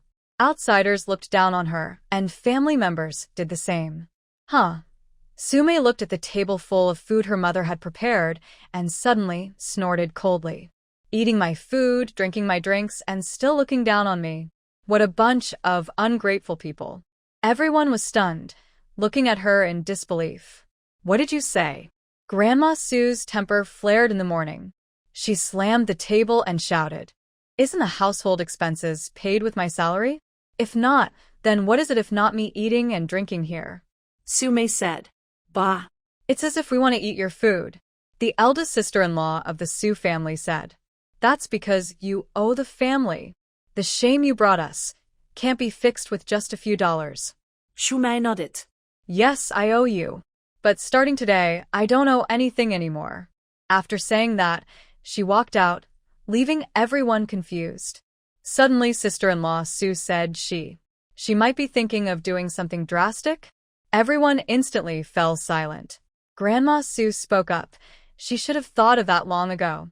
The eldest sister-in-law looked at the table of food, 7 or 8 dishes, including fish and meat, definitely high quality, and said, "That's not good.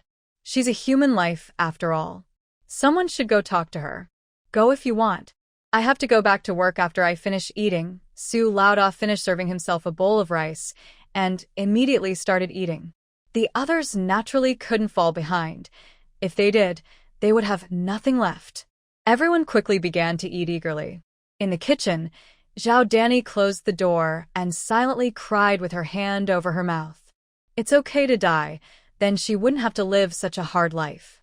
However, Sume never thought about dying.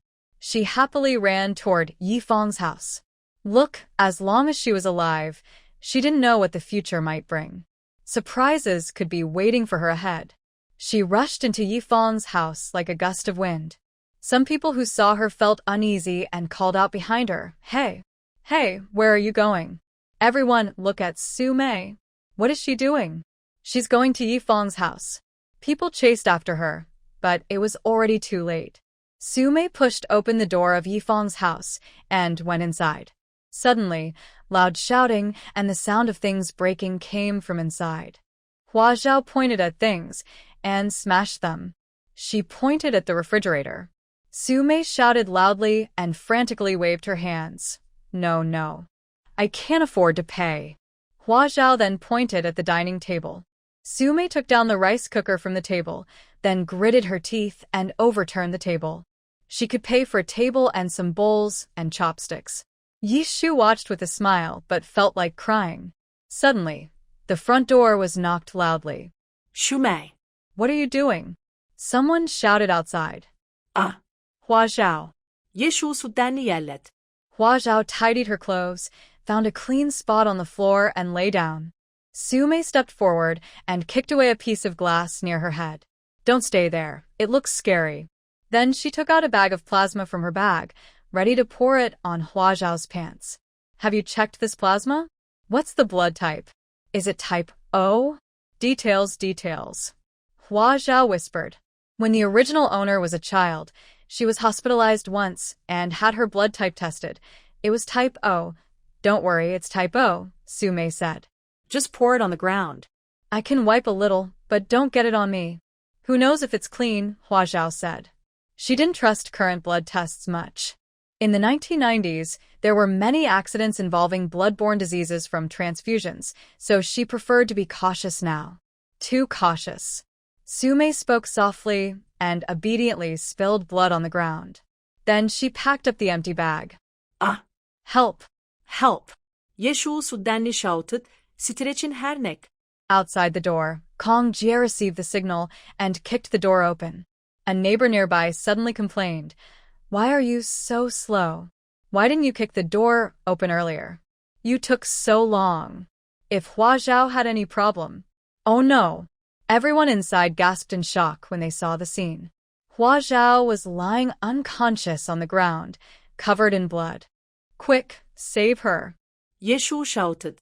All of them were medical workers or family members who knew some first aid. Someone immediately took off the bedboard from Yifang's house and placed Hua Zhao on it to carry her away. Su Mei wanted to escape during the chaos, but no one let her. They forced her to go to the hospital together. Little aunt, help, help. Yishu called out when she saw Yifang. Yifang was startled by her expression.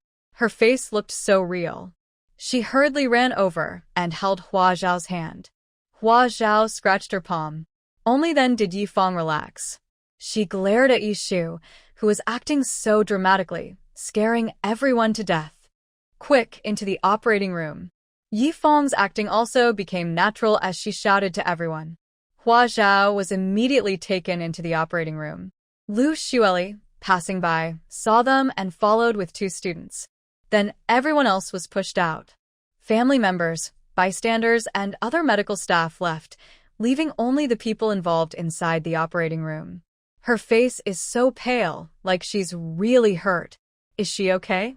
Lu Xueli asked, looking at Hua Zhao on the bed. Hua Zhao immediately opened her eyes and sat up. Just a little powder. Seeing her bright eyes and sweet smile, Lu Xueli and Yifang both breathed a sigh of relief. She was fine. Hua Zhao looked at the 2 young doctors behind Lu Xueli. They also looked at her curiously. All of us are family, Lu Xueli introduced to Hua Zhao. These are your uncle's 2 nephews, Lu Xian and Lu Li. You should call them cousins. Yifang immediately smiled. Wrong. She's the wife of Yishan. Lu Xian and Lu Li should call her sister-in-law. Lu Xueli patted his forehead. Oh, right. I forgot. I thought she was my niece. Haha. A few people talked for a while, then started to get busy. They paid attention to details, making sure they looked like they had undergone surgery. Lu Xian even took out 2 glass bottles from his coat pocket, containing 2 embryos saved yesterday. Hua Zhao glanced at them, but didn't dare to look again. She felt uneasy inside. Since she became pregnant, she couldn't stand to see anything bad about children. Outside the operating room, Yishu was already arguing loudly with Su Mei. They were pulling each other's hair, and Kong Jia was trying to separate them.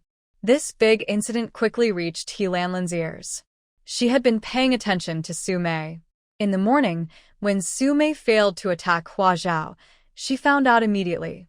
She started cursing Su Mei with Feng Long. How dare she try to attack Hua Zhao in broad daylight, in front of so many people? She must be crazy about getting married, so stupid she's beyond help. At noon, she was also quite foolish. When she ran to the Yi family, many people saw her. Luckily, she actually succeeded. What's going on? Why are you so happy? Suddenly, the door was pushed open, and Jianing walked in, rubbing his head. Seeing him come back, He Lanlan jumped up happily. Little uncle, you're out. That's great. She squealed with excitement. But Jianing only faintly smiled and asked, what happened? He seemed to have heard them talking about Hua Zhao. It's Hua Zhao. She had a miscarriage. He Lanlan shouted. Jianing's face immediately darkened terribly. What? What's going on? He suddenly felt a terrible headache. It's me. It's me. Little uncle, it's all my fault. I made Su Mei cause her to miscarry. She hasn't even come out of surgery yet, and she might not survive. With a sharp smack, He Lanlin's face was slapped crooked, and blood flowed from her ear. Jianing also collapsed to one side. Jianing! Li Mu shouted and caught him.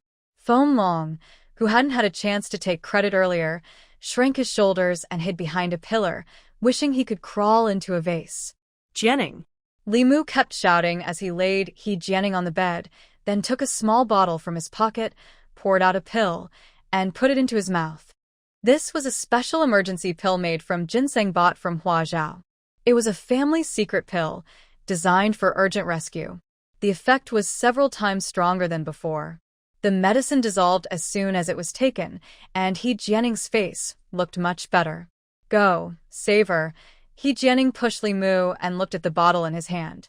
But you. Li Mu frowned. I won't die. Jianing shouted, then suddenly lost strength, just glaring at him fiercely. All right, I'll go. I'll go. Li Mu stood up and ran out. He knew his friend's temper and didn't dare to disobey him now. He also knew about the promise between Jianing and the Yi family, an agreement not to fight to the death. Now, with Hua Zhao dead, the whole He family might be in danger.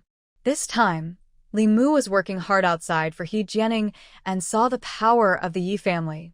It seemed that everyone in the circle was kept out, with no way in. Jianing was able to come out because he was very clever, knowing how to talk to the investigators. He had told Li Mu earlier that he had expected this day for a long time, planting clues 10 years ago, which helped him get through this safely. Of course, the main goal of the Yi family was to clear Tang's name, not his. Hua Zhao must be safe. Li Mu ran quickly. Jianing watched his figure disappear and closed his eyes. Lanlan was so scared she covered her face and sat down on the ground, not daring to breathe loudly. The room became quiet. Only Jianing's heavy breathing could be heard. After a long time, his breathing steadied. Tell me what happened, Jianing said with his eyes closed. Lanlan glared at Fenlong, who quickly hid behind a pillar and avoided her gaze. Lanlan clenched her teeth, trembling as she said, I wanted to help the family, to create a distraction so the Yi family wouldn't be so overwhelmed. I told Su Mei to target Hua Zhao yesterday, who knew she couldn't wait and acted today. It was all Su Mei's fault. Do you know about the promise I made with the Yi family? Jianing said softly, with his eyes closed. Are you trying to embarrass me? No. Lanlan hurriedly shook her head.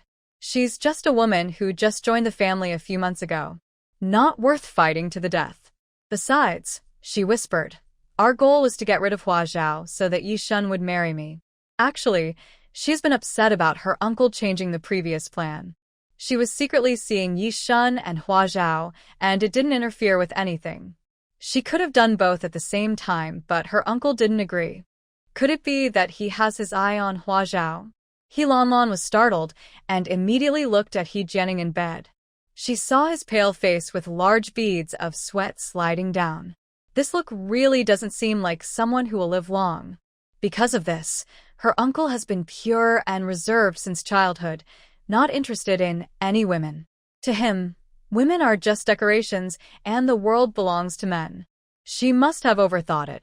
Her uncle is just upset that she ruined his 3-year plan and made him break his promise. Hearing the dissatisfaction in her voice, Jianing felt a terrible headache. Why?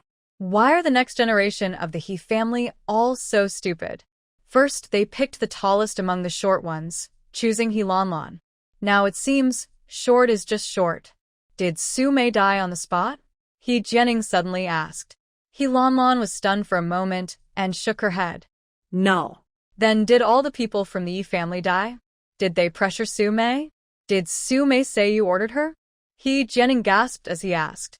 He really wanted to kick her to death. She has no evidence. Lanlan said. Just this one sentence made Jianing not want to say another word to her. Do you need evidence for some things? Does the Yi family need evidence? As long as they believe it, that's enough. When Li Mu arrived at the hospital, it was already quiet inside. The neighbors who brought Hua Zhao flowers had gone home, and Hua Zhao had come out of the operating room. She entered the ward, and the He family was also there. Hua Zhao's condition was quite good. Lu Xueli told him that although the baby was lost, her life was saved. Li Mu's brows relaxed, and then furrowed again. I'll go see her. Lu Xueli immediately snorted at him. I'm only talking to you now because you're also a medical worker. With your and Jianing's close relationship, if you go in now, Yishan will beat you to death. Li Mu is a traditional Chinese medicine doctor. He didn't dare to go see Hua Zhao himself. Maybe he would see right away that she was fine. Rimue's brow twitched. What does Hua Zhao's situation have to do with the He family? That Su Mei said it was Lanlan who ordered her, Lu Xueli replied. He Lanlan is so cruel that Sume wants to tell everyone, but according to Hua Zhao's instructions, she didn't shout it out publicly. Instead, she only told the Yi family members because they were pressing her. This is enough. Most likely, everyone will know by tonight, and most people will believe it. He Lanlan wants to keep her pure and innocent image, but she can't anymore. Finding a good marriage is also unlikely now. Li Mu sighed deeply, then passed this medicine to Hua Zhao. I will leave first. Lu Shuili accepted it.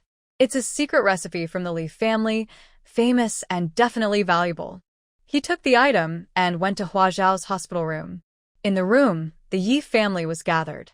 Miao Lanji looked at Hua Zhao, who was unconscious on the bed, crying uncontrollably. Miao Lanji was crying for her eldest grandson.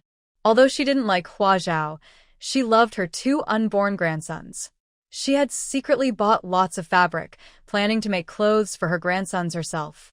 She also prepared a crib, waiting for Hua Zhao to leave so she could bring it home. She had already chosen teachers for the children for kindergarten, elementary, and middle school, those with good temperaments and who could teach well. She had studied everything carefully. What was she doing every day from morning till night? Just doing these things. Now her grandson was gone. Where is Sume? Miao Lanji asked while crying. Kong Jia and Yi Shu are watching outside, Yi Fang replied. Yi Shu is useless. A woman can't even stop him. All that training was wasted. And Kong Jia is even more useless. Didn't he already get to the door? Why can't he open it? Hurry and send him back south. Seeing him just annoys me. Miao Lanji scolded. Both of them. Go away. Outside, Yi Shu rolled his eyes immediately. Kong Jia grinned, the most pleasing thing he had heard from his mother-in-law.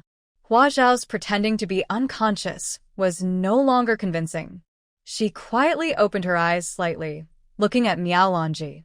She was truly sad, crying so hard her makeup was ruined. Lui Weigui was also there, wiping tears and crying so much she couldn't speak. Hua Zhao felt a bit embarrassed. She looked at Yishan sitting beside her, holding her hand. Yishan shook his head at her. She couldn't tell her mother and Lui Weigui that she was acting, they wouldn't be good at it. Little aunt, you should take my mom and second aunt back first, Yishan said. No need for your young aunt to send you off, Miao Lanji said. We can go back by ourselves. Let your young aunt stay and watch over her. Feng, is Hua Zhao okay now? Yefeng understood her meaning and nodded. It's fine. Just rest well. Next year I might even give you a big, healthy grandson. Miao Lanji's face brightened a little, but she still felt sad about losing those 2 little lives, her grandson and granddaughter. A pair, that would be so good. The He family, He Lanlan. We must not let them get away with this, Miao Lanji said, looking at her husband and old Master Yi. Both men had serious faces, with pain in their eyes. Don't worry. This matter won't be settled so easily, old Master Yi said. Hua Zhao hadn't seen him for a few days, and it seemed like he had aged several years in that time. Oh no, maybe she went too far, and now she's made the old man sad. She scratched the palm of Yishan's hand. Yishan immediately told his mother, Mom, you and second aunt go home first. Bring some food for Hua Zhao, and some clean clothes. Bring her a few outfits. Yes, delicious food. Miao Lanji and Lui Weigui quickly left. Now, besides seeking revenge, their main goal was to help Hua Zhao recover. Later, she might even have a chubby grandson. After they left, only the men of the Yi family remained in the house. Yi Mingchen spoke up, the 3-year agreement with the He family is now broken. He Jianya and He Jianwei don't need to come out anymore. He loved children very much, so much that he was almost crazy with happiness when he heard there were 2 babies coming. When Hua Zhao was pregnant with twins, he was overjoyed. She wouldn't be able to handle the babies alone, and their mother would help too. He could visit often and lend a hand. But now, Hua Zhao didn't expect that Yi Ming, who looked gentle and refined, could have such a frightening look in his eyes. Oh no, she really caused trouble this time. Hua Zhao opened her eyes, trying to sit up. Lie down quickly, don't move. Yi Mao shouted immediately. But Hua Zhao insisted on sitting up. Yishan helped her, placing a pillow behind her to support her. Hua Zhao glared at Yishan. Come on, just tell the truth already. Yishan looked back at her. You say it yourself. If I do, I'll get scolded. Yiming suddenly frowned. His brother's calm face seemed too peaceful. He should be rushing to confront Jianing and fight him hard. Unless. He looked at Hua Zhao, whose lively and bright eyes showed no pain. He suddenly shouted in surprise, You all. But he didn't finish his sentence because they weren't at home. Hua Zhao saw that he guessed the truth. She quickly nodded, thinking, all right, let him say it. Neither of us needs to get hit. But that's impossible. Yiming slapped Yishan on the back with a loud ouch and laughed. Hua Zhao immediately grinned. The force of the slap was so strong she thought she could break a big stone with her bare hands. The bed shook as well. Yishan looked unaffected and accepted it silently. Old Master Yi and Yi Mao looked at Yiming's smiling face, then at Hua Zhao's guilty expression, and finally at the calm Yishan. They understood everything. Stinky boy. Yi Mao also raised his hand and gave Yishan a slap, then grinned. The bed shook again. Hua Zhao saw old Master Yi walking over with his hand raised. She quickly said, Don't hit anymore. If you keep hitting, the bed will collapse and I'll fall to the ground. All right, I won't hit anymore. Old Master Yi immediately sat back down, smiling happily. Stinky boy. How could you do this? Yi Mao didn't hit Yishan again. Instead, he poked his finger into a pressure point on his body. That hurt even more than a slap. Yishan instantly felt half of his body go numb. But what could he do? The trouble was caused by his wife. He had to take responsibility. Besides, he had agreed to this plan from the start. What's going on? Yiming asked Hua Zhao. Are you hurt badly or not hurt at all? Hua Zhao really thought her big uncle was very clever. Not hurt at all, she reassured everyone. The men of the Yi family all sighed in relief. Since they entered the room, Yishan hadn't had a chance to ask her directly. Only her warm little hand kept playfully scratching him, letting him know she was in a good mood and probably fine. And Su Mei? Yiming asked again. That night when the He family was taken away, He Lanlan asked someone to pass a message to meet Su Mei. Su Mei told me and Yi Shu. We went to the peach garden together and hid in the dark, overhearing what He Lanlan said to her. Hua Zhao explained, slightly praising Su Mei. She didn't mention that Su Mei had run into them by chance on the way. Yiming nodded. So, was this plan to make He Lanlan give up? Although doing this was a good idea to avoid future dangers, he still felt like something was missing. Hua Zhao was also a smart person in his eyes, quite clever indeed. Otherwise, how could she, weighing 200 jin, win over Yishan and make him fall deeply in love? That was 200 jin, not 120. He had seen a woman weighing 200 jin before, and it was simply. Moreover, Hua Zhao didn't seem the type to back down easily. Sure enough, Hua Zhao showed a sly smile like a little fox and took out a tape recorder from her bag. After listening to what was on the recorder, the room fell silent. The men of the Yi family kept their eyes fixed on Hua Zhao. They wondered what kind of clever person they had married. Give it to me. Yiming snatched the recorder. Leave the rest to me. Jianing was relieved to hear that Hua Zhao was alive and couldn't be dead. As long as she was alive, that was enough. Get out of here, he said. Feng Long quickly ran away with a swoosh. He Lanlan sat on the ground, hardly believing that these words were spoken to her. But if not her, then who? Tolemu? To Xiao Zhao? She covered her face and lowered her head but didn't run away. What about Su Mei? What should we do? Just let her talk badly about me outside? He Lanlan whispered. Su Mei, she actually dared to shout outside? Does she not want to marry Feng Long anymore? Perfect, their agreement is now void. Jianing's head was about to split with a headache, but he really couldn't let Su Mei keep talking outside.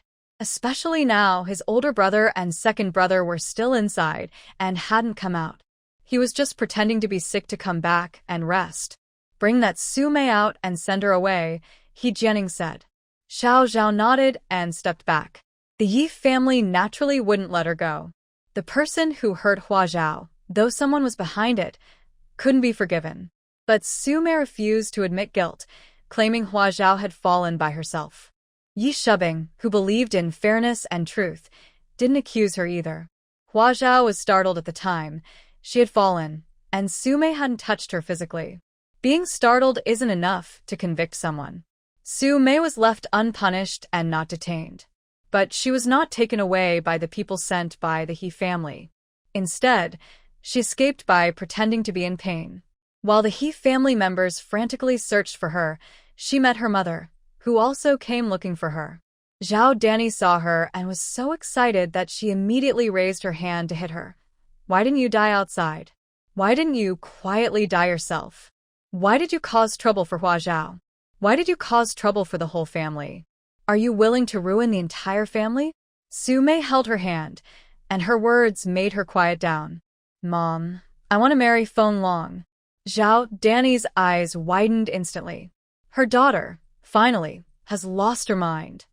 Jianing just finished drinking the herbal medicine and felt much better. The Yi family is really powerful. Over the past 2 days, they haven't even let the medicine in. If they delay a few more days, there won't even be a need for a formal accusation. He will be finished. His life depends on this prescription. Or rather, it depends on that ginseng. Without the ginseng, Li Mu said, he only has a few months left. After taking the medicine, he clearly felt the change in himself. He didn't want Hua Zhao to get into trouble. Has Sume come? He put down the medicine bowl and asked casually, pretending to be indifferent, she wants to do what? Is she trying to make us fulfill our promise? He sneered. Right now, he couldn't deal with her. He was waiting for their family's issues to pass and be resolved. Let her in. Sume didn't come alone. She brought Zhao Danny with her. Jianing looked up and noticed that Zhao Danny's mental state seemed worse than Sume's, and she was even more excited. 2 nervous people. Don't worry. Once you get there, you'll still be the head nurse. Your salary won't decrease. It might even increase. As long as you don't tell anyone about your past, no one will know. You can live freely, Jianing said, leaning back in his chair. He thought Sume was worried because she was taken away by someone and wanted reassurance. I want to marry Feng Long. Sume looked at Jianing, trembling as she spoke. Actually, she was trembling not just in her voice but all over her body. Jianing had heard of his reputation. The things he did back then were handled by Jianing. She had seen his methods with her own eyes. Jianing suddenly smiled. I remember you told me that 3 years ago. Back then, Sume threatened to die if she couldn't marry Feng Long. Your worthless life is not worth anything. Even if you die here, I don't care, Jianing said, repeating the same answer he gave 3 years ago. Memories from the past suddenly flooded Sume's mind. The humiliation, helplessness, and anger returned, making her forget her fear instantly. 3 years ago, I was just a foolish woman with nothing. But this time, it's different. Shumei left wildly. Jianing frowned and waved to Xiao Zhao. He didn't want to talk to this fool anymore today. Wait a moment. Sume took out a tape recorder from her pocket. You should listen to this first before deciding whether to kick me out. Jianing's eyes twitched when he saw the tape. Xiao Zhao saw that he didn't refuse and took it, placing it into the recorder. Jianing finally sat up straight and looked directly at Sume. This time, he was truly smarter. Who taught you? The family? Jianing asked. Humph. Sume snorted coldly to hide her surprise. She looked at Jianing with contempt. I told you, I am no longer the foolish woman I used to be. I guessed what Yilan wanted from me. How could I miss this chance? Now, look. This is solid proof. Hurry up. Tomorrow I will marry Feng Long. She was afraid the night would bring more trouble. Jianing glanced at Xiao Zhao. Destroy that tape. Xiao Zhao didn't hesitate. He took out the tape and tore the black inside into pieces. But Sume remained calm, standing there without any worry. Jianing leaned back in his chair. This time, he was truly not foolish. Rip it up, do whatever you want. 1 tape isn't enough. I have many more. I guarantee you'll want it from all the tearing, Sume said. Jianing looked at Su Mei and then at Zhao Danny beside her. Before we came here, we already told our family. We can't leave, so we will definitely die here. One worthless life isn't worth much, but I wonder if 2 worthless lives are worth anything, Su Mei said. The Yi family didn't dare let her come in alone, fearing she wouldn't be able to leave. So, they sent her mother to her. Both of them were known to others, so Jianing didn't dare to make a move. There was no need anymore. There were many more tapes outside. Is it Yiming? Jianing asked. Or Yishan? No, he should be with Hua Zhao. No, wait. Jianing suddenly looked up at Su Mei and asked, where did you get that small tape recorder? He believed that even if Lan was blind, she would see the large box-shaped recorder. Only a small one that could fit into a bag would be hidden. But Su Mei couldn't afford such a small recorder. It's just a cheap little recorder. Don't think it's only for high-ranking children.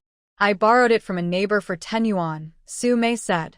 She had already found someone to testify for her, so she wasn't worried about Jianing confronting her. Jianing didn't say anything. He rubbed his temples, leaned back in his chair, and told Xiao Zhao, go call Lan, Feng Long, and Shuang. Also, call the eldest and second sisters-in-law. Let those fools handle their own problems. The eldest and second sisters-in-law from the He family immediately came over. The third son had come out, so why hadn't the eldest and second come out? Was something bad happening? They were in a hurry on the way here. Only Lan and Feng Long looked a bit guilty. If something serious had happened, they would have been told to leave earlier, or after they finished talking. And why call Shuang? Jun and Min hadn't arrived yet. If it was a big deal, they should be there before Shuang. In the He family, Lan was the top among the younger generation, and Shuang was the last. Usually, they wouldn't be involved in serious matters. Even if they were, it wouldn't help to find Shuang. She only knew which mall's skirts looked the best. Feng Long and Lan suddenly exchanged a glance. Now, there was something that might need her to get involved. But could she? Humph. Shuang suddenly snorted coldly.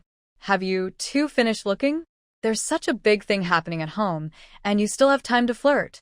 If you really like each other, I can step aside. Feng Long was someone Shuang had long seen through. He was eyeing everything in front of him.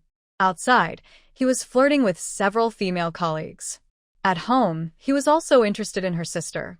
She had seen through it long ago, but her sister was proud and only cared about Yishan.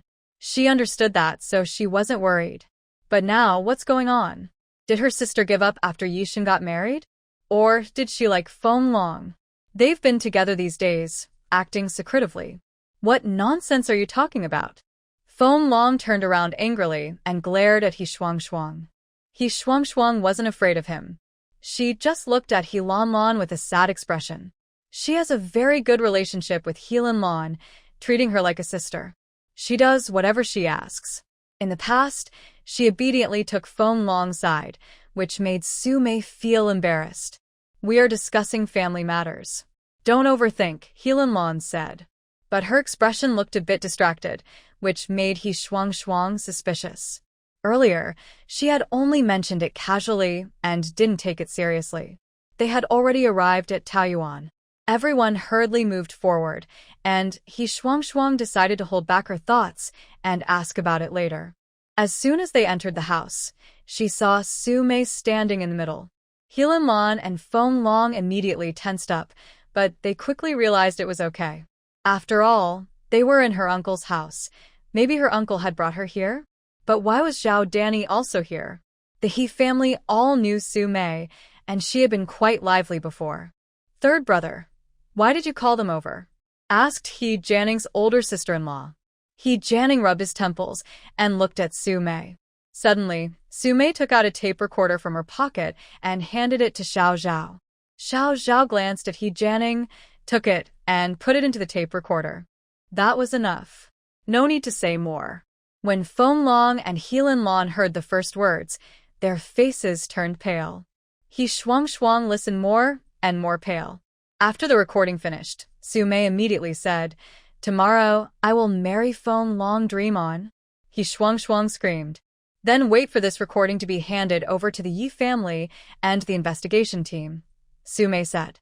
He Shuang suddenly couldn't speak. Although she never involved herself in family affairs, she knew how much damage Sume's actions could cause her family.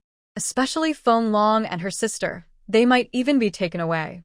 No, they would definitely be taken away. But she didn't want a divorce. She didn't want to be a divorced woman. Uncle, don't agree to her. He Shuang begged. Yes, third brother, you can't agree to her. You can't let her bully Shuang. Her mother also begged. Helan Lan and her mother quickly joined in.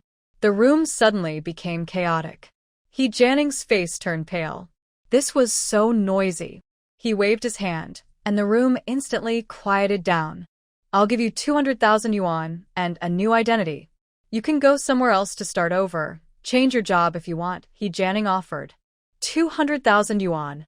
There are so many things I want to do, but no place to spend money. A new identity, a new environment, a new job, starting fresh. It really excites me.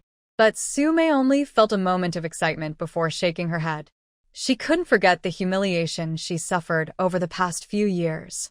Once she left, the shame stayed with her forever, deep in her heart, impossible to wash away. Now is her only chance to do things openly and start over. Tomorrow morning at 8 o'clock, I will get the marriage certificate with Feng Long. I will move into the Feng family openly, or the tape will be sent to a place you don't want, Sume said. 1 million yuan, Jianing replied. Zhao Danny gasped sharply and tightly held Sume's hand. She was tempted. 1 million yuan.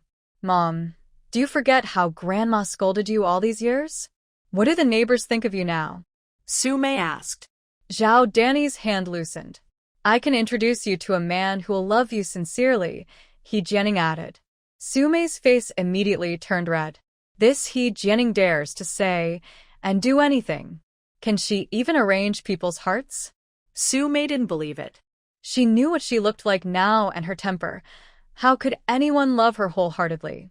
And she didn't need that. Turning to Feng Long, who was glaring at her angrily, Sume smiled. I only like Feng Long. Nobody else. Shameless. He Shuang immediately shouted. Compared to you, I'm far better, Sume said. He Lan said you have someone outside, and the child you gave birth to, Feng Xiaoyu, isn't Feng Long's. When it comes to shamelessness, how do I compare to you? He Shuang's face turned pale as she looked at He Lan. He Lan quickly shook her head. Don't listen to her nonsense. I didn't say that. I would never say such things. She desperately blinked at He Shuang. Yes, she didn't say it. She told Feng Long, and Feng Long said it himself, Sume said curiously, watching He Shuang's expression. He Shuang suddenly collapsed to the ground, muttering, How could you say that? How could you say that? Everyone looked at her in shock. Sume felt her scalp tingle and was excited enough to scream. Jianing closed her eyes. This is the next generation of the He family. Did he do too many bad things? Is karma catching up with them? Shut up. Helan Lan quickly stepped in front of He Shuang and slapped her. Did you hear what I just said? I didn't say anything. Do you believe me or her? Feng Long, you tell me. Did you say it or not? Sume immediately shouted at Feng Long. He Shuang hesitated and looked at Feng Long. Feng Long looked at her with a surprised and uncertain expression, then suddenly said, Yes, I did say it. Helan Lan told me. He Shuang's eyes widened, and she fainted. The room quickly became chaotic again. Hurry, take her to the hospital. He Shuang's mother hugged her daughter and prepared to leave. She knew her daughter well. Her current state clearly showed there was a problem. In the past, her daughter had a boyfriend before Feng Long, but he was from a poor rural family, and she had driven him away. But now, this wasn't the time to talk about that. She needed to avoid Feng Long, delay the issue, and wait until they had a good excuse before discussing it. Jianing said, Wake her up. Third brother. He Shuang's mother called out. Zhao went over and used acupressure to wake He Shuang. Seeing she was still in the room, she almost fainted again. Listen to me and then you can go home, Jianing said. He Shuang's breath was tight in her throat, but she didn't faint. Your marriage with Feng Long. Even if you divorce, take the child and go home, he Jianing said. He knew He Shuang had a poor boyfriend before, who was scolded away by her second sister-in-law. He didn't expect that the child in her belly was actually that man's. If he had known, he would never have let her marry Feng Long. Their He family couldn't afford to have that kind of shame.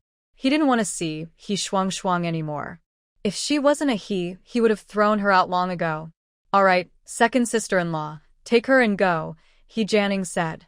He Shuang's second sister-in-law saw that He Jianing was truly angry and didn't dare to speak. She pulled He Shuang and left. He Shuang no longer fainted and silently followed her mother. Outside the yard, her second sister-in-law pinched her hard. All your fault. He Shuang said nothing. Her second sister-in-law pinched her again. If you did it, just admit it. You can't hide anything. Someone tricked you, and you fell for it. How could you be so stupid? How could you be so stupid? He Jia's reputation has been completely ruined because of you. Suddenly, He Shuang said, it's all because of my sister. If she hadn't said anything, Feng Long wouldn't have known. Second sister-in-law, he paused her hand, clenched in anger. Did she know back then that you were pregnant? Shuang nodded. The only person I told was her. Then she gave me advice and helped me hide it from Feng Long. At that time, I was so scared. My boyfriend had already left, and I didn't know where he went. I was completely confused. Whatever my sister said, I just listened. That reckless girl. Not telling the family about such a big thing. Second sister-in-law, he scolded, not sure if she was blaming Shuang or Lan. In the room, He Jianing said to Feng Long, tomorrow, you and Su Mei will get married. Do you have any objections? Feng Long's eyes turned red. His mouth moved, but he couldn't say a word. He couldn't believe the He family had betrayed him so badly. He had been loyal for so many years, only to be played like a fool. He kept wondering why that girl didn't look like him at all. Now, the He family was shamelessly trying to control him. He Jianing smiled. You can refuse, it's completely fine. I will also give you compensation 100,000. You can leave. He was so surprised by how straightforward it was. Su Mei, anxious, took out a tape recorder from her bag and held it up. Feng Long, if you don't marry me, just see how I deal with you. This tape could threaten the He family or Feng Long. They were all connected. Feng Long's face turned pale. What good is it for you to hand it over? That Hua Zhao is the one you harmed. If I am in trouble, you think you can just run away? I'm not running. Su Mei shouted. I don't care about anything. As long as you're in trouble, that's enough. Feng Long was speechless. He Jianing smiled. I wish you all happiness, lovers finally united. He then said to Su Mei, the divorce and marriage certificates will be delivered to you at 8 a.m. tomorrow. Su Mei was satisfied. But I hope you can keep this secret from now on, whether it's about the tapes or Shuang, He Jianing warned. Otherwise. I know, Su Mei interrupted him. I want to stay alive. I don't want to die or be silenced. Don't worry, nothing has happened before. He Jianing nodded, impressed by her cleverness. Can I have those tapes now? Held in your hands, if not stored properly and leaked out, I could definitely remove He Lan, but you and Feng Long would be finished. Su Mei shook her head. Actually, not much. A tape is very expensive, and I can't afford many. Right now, besides this one I have, there are only 2 more outside. I won't give them to you. I can keep them safe. If you don't hand them over, I won't marry you. Feng Long suddenly said. Su Mei glared. Then we'll see who's afraid of whom.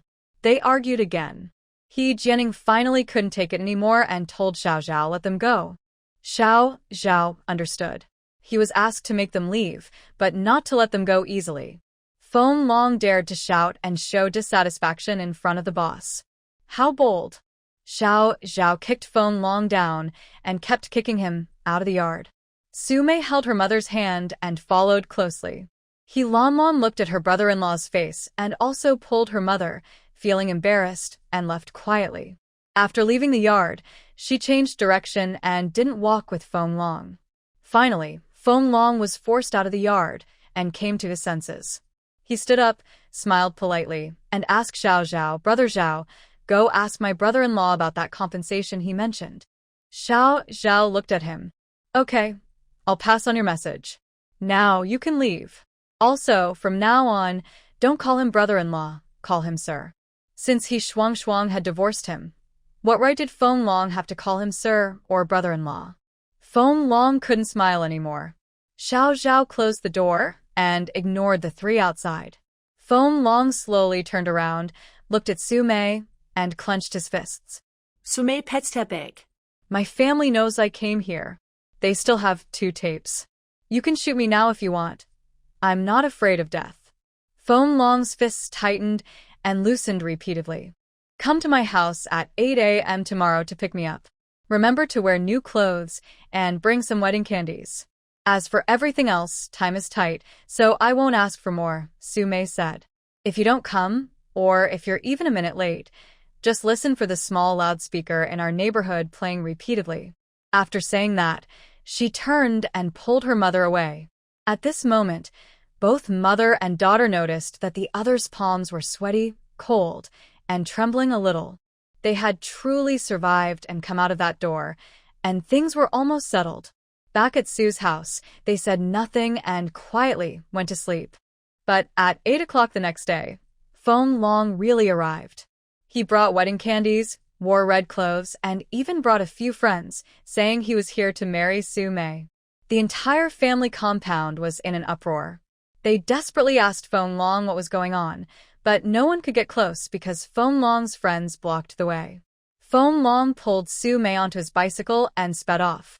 On the back of the bicycle, Su Mei loudly greeted everyone she met. Hua Zhao received the news immediately. She sighed in relief. This matter was finally settled. "Just not sure if I helped her or hurt her," Hua Zhao said. She not only knew what happened this morning, but also the conversation in the He family house last night, including the conditions Jianing offered. If it were her, she would choose 1 million yuan and a new identity. She wouldn't want to be with someone like Feng Long, even if he was offering. But unfortunately, the times limit women's choices. Don't worry about her. "Worry about yourself," Yishu said. "What about those people outside? Should we let them in?" Hua Zhao immediately shook her head. "Let them go. I won't see them. I'm too weak right now to put on a show for them." Yishu looked at the young girl lying on the bed, her face pale but rosy, her spirit high. She was truly weak. But this appearance definitely shouldn't be seen by outsiders. She went out politely to Qi Shulan and asked them to leave. Qi Baogua and Qi Shulan had lost face last time, and after many days, they finally calmed down. They planned to find an excuse to see Hua Zhao again, but then they heard about Hua Zhao's incident and came to the hospital the next day. It was understandable that they weren't allowed in. Qi Shulan put down her things and left. They would come again next time. Moreover, she wasn't really there to see Hua Zhao. If she could meet the Yi family members every time and exchange a few words, maybe she could build some connections. In the following 2 days, many things happened. News kept coming in one after another. He Jianya and He Jianwei also came out. The events from back then were clarified. It was revealed that He Jianing had been misled by someone with bad intentions and had wrongfully accused the Tang family. The Tang family was innocent, with no treason or betrayal of the country. The authorities cleared their name. As for punishing He Jianing, there was no action taken. Because at that time, there was a rule that while they could be exonerated, the reasons for their reactionary behavior back then could not be pursued.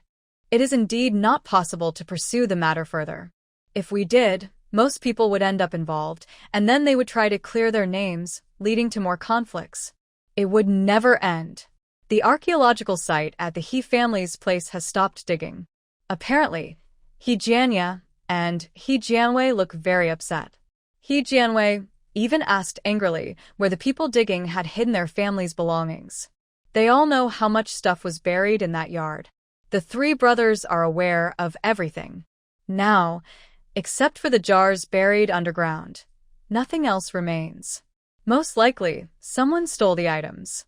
But when they tried to investigate, they found nothing. That's strange. The two brothers immediately went to find Jianing. Jianing was busy with Master Kong, who was buying flower seeds and pots from Miaopu. Master Kong is an old man who sells flowers and plants. Master Kong is very good at growing flowers.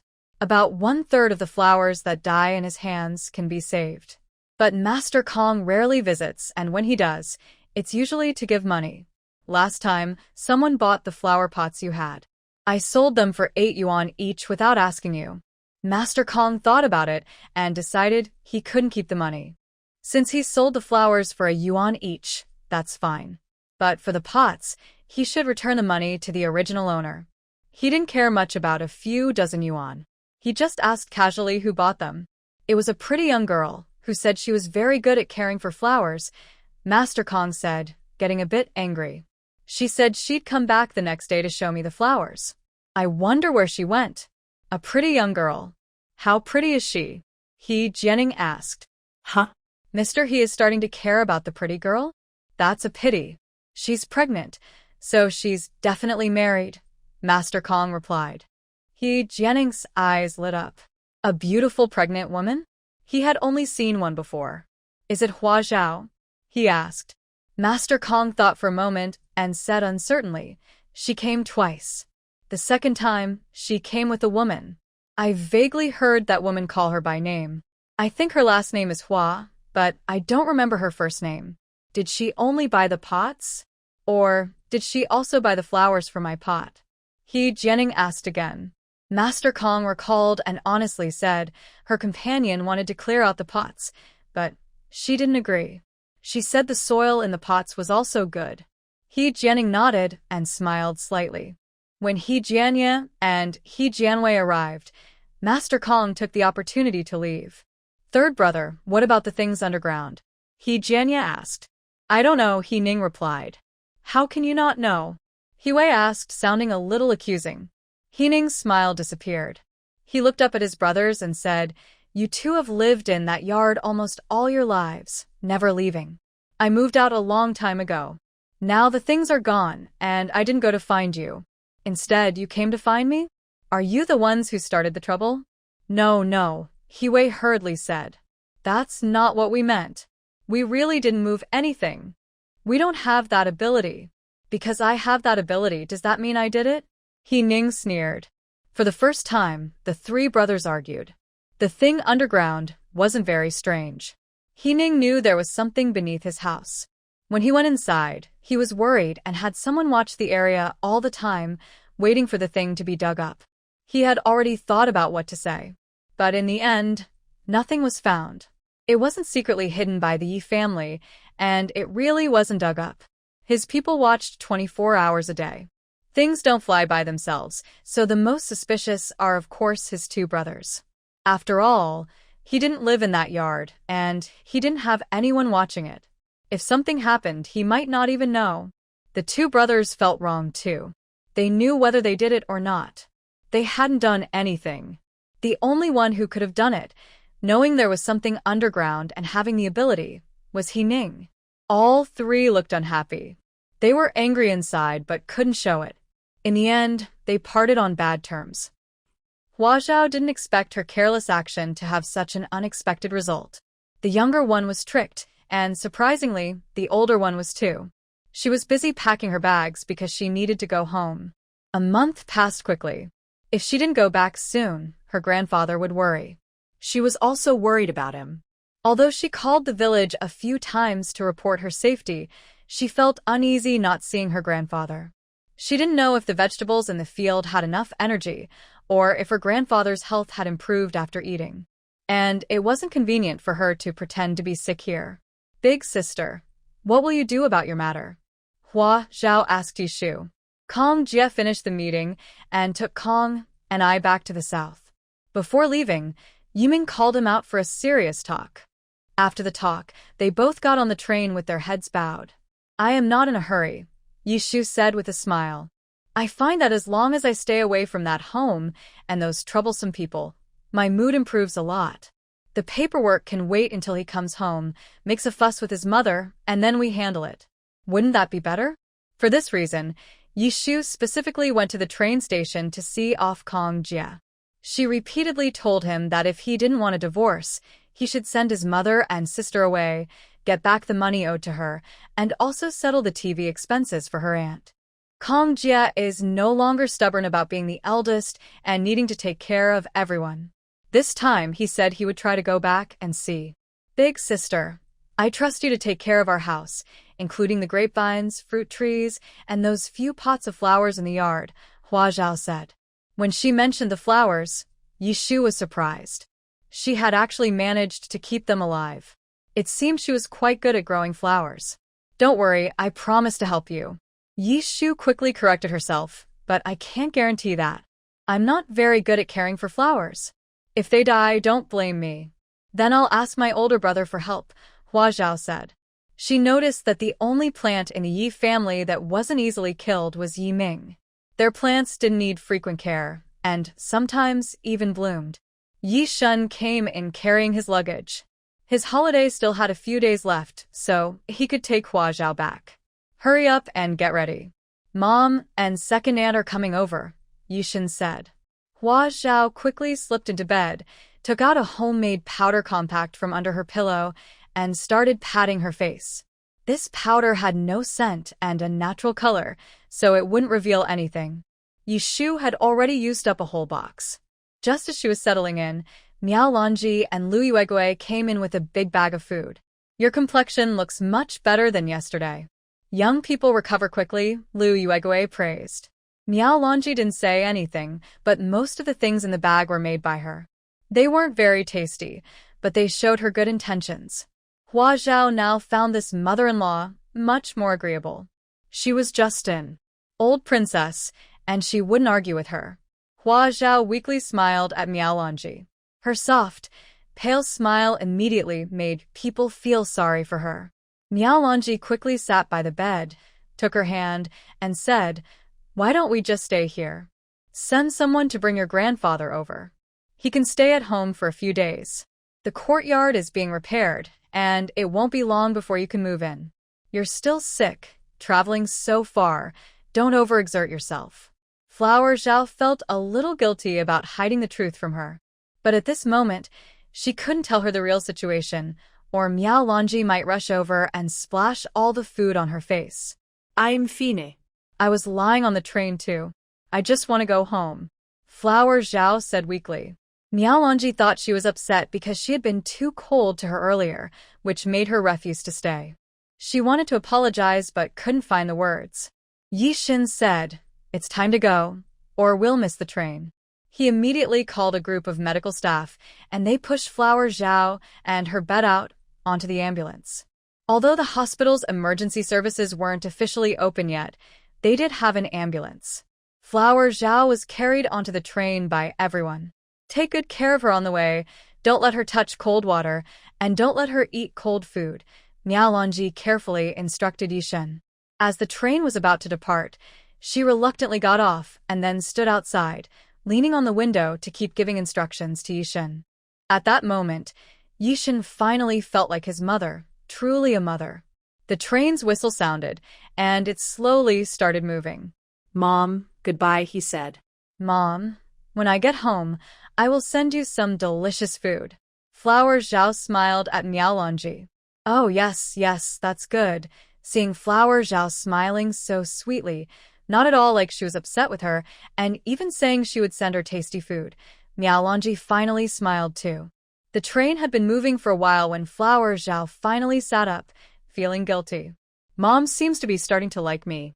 If she finds out I lied to her later, will she stop liking me again? If possible, she really wanted to build a good relationship with her mother-in-law, so she wouldn't have to worry about the child being caught in the middle or being asked whether she liked grandma or mom better. It would also prevent her mother-in-law from speaking ill of her in front of the child. It's okay, Yishan said, sitting beside her and putting his arm around her shoulders. Once the baby is born, all the bad feelings will disappear. That was very likely. Flower Zhao touched her belly and smiled. After a day and night, the two returned to Laoshantin village. As soon as they entered the village, they saw a familiar face. Aunt Ma. Aunt Ma looked surprised at first when she saw Flower Zhao, then happy. Flower, you're back. You should go home and see how things are. Flower Zhao was startled, loosened her grip on the package in her hand, which fell to the ground, and hurried toward home. What's wrong with my grandpa? Just a few steps into running, Yishan suddenly hugged her and said, Don't run, slow down. It's not urgent.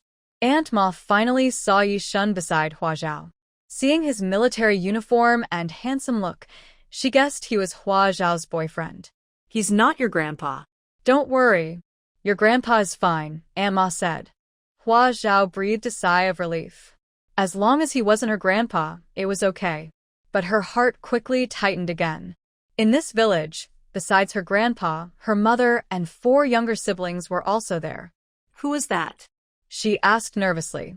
It's your mom, Aunt Ma replied. The Liu family wants to divorce her. They've been arguing about it these days. Liu Xiangqian wants a divorce? That's good news. Did my mom get hurt? Was she beaten? Hua Zhao asked. No, Aunt Ma shook her head. When your mom first found out, she didn't agree. Her husband even hit her. But later, when the villagers found out, everyone went to support your mom. Her husband didn't dare to hit her again. She didn't agree? Hua Zhao asked, surprised. Yes, Aunt Ma looked surprised too. Can she agree? No woman wants a divorce. Oh, right. It was 1976 and they were in the countryside. Women would rather take medicine or hang themselves than divorce. I'm going home to see, Hua Zhao said, picking up her bag. Aunt Ma looked at her much bigger belly and took the bag from her. Yishan was already holding or carrying their things, or else he wouldn't have let Hua Zhao carry the bag. They bought many local specialties from Beijing to bring back.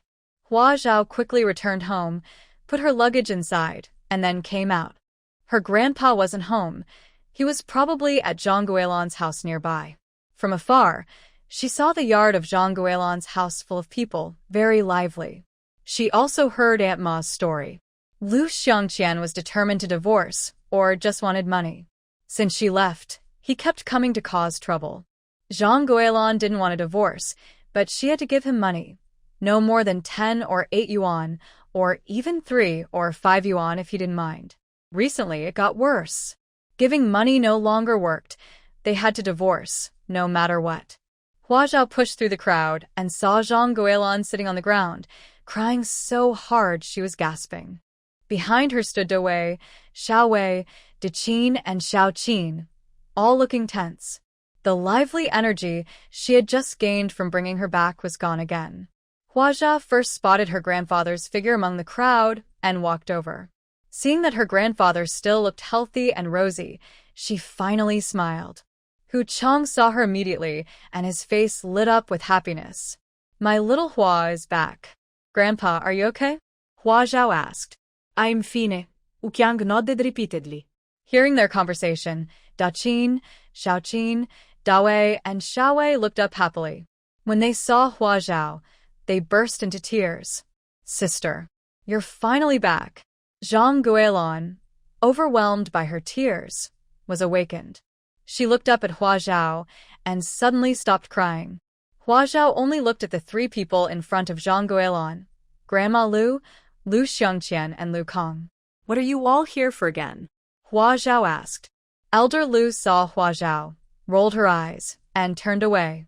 She didn't want to see this quick-talking, annoying person. Liu Xiangqian also refused to look at her. Only Liu Tsong kept staring at Hua Zhao. His eyes were fixed on her. After not seeing her for a month, she looked even better. He also noticed her belly and felt angry.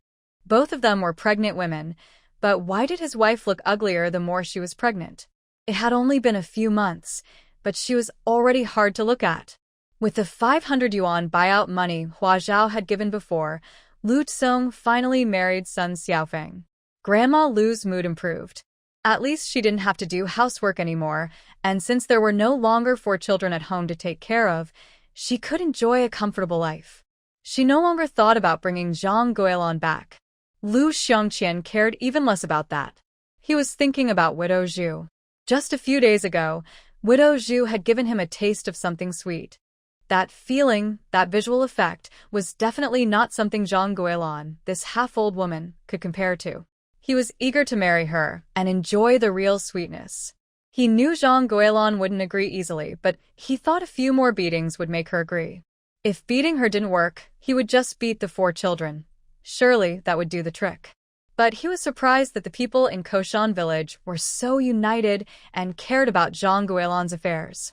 After the first time, he didn't get another chance to strike again. It wasn't that he didn't dare. He just couldn't. He dared to hit Zhang Guilin, but others would stop him. He dared to hit the children, but then they would hit him back. It hurts so much. Now that Zhang Guilin's eldest daughter has returned, it's even harder to approach her. Lu Xiangqian is very anxious. The 3 of them all stay silent, and Hua Zhao doesn't ask much. She walks over and helps Zhang Guilin to her feet. Yishan has been worriedly following beside her. When Zhang Guilin sees the tall, handsome, and confident Yishan, she quickly guesses his identity and feels shy, wiping her face as she stands up. Really, she feels like a joke to her son-in-law. Mom, what are they trying to do? Hua Zhao asks. Zhang Guilin, wiping her face, says, "It's nothing, really nothing. There's no way her son-in-law should find out she's about to get divorced. She's a widow who remarried, and if she divorces again, others will look at her and her daughter differently.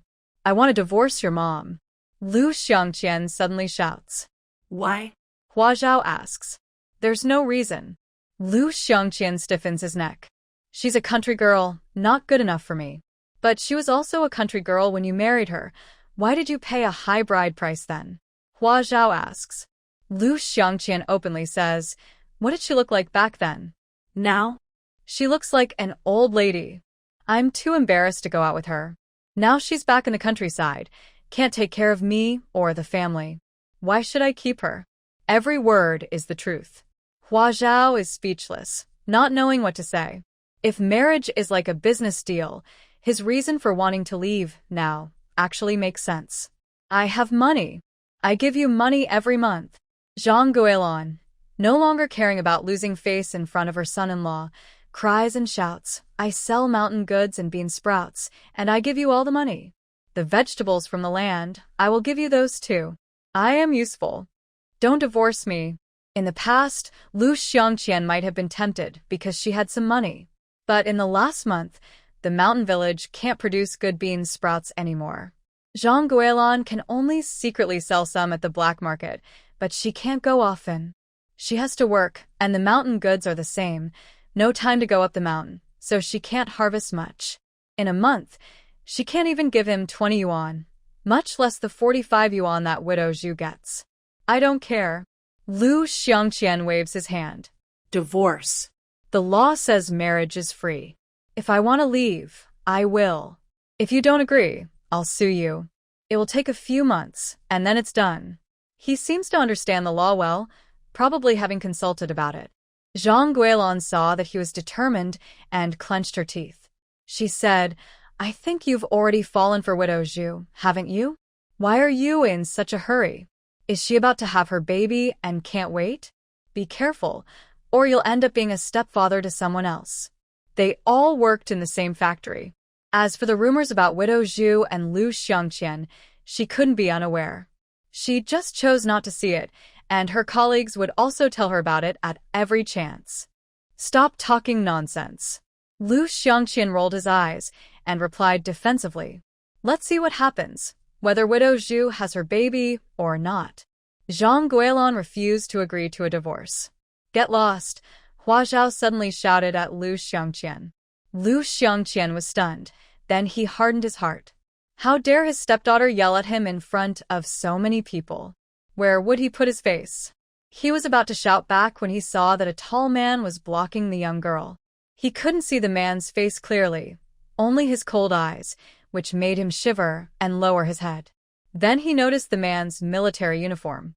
Lu Xiangqian stepped back and left without hesitation. Old Lady Lu was furious. She wished he had said something to give her a way out, but now she had nowhere to go. She could only lower her head and follow her son quickly. She cared deeply for her grandson and wanted to help him. Lu Tsung also took advantage of his grandmother's support and ran after them. This is Hua Zhao's man. The Lu family left, but the yard was still lively. Hua Chong had just noticed Yishan. Before, his eyes only saw his granddaughter. Yishan approached and greeted Hua Chong. Hua Chong blushed. The last time they met, he had given him some wine, and together with his granddaughter, they had carried him to the bed. Grandpa, Yishan called affectionately, without any resentment. Hua Chong smiled. All right. Uncle Hua, who is this? Why ask? It must be Hua Zhao's man. What's his name? Yishan. The villagers said one after another. Everyone, don't leave today. Stay and have some wine, Hua Chong said happily. Their wedding last time was incomplete because there was no groom. He wanted to hold another celebration now, so everyone in the village could meet Hua Zhao's man and not bully her in the future. The villagers probably wouldn't bother Hua Zhao, especially not Hua Shan's family. Since Hua Zhao left a month ago, they have started causing trouble again, making all kinds of demands at his house and criticizing him. They say Hua Zhao won't come back and that he might be gone forever. They even say that if he dies, they will be the ones to see him off. They tell him not to hold on so tightly to certain things.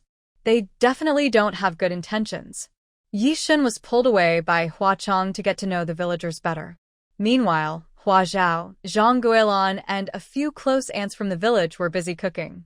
Since Grandpa said he would host a feast, they had to prepare the food. Someone had already gone to buy meat on her bicycle, so they needed to get everything ready. Amma looked at Hua Zhao's belly and thought about her traveling so far just to come back. She told her to rest for a while. Hua Zhao politely declined and really did rest. She also asked Zhang Guilan, Da Qin, Xiao Qin, Da Wei, and Xiao Wei to leave. Mom, why don't you want to get a divorce? Hua Zhao asked.